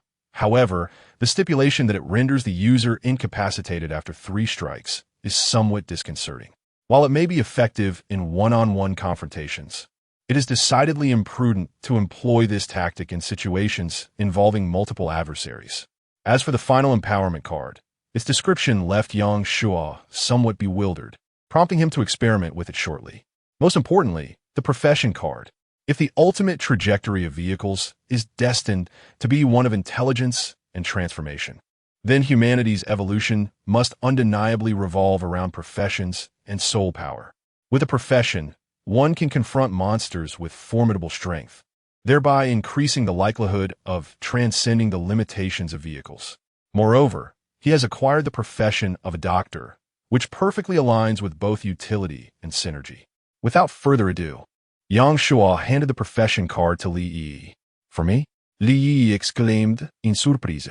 "Well, as the logistical support of our household, I shall venture into battle, and should I sustain injuries, you will be responsible for tending to your husband." "What husband?" Li Yi Sex Fulusha Krimsun. "Do not speak nonsense." "I'm not speaking nonsense," Yang Shuo retorted, pulling Li Yi into his embrace and planting a fervent kiss upon her cherry lips. "Isn't that a husband?" Li Yi shyly buried her head in his chest.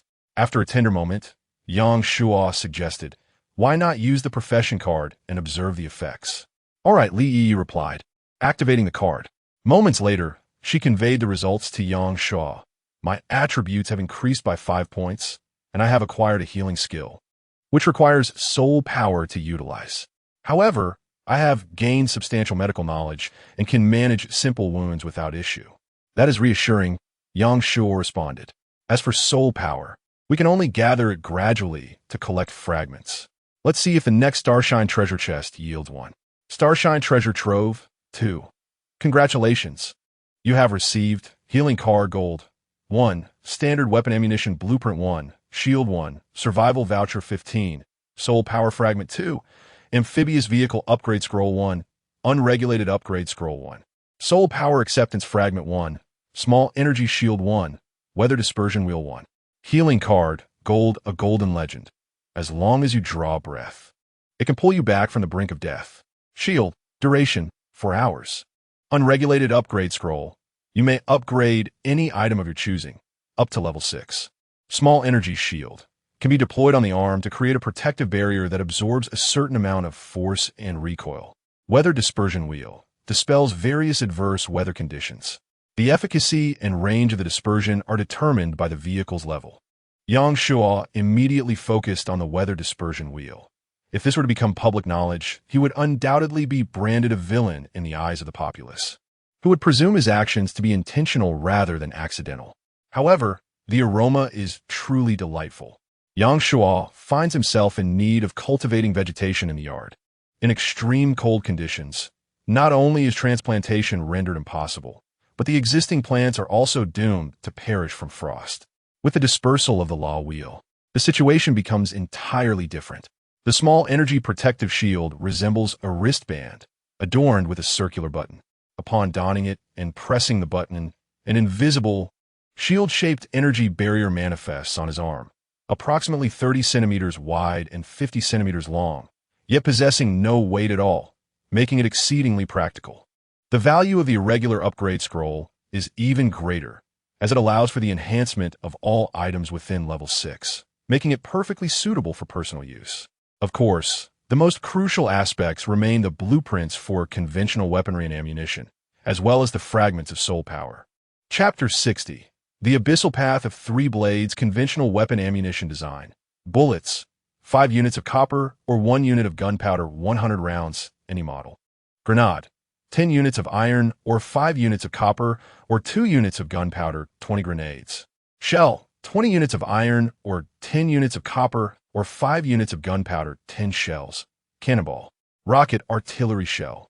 Mortar shell. The ammunition required for conventional weaponry is comprehensive, and the materials are not particularly scarce. He possesses an ample supply of iron and copper ores, with only gunpowder remaining as a necessity. Soon, he will achieve comprehensive firepower coverage. At that point, there will be no need for him to intervene, as any goblin or ogre that dares to show its face will meet its demise. Soul Power Fragment. Quickly replenishes consumed soul power. Rubbish. Yang Shuo had anticipated something that could enhance soul power, only to find it merely restores it. However, it is better than nothing. Perhaps it will prove useful at some point. With all the treasure chests opened, the haul was quite abundant. Yang Shuo felt a great sense of satisfaction, as there were numerous items that could be exchanged for a handsome profit, alongside many resources for his own development. Most importantly, he had acquired several means of self-preservation, alleviating his fears of unforeseen incidents. Next, he set about organizing his possessions and reinforcing the defenses of his courtyard. First, he installed the dispelling wheel. Would you like to install the dispelling wheel? Install. Dispelling wheel has been installed. Within a 300-meter radius of the windmill, no extreme weather will affect the area. 300 meters? That is more than sufficient, and it can extend even further.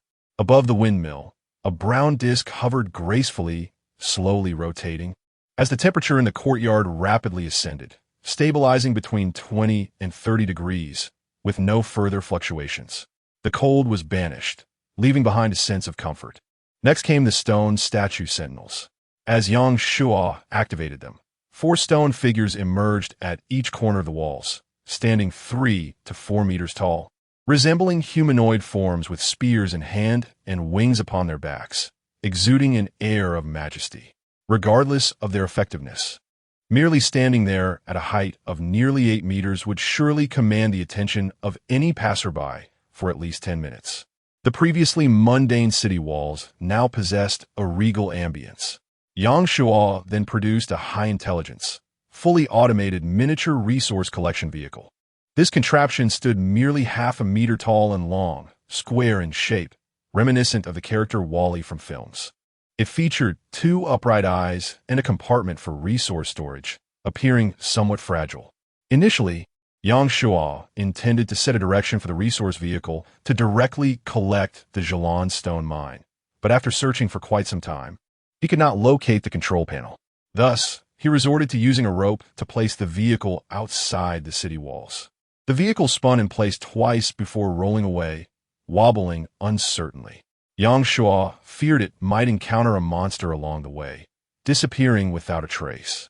Subsequently, Yang Shua produced the irregular upgrade scroll and hurried to the mining machine, eager to observe its upgraded form. Mining drill. Upgrade option 1. Acquire the mining machine. Officially commence oil extraction. Upgrade option 2. Enhance the mining drill to access deeper oil veins. Upgrade option 3. Transform into a multifunctional drill capable of extracting various minerals. After a prolonged silence, Yang Shua decided to postpone any upgrades until the main windmill reached the next level. His immediate need was to convert oil into gasoline, rather than to gather more oil or other minerals. He then took out the bulletproof shell and miscellaneous parts upgrade scrolls, but as anticipated, they were unusable. Not wishing to squander any more time, he retrieved the living stone, ore, and the rune crossbow blueprint, beginning the crafting process. Consuming 1 spring floating rune, 1 departing ash rune, and 5 units of living stone, ore, the rune crossbow was swiftly completed. Its design bore no distinction from an ordinary crossbow, save for the spring floating rune embedded at the rear and the departing ash rune at the front. A groove ran along the body, filled with a mercury-like substance, unaffected by any orientation of the crossbow. Is this the living stone, or? Yang Shua attempted to pull the trigger, and the rear of the crossbow radiated a brilliant blue light, while the front emitted a dazzling white glow. An ice arrow materialized in an instant and was swiftly released. With a soft thud, the ice arrow embedded itself in the ground, leaving no trace of its tail. Its power surpassed that of a bullet, particularly as it required no arrow replenishment or reloading, effectively providing a high-damage weapon ready for immediate use, whether for ambush or direct confrontation, with remarkable efficacy. Satisfied, Yang Shua stored the rune crossbow away. Now what the staff? He retrieved the staff pilfered from the goblin shaman, alongside another rune, and commenced the summoning process. Yet, after a prolonged effort, there was no response. He attempted to mimic the goblin's incantations, but to no avail. It appeared that a corresponding skill or profession was necessary. Disheartened, he returned the staff to its place and took out the abysmal 3-blade technique crystal chip, using it directly. Countless experiences with blades surged into his consciousness, ultimately coalescing into 3 formidable, aggressive techniques. First blade, mutual destruction. Second blade, limitless. Third blade, Godslayer. Such overwhelming prowess. Contemplating the scenarios in which he would wield these techniques stirred his blood with fervor. Perfect. Everything was in order. It was time to cool the boiling blood within him. The courtyard was as warm as spring, and the interior even more so, providing no hindrance to his bathing. Yang Shua gently led the shyly to the washing area, methodically removing her garments one by one. Though she attempted to resist, her struggles only served to heighten Yang Shua's excitement, an insidious thrill. The two soon engaged in an earnest conversation, and then Yang Shua found himself unable to avert his gaze. Li Yi possessed an utterly exquisite figure, devoid of any flaws. Her skin was as smooth as jade, radiant with a rosy hue, and her legs were straight and proportionate. After all, this young lady had just recently entered adulthood, and having been subjected to the rigors of life, Yang Shua was not excessively forward. Yet, there are myriad ways to indulge in mischief. From the very first encounter with Li Yi, Yang Shua had been captivated by her striking presence. At this moment, after their bath, Yang Shua held Li Yi close, idly watching the world and regional channels. On the world channel, a voice lamented, "It's unbelievably cold. Is it not nearing freezing? Without heating, it's downright unbearable. Curse you, young dog." To turn on the heater means keeping the car running, which is akin to driving incessantly. What about fuel consumption? Damn it, my gasoline supply is already low. Yang the demon, come forth. I shall confront you. For now, it's manageable. A blanket barely suffices, but if it snows, it will be disastrous. Even if the car is frost-resistant, the roads are prone to slipping. A moment's inattention could send us careening off the road. Imagine the consequences. The southern little potato expressed that they had never witnessed snow before. Now, feeling both fearful and expectant. Up there, may you meet your fate. When the time comes, you will reap what you have sown. Yang the demon, Come forth and face your doom. Chapter 61. Alas, conscience weighs heavy in the trading channel. The prices for quilts and cotton jackets have skyrocketed to outrageous heights. If this continues, one is bound to succumb to the cold. While it may not lead to death, one could always keep the heating on. This is merely the first day, and the thought of enduring 6 more days is utterly disheartening. What exacerbates the situation is that this is just one mode, and there will be endless iterations to follow. The emergence of the peculiar Yang Shuo in the survival mode has become a misfortune for all.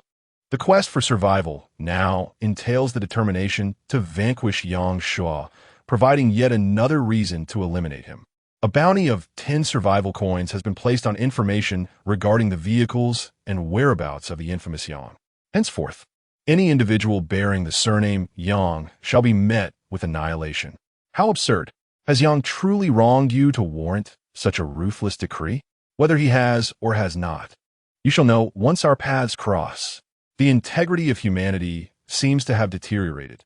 The moral fabric of society is unraveling. Just yesterday, he was hailed as a deity, yet today he is disparagingly referred to as Yang the Dog or the Demon Lord. Yang Shuo gazed upon the exquisite visage of Li Yi, feeling an overwhelming sense of guilt as he reveled in the warm currents surrounding him. Oh no, the weight of his conscience has intensified. What to do? On the following morning, the biting cold wind greeted him.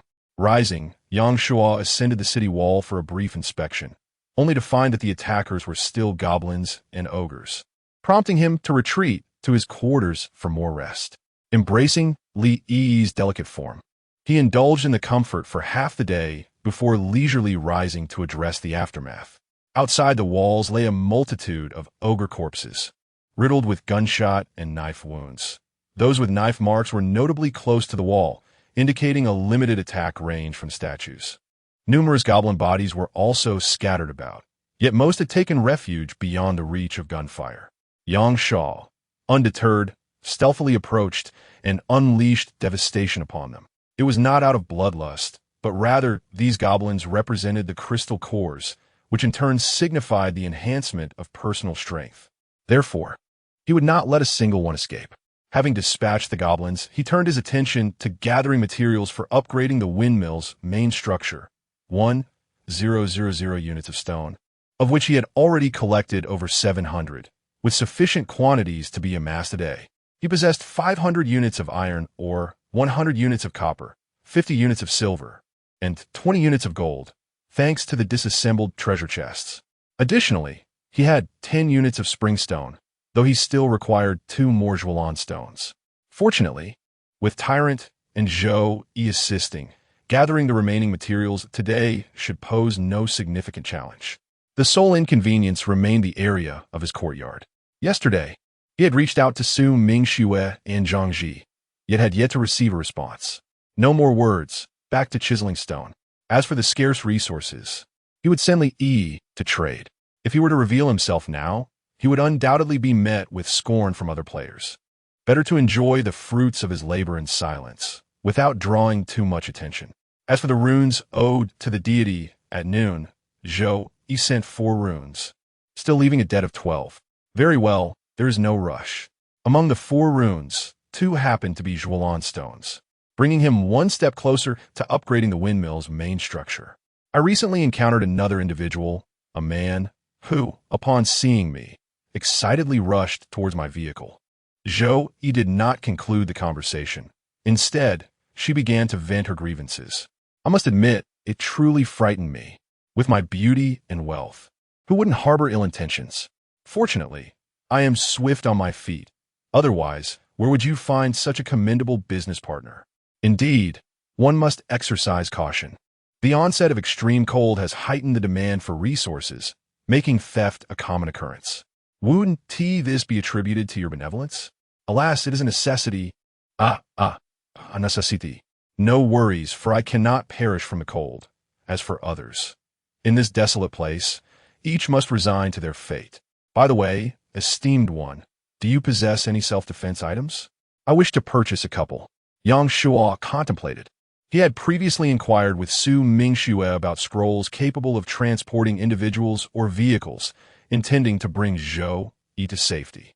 Should she arrive here, not only would her safety be assured, but he would also gain access to more high-end resources. However, whether such items existed in the mysterious shop remained uncertain. He had never encountered anything of the sort within treasure chests. Thus, he had to temporarily abandon the idea. But regardless of the inability to transport her, Zhou Yi's security was paramount. If an unfortunate incident were to occur, the repercussions for him would be considerable. He sent her the design for a spiked protective shield, a handgun, a crossbow, and an alarm system, advising beyond crystal cores, enhancers, and summoning cards, you should also gather fragments of martial arts to enhance your combat capabilities. It is a safer approach. Thank you, esteemed one, Zhou Yi replied, somewhat smugly. She was no fool. The exceptional resources obtained from treasure chests would see her only parting with stones and runes for Yangshuo, while she would retain martial arts and enhancers to bolster her own strength. Presently, her power had increased by 10 points, and she had mastered 3 martial art styles, perhaps surpassing Yangshuo in certain aspects. Furthermore, she had kept some runes and stones in reserve. Not even the frenzied fan from earlier would pose a threat, let alone 7 or 8 more. Yet, before this affluent benefactor, she feigned weakness. How else could she evoke Yangshuo's protective instincts and earn more from him? As a top-tier star mingling with various individuals, Zhou Yi was certainly no stranger to such cunning. Esteemed one, how much do I owe you?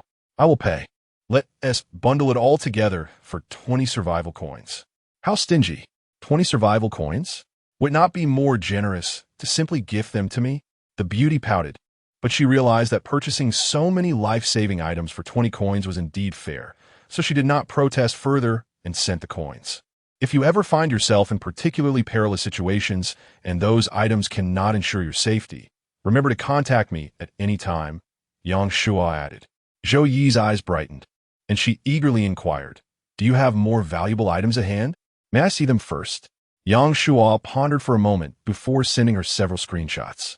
The barrage of arrows scroll, the protective shield, the healing card, the summoning card read, are these magical artifacts? What on earth is this? Goodness.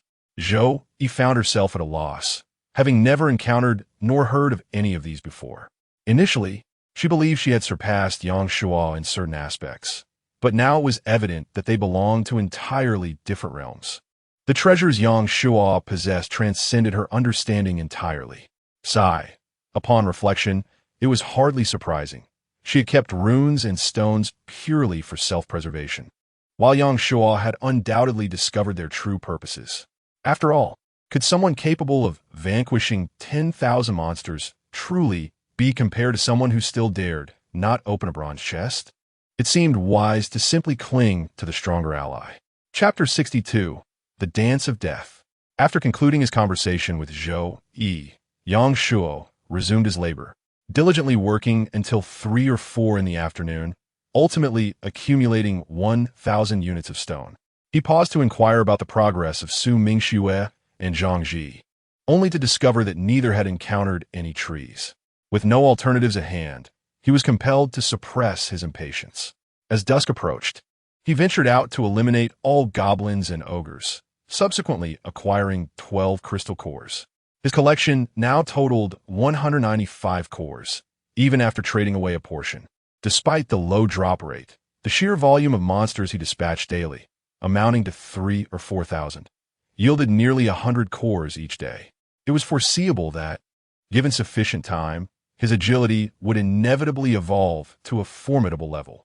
He possessed a total of 30 summoning cards, 27 white, 2 blue, and 1 red.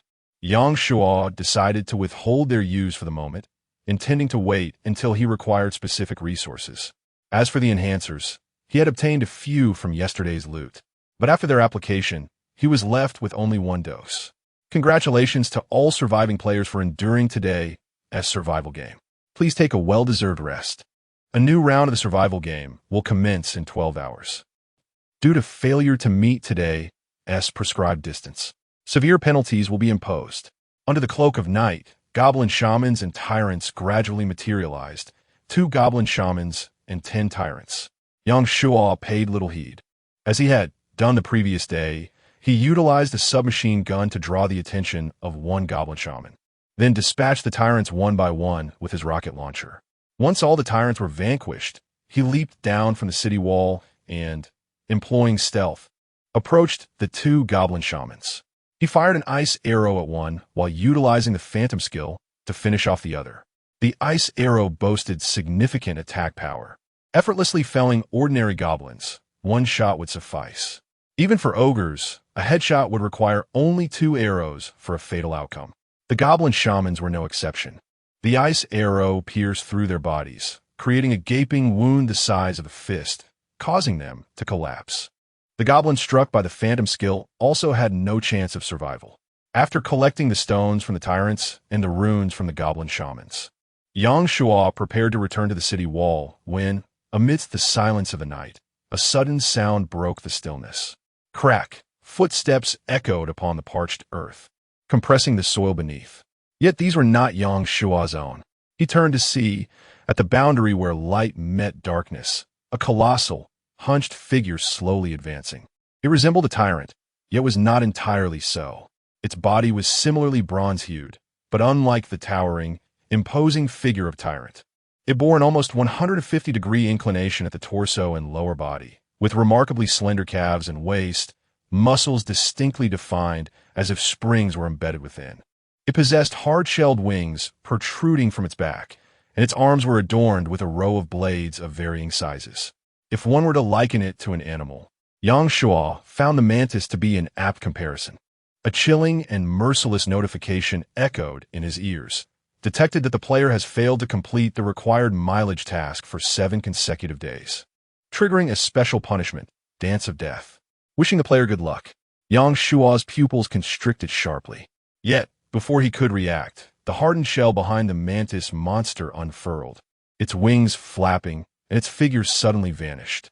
Without a moment's hesitation, Yang Shua raised his arm to deploy an energy shield. In the next instant, a thunderous impact struck him as if a speeding heavy truck had collided with him. His entire arm numbed, and it felt as though his very organs were about to shatter.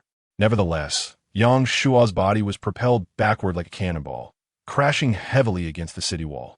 With a jarring thud, he endured yet another overwhelming blow to his back, nearly causing him to lose consciousness. Fortunately, the automatic spiked shield did not activate against him. Otherwise, he would have met a fate akin to that of an ogre. Gritting his teeth, Yang Shua fought to remain conscious and unhesitatingly used a low-level healing card. A surge of green light emanated from his left arm, gradually restoring its sensation. Summon Dagger. A crimson summoning card materialized in his right hand, and he promptly called forth the weapon most beneficial to him at this moment. Summoning firearms was impractical. There was simply no time for that. Similarly, summoning crossbows or staves was not feasible, as they would likely prove unusable. Thus, he opted for the choice that would maximize his advantage in the current predicament. A pitch-black dagger appeared in Yang Shua's grasp, a frigid aura coursing through his palms and invigorating his spirit. The dagger measured nearly 30 centimeters in length, with its hilt seamlessly integrated, connected only by a circular ring that held a radiant rune. The guard featured a pair of unfurled wings, their feathered patterns vividly apparent. The blade slithered like a serpent, reflecting a ghostly blue light in the cold night, adorned with vine-like engravings that shimmered with the glow of living stone. Its tip slightly curving upward like a scorpion stinger. Phoenix Kiss, special effect, Phoenix Flame. With no time to admire his weapon, the mantis monster charged once more. Yang Shua dared not rely on the shield again. It sufficed against ordinary foes, but was utterly inadequate against the formidable creature before him. The crossbow materialized in his left hand, and an ice arrow was loosed without delay. The mantis monster sidestepped effortlessly in its rapid advance, evading the arrow. Unperturbed, Yang Shua continued to pull the trigger, simultaneously rushing toward the monster. Arrows flew in rapid succession, none striking true, yet they successfully hindered the mantis monster's speed. The sound of gunfire erupted as a submachine gun emerged from the wall, unleashing a torrent of bullets upon the creature. However, unlike its evasion of the ice arrows, the mantis monster did not dodge the bullets, allowing them to pummel against its body, sparking with each impact, yet inflicting no harm whatsoever. The sheer resilience of its form was utterly astonishing. Yang Shuo continued to fire the crossbow with fervor while adjusting his position. Suddenly, a shadow darted towards him. A statue at the corner of the wall broke free, arcing through the air, its long blade aimed at the mantis monster. The chitinous shell of the mantis creature parted once more, its wings flickering as its body came to an abrupt halt, narrowly evading the attack of the statue. Then, with a sudden and forceful motion, it brought its arm down, the wrist remaining motionless while the blade at the elbow whirled with ferocity, reducing the statue to mere fragments in the blink of an eye. Yang Shuo felt his eyelids tremble. Should he endure such a blow? He feared he would be ground to dust. What pained him even more was the loss of the newly acquired statue, which had yet to warm in his grasp. Damn it! How ghastly! In an instant, Yang Shuo vanished, only to reappear behind the mantis creature, unleashing a crescent of flame that sliced through the air like a phoenix unfurling its wings, striking fiercely against the creature's armored shell. With a tearing sound, the shell was instantly breached, flames rapidly spreading and melting away a portion of the exterior, while the blade forcefully tore away a segment of the inner wing along with flesh and blood. As the crimson liquid spilled forth, it was swiftly consumed by the searing flames. Chapter 63. A Desperate Battle, Stealth. As Yang Shuo descended, he swiftly activated his stealth ability and retreated hastily, simultaneously retrieving soul power fragments to replenish his diminished energy. He anxiously observed the back of the mantis creature, fearing it might possess a formidable regenerative capability akin to that of the tyrant. However, perhaps due to the flames, there were no signs of recovery on the mantis's back. Yang Shuo let out a sigh of relief. Fortuitously, he had summoned a powerful dagger. Had it been a broadsword instead, even if he managed to sever it, it likely would not have penetrated the mantis's hard shell. With a furious roar, the mantis, wounded on its back, attempted to spread its wings once more, but found itself powerless to do so. It spun rapidly in place, searching for Yang Shuo's figure. Yang Shuo stood not far away, motionless. Engaging the mantis in direct combat offered him no chance of victory. His only hope of survival lay in continuously whittling down its health with his ghostly skills. Yet, the cooldown for these skills was a minute, and without utilizing stealth to buy some time, he would not endure for long. After 20 seconds, the effect of stealth was about to dissipate. Without hesitation, Yang Shuo unleashed an ice arrow while simultaneously casting several runes. The moment the crossbow discharged, the mantis had already locked onto Yang Shuo's position and charged recklessly toward him. This time, it did not even attempt to evade the ice arrow, but instead clashed against it with the blade on its arm. Though the blade was coated in frost, its speed toward Yang Shuo remained undiminished. The slower runes were easily dodged without effort. 30 seconds swiftly passed, and Yang Shuo's form became visible. However, he no longer wielded the dagger. Instead, he grasped a tang knife. Unyielding, he struck with the tang knife, as the sharp and piercing sound of blade meeting blade resonated. Two shards of broken weapons shattered simultaneously, slicing through the air, one disappearing into the darkness, the other embedding itself firmly into the city wall. One shard originated from the tang knife, the other from the mantis's arm. Yet this was not the end. The remaining half of the tang knife in Yang Shuo's hand still radiated an unmatched aura as it descended upon the mantis's arm. With a sickening squelch, blood gushed forth as half of the mantis's arm was severed. Yang Shuo lamented the loss.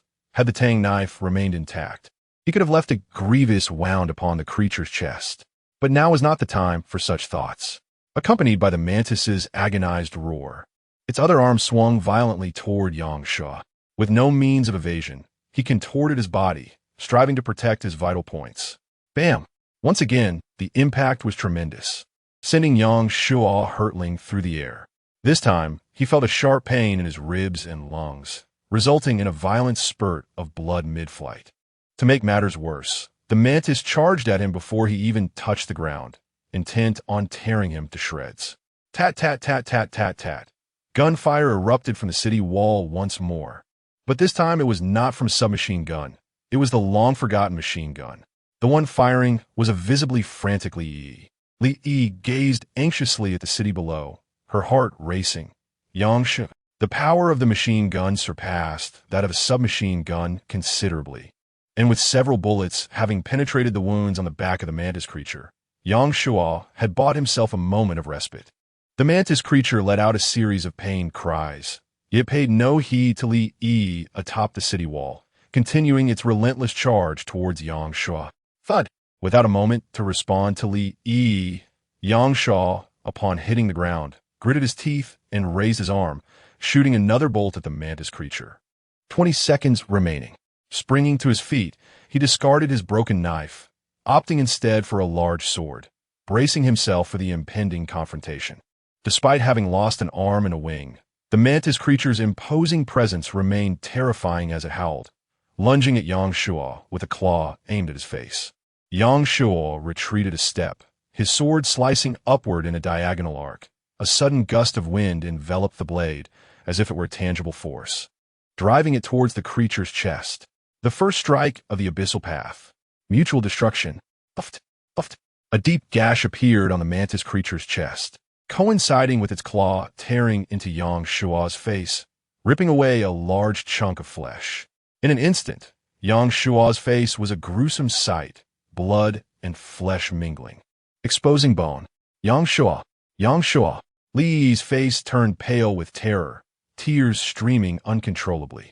She wished to aim the machine gun at the mantis creature, but the proximity of the creature to Yang Shuo left her paralyzed with fear, unable to pull the trigger. Damn! Mutual destruction, is it? Yang Shuo cursed inwardly.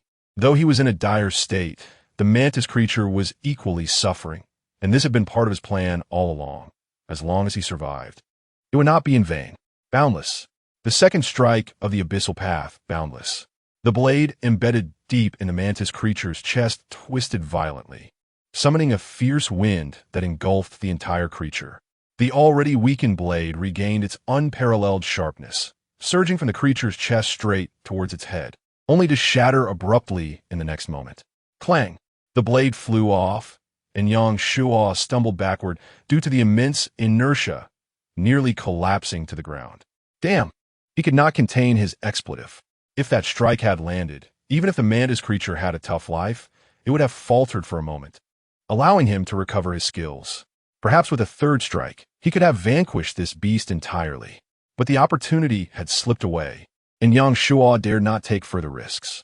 Without hesitation, he retrieved the golden legend and used it on himself.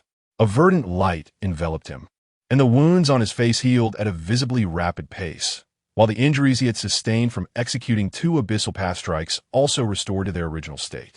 Yang Shuo sighed in relief. The golden legend lived up to its name. He feared that it would only save his life, but not mend his wounds, lest he be left disfigured. With his 2 greatest trump cards expended, he had at least exchanged one for a dagger, while the healing card left him with nothing. Yang Shuo yearned to rend the mantis monster before him into 1,000 pieces, yet he recognized that this was not a moment for recklessness. With a swift motion of his left hand, he loosed an ice arrow while simultaneously casting several runes, then took flight. Although the creature's neck remained unsevered, it was nevertheless staggered by the shockwave of the infinite blade, losing its footing for a time. As it struggled to regain its balance while evading the ice arrows and runes, it could only watch helplessly as Yang Shuo made his escape. A discordant roar, utterly incongruous with its appearance, erupted from the mantis monster as it resumed its pursuit of Yang Shuo. Meanwhile, Yang Shuo's mind raced, counting down the seconds. 10 seconds. 9 seconds. 8 seconds. The distance between him and the mantis monster was rapidly diminishing. Chapter 64. The first kill, a gift from the mantis with a sudden flourish. 2 formidable blades appeared in Yang Shuo's hands, and he bellowed fiercely at the mantis beast. Startled, the creature instinctively halted its advance. Although devoid of intellect, it possessed a rudimentary sense of judgment. It clearly outmatched Yang Shuo in strength, capable of delivering a fatal blow with a single strike.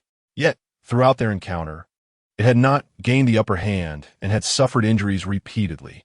Now, confronted with Yang Shuo's sudden roar, it momentarily believed he had conjured some arcane trickery.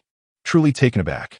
However, before the mantis beast could assess Yang Shuo's intentions, it witnessed him hurling his blades aside and abruptly fleeing. The creature, momentarily stunned, was engulfed by rage as it realized it had been deceived, charging furiously after him. 5 seconds. Tot. The submachine gun unleashed a torrent of fire once more. Meanwhile, the stone statues atop the city wall sprang into action, crashing down with a thunderous roar, those shattered again by the mantis beast. They successfully bought Yang Shuo an additional 2 seconds. Pausing, Yang Shuo turned to face the mantis beast, his weapon, the phoenix kiss, materializing in his grasp. This was the moment of truth.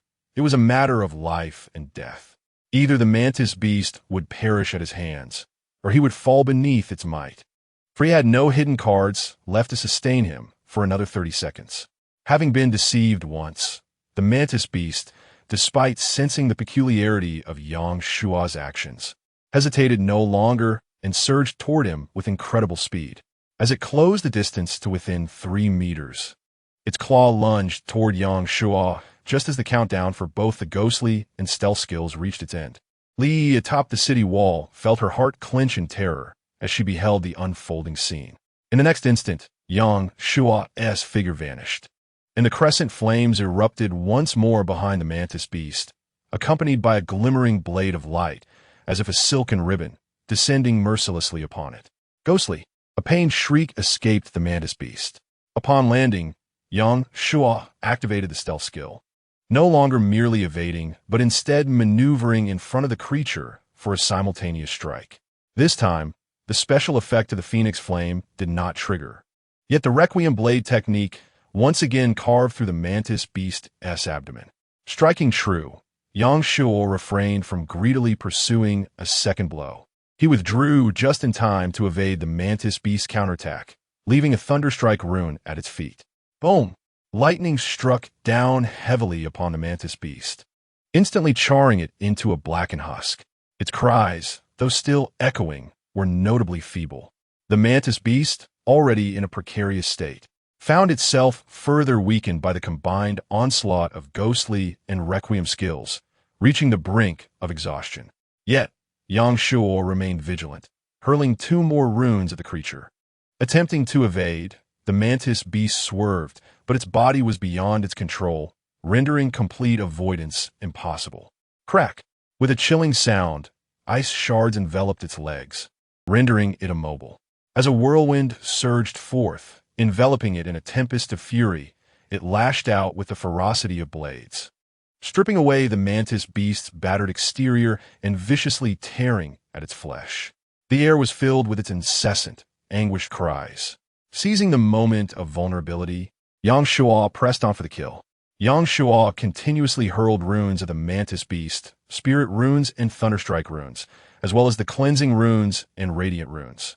He dared not let his guard down, fearing that the creature might yet stir. Only when he had expended all his runes and could cast no more did he retreat to a distance of 10 meters, patiently awaiting the dissipating smoke. Yang Shuo, Li leaped from the city wall, rushing towards him and throwing herself into his arms. She anxiously began to inspect his body. "Are you all right?" "I'm fine. I used a healing card," Yang Shuo replied, concerned that the mantis beast might still be alive, positioning Li protectively behind him. Seeing that Yang Shuo was indeed unscathed, she sighed in relief, though her gaze turned worryingly towards the mantis beast. This had been the most terrifying monster Yang Shuo had encountered to date. More importantly, he had faced it almost single-handedly. After a considerable time, the thick smoke gradually cleared, and Yang Shuo heard a notification chime. "Congratulations on successfully overcoming the Dance of Death penalty, achieving the accomplishment. Dance of Death. Congratulations on obtaining the Dance of Death achievement. Receiving the reward, Golden Treasure Chest. Congratulations on completing the first kill of a level 2 Warren, achieving the accomplishment, Level 1 Monarch.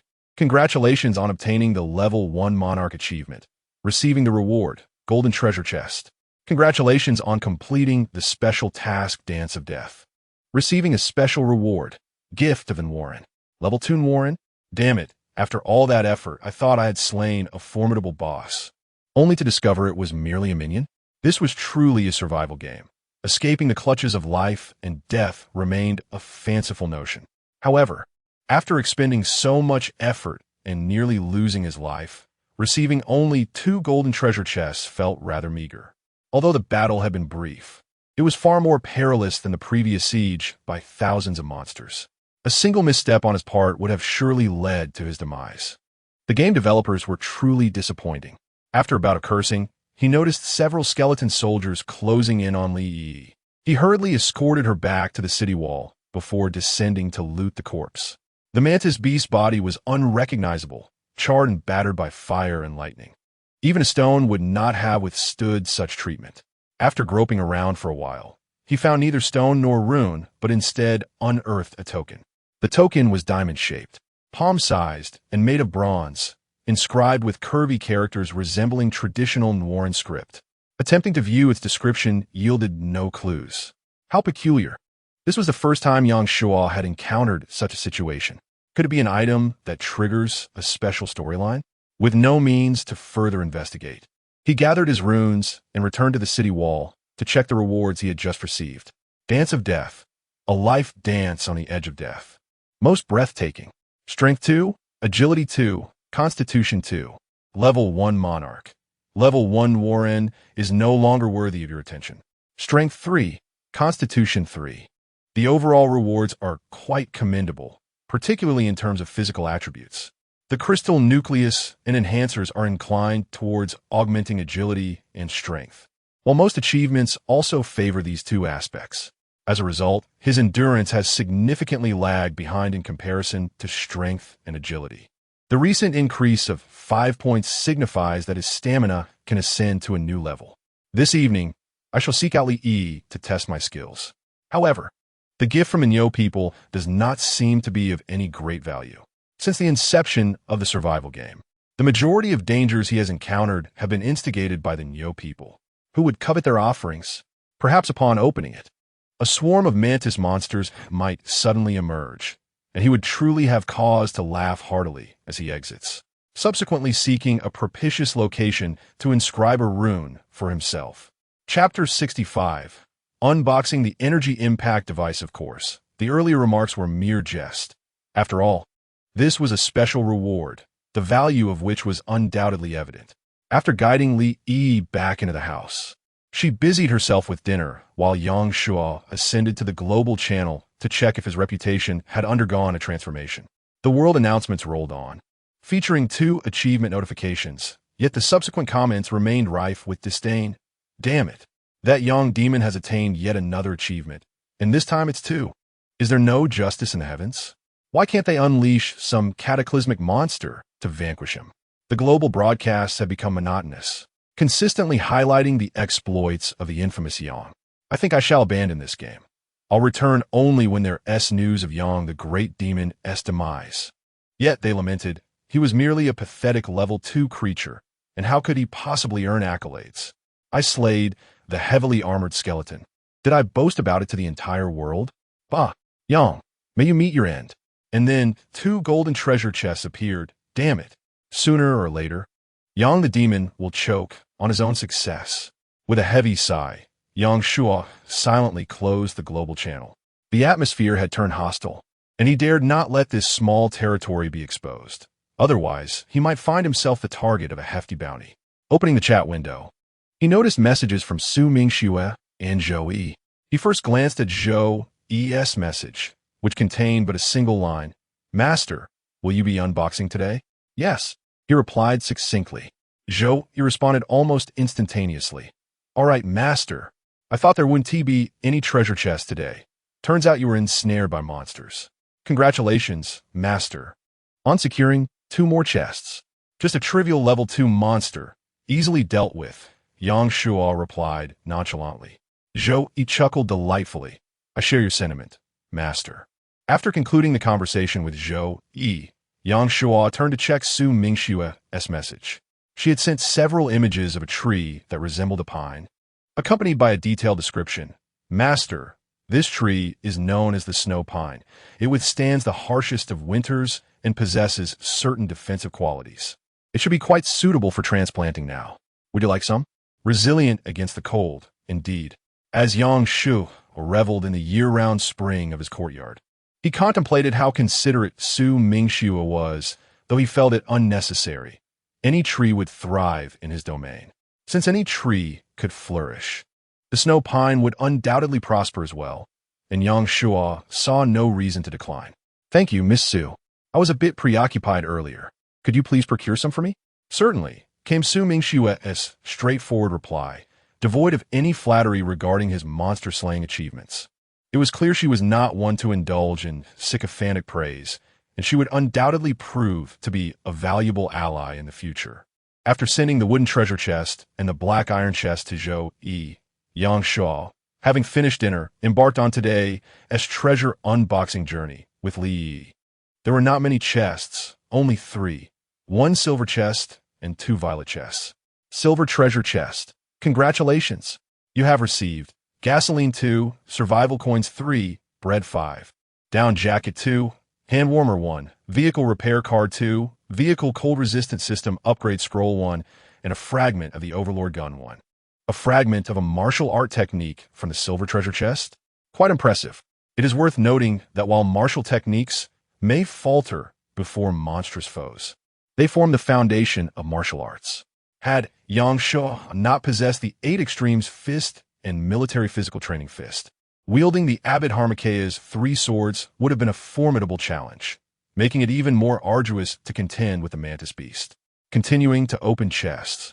The purple treasure chest yielded. Congratulations!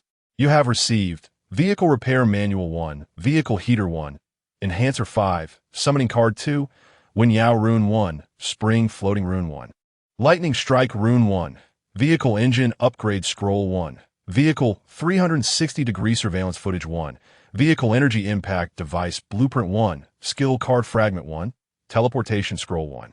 Yang Shuo was utterly astonished, swiftly seizing the teleportation scroll. Teleportation scroll, capable of transporting the vehicle and its owner up to 3 kilometers away. What the hell? To give him hope only to dash it so cruelly. A mere 3 kilometers? What use is that? He had anticipated a direct setting for long-distance teleportation. Alas, it seems that for now, the prospect of acquiring the precious Zhou remains dim. However, this also ignited a flicker of hope within him. If there exists a scroll for 3-kilometer teleportation, there must surely be scrolls for long-distance or even pinpoint teleportation, albeit requiring a more advanced treasure chest to obtain. Yet, for the time being, he dared not aspire to treasure chests of a higher caliber than the Starshine level, placing his hopes solely on the enchanting Suda. Yang Shuo continued to examine the other items. Vehicle Repair Manual. This manual contains solutions for all vehicle malfunctions you may encounter. Please study it diligently. Vehicle Heater. Can be installed within the vehicle and utilized even when the engine is off. Blueprint for Energy Impact Device. A low-level pulse energy device capable of actively generating impact energy, continuously draining the life force of monsters. Requires special materials. 1 unit of Zhuangwan stone, 1 unit of spring floating stone. Yang Shuo found this device quite intriguing. His current means of consuming monsters' life force relied solely on the automatic spike shield, as he lacked sufficient gunpowder to produce ammunition in bulk. Not to mention that a submachine gun had yet to be arranged. With this energy impact device combined with the spike shield, the effect should be quite remarkable, and it can be placed within the courtyard without concern for wear and tear. Should he acquire a higher-level pulse device in the future or upgrade this low-level pulse device, dispatching monsters would become all the more effortless. Yang Shuo retrieved the irregular upgrade scroll and placed it upon the energy impact device, quickly receiving a notification. Vehicle Energy Impact Device, Upgrade Option 1. Enhance the attack frequency and intensity of energy waves. Upgrade Option 2. Upgrade the device itself to acquire a superior model. Upgrade Option 3. Expand the impact range of energy waves to attack all directions without blind spots. As he had anticipated, yet upon witnessing the upgrade options, Yang Shuo found himself in a quandary. The first option was straightforward, but he grappled with the decision between the second and third, both of which were desperately needed. However, he could not simply expend the irregular upgrade scroll at this moment, as he wished to upgrade the main body of the windmill first. Resisting the impulse, Yang Shuo retracted the scroll. Skill card fragment. 1, 2. Collecting all fragments will yield 1 skill card.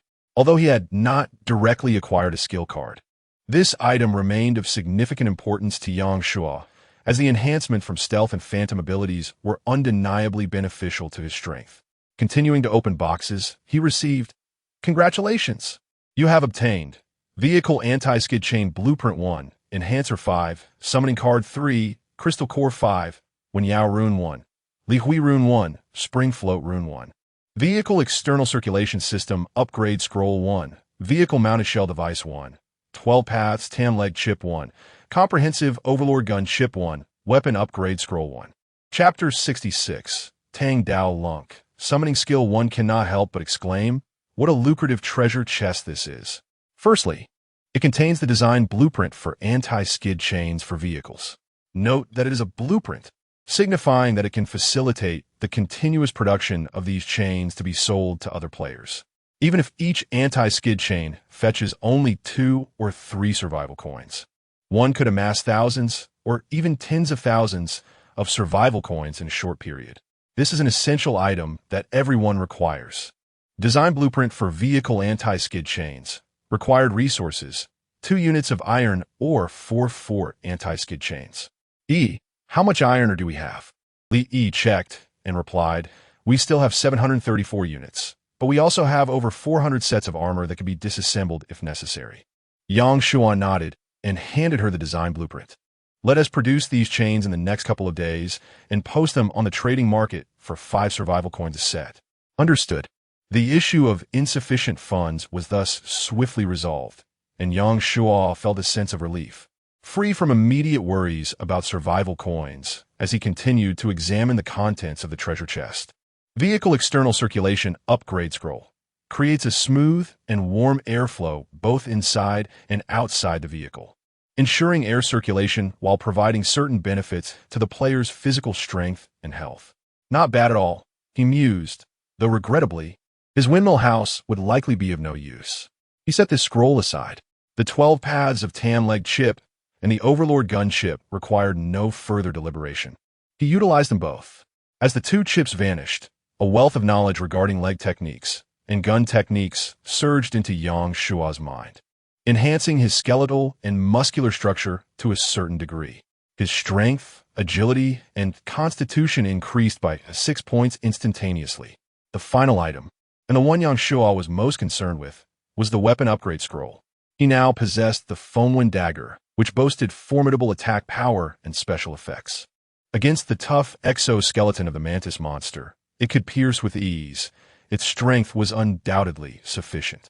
However, he lacked an excellent blade.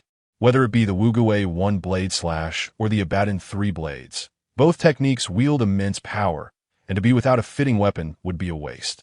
Thus, without hesitation, he produced a blue summoning card and summoned a blade forthwith. In the blink of an eye, a long sword materialized in his hand. Tang Dao Lunk, forged from a meteorite from beyond the heavens by a renowned craftsman, this legendary blade possesses boundless power and unmatched dominance. However, it lacked any special effects. The Tang Dao, bearing such a name, could not possibly be compared to the previous blade. It should no longer suffer from breakage when confronting mantis monsters. Yet, having experienced the effects of the Foamwind, he was naturally not content with this. Moreover, both the Wugue 1 blade slash and the Abaddon 3 blades warranted a more potent weapon. Utilize the weapon upgrade scroll. As Yang Shua's voice resonated, Lunk suddenly erupted in a dazzling white light. When the brilliance gradually subsided, the blade had transformed into a new form, entirely a deep azure, adorned with flowing patterns reminiscent of water, culminating in a blooming higginbana flower, its petals seamlessly connecting to the blade's body, back, and tip. The special effect of the blade was described as bloodthirsty. It certainly sounded formidable, and Li Yi contemplated testing it on a few goblins the next day. She reached out to touch the blade's surface, but quickly withdrew her hand, exclaiming, "It's truly exquisite." Not only was it beautiful, but its power was also formidable. This weapon represented the pinnacle of what he could summon, akin to the finest treasures one could acquire from a starlit chest. In the vast realm of survival, Even if someone possessed a weapon of similar caliber, it would be improbable for them to possess two of such quality simultaneously. As for weapons of even greater excellence, Yang Shuo was certain that no one could lay claim to them. As he sheathed the blade, he began to nurture its essence. The resource collection vehicle has returned, Li Yi announced, pointing to the resource vehicle that was steadily descending along the city wall. Yang Shuo hurried over to assess the situation. Upon opening the storage compartment, he discovered only a modest quantity of iron and copper, or both lacking in quality. After extracting the minerals, the vehicle trundled back up the city wall to continue its mining endeavors. No merit, just sheer toil, Yang Shuo thought disdainfully as he examined the scant minerals in his hand. However, given that it was merely a low-tier resource vehicle and the resource map indicated that iron and copper were the predominant minerals in the vicinity, he could hardly expect more. Progress must be made step by step, and sustenance consumed bite by bite. With this in mind, Yang Shuo retrieved the energy impact device and positioned it in the center of the courtyard for installation. The setup was completed swiftly. The device resembled a funnel, standing approximately 2 meters tall, with metal apparatuses on both ends and 2 transparent glass domes in the center. After installing the spring water stone and the washing stone, the device began to tremble slightly, as if coming to life, though it soon returned to a state of tranquility. Suddenly, a surge of water erupted from the lower glass dome, while a tempest roared within the upper dome, causing it to vibrate ominously. Both elements moved in a rhythmic dance, akin to breathing, ebbing and flowing, with each motion radiating an invisible energy that swept across the courtyard, directing the flowers and grass toward the city wall. While the outcome remained uncertain, Yang Shuo knew that one day, this would become a formidable weapon in his courtyard. Once he organized all his belongings, Yang Shuo glanced at the chat window, noting that Su Mingxue had yet to send message. He decided to check the gift from Warren. Would you like to use Warren's gift? He confirmed. Upon his affirmation, a spinning wheel appeared before him, intricately engraved with numerous compartments of varying sizes, each inscribed with characters resembling those on the token. After studying it for some time, without comprehending its meaning, he realized its purpose. It was a mechanism for acquiring rewards. Although the specific rewards remained a mystery, he understood that the rarer the item, the more valuable it would be. Unfortunately, the spinning wheel was exclusively for his use. Otherwise, he would have invited Li Yi to try her luck. Yang Shuo had confidence in his character, but not in his fortune. After rolling a charm that would enhance his luck in his palm for a while, he finally spun the wheel with enthusiasm. The spinning wheel whirled with fervor, gradually coming to a halt after a considerable duration, ultimately resting within a rectangular space that was neither particularly large nor exceedingly small. Thankfully, it was acceptable. Yang Shuo let out a sigh of relief. Congratulations, you have received a gift from the Nyo people, Summon. Summon, a special skill. For every 100 Nyo people you vanquish, you are able to summon 1 Nyo of equal rank to assist in battle. Chapter 67. Upgrading the windmill structure. Yang Shuo's eyes sparkled with excitement at the prospect of a skill that summons monsters. A delightful revelation. Although the prerequisites for this ability seem rather stringent, it is crucial to recognize that the onslaught of monsters surrounding him is ever increasing, with the number of tyrants also on the rise. While they have yet to reach 100, it is entirely plausible that he may soon be besieged by 100 of them daily. Of course, this is contingent upon his survival amidst such overwhelming odds. Strength is cultivated gradually, and acquiring this skill is tantamount to gaining allies. Though the immediate benefits may be modest, over time, the possibility of constructing a personal army becomes tangible. Imagine the day when other players possess the capability to gather en masse for a siege, only to confront thousands of tyrants. What a magnificent spectacle that would be. However, that is a distant dream, one he can merely ponder for now. After mastering the skill, Su Mingxue initiated a trade, offering 10 cedar trees. Once the transaction was complete, a row of tall, straight cedars graced the courtyard, resembling umbrellas and exuding a fragrant resin.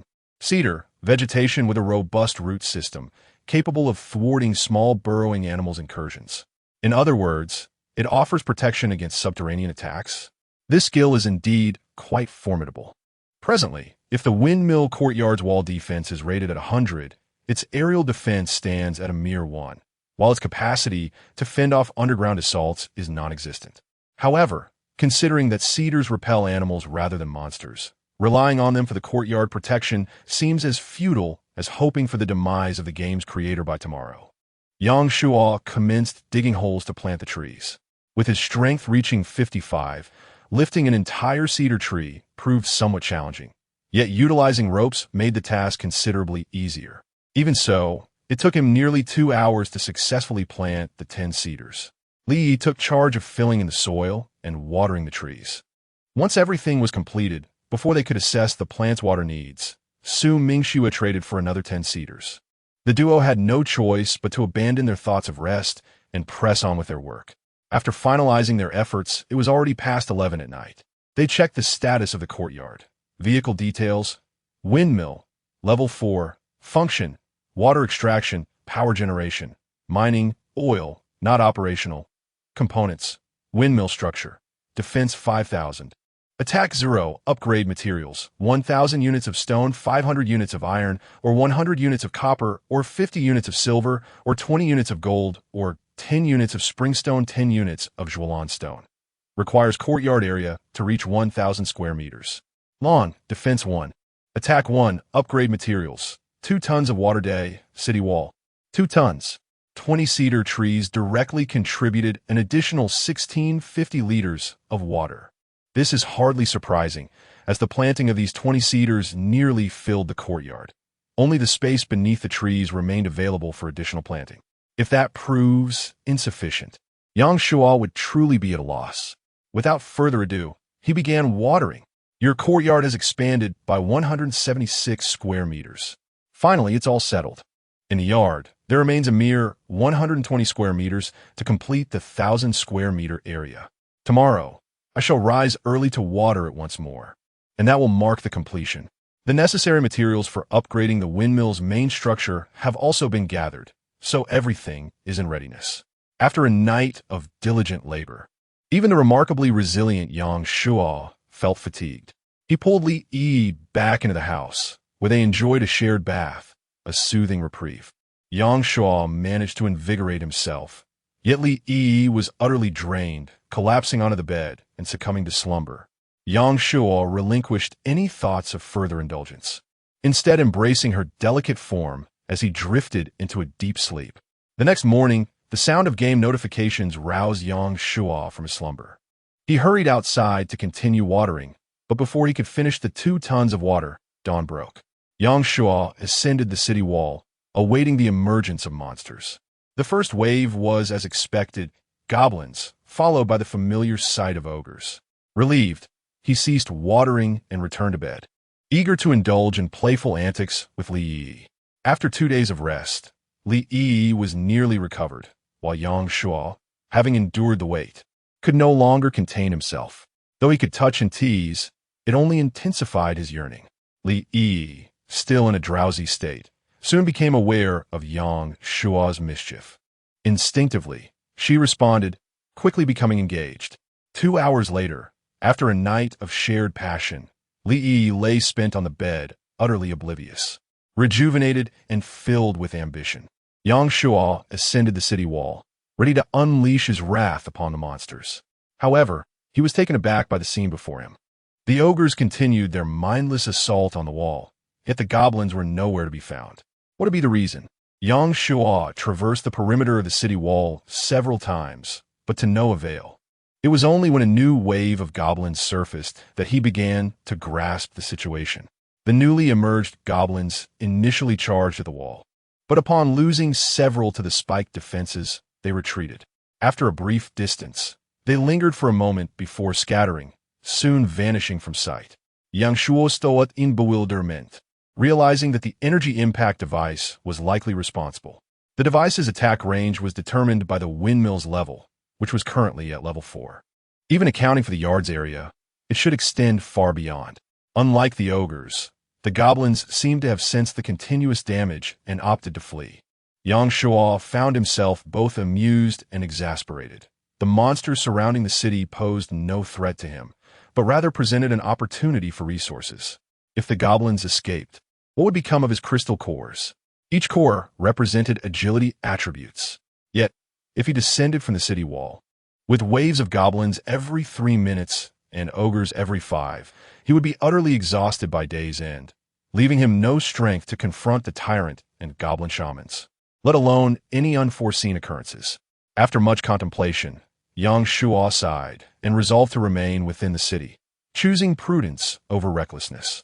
It is hoped that the next contender to replace the goblin will be a mindless creature. The watering continues. After 2 tons of water have been poured, he received a notification.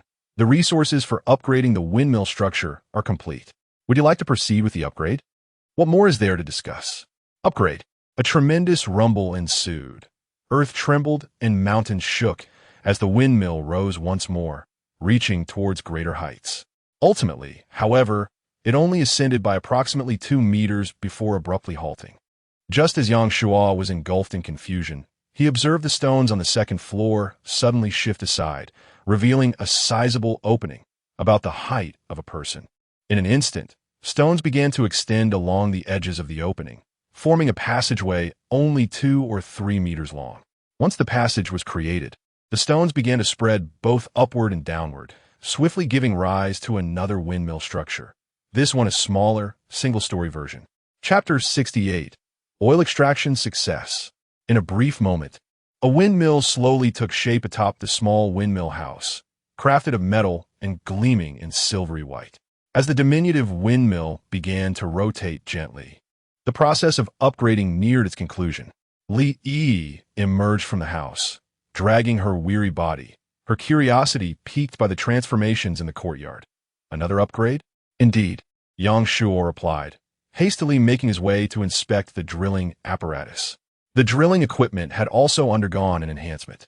Alongside the previously solitary drill head machine stood a towering square machine, 2 meters in height, accompanied by an enormous oil storage tank. The drill head was already in operation, boring downwards with splashes of mud and water. Yang Shuo occupation, assassin, strength, 55, agility, 46, constitution, 35, spirit power, 9 skills, stealth, phantom summoning, martial arts, 1 blade slash. Abyssal 3 blades, health points, 100, status, perfect, talent, component reinforcement, 3-3, vehicle details, windmill, level 5, function, water extraction, power generation, mining, components, windmill body, defense, 50,000.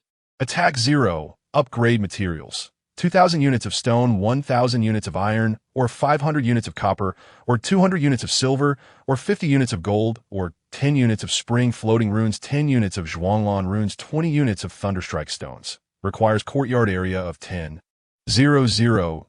square meters. Lawn, defense 100, attack 1, upgrade materials, 2 tons of water day, earthen wall, defense 40,000. Attack 200, upgrade materials, 1,000 units of stone, 500 units of cement, 500 units of iron, or 100 units of Wenyo stone, can be replaced with spring floating stone, etc. 10 units of runes, any, 5 units of living stone, or 500 units of soil, 500 liters of water. Requires windmill body to be upgraded to level 4. World channel, regional channel, trading channel. Casting a glance at the upgrade resources, Yang Shuo sighed. To reach level 6, he estimated it would take at least half a month. While stone, runes, and star cores were relatively easy to procure, the deficit of iron ore, copper ore, silver ore, and gold ore was significant, necessitating a gradual accumulation. He retrieved the irregular upgrade scroll and placed it next to the drilling machine. Oil extraction machine. Upgrade options 1.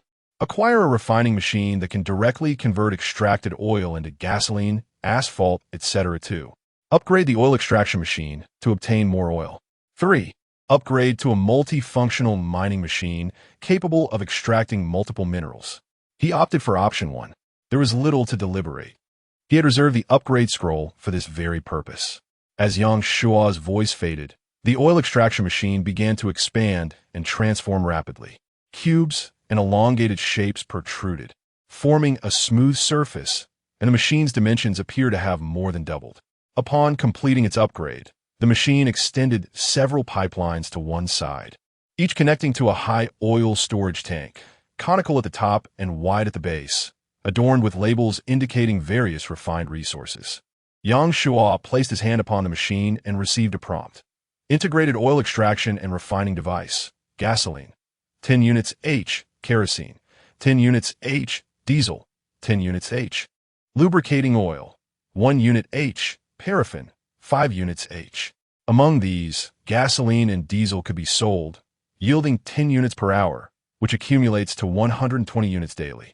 With the price of gasoline slightly rising, exchanging 1 unit for 1 survival coin should be attainable, ensuring a stable income of 240 survival coins each day, which is quite commendable. Furthermore, with the upgrade of the windmill, the oil extraction capacity would undoubtedly increase, much like the availability of water and electricity. Lost in thought, Li Yi suddenly tugged at Yang Shua, pointing toward a distant spot and asking, "What is that?" Yang Shua turned to see a small stream that had seemingly appeared in the yard, its waters meandering towards the city wall. They hurried over to the source of the stream, which turned out to be the massive storage tank. However, the 3 faucets on the tank were wide open, allowing a continuous cascade of water that fed the stream. "Should we turn it off?" Li Yi asked with concern. Yang Shua pondered for a moment and shook his head. The stream was less than a meter wide and scarcely 20 centimeters deep, maintaining consistent width and depth throughout. It likely formed automatically following the windmill's upgrade. The windmill had utilized 10 fountain stones for its enhancement. Thus, if all 10 were embedded within the water extraction system, supplying water to the 5 faucets should be more than sufficient. Conversely, turning off the faucets might subject the storage tank to excessive pressure, potentially causing it to burst. It seemed that he had indeed achieved a state of water freedom. Yang Shua briefly explained this to Li Yi and added, "Let us check back in 2 hours. If the situation remains unchanged, it will confirm that we will no longer lack for water." Li Yi breathed a sigh of relief, her face lighting up with joy. "Let us go see the new windmill house." The two made their way to the small windmill house. Unlike the initial level 1 windmill, this structure was entirely built of stone, with metal blades, and the interior was empty, lacking any water extraction equipment. However, Yang Shua felt no disappointment. The oil extraction device was now operational, and once the windmill's main structure reached level 6, it would surely unveil a new function. This small windmill house was likely prepared for that very purpose. Finding little of interest inside, Yang Shua exited the room and gazed up at the sky, only then realizing that large snowflakes were falling. "It's snowing?" he mused, as it had been snowing for quite some time. In the yard, however, it remained spring-like. Not only was the cold front unable to penetrate, but the falling snowflakes melted away upon contact, rendering Yang Shua completely unaware of the snowfall. However, at this moment, he seemed indifferent to these matters and instead gazed at the densely packed iron frameworks above the courtyard. Following the last upgrade of the windmill's main structure, for iron beams had extended from the windmill house, resting on the corners of the city wall. After this upgrade, the original 4 iron beams had thickened considerably, resembling dragon bones, which in turn extended numerous iron crossbeams around them, creating many square grids. Furthermore, the high-voltage power grid and protective netting that had originally been suspended above the courtyard now boasted additional supports, rendering them even more robust. You turn back to craft several glass panes. Yang Shua possessed the design blueprint for tempered glass. If the glass could be fitted into those grids, the air defense capabilities would be significantly enhanced. After surveying the internal conditions of the courtyard, the two returned indoors. However, the changes within the house were minimal. Only the scale of the power generation devices on the 2nd and 3rd floors had increased, with the electricity output having risen several-fold. Notably, the newly added room on the top floor housed a torch-like apparatus, which was empty inside, leaving its purpose uncertain. Chapter 69.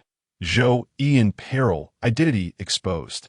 After inspecting the windmill, Yang Shua ascended the city wall, where the vast wilderness lay blanketed in thick snow. The ground was now covered by a substantial layer of snow. Upon accessing the world channel, he was met with an avalanche of vitriolic remarks. "Goodness, what a heavy snowfall. I can scarcely afford to drive fast. Completing a journey of 100 kilometers seems impossible. Maintaining even a speed of 30 kilometers per hour is challenging. Yang Dog, come to your demise. This is all the fault of the demon Yang. Is he not yet dead? Damn it. My vehicle has broken down, and in 5 minutes, monsters will emerge. What to do? I just veered off the road. Fortunately, my car is resilient and did not stall. There are countless roads, but safety is paramount. Everyone, resign yourselves to fate. Yang Dog, come to your demise. Upon opening the regional channel, the situation escalated further. Calls to cease any transactions with the demon Yang proliferated, insisting he must not be allowed to reap any benefits. Yang Dog, all of this is your doing, and you possess ample resources. Shouldn't you offer them selflessly to aid everyone, accumulating some good karma? I offer a handsome reward for information on Yang Shua's vehicle and whereabouts. Should I encounter him, I shall annihilate him. Let us prioritize survival. Who knows how long this snow will persist? If it continues for 2 days, our vehicles will be rendered useless, and we shall all meet our end. My vehicle has stalled. I fear this life is lost. Yang Dog, may you not meet a good end. I await you below. Who has snow chains? I will purchase them at a premium. Come on, who would part with such a life-saving item? How is it possible to encounter goblins on this main road? I am maintaining a speed of no less than 30. Time is of the essence. Yang Shua hurried back indoors and began feverishly crafting snow chains, instructing Li Yi to sell them. As for himself, his reputation had soured irrevocably. Even if he could sell them, it would only deepen the resentment others felt towards him. After all, while everyone suffered, he was profiting handsomely from the calamity. Who would feel good about that? Regarding his abundant resources, should he donate some? Nonsense. It would be fortunate if he could avoid capitalizing on this disaster. How many survival coins shall I list? Li Inkidat. 3 will suffice. The trading market was rapidly elevating the price of snow chains to 10 survival coins, but Yang Shua had ample stock and saw no need for such exorbitance. 3 survival coins represented a considerable profit. Then, he would issue another trading notice, stating he possessed the blueprint for crafting snow chains, offering to create them free of charge for anyone who could provide 5 units of iron ore. In this manner, he could create a self-sustaining cycle, continuously acquiring iron, ore, and snow chains. Zhou Yi had accumulated a significant amount of survival coins, becoming somewhat affluent. Today, she would learn that possessing a primary source of goods is paramount. Remaining a mere middleman would never lead to true wealth. As fate would have it, Zhou Yi suddenly sent a message, a plea for help. God, save me. What has happened? Sniffle. Oh God, I have encountered another driver who has been trailing me. Now that it is snowing, I dare not drive quickly and cannot shake him off. I suspect he harbors ulterior motives, eyeing my survival tokens. Zhou Yi clutched a stack of survival coins, now likely too fearful to meet anyone. He said nothing, first sending over a set of anti-skid chains, then added, try to shake him off. If you cannot, come seek my assistance. The formidable adversary, akin to a steamroller, is entirely unperturbed by the snow. I have already equipped my vehicle with anti-skid chains. There appears to be no alternative. Yang Shuo promptly dispatched a teleportation scroll. If all else fails, use this. Thank you. Esteemed one, Zhou Yi gazed at the teleportation scroll with tears of joy. Thus, she need not fear the relentless pursuer any longer. However, such a scroll is invaluable in any circumstance, and to use it here would be a grave loss. Zhou Yi gritted her teeth, deciding to accelerate in hopes of evading her deranged follower. If she could burst onto the highway or find no escape, then she would resort to the teleportation scroll. As for whether she would return the scroll afterward, that was out of the question. Such a remarkable item must remain in her possession. Half an hour later, Zhou, tear-streaked and distressed, sought out Yang Shua to lament. Esteemed one, I used the scroll and finally escaped that maniac. As long as I am unharmed, that's what matters. How shall we settle the finances? I won't be paying you for the stones and runes obtained from tonight's box opening. Yang Shuo replied. These are treasures from the Starlight treasure chest, and thus far, I have only encountered them once. Their worth is beyond measure. However, if they saved your life, they are indeed worth their weight. The esteemed one's words are always melodious. But if you were to forego payment, that would be even sweeter music. Zhou Yi felt tears welling up. She could have earned nearly 300 survival coins that night. But now, having used the scroll, her funds were depleted. What a hefty loss. She couldn't help but touch her face. Who would have imagined that with her celebrity visage, she would not only gain nothing, but also attract peril? The man on that steamroller, upon seeing her, had eyes glinting with desire and a ghastly grin that still sent shivers down her spine. This cannot continue. It was mere luck that she had escaped this time. What about next time? If she were to fail to flee and Yang Shuo lacked the means to rescue her, she would find herself in a dire predicament. She must urgently seek a powerful ally and form a survival group. Naturally, that individual would be Yang Shuo. Firstly, their frequent exchanges greatly benefit both parties. Secondly, in this vast world, who could protect her better than Yang Shuo? He is the clear choice. However, in this boundless realm, encountering Yang Shuo by chance is exceedingly difficult. The only solution is to obtain another teleportation scroll, one that could directly transport her to his side. Contemplating this, Zhou Yi's expression fell. If she had yet to find such a treasure as Yang Shuo had, what caliber of treasure chest would she need to open to acquire one? Nevertheless, she must make an attempt. She cannot remain complacent. Tonight, she will make an attempt to open the bronze treasure chest. Zhou Yi Kunanshet had feasts, silently resolving within her heart. Soon, Li Yi crafted a batch of tempered glass. Yang Shuo ascended the city wall, pressing his hand against the iron frame of the dragon bone, attempting to ascertain whether the glass could be installed. However, to his dismay, he received no prompts. It appears that it is not feasible. He felt a twinge of disappointment. At present, the aerial defense capabilities of the courtyard were quite feeble, which left him deeply concerned. The game developers would never perpetually provide him with resources in the form of goblins and ogres. It was only a matter of time before formidable monsters emerged, ones that he might find exceedingly difficult to contend with. Yet, while the game's challenges had yet to manifest, the threat from other players had already descended. Suddenly, Li Yi rushed out in a flurry, exclaiming to Yang Shuo, "Yang Shuo, our identities have been compromised." Chapter 70, Competitive Card, Solidifying Identity Exposure is Inevitable. Yang Shuo maintained a calm demeanor and inquired, "What is happening?" There was a trending post in the regional channel. Yang Shuo opened the regional channel, and, indeed, the first post was about him. Someone had uploaded a 10-minute video featuring Fengshe Courtyard, in which his figure could be seen. Peering outside, he faintly discerned a car in the distance along the road, but the heavy snow had distracted him moments earlier. If that were all, it would be manageable. The crucial point was that the poster had also unearthed a screenshot he had previously shared of the windmill, using it as evidence. A player named Suja declared, "The video was recorded just now, while the screenshot is from a long time ago. When someone first posted a screenshot of this courtyard, I sensed a connection, and seeing it with my own eyes has only solidified my belief. Indeed, that is Yang Shuo's vehicle." The comments had already surpassed 10,000. "Impressive. How did you find such an old image?" Suja replied, "I searched for 2 hours to uncover it. It doesn't seem identical at first glance. Although both are windmill houses, one features a fence while the other boasts a towering city wall. One is merely a small windmill for park workers, while the other is presumably capable of generating power. Do you think the demon Yang could slay monsters relying solely on a flimsy fence? It must have been upgraded. Nonetheless, one must admit, how magnificent is that city wall? It must be at least level 3. Surely more." "Brother, enough said. The burden of ridding the world of evil falls upon you. Go forth and vanquish that demon Yang." Suja countered, "Brother, don't jest. Even if I had 10 lives, I wouldn't dare to confront him. I merely wish to assist in unveiling the truth. Why are there still trees in his courtyard? By the heavens, there is no snow by his city wall. So what if there is snow? With such a house and yard, can one truly freeze to death? Has no one noticed those goblins? They dare not assault the city wall at all. The goblins encountered on the road likely came from here.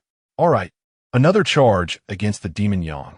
Just then, Li Yi interjected, "Yang Shuo, quickly look at the latest news." Yang Shuo scrolled back to the top of the post and saw a message from someone named Wang Jie. It is quite simple to ascertain if he is the demon Yang. Accompanying the message was a screenshot of a card. Competitive card. Allows the selection of any player for a competitive match, determined by final mileage.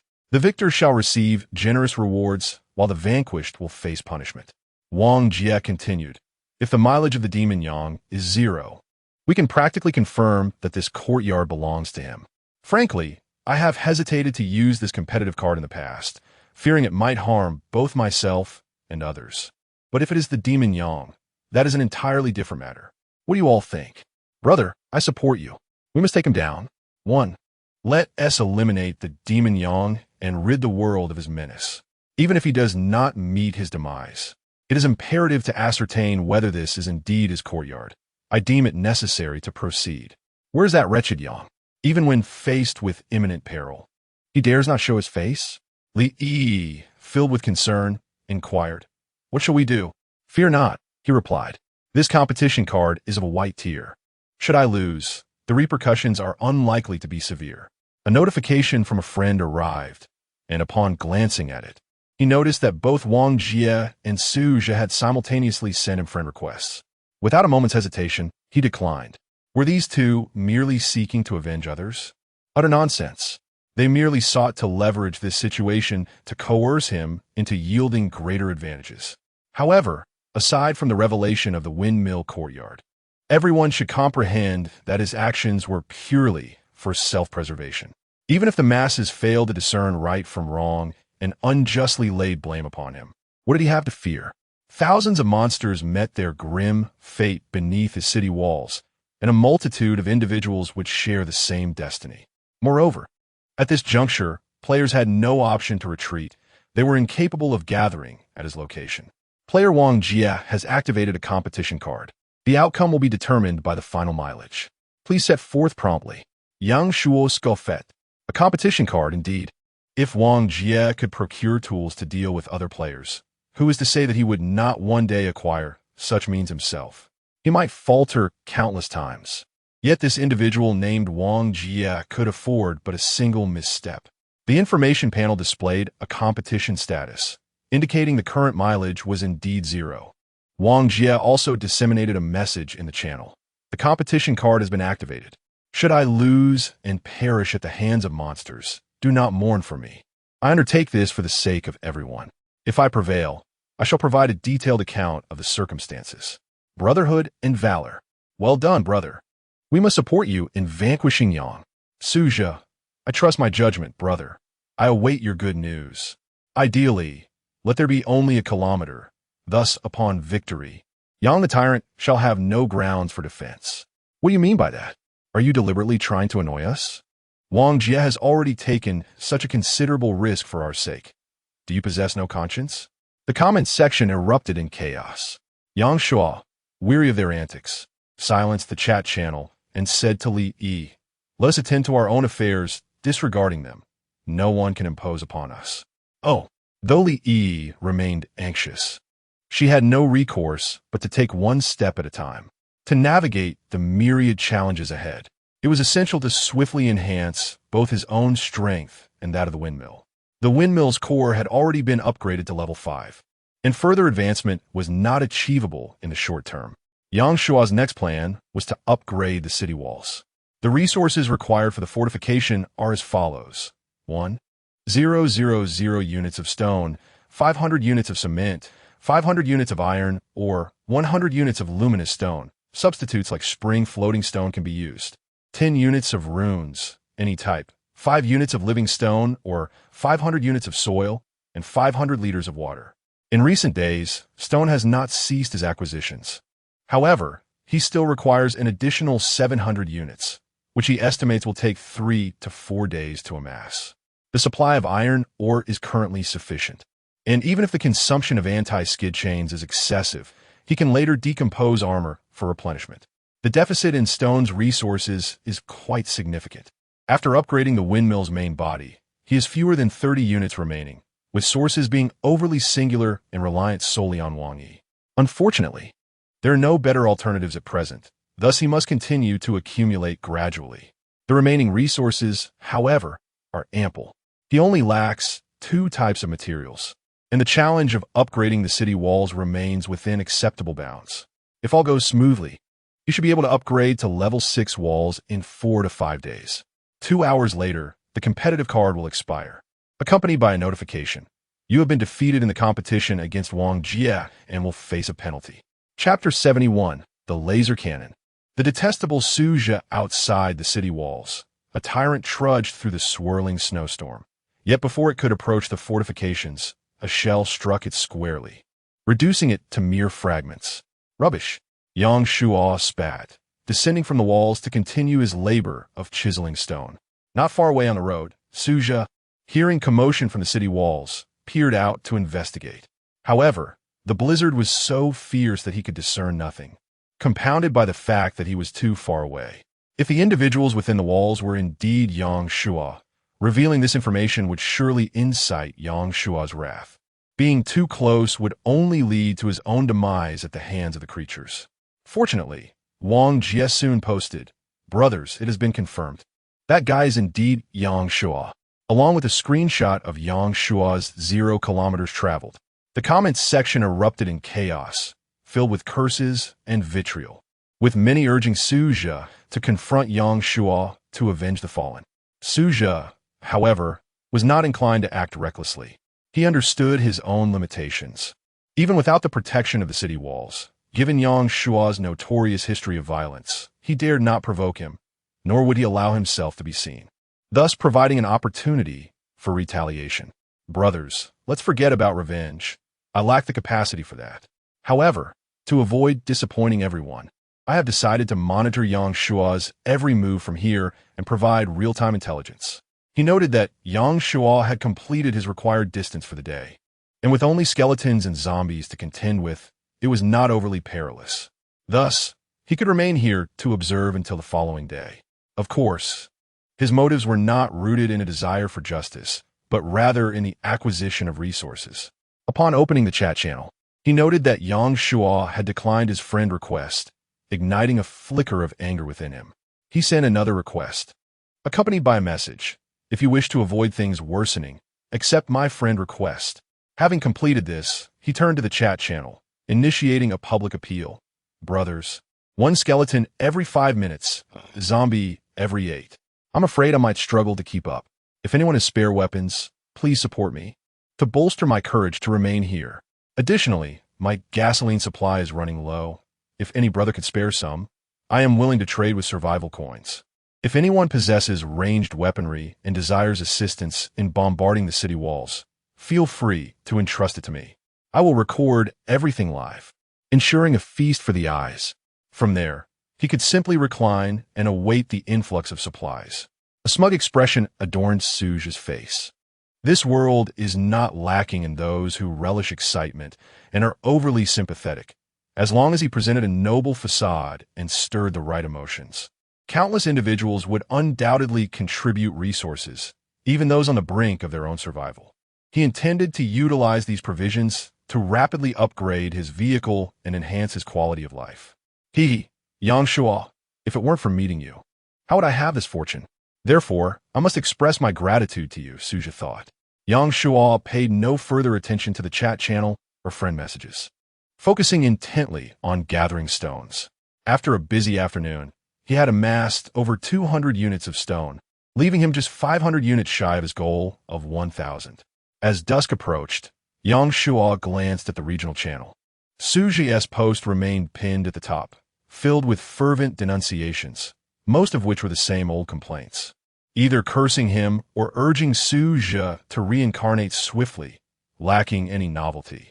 He checked his friend chat and saw that Su Mingxue had sent a message an hour ago. "Master, do you want a laser cannon? Damn, I almost missed an important matter because of that kid." Suja, Yang Shuo quickly replied, "Yes." Su Mingxue responded almost immediately. "How is it going on your end? Any troubles?" "Just minor issues. No need to worry." "That's good." Su Mingxue sent a screenshot of the laser cannon. "I obtained this in a danger zone. It can target both aerial and ground objectives, boasting formidable attack power. What's the price? I'd like to exchange it for survival tokens." Yang Shuo frowned. It seemed this girl was reluctant to part with her valuable item.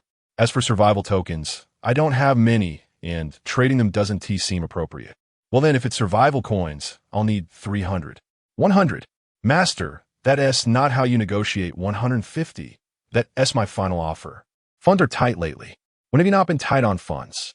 But you are never stingy when it comes to payment. 280, that's my bottom line. If I truly needed this weapon, I wouldn't be offering it to you.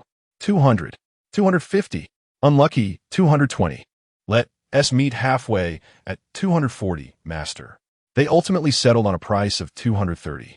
Yang Shuo sought out Li Yi to inquire about the progress of selling the anti-skid chains. We produced 300 anti-skid chains, all sold out, excluding barters. We earned a total of 1,006 survival coins. Li Yi's expression was radiant. This was her first time holding over 1,000 survival coins, in addition to nearly 100 units of iron ore. I estimate we can sell even more today. It's snowing now, and the anti-skid chains haven't reached their full potential yet. However, once the snow stops and the ground becomes compacted or icy, the market for anti-skid chains will expand significantly. Yes, over the next 2 days, the demand will remain high. So let us accelerate production. Have you collected the treasure chests? Many people have approached for trades. Currently, we have a total of 15 wooden treasure chests, 7 black iron treasure chests, and 2 bronze treasure chests. Li Yi glanced up at Yang Shuo, unable to conceal her laughter. What is so amusing? Yang Shuo asked, Buzlet. After a moment of restraint, Li Yi finally spoke. Because the selling price of the anti-skid chains is not high, coupled with the fact that I can make them for others for free, I've gained a bit of notoriety.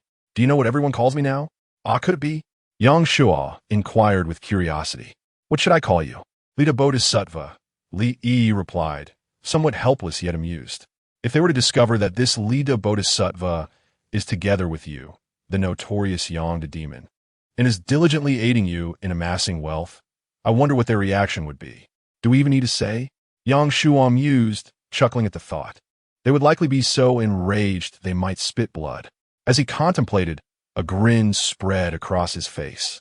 If they were to learn that the benevolent Li Yi, whom they revered, not only possessed beauty akin to a blooming flower, but also spent every evening in his embrace, it would surely drive them to the brink of madness.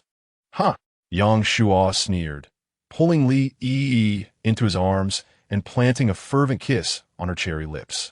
Want to deal with me? Not only can they not, but I also live more lavishly and joyfully than anyone else. Chapter 72. Astonishing. Was it all the work of the great demon Yang? Having regained his financial stability, Yang Shuo felt considerably more buoyant. With cash in hand, he could indulge in whatever he desired. After trading survival coins with Su Mingxue, he swiftly acquired a laser cannon. Laser cannon, a high-energy laser weapon that utilizes powerful directional beams to directly inflict damage on targets. Usage conditions: requires a terrain of 5 square meters. The requirement of 5 square meters meant it could not be installed on the city walls, which left Yang Shuo somewhat disheartened. On one hand, the sight of such an advanced weapon displayed atop the walls would undoubtedly be imposing. Merely its design could instill fear. If it were to showcase its capabilities, someone like Su Zhu would likely be terrified beyond measure. On the other hand, not being able to mount it on the walls meant he could not attack the monsters outside. Nevertheless, Yang Shuo was optimistic, believing that the weapon would eventually prove its worth. After some contemplation, he installed the laser cannon near the section of the wall devoid of stone statue guardians. Once it was set up, he patiently awaited the arrival of nightfall. Congratulations to all surviving players for enduring today's survival game. Please take the time to rest. Due to your failure to complete the required distance for today, you will face severe penalties. At the base of the wall, 2 goblin priests and 12 tyrants emerged. Following this trend, in 3 days, he would be able to slay 100 tyrants and earn a summoning opportunity, with intervals between encounters becoming progressively shorter. He could only hope that no other monsters would replace the tyrants in the meantime. Meanwhile, on the regional channel, Su Zhu's post remained extremely popular, with the vast majority encouraging him to venture near the city walls to capture footage. After so many days, even those who had not personally faced the punishment for failing to meet the distance requirement understood that the penalty was a terrifying tyrant, far beyond the capability of ordinary players. The mere fact that Yang Shuo had survived for so many days indicated he possessed some secret techniques for dealing with tyrants. Who wouldn't want to witness that? As night fell and the snow intensified, Suja realized that his current location was ill-suited for capturing useful information. However, valuing his life, he wisely refrained from undertaking such a foolish endeavor. Entering Yang Shua's line of fire would be perilous. Even divine intervention could not save him. Thus, despite the complaints from other players, he chose to ignore them. Out of curiosity regarding Yang Shua's methods for dealing with tyrants, he decided to abandon his vehicle and stealthily advance a short distance into the night. If he could catch a glimpse, that would be splendid. If not, he would ensure he remained out of danger. As for the heavily armored skeleton 8 meters away from his vehicle, with caution, he believed he could avoid any trouble. After much hesitation, Suja finally set off. When he reached 100 meters from the city wall, he dared not venture closer. Fortunately, the lights on the other side of the wall were bright, allowing him to see clearly from that distance. However, to his dismay, there was no sign of Yang Shua on the wall. Outside, a raging inferno consumed the area, leaving nothing but devastation in its wake. Had the battle concluded? Suja glanced at the time. A mere 15 minutes had passed since nightfall. Had Yang Shua managed to eliminate the tyrants within that brief span? That was utterly terrifying. Fortunately, I displayed my wit and refrained from confronting Yang Shua directly. Otherwise, I might have met with a fate akin to that of the tyrant. Just as I was about to take a screenshot to share in the regional channel, I suddenly noticed something amiss. The area engulfed in flames was not far from the city wall. However, at the junction of light and shadow, there were no flames consuming the ground. Instead, a multitude of monstrous corpses lay scattered about, indistinct to the naked eye, but vividly clear in the captured image. These were neither goblins nor ogres, but rather the remains of several tyrants, one after another, in numbers exceeding 7 or 8. A chill coursed through me, rendering my limbs icy and my breath shallow. To eliminate a single tyrant in 15 minutes is already astonishing, but to dispatch 10 in that same time frame, what a staggering notion. I dared not contemplate such a feat. I wanted to draw closer for a better look, yet courage eluded me. Furthermore, as heavy armored skeletons began to emerge behind me, I feared that any commotion might attract Yang Shua's attention, prompting me to hastily retreat towards my vehicle. Once back in the car, I used a grenade to deal with the heavy armored skeletons. Gazing at the screenshot in my hand, I hesitated over whether to post it in the regional channel. After what felt like an eternity, I summoned my resolve and shared it. The more terrifying Yang Shua's prowess appeared, the more the others would resent him, as they would perceive him as having ascended to his current heights atop the corpses of his peers. The greater their animosity, the more support I would likely receive. As I anticipated, the moment I posted the screenshot, it ignited a frenzy in the regional channel. What on earth is that? Tyrant corpses? No way. How can there be so many? 1, 2, 3, 4, 5, 6, 7, 8, 9. At least 10. Did Yang Shua do this? Is he really that formidable? Surely, these must be the tyrants he has slain over the days, right? If he truly possessed such power, would he still be trapped in that courtyard? All monster corpses refresh after 24 hours, so it cannot be the result of accumulated kills over several days.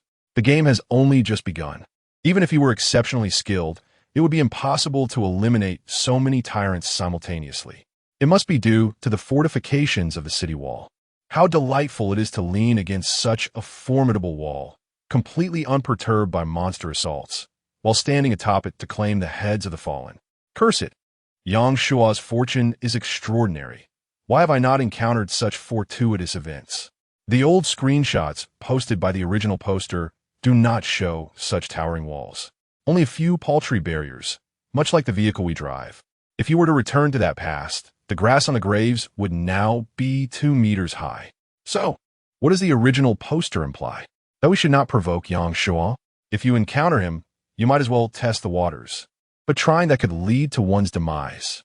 After all, it is not surprising that a character who excels in the most popular survival game, achieving numerous accolades and dispatching foes with the ease of slaughtering mere cattle, possesses such formidable strength. The points raised by the individual above hold merit. However, if we follow this line of reasoning, does it not also imply that the resources within this courtyard are equally abundant? Unbeknownst to Yang Shua, the tyrant's corpse he failed to address in a timely manner has already stirred considerable commotion in the regional channel. Meanwhile, he is meticulously tallying the spoils of the night. After distributing the wooden and black iron chest to Zhou Yi, he has acquired a total of 11 stones and 5 runes. Regrettably, the solitary silver chest yielded nothing of worth, aside from 2 vehicle scrolls, with the remainder comprising merely basic supplies that Yang Shuo finds beneath his notice. His most significant gain, undoubtedly, is the survival coins obtained through the exchange of the anti-skid chains, as their total has now surpassed 1,500, while their iron ore supply begins to dwindle. Chapter 73. The Bat Monster. Empowerment Card. Let us dismantle all the armor. I shall venture outside the courtyard to gather materials shortly. At this juncture, there are plenty of individuals capable of dealing with heavily armored skeletons, and the armor market has become increasingly saturated. Retaining it serves no purpose. The past few days have witnessed a surge in demand for anti-skid chains. Such an opportunity must not be overlooked. Li Yi acquiesced and continued. Today, I exchanged a substantial amount of gunpowder at the trading market. We can now manufacture ammunition. Should we reserve some of the minerals? Sodathine Li, Yang Shuo replied. Survival coins are indeed vital, but as long as we have enough, the ability to defend against monsters with bullets is of greater importance. We must not forsake our foundation for fleeting gains. All right, I shall produce a batch, she said. How many do you estimate we can create? According to the blueprints, producing around 20,000 should pose no difficulty. 20,000? Yang Shuo had little frame of reference. But with the existence of automatic submachine guns, those insatiable beasts, the more ammunition he possessed, the safer his little courtyard would be. Henceforth, regardless of the quantity, we shall manufacture directly as long as materials are available. Let us aim to accumulate 100,000 rounds first. Agreed. After organizing their resources, the pair began preparing dinner. Li Yi recalled Su Zhe, who was incessantly taking photographs outside, and inquired with concern, "What about that person outside? Let's not worry about him for now. He should depart by tomorrow." Yang Shuo responded calmly. It was inconceivable that Su Zhe would be allowed to leave unscathed after causing such turmoil. Yang Shuo felt it would be courteous not to eliminate him outright. However, it was not the opportune moment to take action. Outside the city walls, in the early morning, upon hearing the notification sound, Su Zhe quickly scrambled up from the back seat. There was still half an hour until dawn, and peering outside, he noticed the snow had ceased. Fortune favors me. Without the snow, at this distance, he could capture clear images of the windmill courtyard. He promptly sent a message to the regional channel. Brothers, the snow has stopped. As soon as dawn breaks, monsters will undoubtedly assault the windmill courtyard, at which point everyone will witness the defensive system in action and also catch a glimpse of what Yang Shuo truly looks like. The snow had to stop. It had snowed relentlessly for a day and a night, with the accumulation on the road reaching knee height. If it continued, they would all perish. It's so damn cold. It's probably below -10 degrees by now, and this is only the 4th day. Brothers, are we losing focus? Shouldn't we be strategizing on how to deal with the great demon Yang? Why bother? Just observe. Do you genuinely believe you can confront him? Can you even contend with him? Su Zhe, my friend, I believe in you. Take down Yang. Su Zhe lamented. I am even less formidable than a mere minion. In the vehicle, Su Zhe glanced at the comments behind him, his teeth gritting in frustration, yet he chose to remain silent, patiently awaiting dawn. The survival game has officially commenced. All players are advised to prepare and set forth swiftly. Please evacuate the area promptly. Countdown, 5 o'clock. As dawn broke, Su Zhe immediately activated the screen recording function, intently focusing on the direction of the city walls. In merely 1 minute, 2 minutes, and just as 3 minutes approached, a horde of monstrous creatures emerged. To Su Zhe's exhilaration and thrill, these creatures were not the goblins he expected, but rather enormous birds he had never encountered before. Cloaked in a deep ebony hue, they resembled bats, their expansive wings adorned with rows of arms, presenting a particularly daunting sight. He promptly shared a video of the spectacle on the regional channel, and, as anticipated, the post ignited a flurry of activity. Wow, so many. It must be that Yang Shuo has struggled for an extended period with his game tasks, resulting in a doubled penalty. Haha, the city walls have become mere decoration. Let us see how Yang Da will cope. Go to hell. Bravo, brother. Although I can't personally slay the demon Yang, watching him fall to these monsters will suffice. Meanwhile, Yang Shuo, who was watering the garden, immediately noticed the unusual occurrence. The game developers had finally ceased showering him with free resources, instead substituting them with highly threatening flying monsters. There were 16 in total.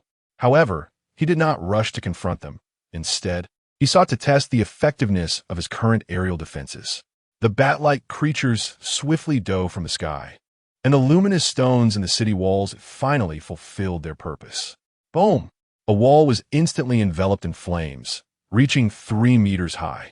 3 of the bat creatures were caught in the blaze, reduced to ashes, while 2 crystal cores plummeted to the ground, rolling onto the city wall. Well, that certainly saved me a fair bit of gasoline, Yang Shuo mused. The remaining bat creatures urgently ascended, soaring high above the city walls before once again swooping down towards the center of the garden. A piercing red laser shot forth from within the yard, seamlessly passing through the grid of the protective net and pierced through one of the bat creatures. It seemed that the idea of installing glass was impractical. Otherwise, the lasers would shatter it before the airborne monsters could strike. Yang Shuo began to count, and after 5 seconds, the laser cannon fired a second beam. Yet the remaining bat creatures had already landed on the protective net and commenced tearing it apart. The electrified high-voltage net posed no significant threat to them, merely causing them to shift positions intermittently. It appeared that this was the extent of his defenses. Although the laser cannon fired every 5 seconds, the speed at which the bat creatures tore through the protective net was alarmingly swift. Before the cannon could eliminate them all, they would create a breach and surge into the garden. Yang Shuo had no desire to engage in close combat. He had yet to deal with this wave, and another would soon follow, overwhelming him without a doubt.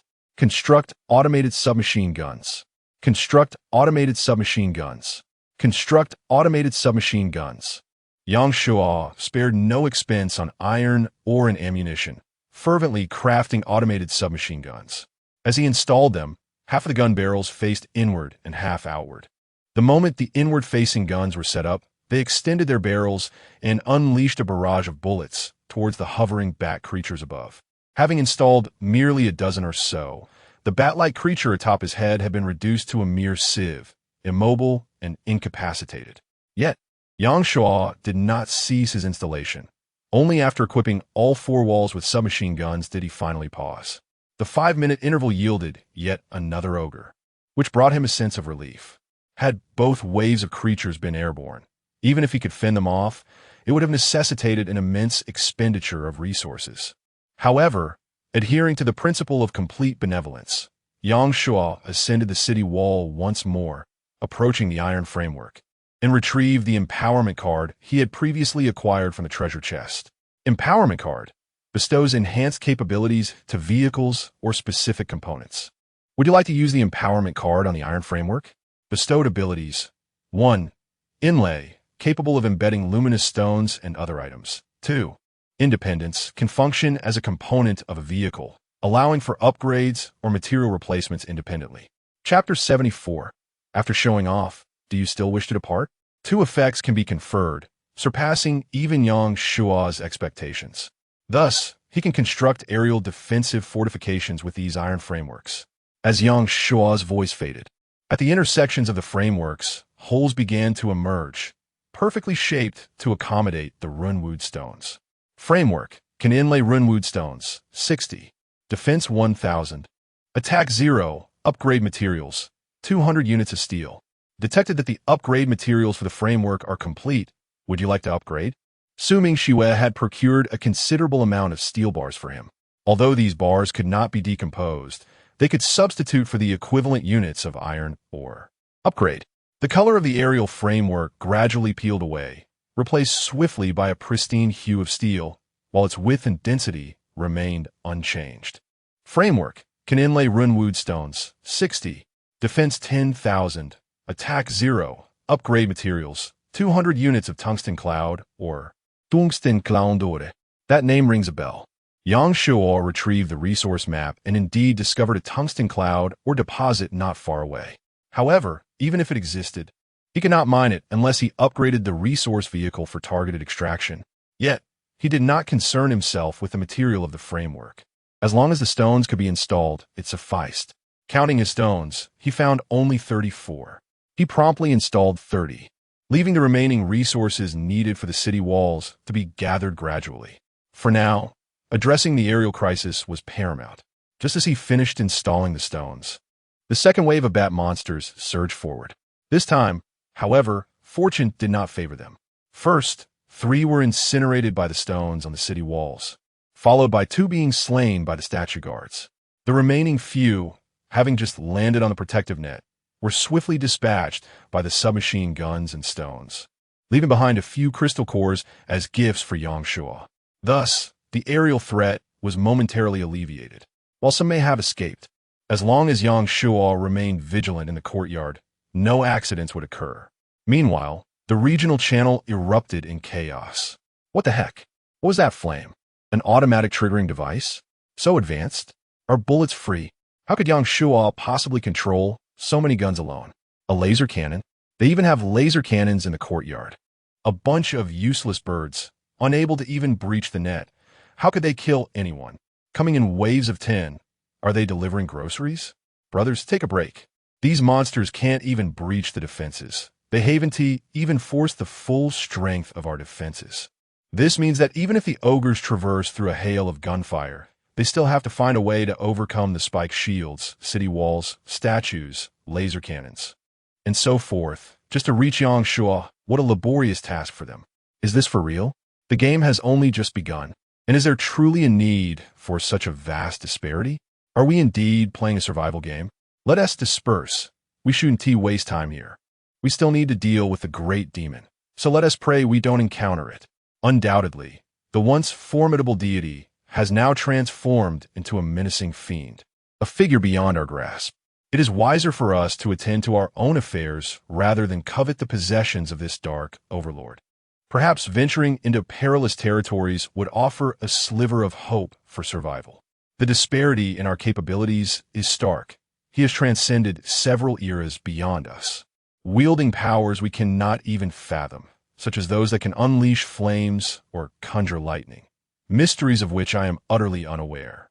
Brother Suja, it would be prudent to depart swiftly before we provoke him further. It is unwise to gamble with our lives. A cold sweat envelopes Suja, his heart racing with trepidation. He had believed the fortress walls to be insurmountably high and the bullets to be ferociously lethal. Yet he now realizes they have merely glimpsed the tip of the iceberg. Fortuitously, Yang Shua is unable to emerge. Otherwise, he might very well meet his demise here.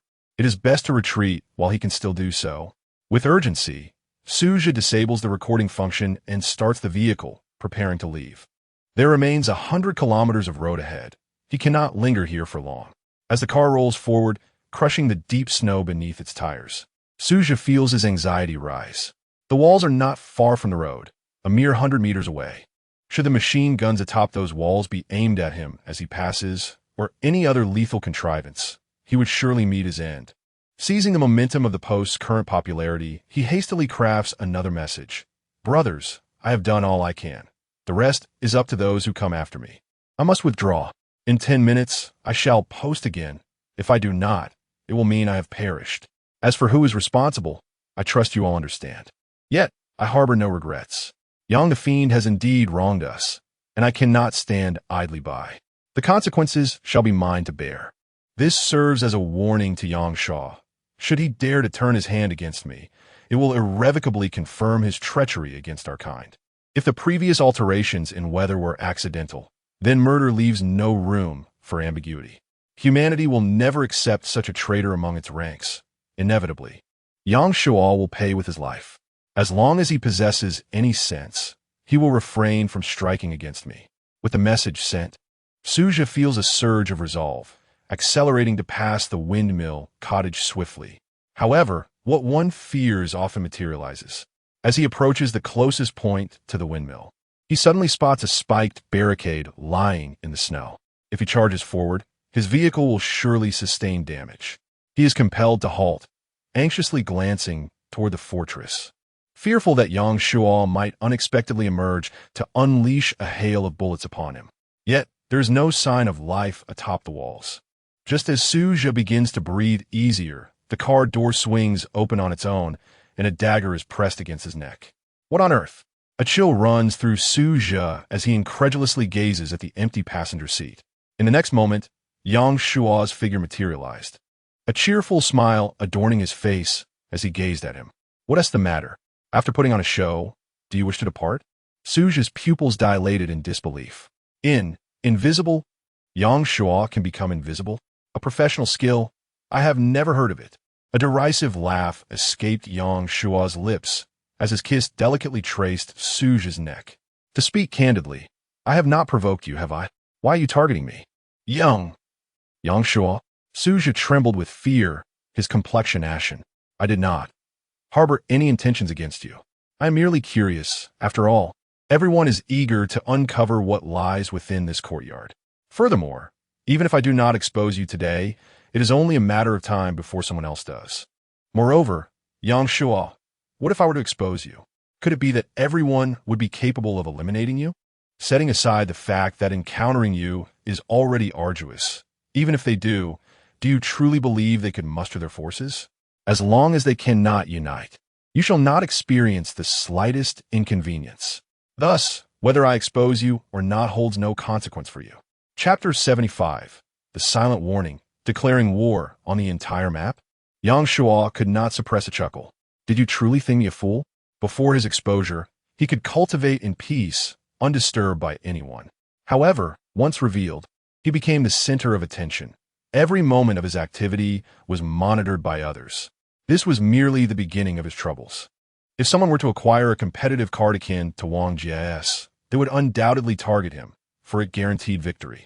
While he could handle the competitive card, what about other threats? What if he encountered challenges beyond his capacity? Therefore, Su Zhe's assertion that it had no effect on him was utterly nonsensical. Yet, he was disinclined to engage in frivolous banter with Su Zhe and stated bluntly, "Hand over all your supplies, and I shall spare your life. Otherwise, you shall not leave here today." Su Zhe's expression shifted dramatically. Yang Shuo, are you dreaming? If I relinquish all my supplies, how am I to survive? You've seen the weather outside. Before he could finish, a chilling sensation enveloped his neck, followed by a sharp sting as blood gushed forth. I am not negotiating with you, Yang Shuo sneered. It is either you surrender all your supplies, or you die. Choose one. You have precisely 10 seconds.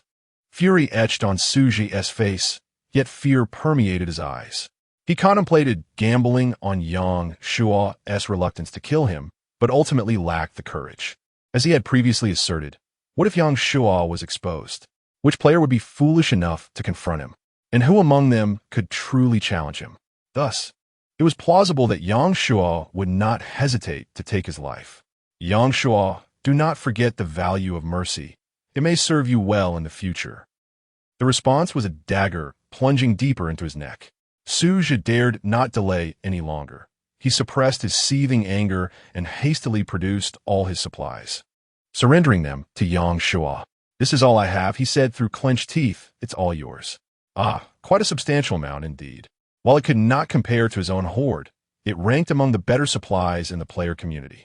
Not to mention the basic resources, it also included a pile of survival coins, 2 or 3 blueprints, and 7 or 8 scrolls. Very commendable. Yang Shuo collected all the supplies, leaving nothing for Su Zhe, and promptly exited the vehicle. You must at least leave me a piece of bread and a can of oil. Su Zhe fumed, nearly bursting with rage. Losing the supplies he had acquired from others was one thing, but now his hard-earned possessions had vanished as well. With no resources to his name, he faced certain doom at the slightest inconvenience. Your reputation is rather formidable now, is it not? Surely, many would be eager to assist you. Go plead in the regional channel, Yang Shuo remarked, not glancing back. Su Zhe fixed his gaze on Yang Shuo's retreating figure, yet he ultimately lacked the courage to resist. After a prolonged moment, as the punishment loomed closer, he hurriedly descended to move the spiked barricade, starting the vehicle to flee from the windmill courtyard. Yet how could he possibly swallow his indignation? Once outside the safety zone, He immediately took to the regional channel to denounce Yang Shua. The great demon Yang is utterly tyrannical. He has seized all my resources and left me with not a single strand.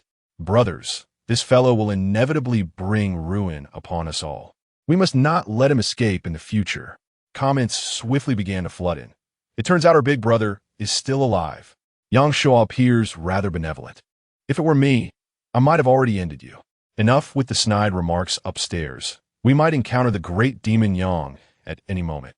Indeed, he does seem to bully others, but Brother Su, take heart. As long as you are alive, resources will eventually come your way. Even if you are in such a predicament, we cannot avenge you. If I truly had the means to deal with that dog Yang, I would have long since gone on a rampage in the danger zone. In that case, I could easily reward you with enough to last a lifetime. Brother, if you dare to offend the great demon, shouldn't you at least have some awareness of the consequences? Do you want me to send you a loaf of bread? Damn, the great demon Yang has posted. Everyone, hurry to take a look. The comments visibly dwindled, and Su Zhe, infuriated, felt as though he might bleed from the mouth. He quickly scrolled to the top of the thread and, as expected, found it posted by Yang Shua. 7 screenshots. The first depicted a windmill house, a 5 or 6-story structure, its garden bursting with the vibrancy of spring, seemingly untouched by the bitter winds and heavy snow. The second screenshot showed a city wall, guarded by stone statues, equipped with fiery projectiles and countless gun barrels. The third captured a scene of numerous bat monsters attacking a small courtyard. The fourth displayed a multitude of skeletons and zombies. The fifth featured 2 goblin priests accompanied by a dozen tyrants under the cover of night. The sixth illustrated an overwhelming goblin army besieging the city. As for the seventh, Su Zhe was all too familiar with it. It was his own belonging, the vehicle duel card. Vehicle duel card allows players to engage in vehicle duels, with the superior vehicle statistics determining the victor. Though no words were spoken, everything was conveyed. The first image signified that Yang Shua lived a life more luxuriant and carefree than anyone else, not having to endure the perilous driving and resource scavenging like the others. Unaffected by the weather, enjoying a stable and prosperous existence. The second image represented Yang Shua's formidable defensive capabilities. Anyone wishing to provoke him would need to carefully assess their own strength first. The intent behind the third to sixth images was even more pronounced. Do you see? The creatures soaring above and the armies of goblins advancing on the ground, not to mention the dozen tyrants. Yang Shua has survived and vanquished all those monsters. What could we humans possibly do to confront Yang Shua head-on?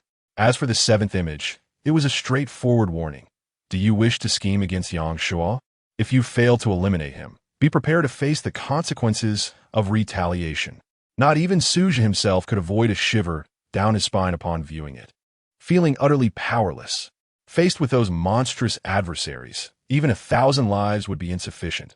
Moreover, he was acutely aware that Yang Shua had acquired a profession and attained astonishing abilities. In such circumstances, opposing him would be nothing short of courting death. With a deep sigh, Su Zhe reclined despondently in his seat as the indignation within him gradually gave way to regret and trepidation. Indeed, as those indifferent observers had remarked, his survival was merely a testament to Yang Shua's mercy. Chapter 76. Encountering the mysterious shop again, rare scrolls. Oh, great deity, I was mistaken. Father, spare my life. I shall never dare again. Whatever you desire, I can provide. Just grant me mercy. After Yang Shua accepted Wang Jie's friend request, the latter inundated him with a barrage of applications, utterly disregarding his dignity. Yang Shua, however, was not inclined to be courteous. 2 special items. A scroll or a blueprint will suffice. Wang Jie promptly sent over a screenshot of a scroll and a card. Vehicle part modification scroll. Enhances vehicle part performance. Vehicle guardian card. Upon activation, the vehicle will be attacked by monsters. The more monsters slain, the greater the rewards. Indeed, this fellow possessed valuable items. Yang Shua was thoroughly satisfied. Send them over. Wang Jie immediately transmitted the scroll and card. Oh, great deity, will this grant me mercy? Yang Shua, disinterested in further discourse, listed the basic resources he had acquired from Su Zhe at a low price on the trading market, captioning it, acquired through force. Such ostentatious arrogance inevitably drew public condemnation. Yet the resources were swiftly snatched up, yielding him a total of 136 survival coins. Moreover, among Suge's provisions, there were two items of utility for him. One was a device for enhancing vehicle part performance, and the other was a radar loading scroll. The former was not a scroll, but a device, allowing for considerable operational flexibility, while the radar device could detect the number of monsters, albeit rudimentary. It could be upgraded over time. Approaching the energy impact device, Yang Shuo retrieved the vehicle part performance enhancement device, attempting to install it. He soon received a prompt. Would you like to use the vehicle part performance enhancement device? Yes. The energy impact device now sported an external component, resembling a mechanical parasite affixed to its exterior, and its energy pulse was evidently stronger than before. After installing the radar device atop the windmill, Yang Shuo found an electronic watch on his wrist, which displayed the real-time count of monsters surrounding the city walls. Having completed these tasks, Yang Shuo contemplated whether to utilize the Guardian card when he received a sudden message from Su Mingxue. A mysterious shop will appear in half an hour. At last, it had arrived. Yang Shuo promptly sent over his survival vouchers. Good, Su Mingxue succinctly replied, and then fell silent. He pondered what treasures he might procure this time. Although his survival vouchers were few, they exceeded the previous count by a dozen or so. Surely, it would not be too meager. However, given the unpredictability of such matters, he could only rely on Su Mingxue's performance. After examining the Guardian card for some time without uncovering further information, he decided to wait until the stone framework was filled and sufficient ammunition was stored before proceeding. With little else to discuss, he resumed chiseling at the stone. Half an hour later, Su Mingxue sent 2 screenshots. Skill card can awaken a specific skill. Runic adaptation scroll. Rare can embed a certain rune onto a weapon, endowing it with a specific attribute effect.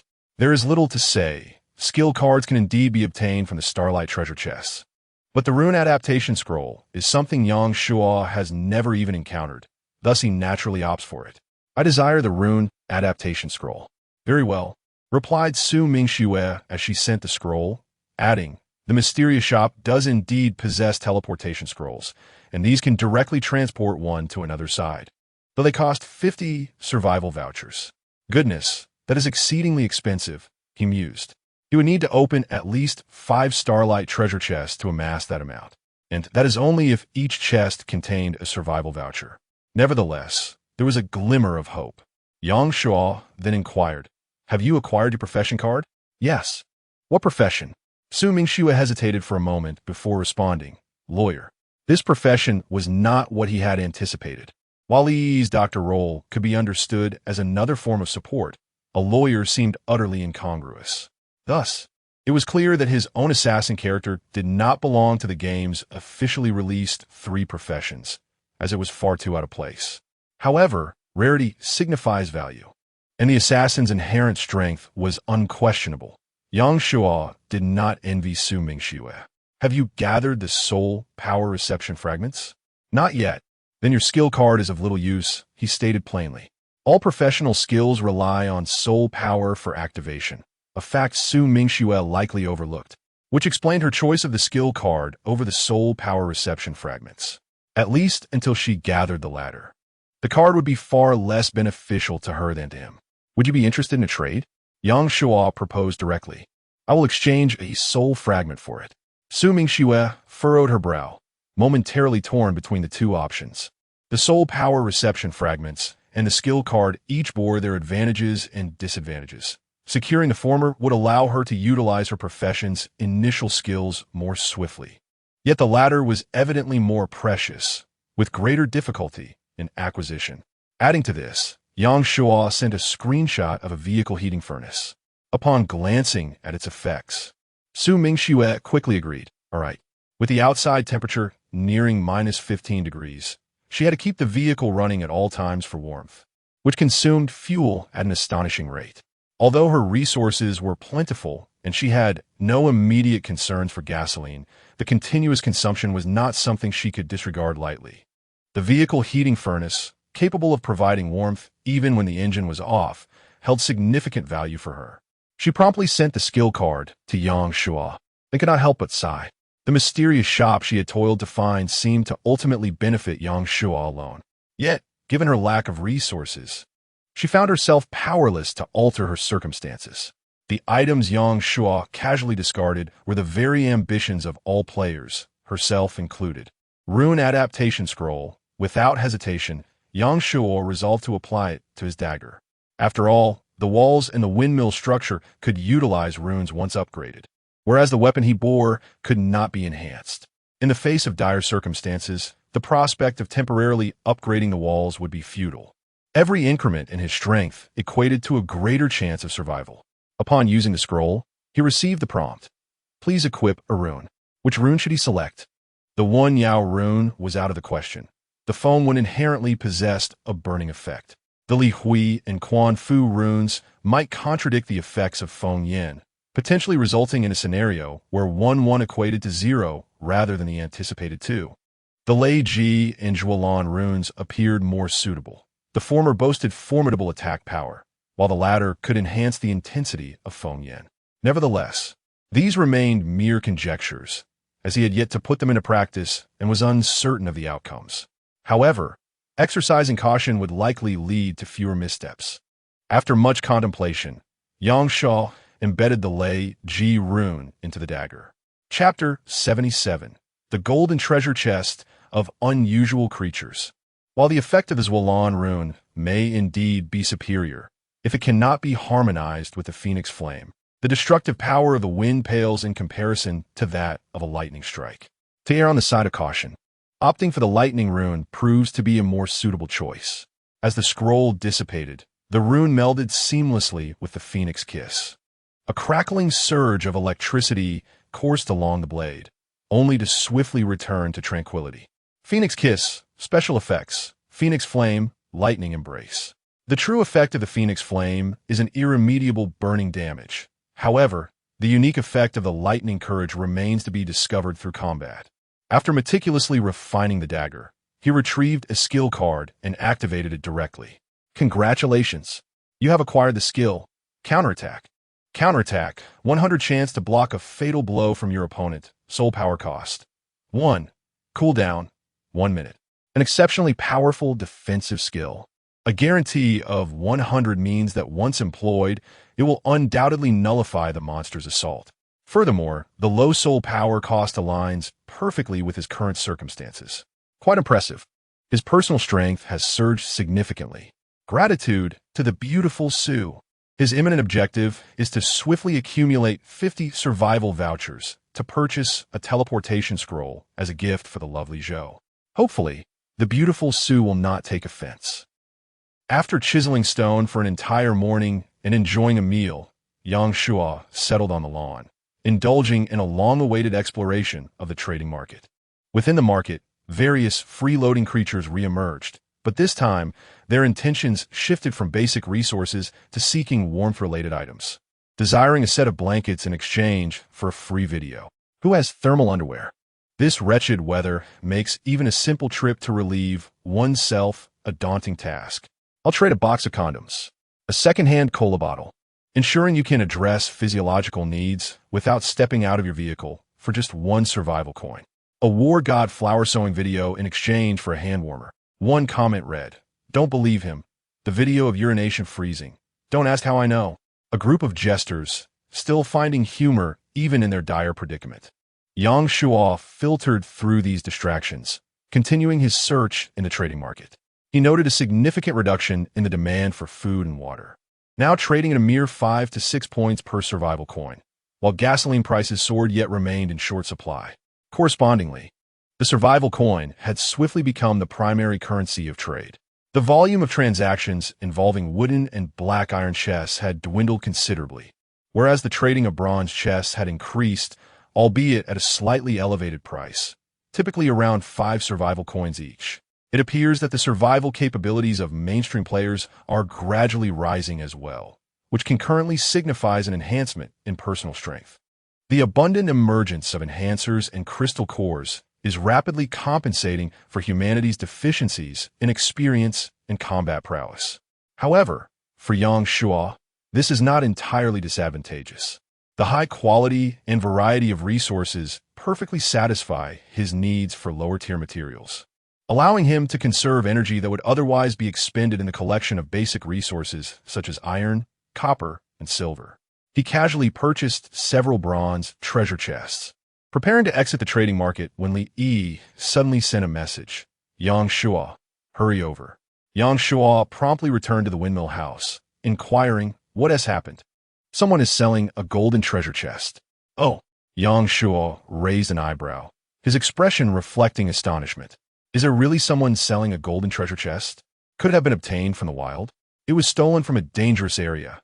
There are some issues, Li Yi revealed, showing him a screenshot. Golden treasure chest, superior 99999 chance to acquire a piece of exquisite equipment. 99999 chance to summon a monster. The chest guarantees an exceptional piece of equipment and a monster. Can such a treasure chest truly be deemed superior? This individual possesses a considerable amount of valuable items. Li Yi then presented several Wen Yao stones and Quan Fu stones, explaining, I exchanged these for 2 vehicle upgrade scrolls. He might have realized I had something valuable, which is why he contacted me. Oh, he is willing to trade these Wen Yao stones, and even offered such a large quantity. This person is formidable. What is his name? Huang. Not being a personal acquaintance, Yang Shuo nodded, pondering whether to purchase the treasure chest. Given his current strength, he could easily handle the monsters within a silver treasure chest, but the ones in a golden treasure chest would pose a certain challenge. As for the purple treasure chest, he likely had no chance whatsoever. If he could gather all the necessary resources before the monsters emerged, this deal could still be considered worthwhile. However, if he needed to confront the monsters first, it would become troublesome. He might struggle against them and lose everything. Nevertheless, a golden treasure chest, especially one that guarantees exquisite equipment, was not something to be relinquished lightly. What does he desire? He inquired. Vehicle upgrade scrolls. Yang Shuo contemplated briefly and replied. Offer him a complete set of vehicle upgrade scrolls, but tell him that the golden treasure chest is insufficient and that he should add another item. All right, I'll negotiate. Yang Shuo remained, waiting. 2 minutes later, Li Yi returned with a screenshot to show him. Individual protection shield. Upon use, the player is immune to all physical attacks for 3 seconds. Wow, an invincibility card. Although the duration is only 3 seconds, if utilized wisely, it could certainly save one's life. This Cho Rang is quite generous and arguably stronger than he initially presumed. Otherwise, he wouldn't casually present such an item. Yang Shuo remarked that if he were to encounter an insurmountable monster, this item could ensure survival, complementing the treasure chest perfectly. Li Yi asked, shall we exchange? Absolutely. Without hesitation, Yang Shuo agreed, knowing that even if he only swapped for this protection shield, he would have no second thoughts. Ideally, it wouldn't be necessary, but if the situation arose, it would be a substantial gain. Good. Li Yi swiftly completed the transaction. However, it was evident that now was not the opportune moment to open the treasure chest. That could wait until evening. In the tranquil afternoon, the evening brought forth a sudden influx of tyrants and goblin priests, totaling 16 creatures, 3 of which were goblin priests and 13 were tyrants. However, as soon as these monstrous entities emerged, they were met with a relentless barrage from submachine guns. Yang Shuo, with remarkable efficiency, expended little ammunition, swiftly eliminating them all. The spoils included 3 runes and 7 stones, alongside the complete disposal of the ogre corpses, which yielded 87 crystal cores. The bat creature's remains did not require incineration, as the fallen crystal cores were strewn across the yard and the city walls, necessitating an hour of diligent collection by Yang Shuo and his companion to clear the area. Remarkably, the crystal cores in Yang Shuo's possession had surpassed 500. With a daily consumption of 5, they would sustain him for 50 days. Nevertheless, Yang Shuo was not inclined to hoard the crystal cores. He understood that in 50 days, he could procure items of superior value than mere crystal cores. Seizing the present opportunity, while the cores held considerable worth, he intended to trade them for even greater rewards, confident that their high market demand would ensure a fruitful exchange. Chapter 78. The Police Profession. Another exceptional discovery. After collecting all the crystal cores, Yang Xiao and his companion began to organize their gains from the day. They had acquired 19 wooden chests, 14 black iron chests, 5 bronze chests, and 2 silver chests. Li Yi brought forth all the chests, noting that the silver chests had been exchanged for crystal cores, a point she had already communicated to him. Yang Xiao distributed the wooden and black iron chests to Zhou Yi, who promptly messaged back, "Master, should we open the bronze chests? Are you considering it?" Yang Xiao was somewhat surprised. The monsters within the bronze chests were formidable. Could Zhou Yi manage them? She had already opened 2, and fortune had favored her, as no monsters had emerged. "Oh, what did you find in the bronze chests?" he inquired. "Star cores," she replied. As expected, Yang Xiao felt a twinge of envy. He possessed numerous star cores, yet had not utilized a single one. In a certain sense, he felt he was falling behind Zhou Yi. "Do you have a strategy for dealing with the bronze monsters?" he continued to ask. "I do," Zhou Yi answered confidently. "I have plenty of survival tokens, though I've spent quite a bit recently." "That's good. If you encounter any difficulties, remember to reach out to me. You are so kind to me, Master. Rest assured, even to repay you, I shall ensure my own safety." Yang Xiao said no more and sent her the 8 bronze chests he held, which included those purchased by Li Yi. However, Zhou Yi returned 6 of them. "Master, you think too highly of me. 8 chests will surely yield monsters. I'd rather play it safe." Yang Xiao did not have a pressing need for star cores, so he acquiesced. "All right." 10 minutes later, Zhou Yi rushed over, excitement radiating from her.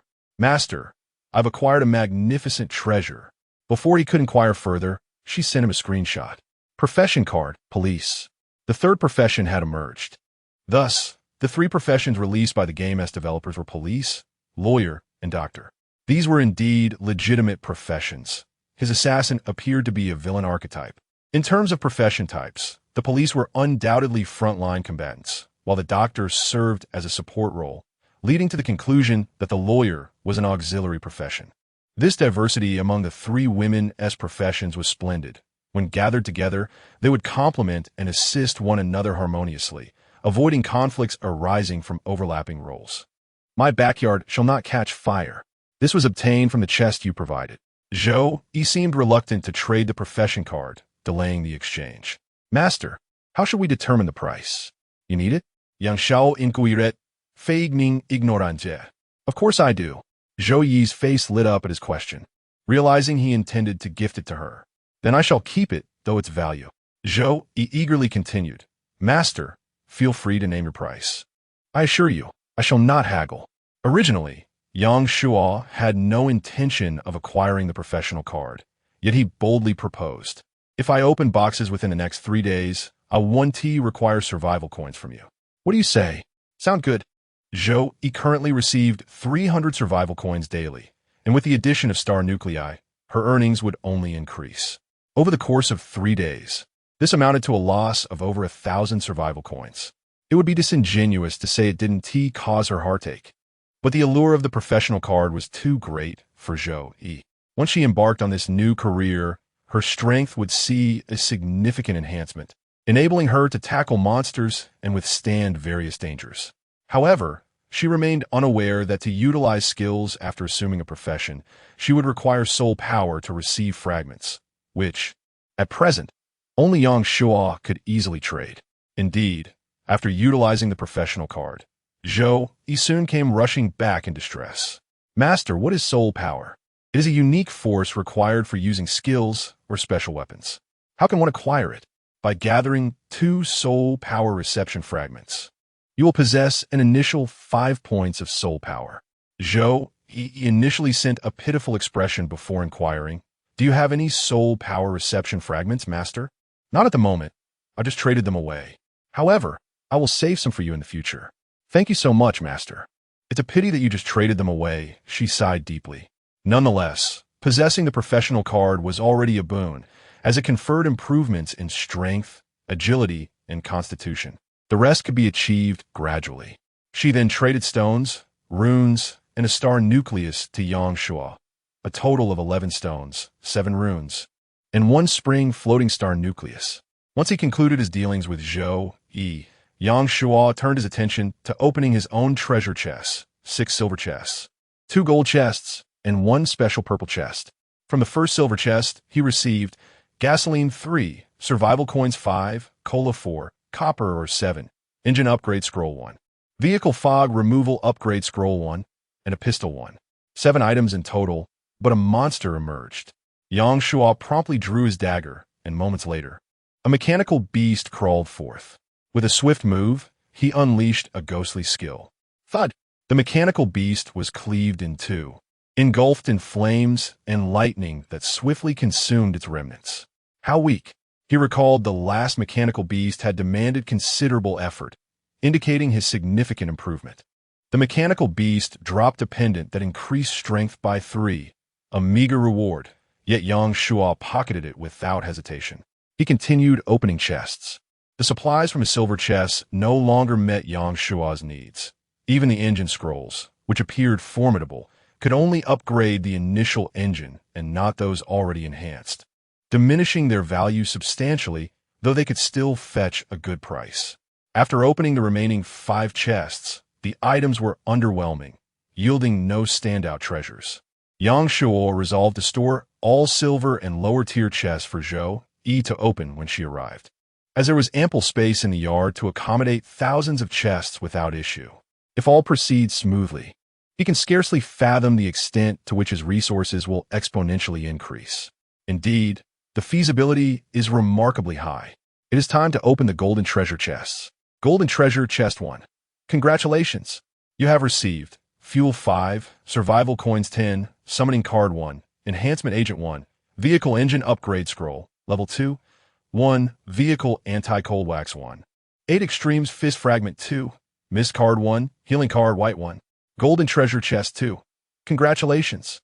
You have received flower 1, bag, voucher 1, survival coins 8, enhancement agent 5, crystal core 3, vehicle auxiliary autopilot system 1, vehicle decoration scroll 1, 12 paths tan leg fragment 2, apocalypse altar, white explosive 1. Chapter 79. The Doomsday Altar and the Synthesis Platform. Exceptional equipment unleashed.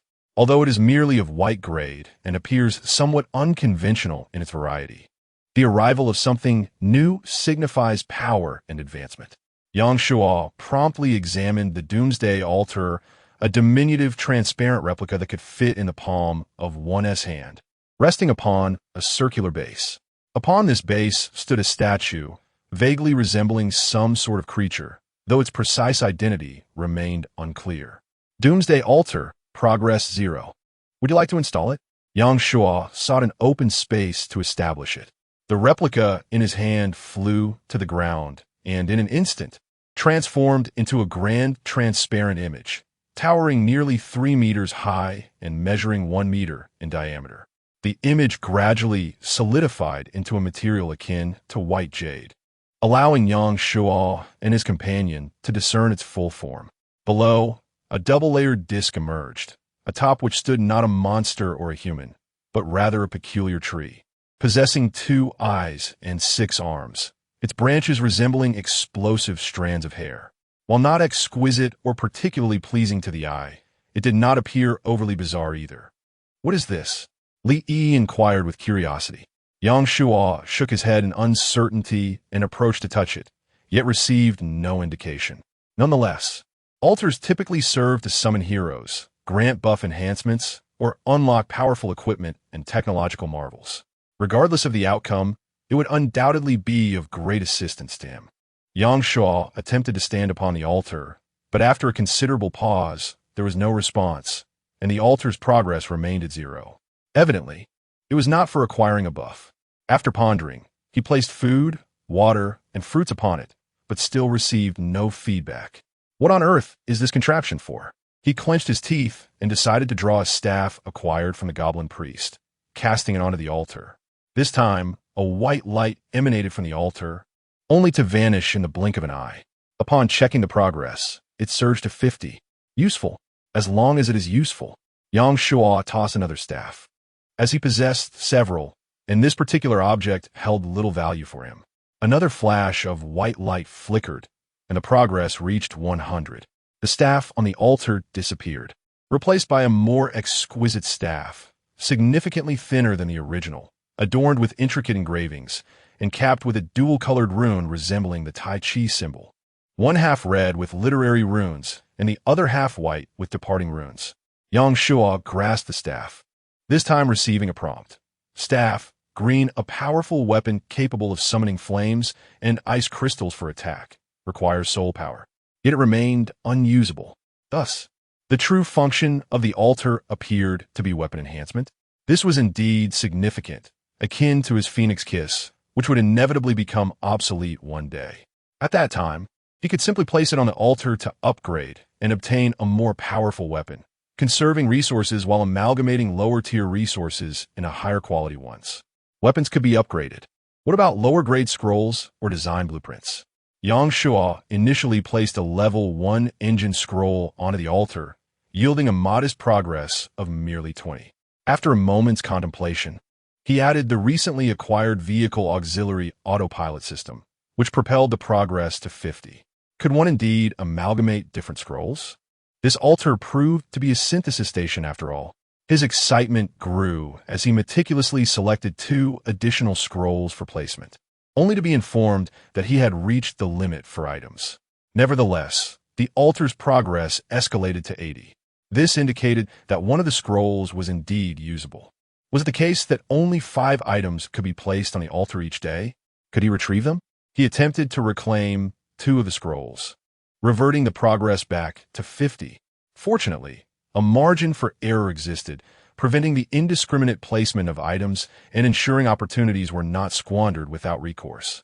Could similar items be placed in multiples? Yang Shuo retrieved the remaining 2 scrolls and produced a handful of survival coins. Counting out 200 and placing them on the altar, the progress surged to 40. Splendid. It was confirmed that similar items could indeed be stacked. 100 survival coins constituted a single unit, and 5 units could be fused. What would result from the fusion of survival coins?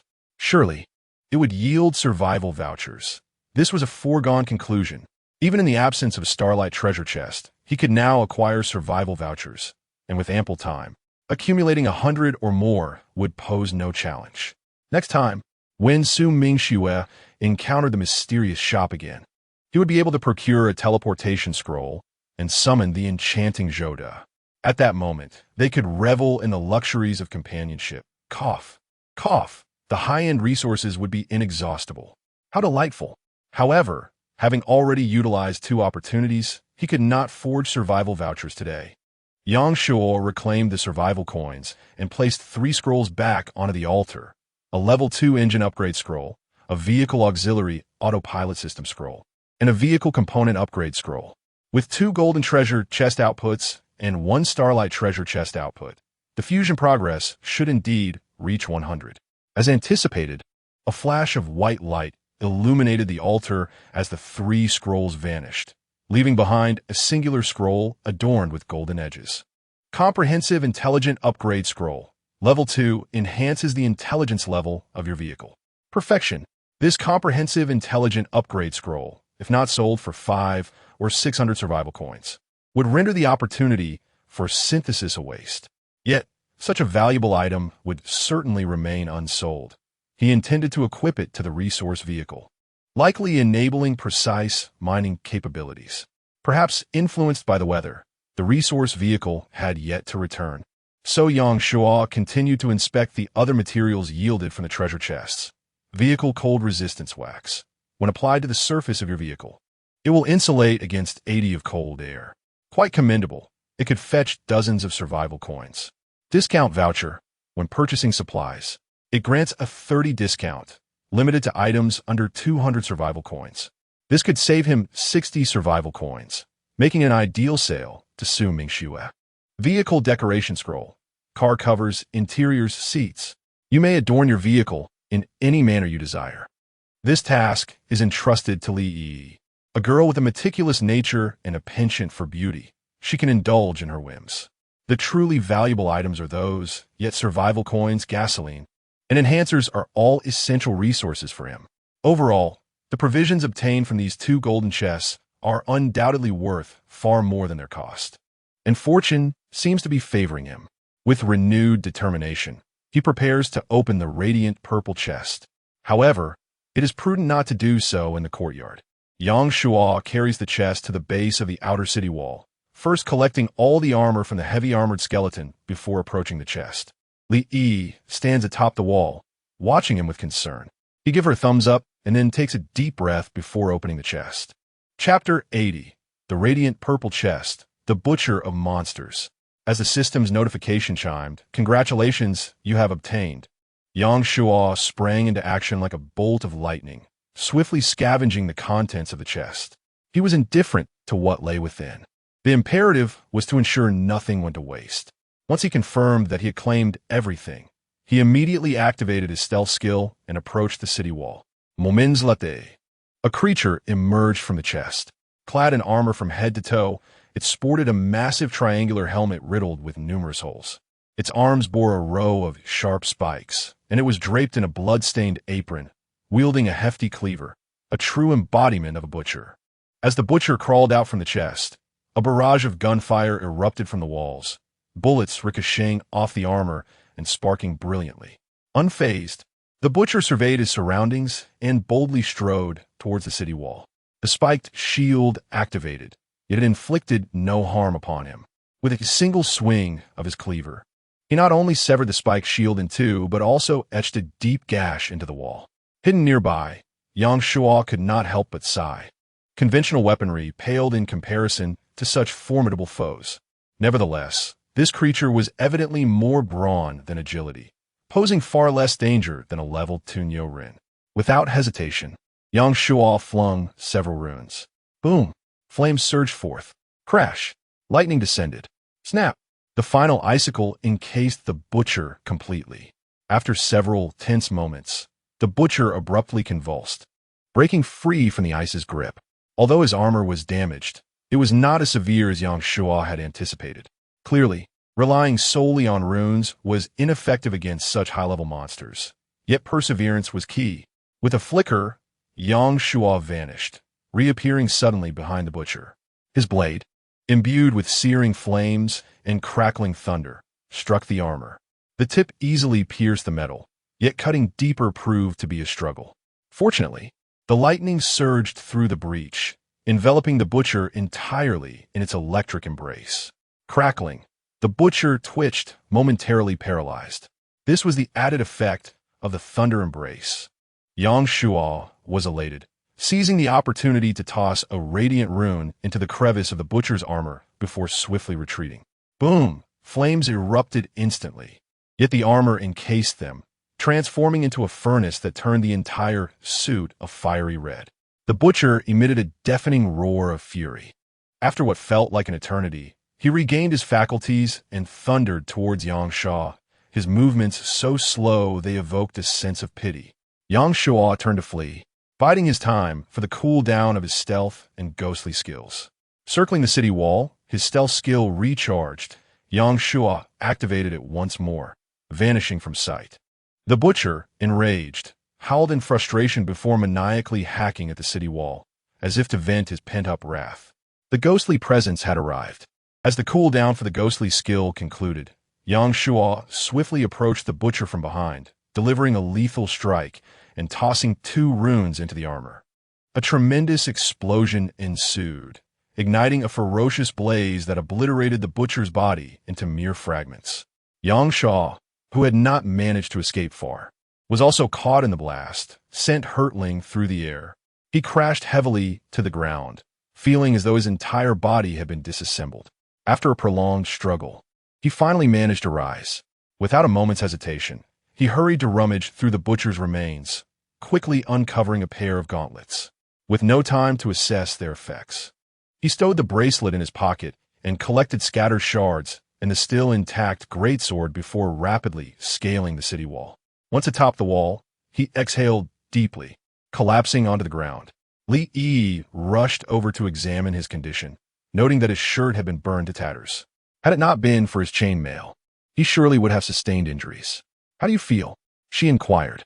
I think I might have fractured a rib when I hit the ground, but it's nothing serious. Let us use a healing card, he replied. It would hasten your recovery, Li Yi said with concern. I'm fine, it won't affect tonight's activities. Her cheeks flushed as she playfully slapped Yang Shuo, exclaiming, Who said anything about that?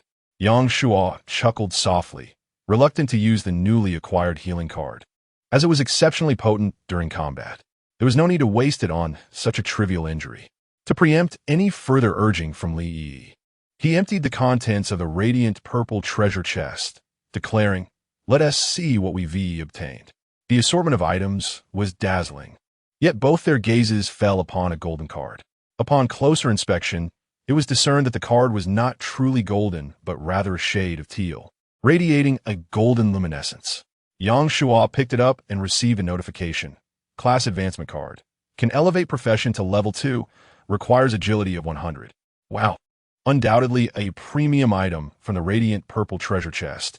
It's extraordinarily impressive, he exclaimed.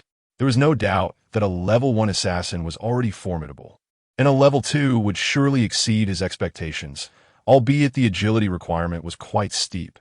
Currently, he possessed only 48 agility points, leaving a significant deficit. Nevertheless, such an item was a rare stroke of fortune.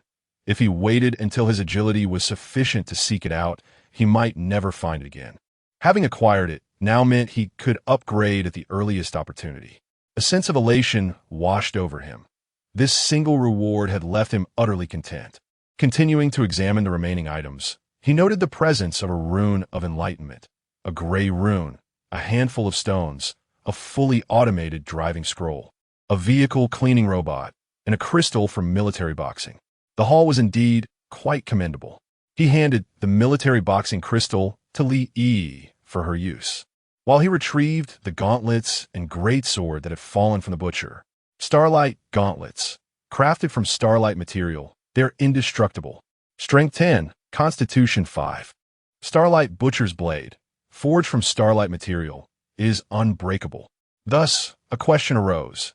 If one were to use the starlight butcher's blade to strike the starlight gauntlets, which would succumb to destruction, the gauntlets or the blade? This presents a paradoxical issue of quantum entanglement. The strength and physique of the bracer wearers are substantial, yet regrettably, they lack any enhancement in agility. As for the cleaver, its inherent attack power is formidable, thus no attributes are displayed. After donning the bracer and gathering the remaining items, Yang Shuo led Li Yi down from the city wall.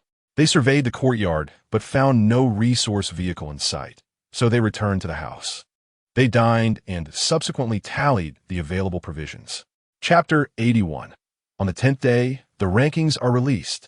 The anti-slip chains have sold nearly 500 pairs, yielding an income of 1,500 survival coins. Currently, I possess over 3,000 survival coins, which should suffice for a considerable period. Both the bronze and silver chests were exchanged for crystal cores, consuming a total of 20. The supply of iron ore is becoming insufficient, and bulk purchases are not feasible, which may affect the subsequent sales of the anti-slip chains.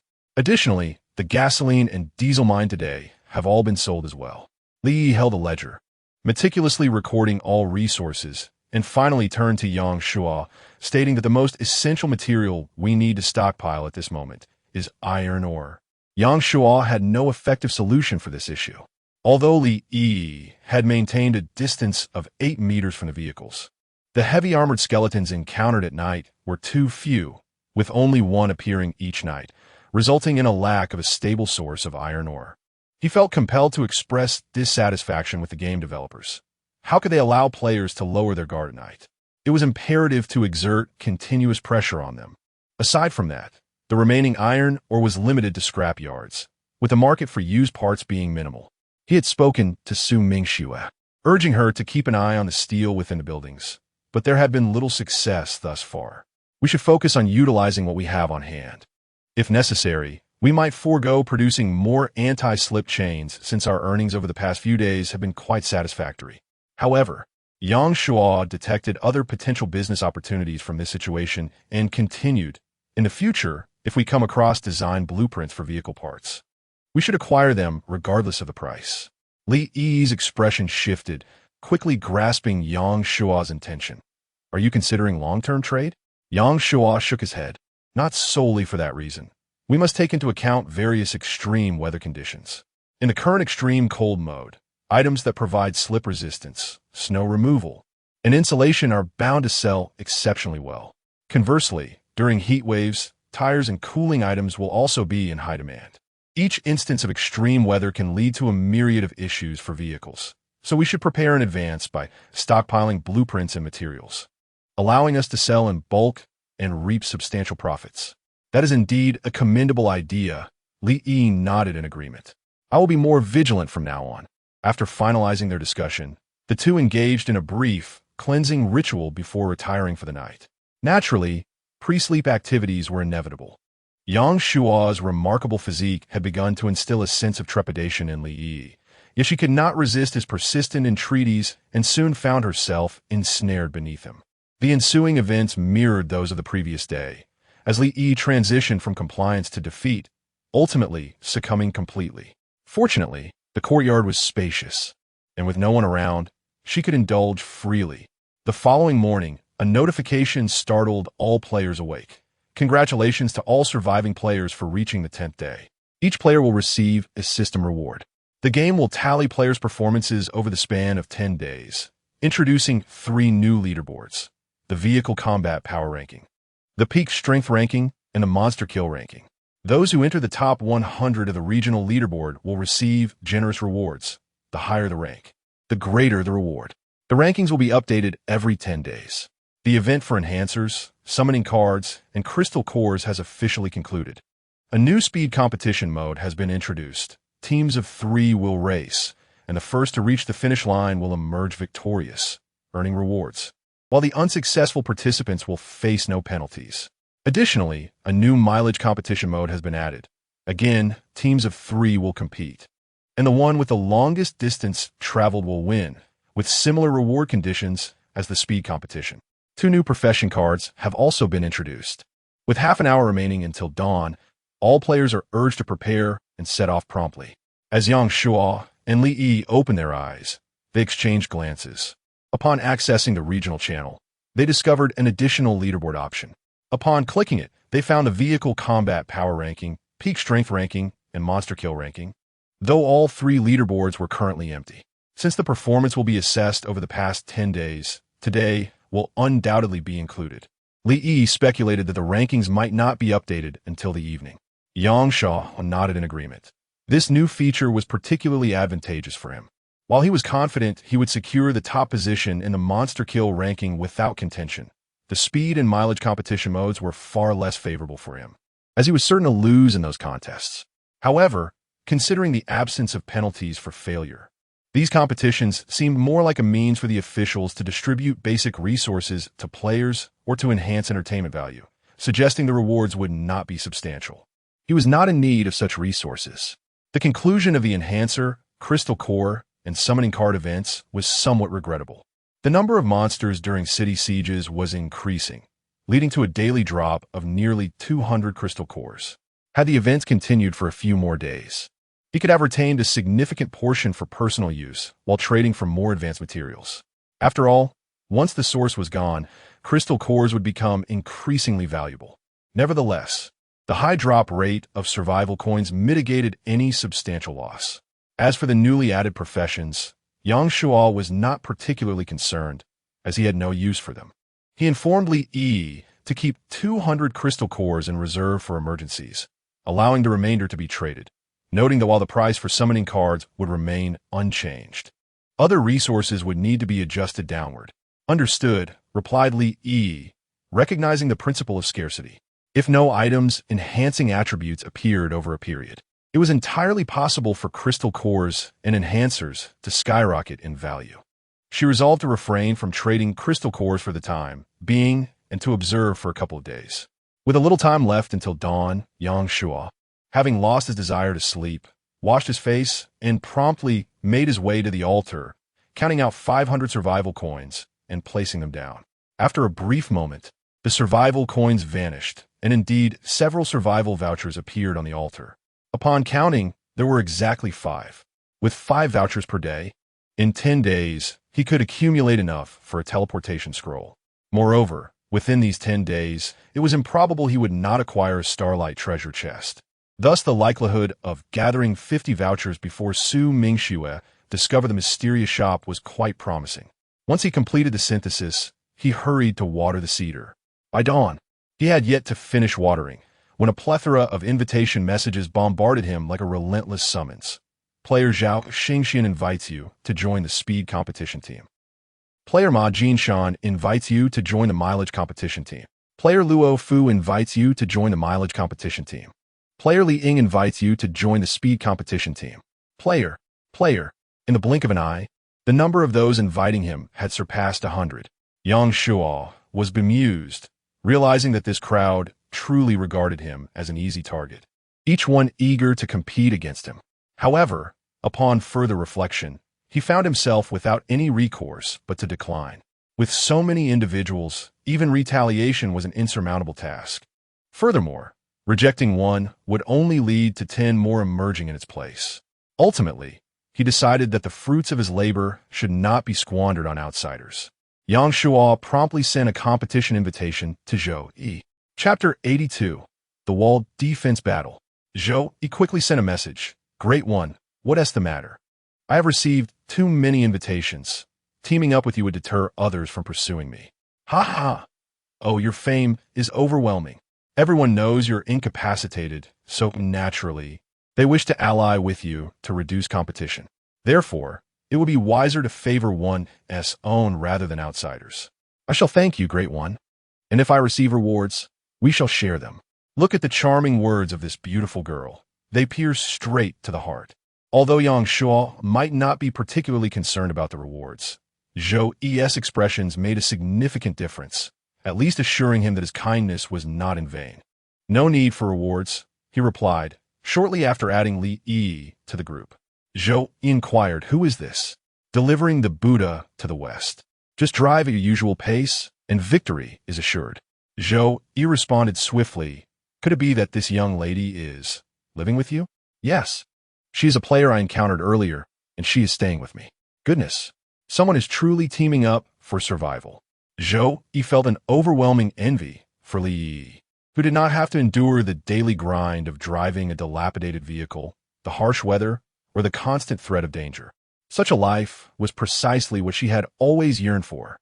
Li Yi was indeed fortunate. However, with both unable to move, wouldn't the punishment be doubled? Could Yang Shuo withstand it? Moreover, in a secluded courtyard, would something transpire between a solitary man and woman in such a perilous and uncertain environment? Was it Yang Shuo's coercion, or was Li Yi willing? Her mind was a flurry of curiosity, eager to unravel the truth. As she herself longed to team up with Yang Shuo and was actively planning for it. I shall add the young lady as a friend to get acquainted, she declared to Yang Shuo. All right. After concluding his conversation with Zhou Yi, Yang Shuo began to contemplate his current situation. The players posed no threat to him, and he need not concern himself with them. At present, 2 primary objectives loomed. Firstly, to expedite the upgrading of the walls to enhance self-defense capabilities. Secondly, to accelerate agility improvement and elevate his profession level to 2. On the first point, the resource still lacking for wall upgrades was the coveted Wenyo stone. With a significant shortfall, he only possessed 18 stones, while the 30 required for the upper framework of the courtyard remained incomplete. However, he had accumulated 77 summoning cards. If he were to use them all for summoning stones, he could upgrade the walls by tomorrow. Yet, the current wall defense sufficed, and the summoning card event had concluded, rendering haste unnecessary. Regarding the second point, although he had enough crystal cores, the increase of merely 1 point per day felt exceedingly sluggish. Thus, ultimately, he must pursue achievements to acquire advanced treasure chests. And to obtain achievements, one must face the monsters. The ogres and bat monsters are utterly disappointing. The resources they yield are woefully inadequate to meet demands. However, the tyrants and goblin priests are somewhat acceptable, albeit in insufficient numbers. This is unacceptable. It has only been 10 days, and has the survival game devolved into mere leisure entertainment? A little assistance would be greatly appreciated. If the game developers are not forthcoming, I must devise my own solutions. Yang Shuo retrieved the Vehicle Guardian card he acquired from Wang Jie yesterday.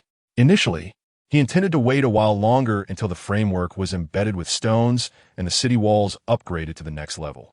This would provide him with greater flexibility in the face of unexpected situations. However, it seems there is no time to spare. Moreover, a ranking event is scheduled for tonight. The more resources he gathers, the higher he can climb in the rankings. Yang Shua's resolve began to solidify. A horse cannot thrive without fodder, and a person cannot prosper without a windfall. It is time to take a chance. He first greeted Li Yi before directly using the Guardian card. The Vehicle Guardian battle is about to commence. During the Guardian battle, players will not incur standard penalties. There will be 10 waves of siege monsters. Players should prepare accordingly. After each wave, players may choose to terminate the Guardian battle. The first wave of monsters is approaching. Countdown 0, 10. 10 waves. Good heavens! Since the inception of the survival game, Yang Shua had not encountered 10 different types of monsters, which suggests the subsequent waves will be exceptionally formidable. You must not falter. The 10-second countdown swiftly elapsed. The first wave of monsters surged forth, a sea of at least 100, but fortunately, they were merely ordinary skeletons. They appeared intimidating, yet to Yang Shua, they were of little consequence. He barely spared them a glance before rushing to the framework, installing the 18 stones in his possession to ensure an even attack range. The first wave of monsters has been eliminated. The second wave is imminent. Players should prepare. Countdown 0:30. In just 2 minutes, over 100 skeletons were eradicated with ease, scarcely a few reaching the city walls. 30 seconds later, a massive horde of zombies emerged. Zombies exhibit greater resistance to bullets. Unless a shot strikes their heads, inflicting fatal damage is challenging. However, with assault rifles lining the walls, even a fly would struggle to reach the city perimeter. 5 minutes later, all the zombies were reduced to mere pulp. The second wave of monsters has been eliminated. The third wave is approaching. Players should prepare. Countdown 1 o'clock. There was little to prepare for. 1 minute later, a legion of heavy-armored skeletons appeared, causing Yang Shua's brow to furrow. The order of monster appearances seemed ominous. Would the next be goblins, followed by ogres and bat monsters? What if a tyrant army emerged within the next 6 or 7 waves? That would spell disaster. The heavy-armored skeletons did not last long, and, as expected, the subsequent monsters included athlete zombies, goblins, ogres, and bat monsters. The ogres inflicted considerable damage upon the walls, while the bat creatures imposed a tremendous strain on the protective nets and high-voltage grids. After all, with hundreds charging simultaneously, the existing offensive capabilities of the city walls and framework were utterly inadequate to eliminate them in a short span of time. He could only persistently replenish the protective nets and high-voltage grids to buy time. The entire battle dragged on for a grueling 5 minutes, depleting a significant portion of his iron or reserves. He was compelled to instruct Li Yi to suspend the sale of the protective chain, conserving all iron ore for the immediate defense, preparing to endure the current siege before addressing future concerns. Furthermore, the 8th wave of monsters was on the horizon. The 7th wave of monsters has been vanquished. The 8th wave is imminent. Players are advised to prepare. Countdown 4 o'clock. Chapter 83. The 9th wave, the Griffin. For minutes later, the 8th wave of monstrous hordes revealed themselves. To Yang Shua's relief, they were not the tyrants he feared, but rather massive stone creatures, each nearly 3 meters tall, adorned with a thick layer of moss. Regardless of their durability, the sheer number of these stone behemoths stirred up clouds of dust as they advanced, reminiscent of a mighty army on the march, their presence formidable. With each footfall, Yang Shua could hear the earth resonate with a thunderous roar. These creatures were evidently designed to breach city walls. After the ogres, these stone monstrosities were likely the next formidable threat. As the creatures approached, a barrage of bullets rained down upon them, striking the stone figures like a relentless downpour, igniting countless sparks. Although many stones were shattered, even an entire magazine failed to bring down the foremost of the stone giants. Yang Shua felt a throbbing headache. How many bullets would be required for this onslaught? The ogres had been tough, but in comparison to these stone creatures, they seemed almost trivial. How is the bullet preparation coming along? He quickly contacted Lee. I am currently manufacturing them. I should be able to produce 10,000 rounds. Excellent. Once ready, dispatch them to me immediately. Are the monsters outside particularly challenging? Do you require my assistance? Not for the time being. Yang Shuo drew his crossbow, commencing targeted shots at the advancing stone creatures. Fortunately, the results were significant. A single bolt from his ice crossbow could obliterate a large chunk of stone, incapacitating the stone beasts, or, in some cases, leading to their demise. With each arrow loosed, Yang Shuo's accuracy improved considerably. However, his spike shield proved virtually ineffective against the stone giants. As they reached the city walls, their fists pounded against the structure, causing it to tremble violently. Yang Shuo checked the wall's defense value, which was plummeting rapidly. Within a mere minute, it had dropped by around 10,000 points. This meant that if the stone creatures continued their assault, the wall would surely collapse within the hour. And there were still 2 more waves of even more terrifying monsters to confront. Not daring to delay, he tossed runes outward. Their effects exceeded his expectations, particularly the ice rune, which froze a significant area. Without the addition of a flame rune, the freeze would last indefinitely. However, Yang Shuo had a limited supply of runes and could not afford to waste them. Once he managed to contain the stone beasts within a safe range, he relinquished the battle to his submachine gun. After 10 minutes, all the stone creatures were finally vanquished, and Yang Shuo had completely exhausted his ammunition. The 8th wave of monsters has been eliminated. The 9th wave is imminent. Please prepare, countdown, for 30. Yang Shuo hurriedly descended to collect the runes. After gathering all that he could, the 9th wave of monsters arrived, and they were the very creatures he dreaded most. Resembling griffins, these beasts were not only colossal but also appeared tough and resilient, boasting formidable defenses.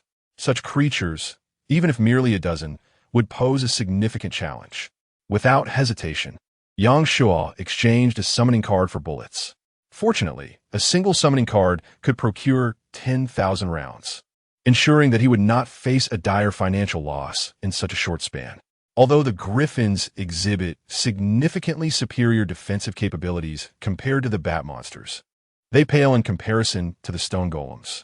The bullets inflict some damage, yet not a single one of these creatures has succumbed despite the entire horde hovering overhead.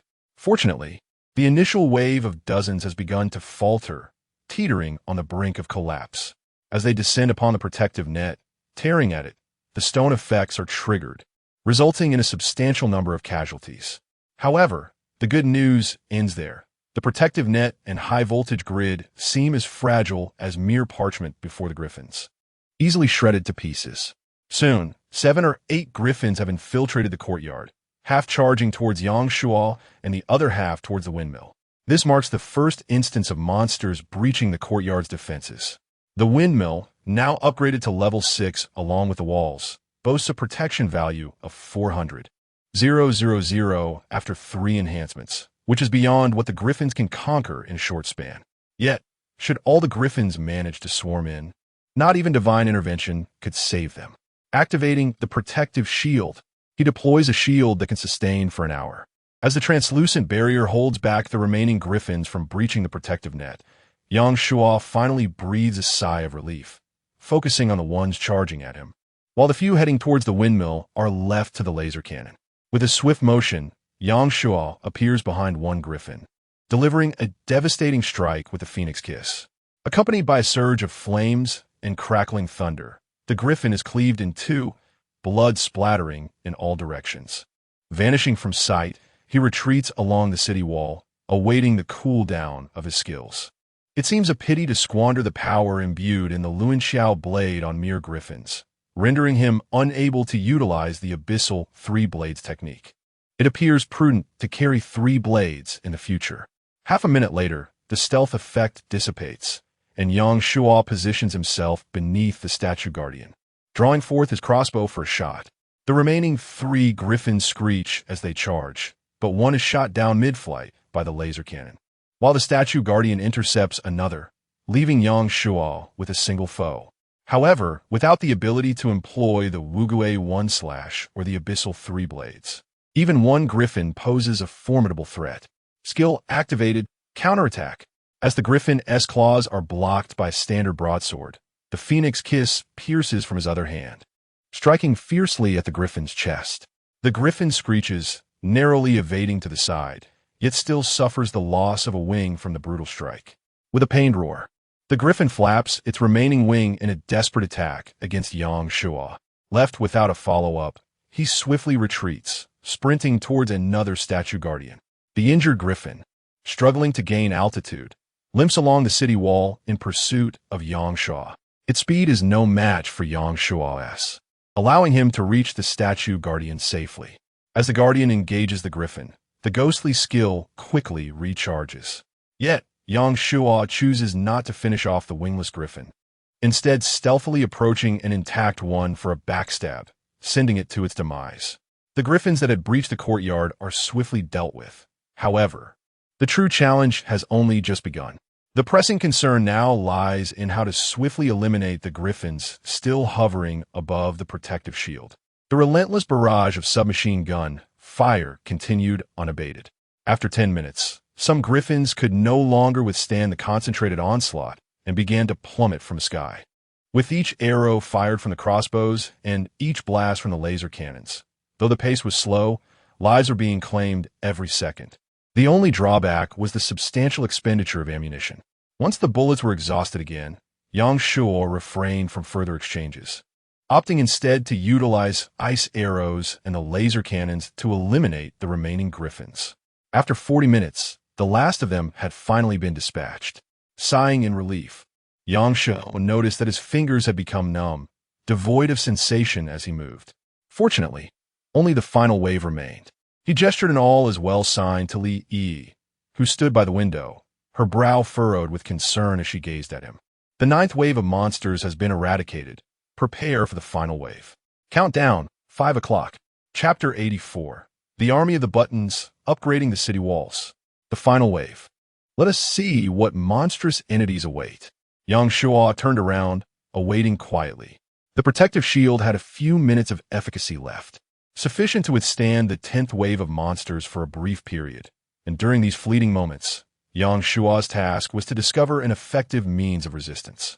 If resistance proved futile, then he would have to resort to desperate measures. 5 minutes swiftly elapsed. In the distance, a throng of dark figures gradually approached, besieging the city. Majestic, spectacular. A bitter smile crept upon Yang Shua's lips. The anticipated dread had indeed arrived. The tyrant.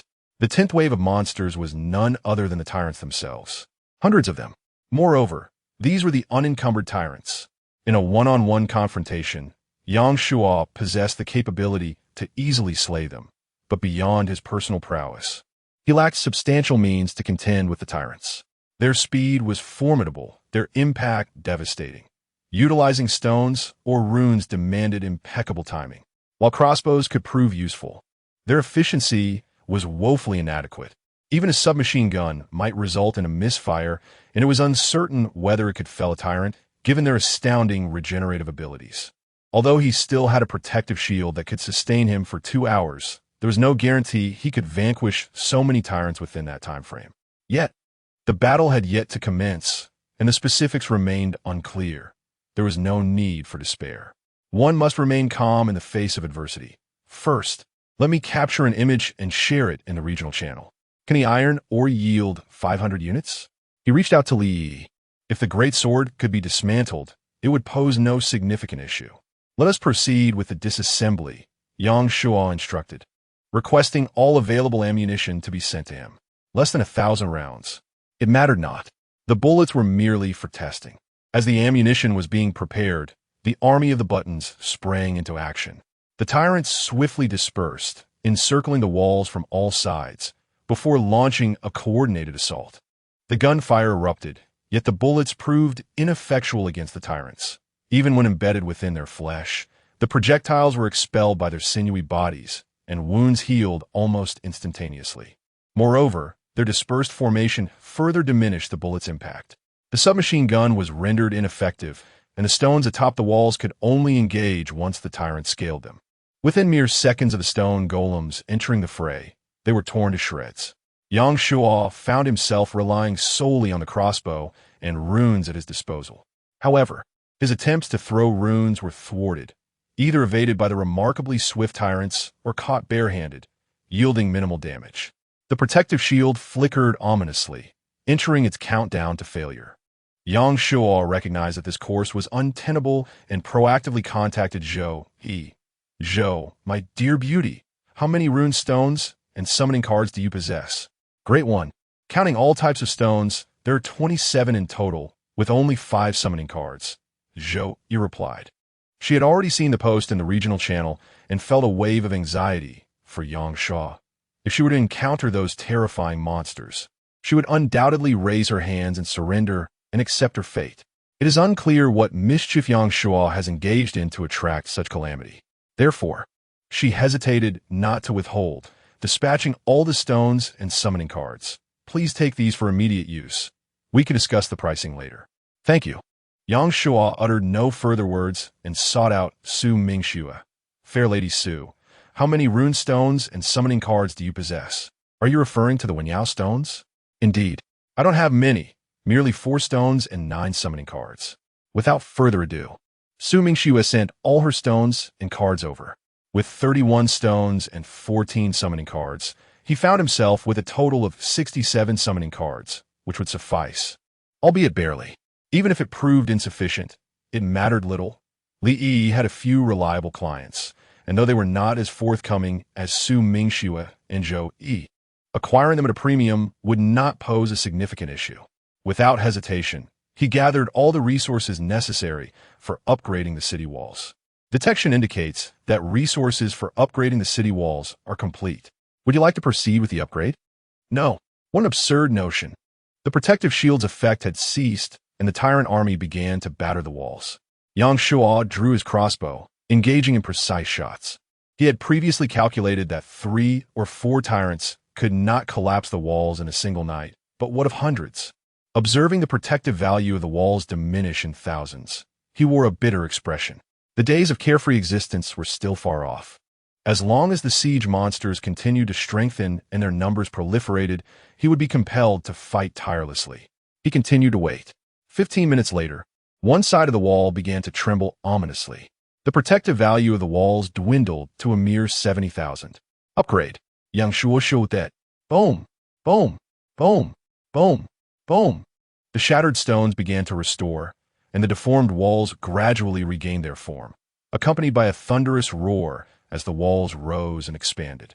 Once the walls reached a height of 7 to 8 meters, they gradually halted, and 4 corner towers emerged, adorned with spires, each holding a rune in their mouths. At the center of each parapet was a stone embedded. Minutes later, the upgrade was complete. Earthen wall, defense 500,000, attack 20,000. Upgrade materials, 500 units of Wenyao stone, substitutable, 100 units of runes, 50 units of living stone, or 10 units of star core, 10 units of source with 10 units of metamorphic ore. Meanwhile, in the regional channel, the image Yang Shuo shared sparked a tremendous uproar.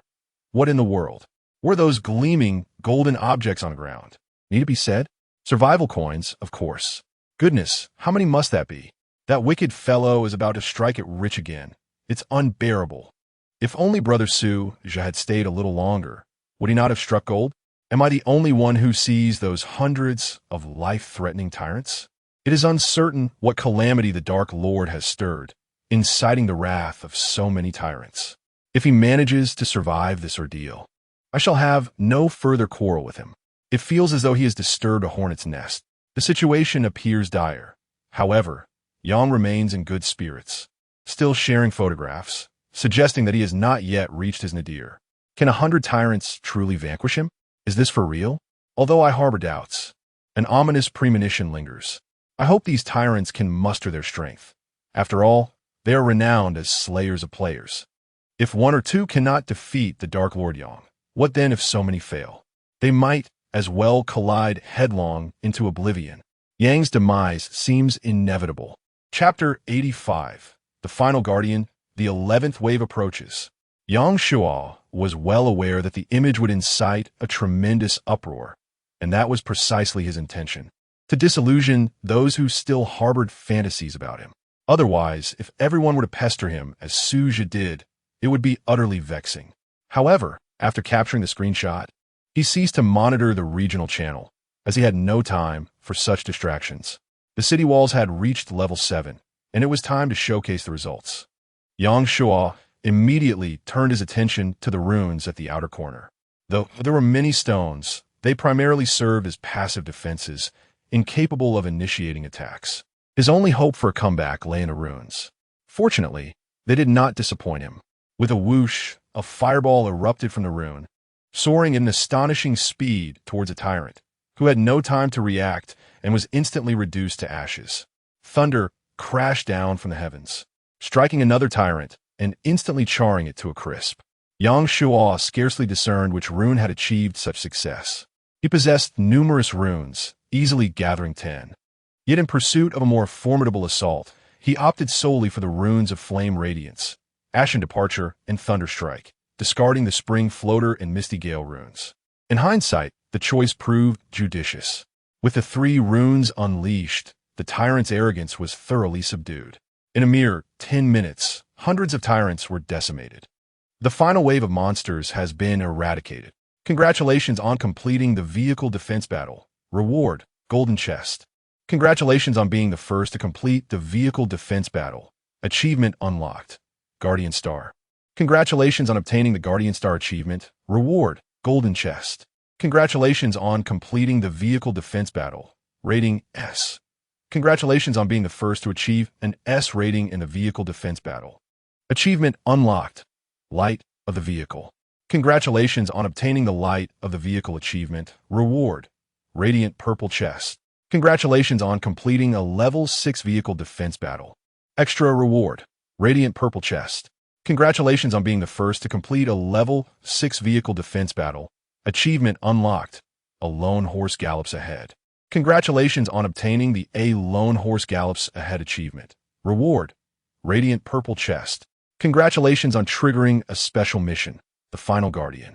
Final Guardian, you may choose to accept the attack of the 11th wave of monsters. Successful defense will yield substantial rewards. Will you accept the 11th wave? Yang Shuo glanced at the city walls, hesitating for merely a few seconds before deciding to accept. You have accepted the special mission, the Final Guardian. The 11th wave of monsters is imminent. Prepare yourself. Countdown. 5:30. Come on. Yang Shuo had numerous reasons for his acceptance. Most importantly, he still possessed a 2-hour protective shield, and the rune's offensive capabilities had yet to reach their zenith. Moreover, although his current gains were already considerable, 3 achievements, 2 golden chests, and 3 radiant purple chests, he had not yet acquired a higher-tier starlight chest. Yang Shuo's greatest advantage lies in his substantial lead over other players. However, he has now encountered a bottleneck and has not made any progress with the starry treasure chest for quite some time. If this continues, it is only a matter of time before others catch up to him. Therefore, he must take greater risks to reap more significant rewards. Furthermore, although special missions are challenging, the rewards for success are exceedingly generous. For instance, his assassin profession was acquired from a previous special mission. Thus, there is no reason to decline. As 5 minutes swiftly passed, a horde of goblins came into view, not ordinary goblins, but goblin priests. Yang Shuo felt a considerable alleviation of his concerns. While the goblin priests possessed formidable attack power, their defensive capabilities were far inferior to that of a tyrant, and bullets could inflict considerable casualties. It seemed that this special mission might not be as daunting as he had feared. Just as he began to feel relieved, he observed the goblin priests halting at a distance of 100 meters. Suddenly, several of them produced a horn and raised it to their lips, blowing into it. The sound of the horn resonated throughout the vast wilderness. Yang Shuo then felt the earth tremble beneath him. Boom! Boom! Boom! A cloud of dust erupted from the horizon, and amidst the chaos, the goblin army was summoned to join the goblin priests. Ordinary goblins, towering subspecies goblins, and cavalry goblins riding on dire wolves, as well as flying goblins mounted on griffins, formed ranks and columns, each contingent comprising nearly 1,000 troops, a formidable force advancing, heralding death. Amidst this overwhelming army, Yang Shua's small windmill courtyard appeared as a solitary boat adrift in a tempestuous sea, desolate and forlorn. Activate the shield. Yang Shua dared not delay for a moment, immediately deploying a 2-hour protective barrier. Use the mist card. A dense fog arose, enveloping the city walls. He then retrieved his final green summoning card to exchange for bullets. 100,000 bullets were credited to his account, sufficient to quench the thirst of this horde of goblins. The events of the previous night had somewhat alleviated Yang Shua's trepidation. He contacted Li Yi, instructing her to purchase summoning cards and bullets at a premium, then waited in silence. Thanks to the concealment of the mist, the goblins outside could not see him, nor could he discern the situation beyond. His submachine gun soon protruded from the wall, commencing a frenzied barrage into the fog. Above, the sound of flapping wings grew louder as griffins pierced through the mist, launching attacks on the protective barrier. Boom! The stone defenses of the wall were triggered, unleashing flames, lightning, torrents of water, icicles, and sharp winds in a relentless barrage. The runes atop the watchtower also played a crucial role, mercilessly reaping the lives of goblins. Boom! Boom! Boom! Massive fireballs rained down from the heavens, striking the protective barrier and causing it to quiver violently. It was the goblin priests from afar who had commenced their assault. Yang Shua furrowed his brows, inspecting the status of the protective shield, only to discover that the countdown was indeed ticking away. Although the decline was not alarmingly swift at this rate, it would barely last an hour and a half. It seemed that the protective shield had its limitations after all. Meanwhile, the goblin shaman remained concealed 100 meters away, prioritizing the elimination of nearby foes with its submachine gun and runes, leaving no opportunity to restrain them in the short term. Yang Shua could not allow this situation to persist. It appeared that he would have to take matters into his own hands. Despite the inherent danger, there was little left to deliberate. If the skin were to be lost, where would the fur attach? He was one with the city walls. Having made his decision, Yang Shua hesitated no longer, drawing forth his dagger and leaping down. Chapter 86. The next move, all means deployed. Utilizing the obscuring mist to his advantage, Yang Shua, upon landing beneath the wall, initially evaded the concentrated fire of the goblins. With swift precision, he dispatched 2 goblins with the ease of slicing through vegetables. However, the effectiveness of the mist proved limited at close quarters, as surrounding goblins soon surged towards him. Not one to linger, Yang Shua activated his stealth skill and stealthily approached the goblin shamans. He hurled a handful of runes directly into their midst, catching the clustered shamans off guard. A single rune struck the ground, resulting in a significant loss of life among them. With a swift motion, his invisibility faltered, and he severed the head of a nearby goblin shaman. As all attention turned towards him, he utilized his ghostly skill to flicker to the rear of a shaman several meters away, launching another rune into the distance. Once again, a number of goblin shamans met their demise. A nearby cluster of goblins raised their staffs in defiance, while the others quickly dispersed, effectively denying Yang Shua further opportunities for widespread carnage. Summoning. Boom! Boom! Boom! Boom! A cloud of white smoke billowed forth. 4 tyrants materialized at Yang Shua's side, shielding him from the initial onslaught of the goblin shamans before turning their fury upon them. By the time he fended off the 10th wave of attacks, his summoning ability would be ready for use again, allowing him to conjure 4 more at once. However, should these 4 tyrants perish, he would have to wait 24 hours before he could summon them anew. What do the tyrants signify for the goblin shamans? During the night, they served as the most loyal guardians, but now they became instruments of slaughter. With unparalleled speed and terrifying lethality, the tyrants wreaked havoc among the goblin shamans. Akin to wolves among sheep, each swipe claimed a goblin life. Even when a few goblins managed to raise their defenses in time, the tyrants showed no inclination to linger, swiftly charging towards other unsuspecting shamans. In mere seconds, a multitude of goblin shamans lay slain around him. Seizing the opportunity, Yang Shua retreated to await the recovery of his skills. Yet, The goblin shamans were not devoid of cunning. Their counterattack commenced promptly, unleashing bolts of lightning, fireballs, water orbs, and ice shards towards the tyrants. Their attack range alarmingly broad and indifferent to the fates of their fallen comrades. As if this were not enough, Yang Shuo was taken aback when several goblin shamans raised their staffs, a radiant golden light connecting all goblins together.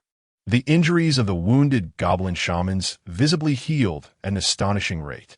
Shortly thereafter, another 4 or 5 shamans lifted their staffs, casting down a cascade of green light. Those shamans who had previously fallen were rising once more.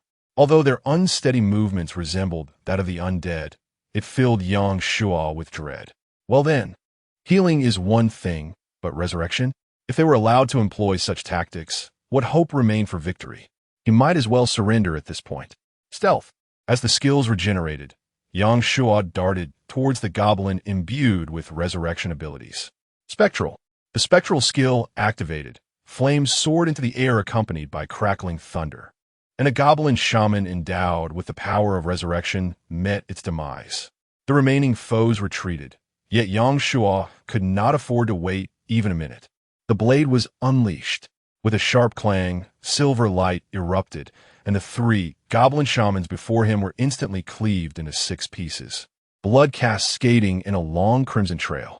Yang Shuo swiftly charged towards the next goblin, possessing resurrection capabilities. Thunder roared. A bolt of lightning descended. With no time to evade, he activated his personal shield. After all, such protection was intended for survival. If not now, then when? The shield absorbed the lightning, and Yang Shuo surged forward. The goblin shaman ahead raised an ice wall in a futile attempt to impede his advance. Mutuelle destruction. The first strike of the abyssal 3 blades. With a flick of the blade's tip, it pierced through the thick ice wall and into the goblin shaman's body. The bloodthirsty effect triggered. A torrent of blood gushed from the wound, and within mere moments, the goblin shaman behind the ice became a lifeless corpse. Remarkably effective. As long as the special effect was triggered, even non-fatal wounds could lead to the demise of monsters. Limitless. The second strike of the abyssal 3 blades. Whoosh. This slice created a flurry of afterimages, directly decimating 4 or 5 goblin shamans in front of him. Not far away, the goblin with resurrection abilities attempted to flee, while the surrounding goblins sought to obstruct him. Seizing the invincibility granted by the shield, Yang Shuo dashed forward. As he approached, he unleashed the 3rd strike. Godslayer. An unadorned slash fell, unmatched brilliance erupted, and despite the distance of several meters, the fleeing goblin was effortlessly torn apart, crashing heavily to the ground. The surrounding goblin shamans were not spared either. Caught in the powerful shockwave, they were hurled away. Healing card. A green glow enveloped Yang Shuo, rapidly restoring his depleted strength. As the invincibility period concluded, the barrage of attacks did not relent, leaving Yang Shuo no time to land further blows, and he hastily retreated from the scene. Without the invincibility card and healing card, he dared not take further risks. He could only flee, awaiting the cooldown of his skills. Fortunately, the tyrant had drawn most of the fire, allowing him a moment of respite.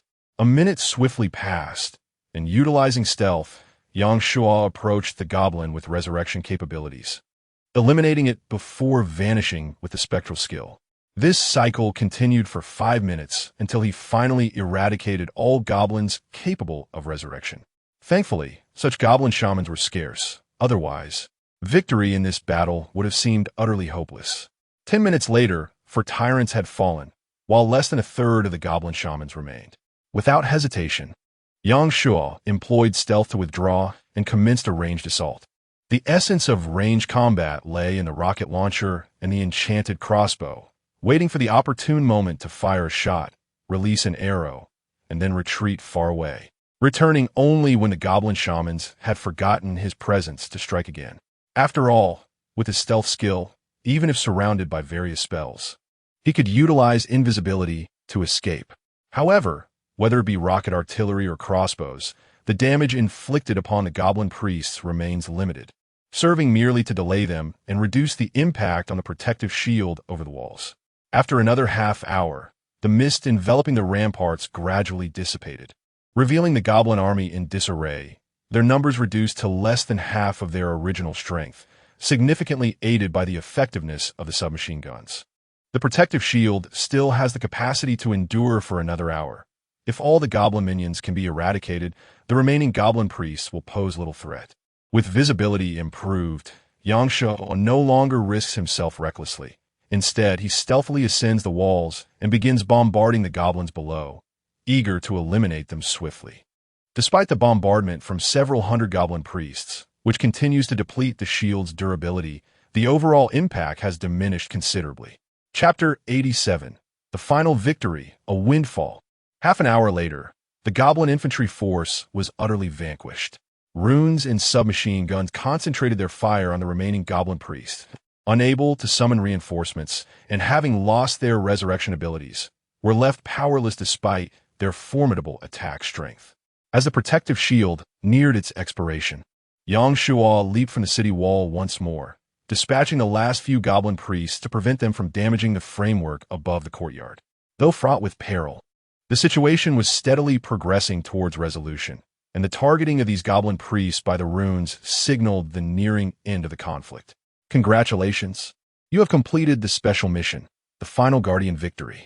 The mechanical notification echoed in Yangshuo's ears, yet sounded remarkably melodious to him. After a grueling 2-hour battle, it had finally come to an end. He had exhausted all his trump cards. Had the battle persisted for another half hour, the resources he had amassed over the past 10 days would have likely been squandered. Fortunately, he had triumphed, and the fruits of victory were sure to be rewarding. Congratulations! You have received a quest reward, Starlight Treasure Chest. Congratulations! You have slain over 10,000 goblins, earning the achievement, Goblin Slayer. Congratulations! You have achieved the Goblin Slayer title, receiving the reward, Radiant Purple Treasure Chest. Congratulations! You have successfully completed the 11th wave of monster attacks for the first time, earning the achievement, Unyielding Warrior. Congratulations! You have earned the Unyielding Warrior title, receiving the reward, Radiant Purple Treasure Chest. Congratulations! You have completed the special mission, the Final Guardian, receiving the special reward, the Ultimate Secret of Goblins, a Starlight Treasure Chest. Finally, one had appeared. This round was undoubtedly a tremendous profit. Moreover, there were 2 Radiant Purple Treasure Chests and 1 special reward. Breathless, Yangshuo collapsed to the ground, relishing the bittersweet pain of survival and the exhilaration of his bountiful harvest. After days of silence, he was finally poised to soar again. Yangshuo, Li Yi descended the rope from the city wall, rushing towards him. Upon reaching Yangshuo, she was about to check for any injuries when he embraced her. Kissing her passionately, Li Yi struggled momentarily, but soon resigned herself to his affection, resting against him. It was only when the game's notification sounded again that she scrambled to her feet, glancing outside. No worries, the city wall is equipped with active defense capabilities. Ogres and bat monsters cannot harm us now. We are within the protective range of the runes.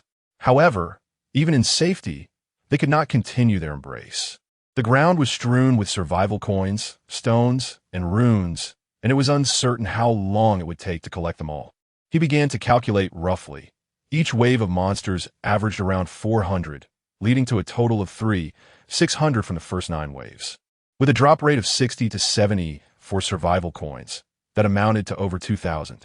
Furthermore, the summoned goblins would likely number at least 2,000 to 3,000. This battle alone could yield more than 5,000 survival coins. 5,000 survival coins, even if left for collection, would exhaust them to no end. The two soon became engrossed in their tasks. However, Yangshuo's primary concern was undoubtedly the runes. The goblin shaman guaranteed a 100 drop rate of 1 rune and 1 staff, implying that he would acquire at least several hundred runes from his encounter alone. This singular aspect made the impending battle worth every ounce of his resources. After gathering all the staves and runes, he conducted a rough count and found a total of 376 runes. Next came the rune stones, dropped by the tyrant with a similar probability of 60 to 70, yielding 297 stones in total.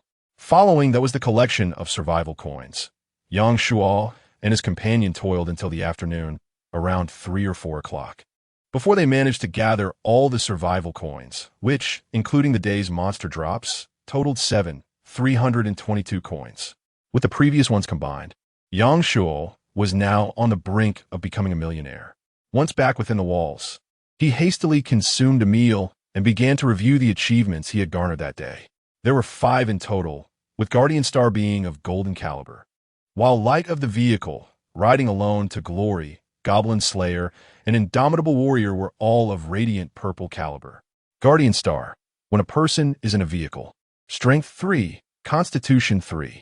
Light of the Vehicle, Windmill. It is my honor to accompany you.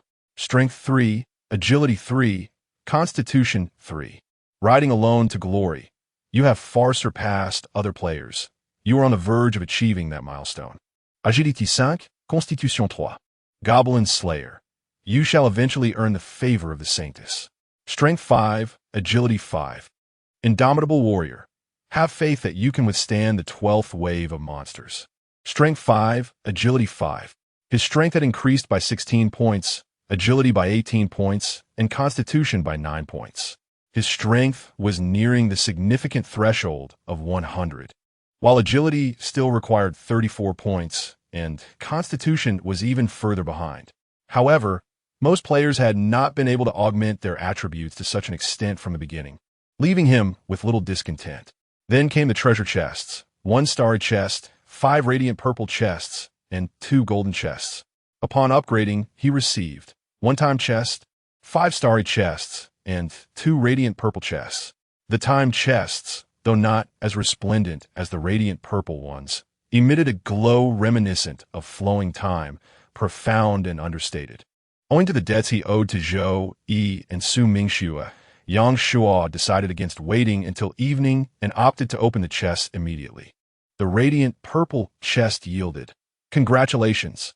You have obtained Vehicle Repair Card 1, Vehicle Thermo Cover 1, Rune of Radiance 2, Rune of Spring 2, Rune of Thunderstrike 2, Vehicle Tire Design Blueprint 1, Vehicle Headlight Laser Upgrade Scroll 1, and Vehicle Component Smart Upgrade Scroll 1.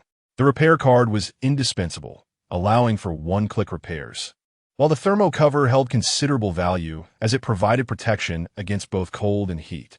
Vehicle Tire Design Blueprint. Bicycle Tire. 1 unit of rubber, 10 units of tire. Tricycle Tire. 2 units of rubber, 4 units of tire. Sedan Tire. 2 units of rubber, 4 units of tire. Off-road Tire. 3 units of rubber, 4 units of tire. One could only wonder how many unfortunate souls would draw a bicycle, likely to find themselves pedaling furiously each day to meet the 100 kilometers requirement. However, the tire design blueprint was precisely what he required. Whether in extreme cold or sweltering heat, the likelihood of tire blowouts would invariably increase. As long as sufficient rubber could be procured, there was no doubt that this commodity would find market. Vehicle Light Laser Upgrade Scroll. Upon usage, your lights will possess a degree of damage effect. Although it sounds quite impressive, items with such a qualifier are often mere trinkets, much like his pulse devices. Perhaps he could find a simpleton to sell it to.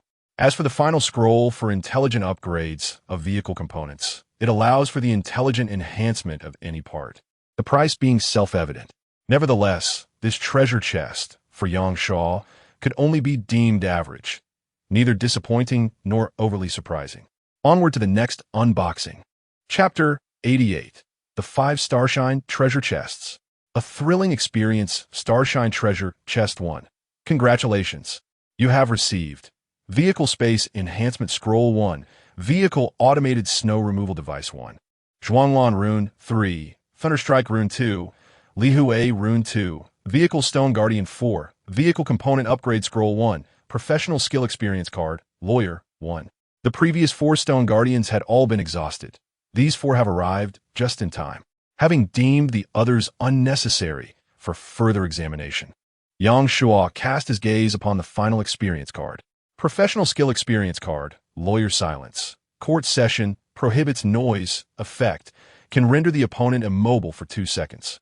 A control-type skill, capable of immobilizing an opponent for 2 seconds. Truly splendid. Alas, the experience card is a one-time use only. Otherwise, he might have sold it to Su Mingxue. who would undoubtedly have been compelled to offer herself in return. Starshine Treasure Chest 2. Congratulations. You have received Resource Area Navigation Route 1. Vehicle Component Intelligent Upgrade Scroll 1. Vehicle Component Transformation Empowerment Scroll 1. Survival Coupon 15. Zhuanglan Star Core 1. Spring Floating Star Core 1. Diffraction Star Core 1. Living Stone or 10. Phoenix Dance 6 Illusions Chip 1. Design Blueprint Imprint Scroll 1. Starshine Treasure Chest 3. Congratulations.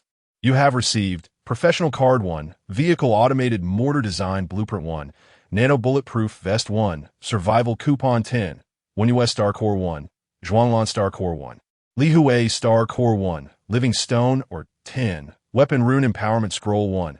Vehicle Weapon Transformation Scroll 1. Starshine Treasure Chest 4. Congratulations. You have received Skill Card 1.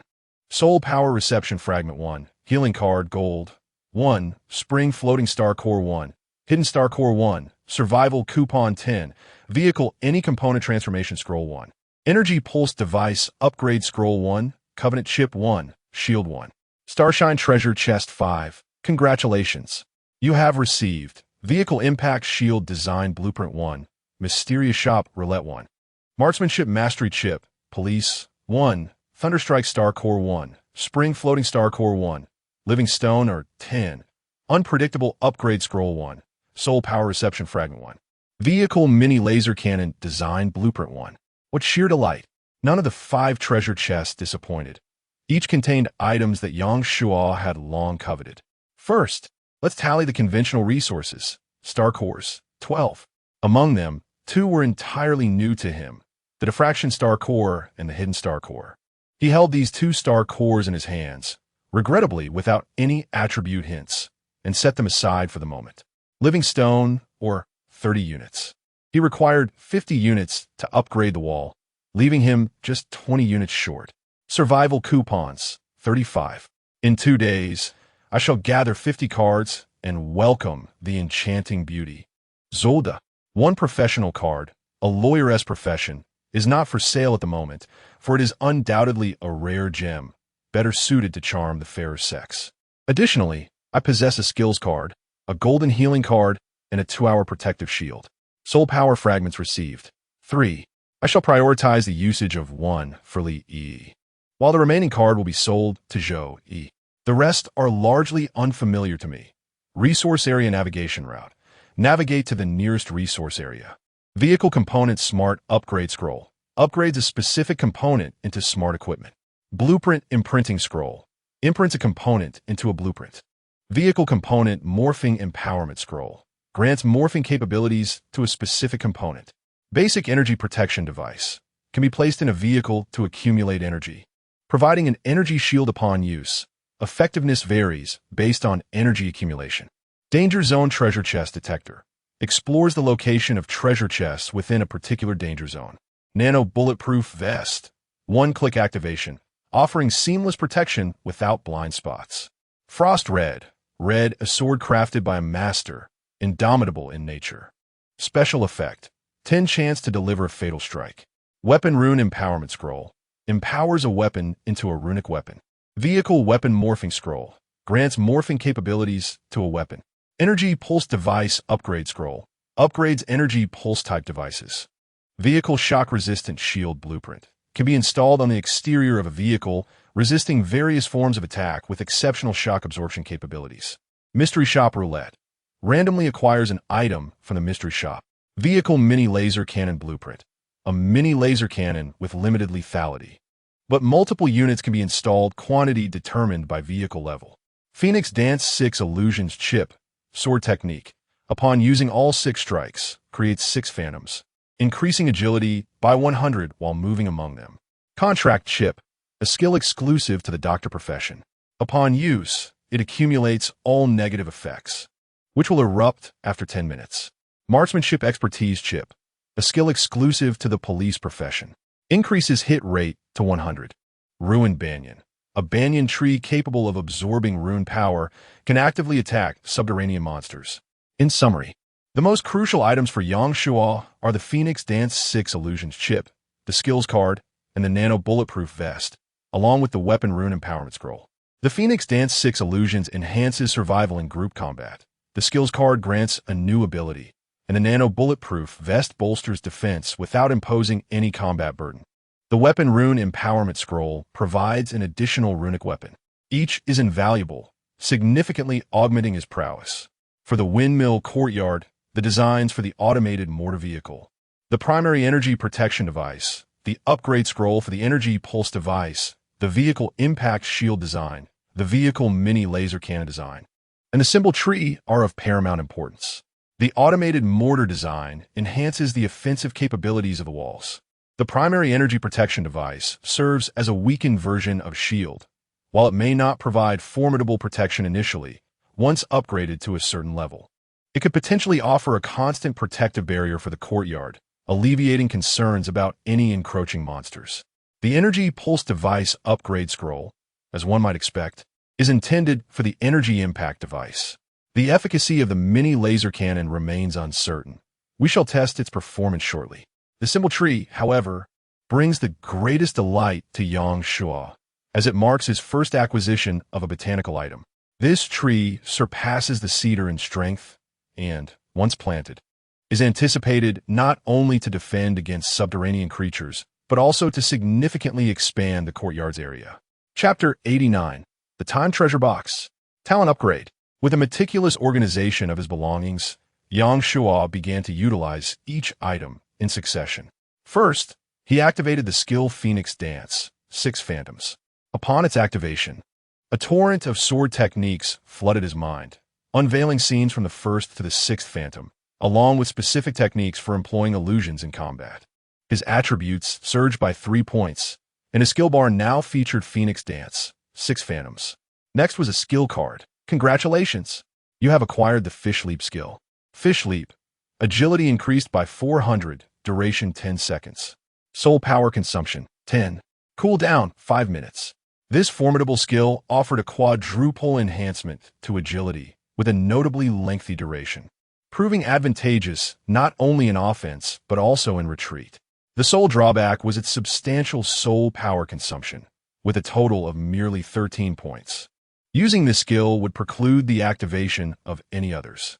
It seemed prudent to wait until his soul power capacity increased before employing it. The nano bulletproof vest resembled a slender bracelet equipped with a button.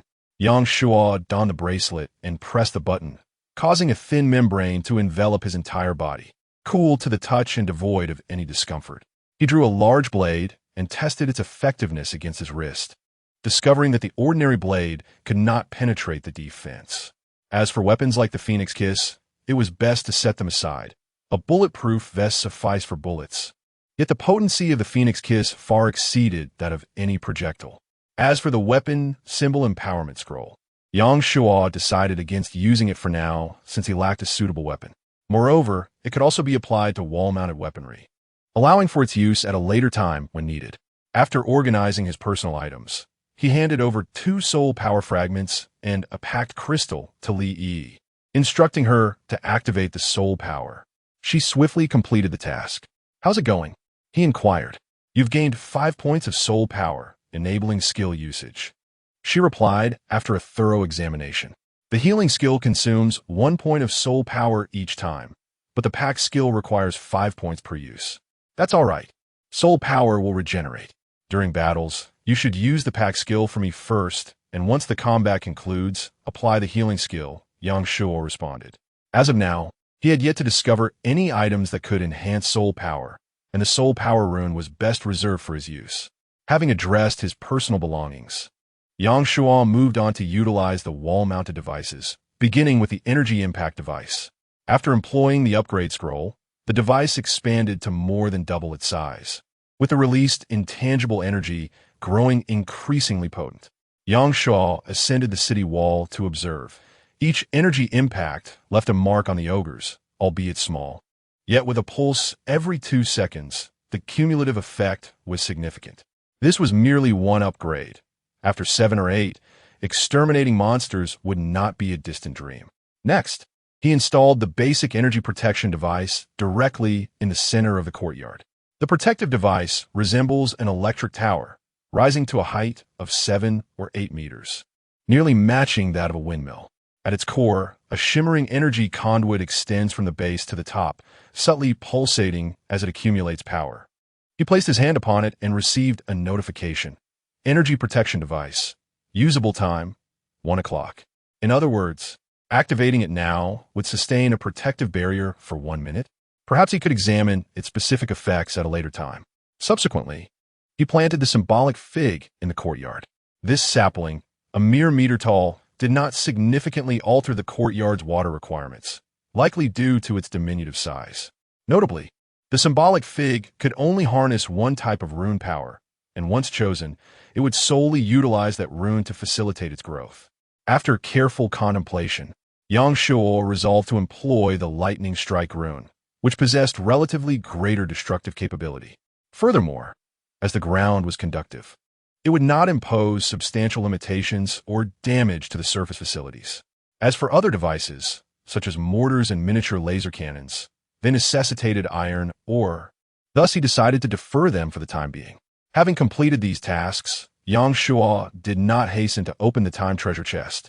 Instead, his gaze shifted toward the mysterious shop's roulette. The design of the roulette was quite simple, featuring various squares of differing sizes.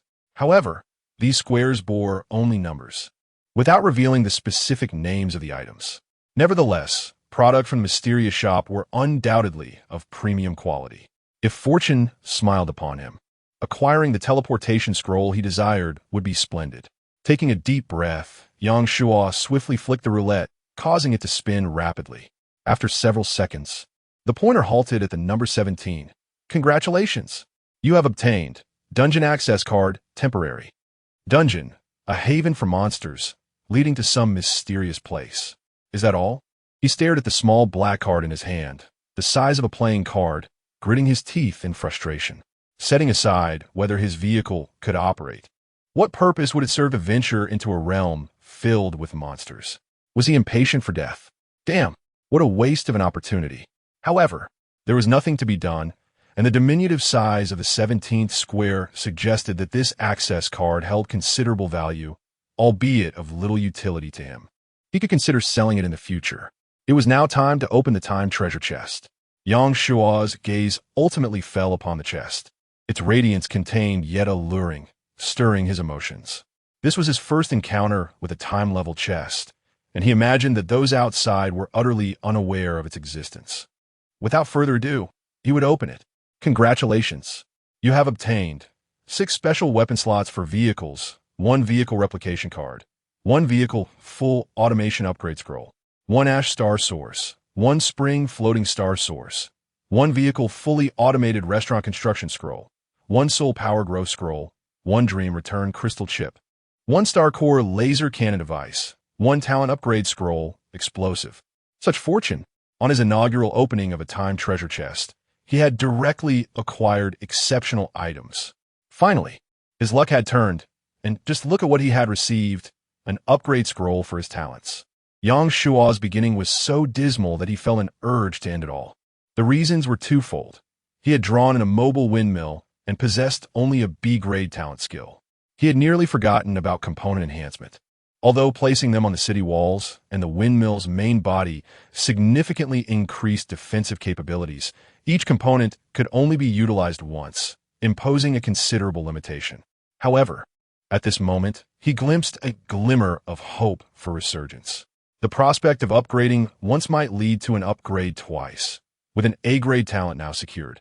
How far could the S-grade talent be? Without further ado, he resolved to level up. Chapter 90. Enhancement of Efficacy. Techniques for Augmenting Constitution. You have utilized the Talent Upgrade Scroll. Your talent has been upgraded. Examine the information panel. Yang Shuo, Occupation, Assassin, Strength, 84, Agility, 70, Constitution, 52, Soul Power, 13, Skills, Stealth, Phantom, Counterstrike, Leaping Fish, Summoning. Techniques. Unyielding Blade of 1, 3 Blades of Abaddon, 6 Illusions of Phoenix Dance. Health, 100 Status, Perfect Talent. Efficacy Enhancement, 3-3, Efficacy Enhancement. A. Can enhance a specific efficacy of components. Vehicle Details. The simple enhancement of components has transformed into efficacy enhancement. What does this specifically entail? Yang Shuo took out the Phoenix Kiss, attempting to enhance it, but received a prompt. This item does not belong to vehicle components and cannot be used. There are still restrictions. Disappointing. Then let us try with vehicle components. Yang Shuo approached the energy impact device, placing his hand upon it. Would you like to proceed with efficacy enhancement? Enhancements available include pulse energy, pulse range. Naturally, he opted for pulse energy. Enhance. The energy impact device exhibited no visible changes, yet the energy released was evidently more potent than before. Enhance. Enhance. Utilizing all three enhancement opportunities in one breath. After all, they refresh daily, leaving no need to deliberate on which component to apply them. The enhancement effect remained in a multiplicative mode. After 3 enhancements, Yang Shuo could distinctly feel the vigorous wind produced by the energy impact. No, it was not merely wind. It resembled dust being forcefully dispersed. The energy impact itself did not affect individuals or structures. Yang Shuo sensed the wind solely because the impact energy was so formidable that it created a tremor in the surrounding space.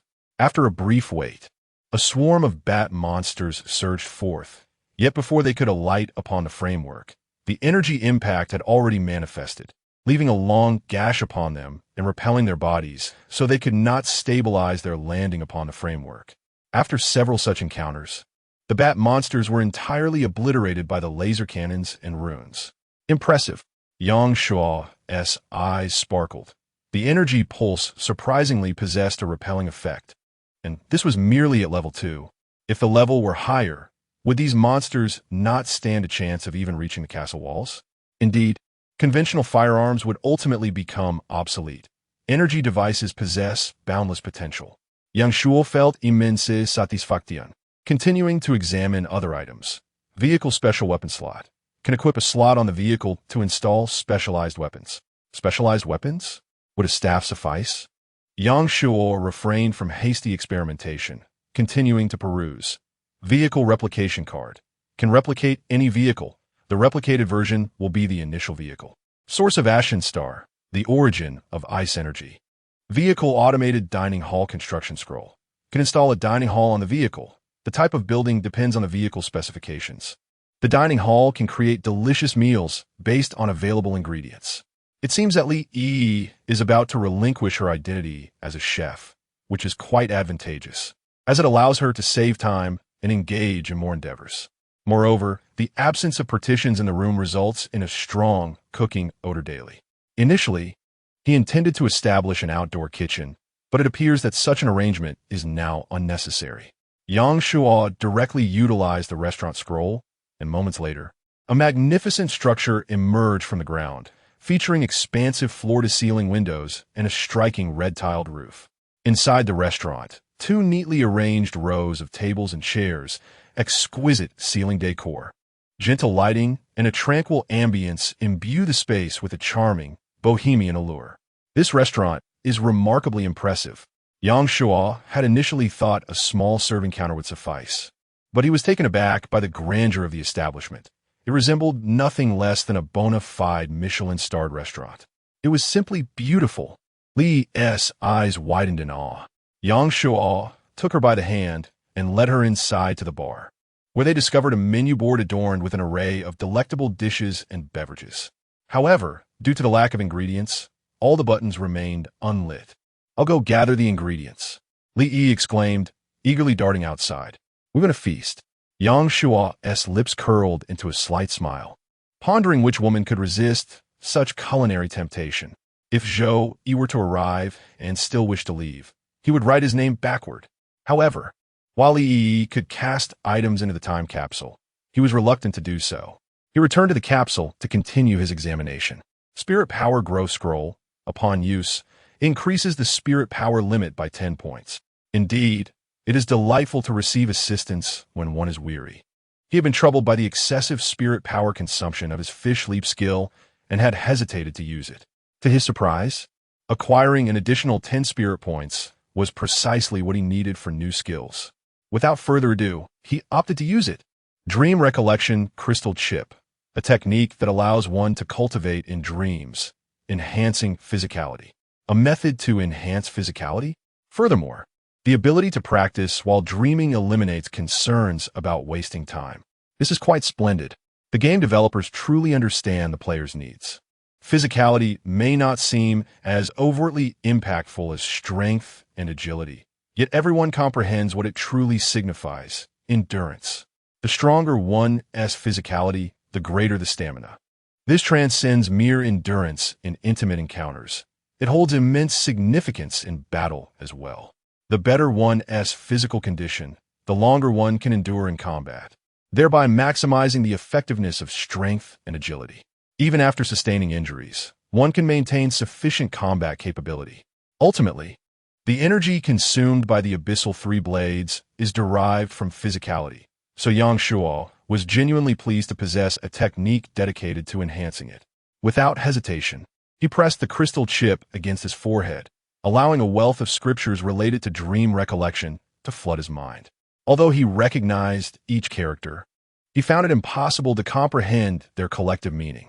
Nevertheless, comprehension was unnecessary. He would entrust it to his dreams and observe the results the following day. Stellar Core Laser Cannon Device. Can activate the Stellar Core to fire a laser cannon. Required materials: starlight or 50, time or 20, living stone or 10, tungsten cloud or 100. The laser cannon powered by stellar cores undoubtedly boasts formidable attacking prowess. However, the materials required are indeed plentiful. Each starlight treasure chest can yield 10 units of starlight ore, thus providing an ample supply of this resource, though the temporal ore remains insufficient, and the tungsten cloud ore has yet to be encountered. Nevertheless, with the acquisition of a medium resource vehicle and the potential upgrade of a small resource vehicle, the collection of tungsten cloud ore should pose no difficulty. Furthermore, the defensive capabilities of the city walls have significantly increased, now equipped with numerous active offensive measures, rendering both tyrants and goblin priests utterly trivial threats. For the time being, the high-end Stellar Core laser cannon remains unnecessary. It is best to retain it for future use. As a result, all treasure chests have been opened and every item thoroughly examined. One could say he is questioning the very essence of life. Who could have anticipated that a seemingly ordinary card seized from another's possession would yield such remarkable benefits, transforming his humble arsenal into a formidable force with access to an abundance of elite resources? Grateful thanks to comrades Wang Jia and Su Jia. Chapter 91. The Pinnacle of Vehicle Combat Rankings. Yang Shuo come quickly. Just as she finished tidying up, Li Yi in the dining hall excitedly waved at him. Upon entering, Yang Shuo was greeted by an array of delectable dishes, each more enticing than the last, making it nearly impossible to resist. How is it? Li Yi eagerly pulled him down to sit. This restaurant is incredible. As long as the ingredients are sufficient, we can have whatever we desire prepared in just a minute. The flavors are exquisite. You must try it. All right. Yang Shuo took a piece of meat and savored it, the rich aroma flooding his taste buds. Truly delightful. It felt as if he had transcended from a primitive tribe to the heights of modern society. If only Li donned a maid outfit and personally fed him, it would be utterly perfect. I should get a few outfits for Li Yi to wear daily. After indulging in the feast, Li Yi remained behind to further explore the restaurant while Yang Shuo ascended the city wall, installing special slots designed for unique weapons. Special weapon slots successfully installed.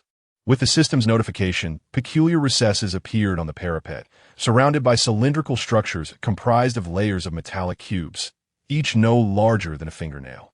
Yang Shuo retrieved the staff acquired from the goblin shaman and attempted to insert it into the slot, only to find it too small to accommodate the staff. Before disappointment could set in, the cubes within the slot suddenly expanded, revealing a larger opening. An intelligent mechanism? Yang Shuo felt a surge of joy as he successfully inserted the staff. Once secured, the surrounding cubes swiftly enveloped it, lifting the staff nearly 50 centimeters above the parapet, resembling a torch. Just then, a horde of ogres charged forth. Yang Shuo expected the staff to unleash devastating power, but to his dismay, it remained utterly still. What the hell? Is this a trick? After pondering for a moment without grasping the situation, he decided to set this matter aside for future investigation. Having toiled throughout the day, Yang Shuo felt his energy waning. With only an hour until dusk, he chose not to tinker further and sat atop the city wall, reaching out to Su Mingxue and Zhou Yi. Beautiful Su, I sincerely appreciate your unwavering support. Given our relationship, I shan't say much more. I shall return the stone as it was, and you may select any item from my inventory. 2 items. Su Mingxue's response was swift. Fine. It's not about the 1 or 2 items. Yang Shuo gathered the items he required and sent a few images to Su Mingxue. After a while, Su Mingxue replied, I initially believed that with my S-rank talent, the resources I gathered far exceeded others. Yet in comparison to you, it feels like a mere trifle. I wish I could seize all your resources. If we meet again, you are welcome to stay with me for a few days. Whatever you desire shall be at your disposal. Stealing them is certainly out of the question unless Su Mingxue becomes his woman, like Li Yi. I require the complete set of vehicle upgrade scrolls and the intelligent upgrade system for vehicle parts.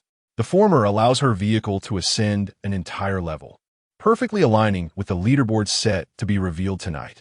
The latter enables her main cannon to achieve automation, capable of autonomously attacking monsters without her intervention. Without artillery, her tank is merely a reinforced shell of iron. No issues arose as Yang Shuo promptly dispatched these 2 items. In truth, he possessed a fully automated upgrade system which, if Su Mingxue were to behold, would surely leave her envious to tears. However, that treasure emerged from the time capsule, and he refrained from sharing a screenshot with her. Once Su Mingxue concluded her tasks, he reached out to Zhou Yi. Great deity, assisting you is a matter of course, especially since I owe you numerous runes and stones. There is no need to discuss compensation. Zhou Yi's words enveloped Yang Shuo in warmth. Behold, this is what true tenderness looks like. That girl Su Mingxue could never emulate it. Not only did she demand remuneration, but she insisted on 2 items outright. TSK. One cannot deny Su's generosity. In that case, it shall be as it is. I shall simply adjust my accounts accordingly. Yang Shuo subsequently sent the screenshots of the police profession's gun mastery and soul power fragment to her. Zhou Yi's demeanor shifted instantly. Great deity, one must keep matters distinct. I shall repay what I owe you gradually, but you must first settle your debts to me. That is my entire fortune. Knowing you faced difficulties, I dared not retain a single piece. I gave everything to you. Woe is me. You cannot fathom the trepidation I endured today. Great deity, how could you be so heartless? All right, I have sent you the items. Regardless, were it not for your assistance, I would not have achieved such significant gains. Thank you, great deity. Zhou Yi followed with a deeply reverent emoji. Yang Shuo dispatched the 2 items and returned indoors to await the onset of night. The evening soon enveloped the surroundings, and disregarding the notifications in his ears, all players hurried to the regional and world channels to check the updated leaderboard. Indeed, the rankings had been refreshed. Regional Vehicle Power Rankings. First place, Yang Shuo, Vehicle, Windmill, Level 6, Second place, Yu Qingcheng, Vehicle, Stealth Tank. Level 4, Third place, Zhao Kuo, Vehicle, Bat Tank. Level 4, Fourth place, Lu Yufeng, Vehicle, Bomber. Level 4, Fifth place, Su Mingxue, Vehicle, Armored Tank. Level 4. A total of 100 ranks. Yang Shuo held a commanding lead, 2 levels ahead of the second place, while Su Mingxue's 5th place was commendable. The ensuing comments ignited fervor. Damn, Yang the demon truly reigns supreme. Goodness, what extraordinary vehicles. If I possessed such terrifying machinery, I too would grace the leaderboard. One must admit, Yang managed to dominate with a poor hand, crushing those with formidable vehicles, and doing so by 2 levels. He possesses genuine skill. Yet, powerful vehicles matter little. My own is merely a tank with a D-level talent, utterly incapable of development. These are the chosen ones. What chance do we have against them? Surviving is already a blessing. It is not necessarily the case. After all, even a formidable villain rose to prominence wielding a windmill. Ultimately, it requires relentless effort.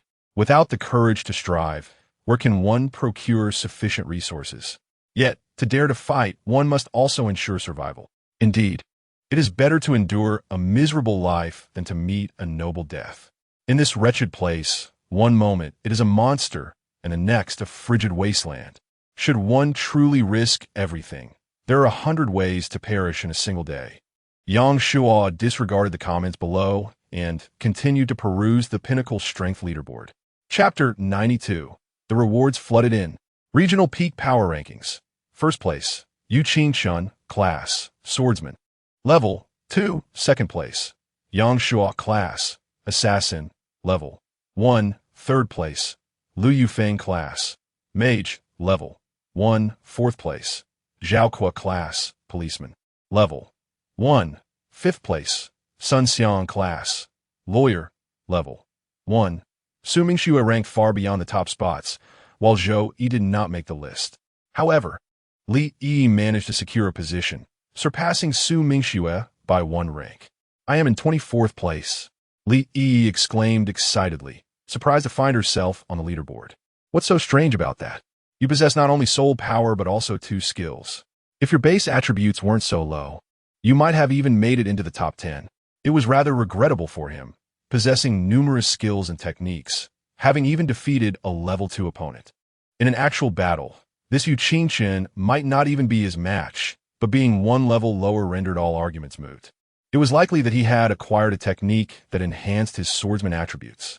Yang Shuo was not particularly disheartened. Second place was commendable, and there was no need to be greedy.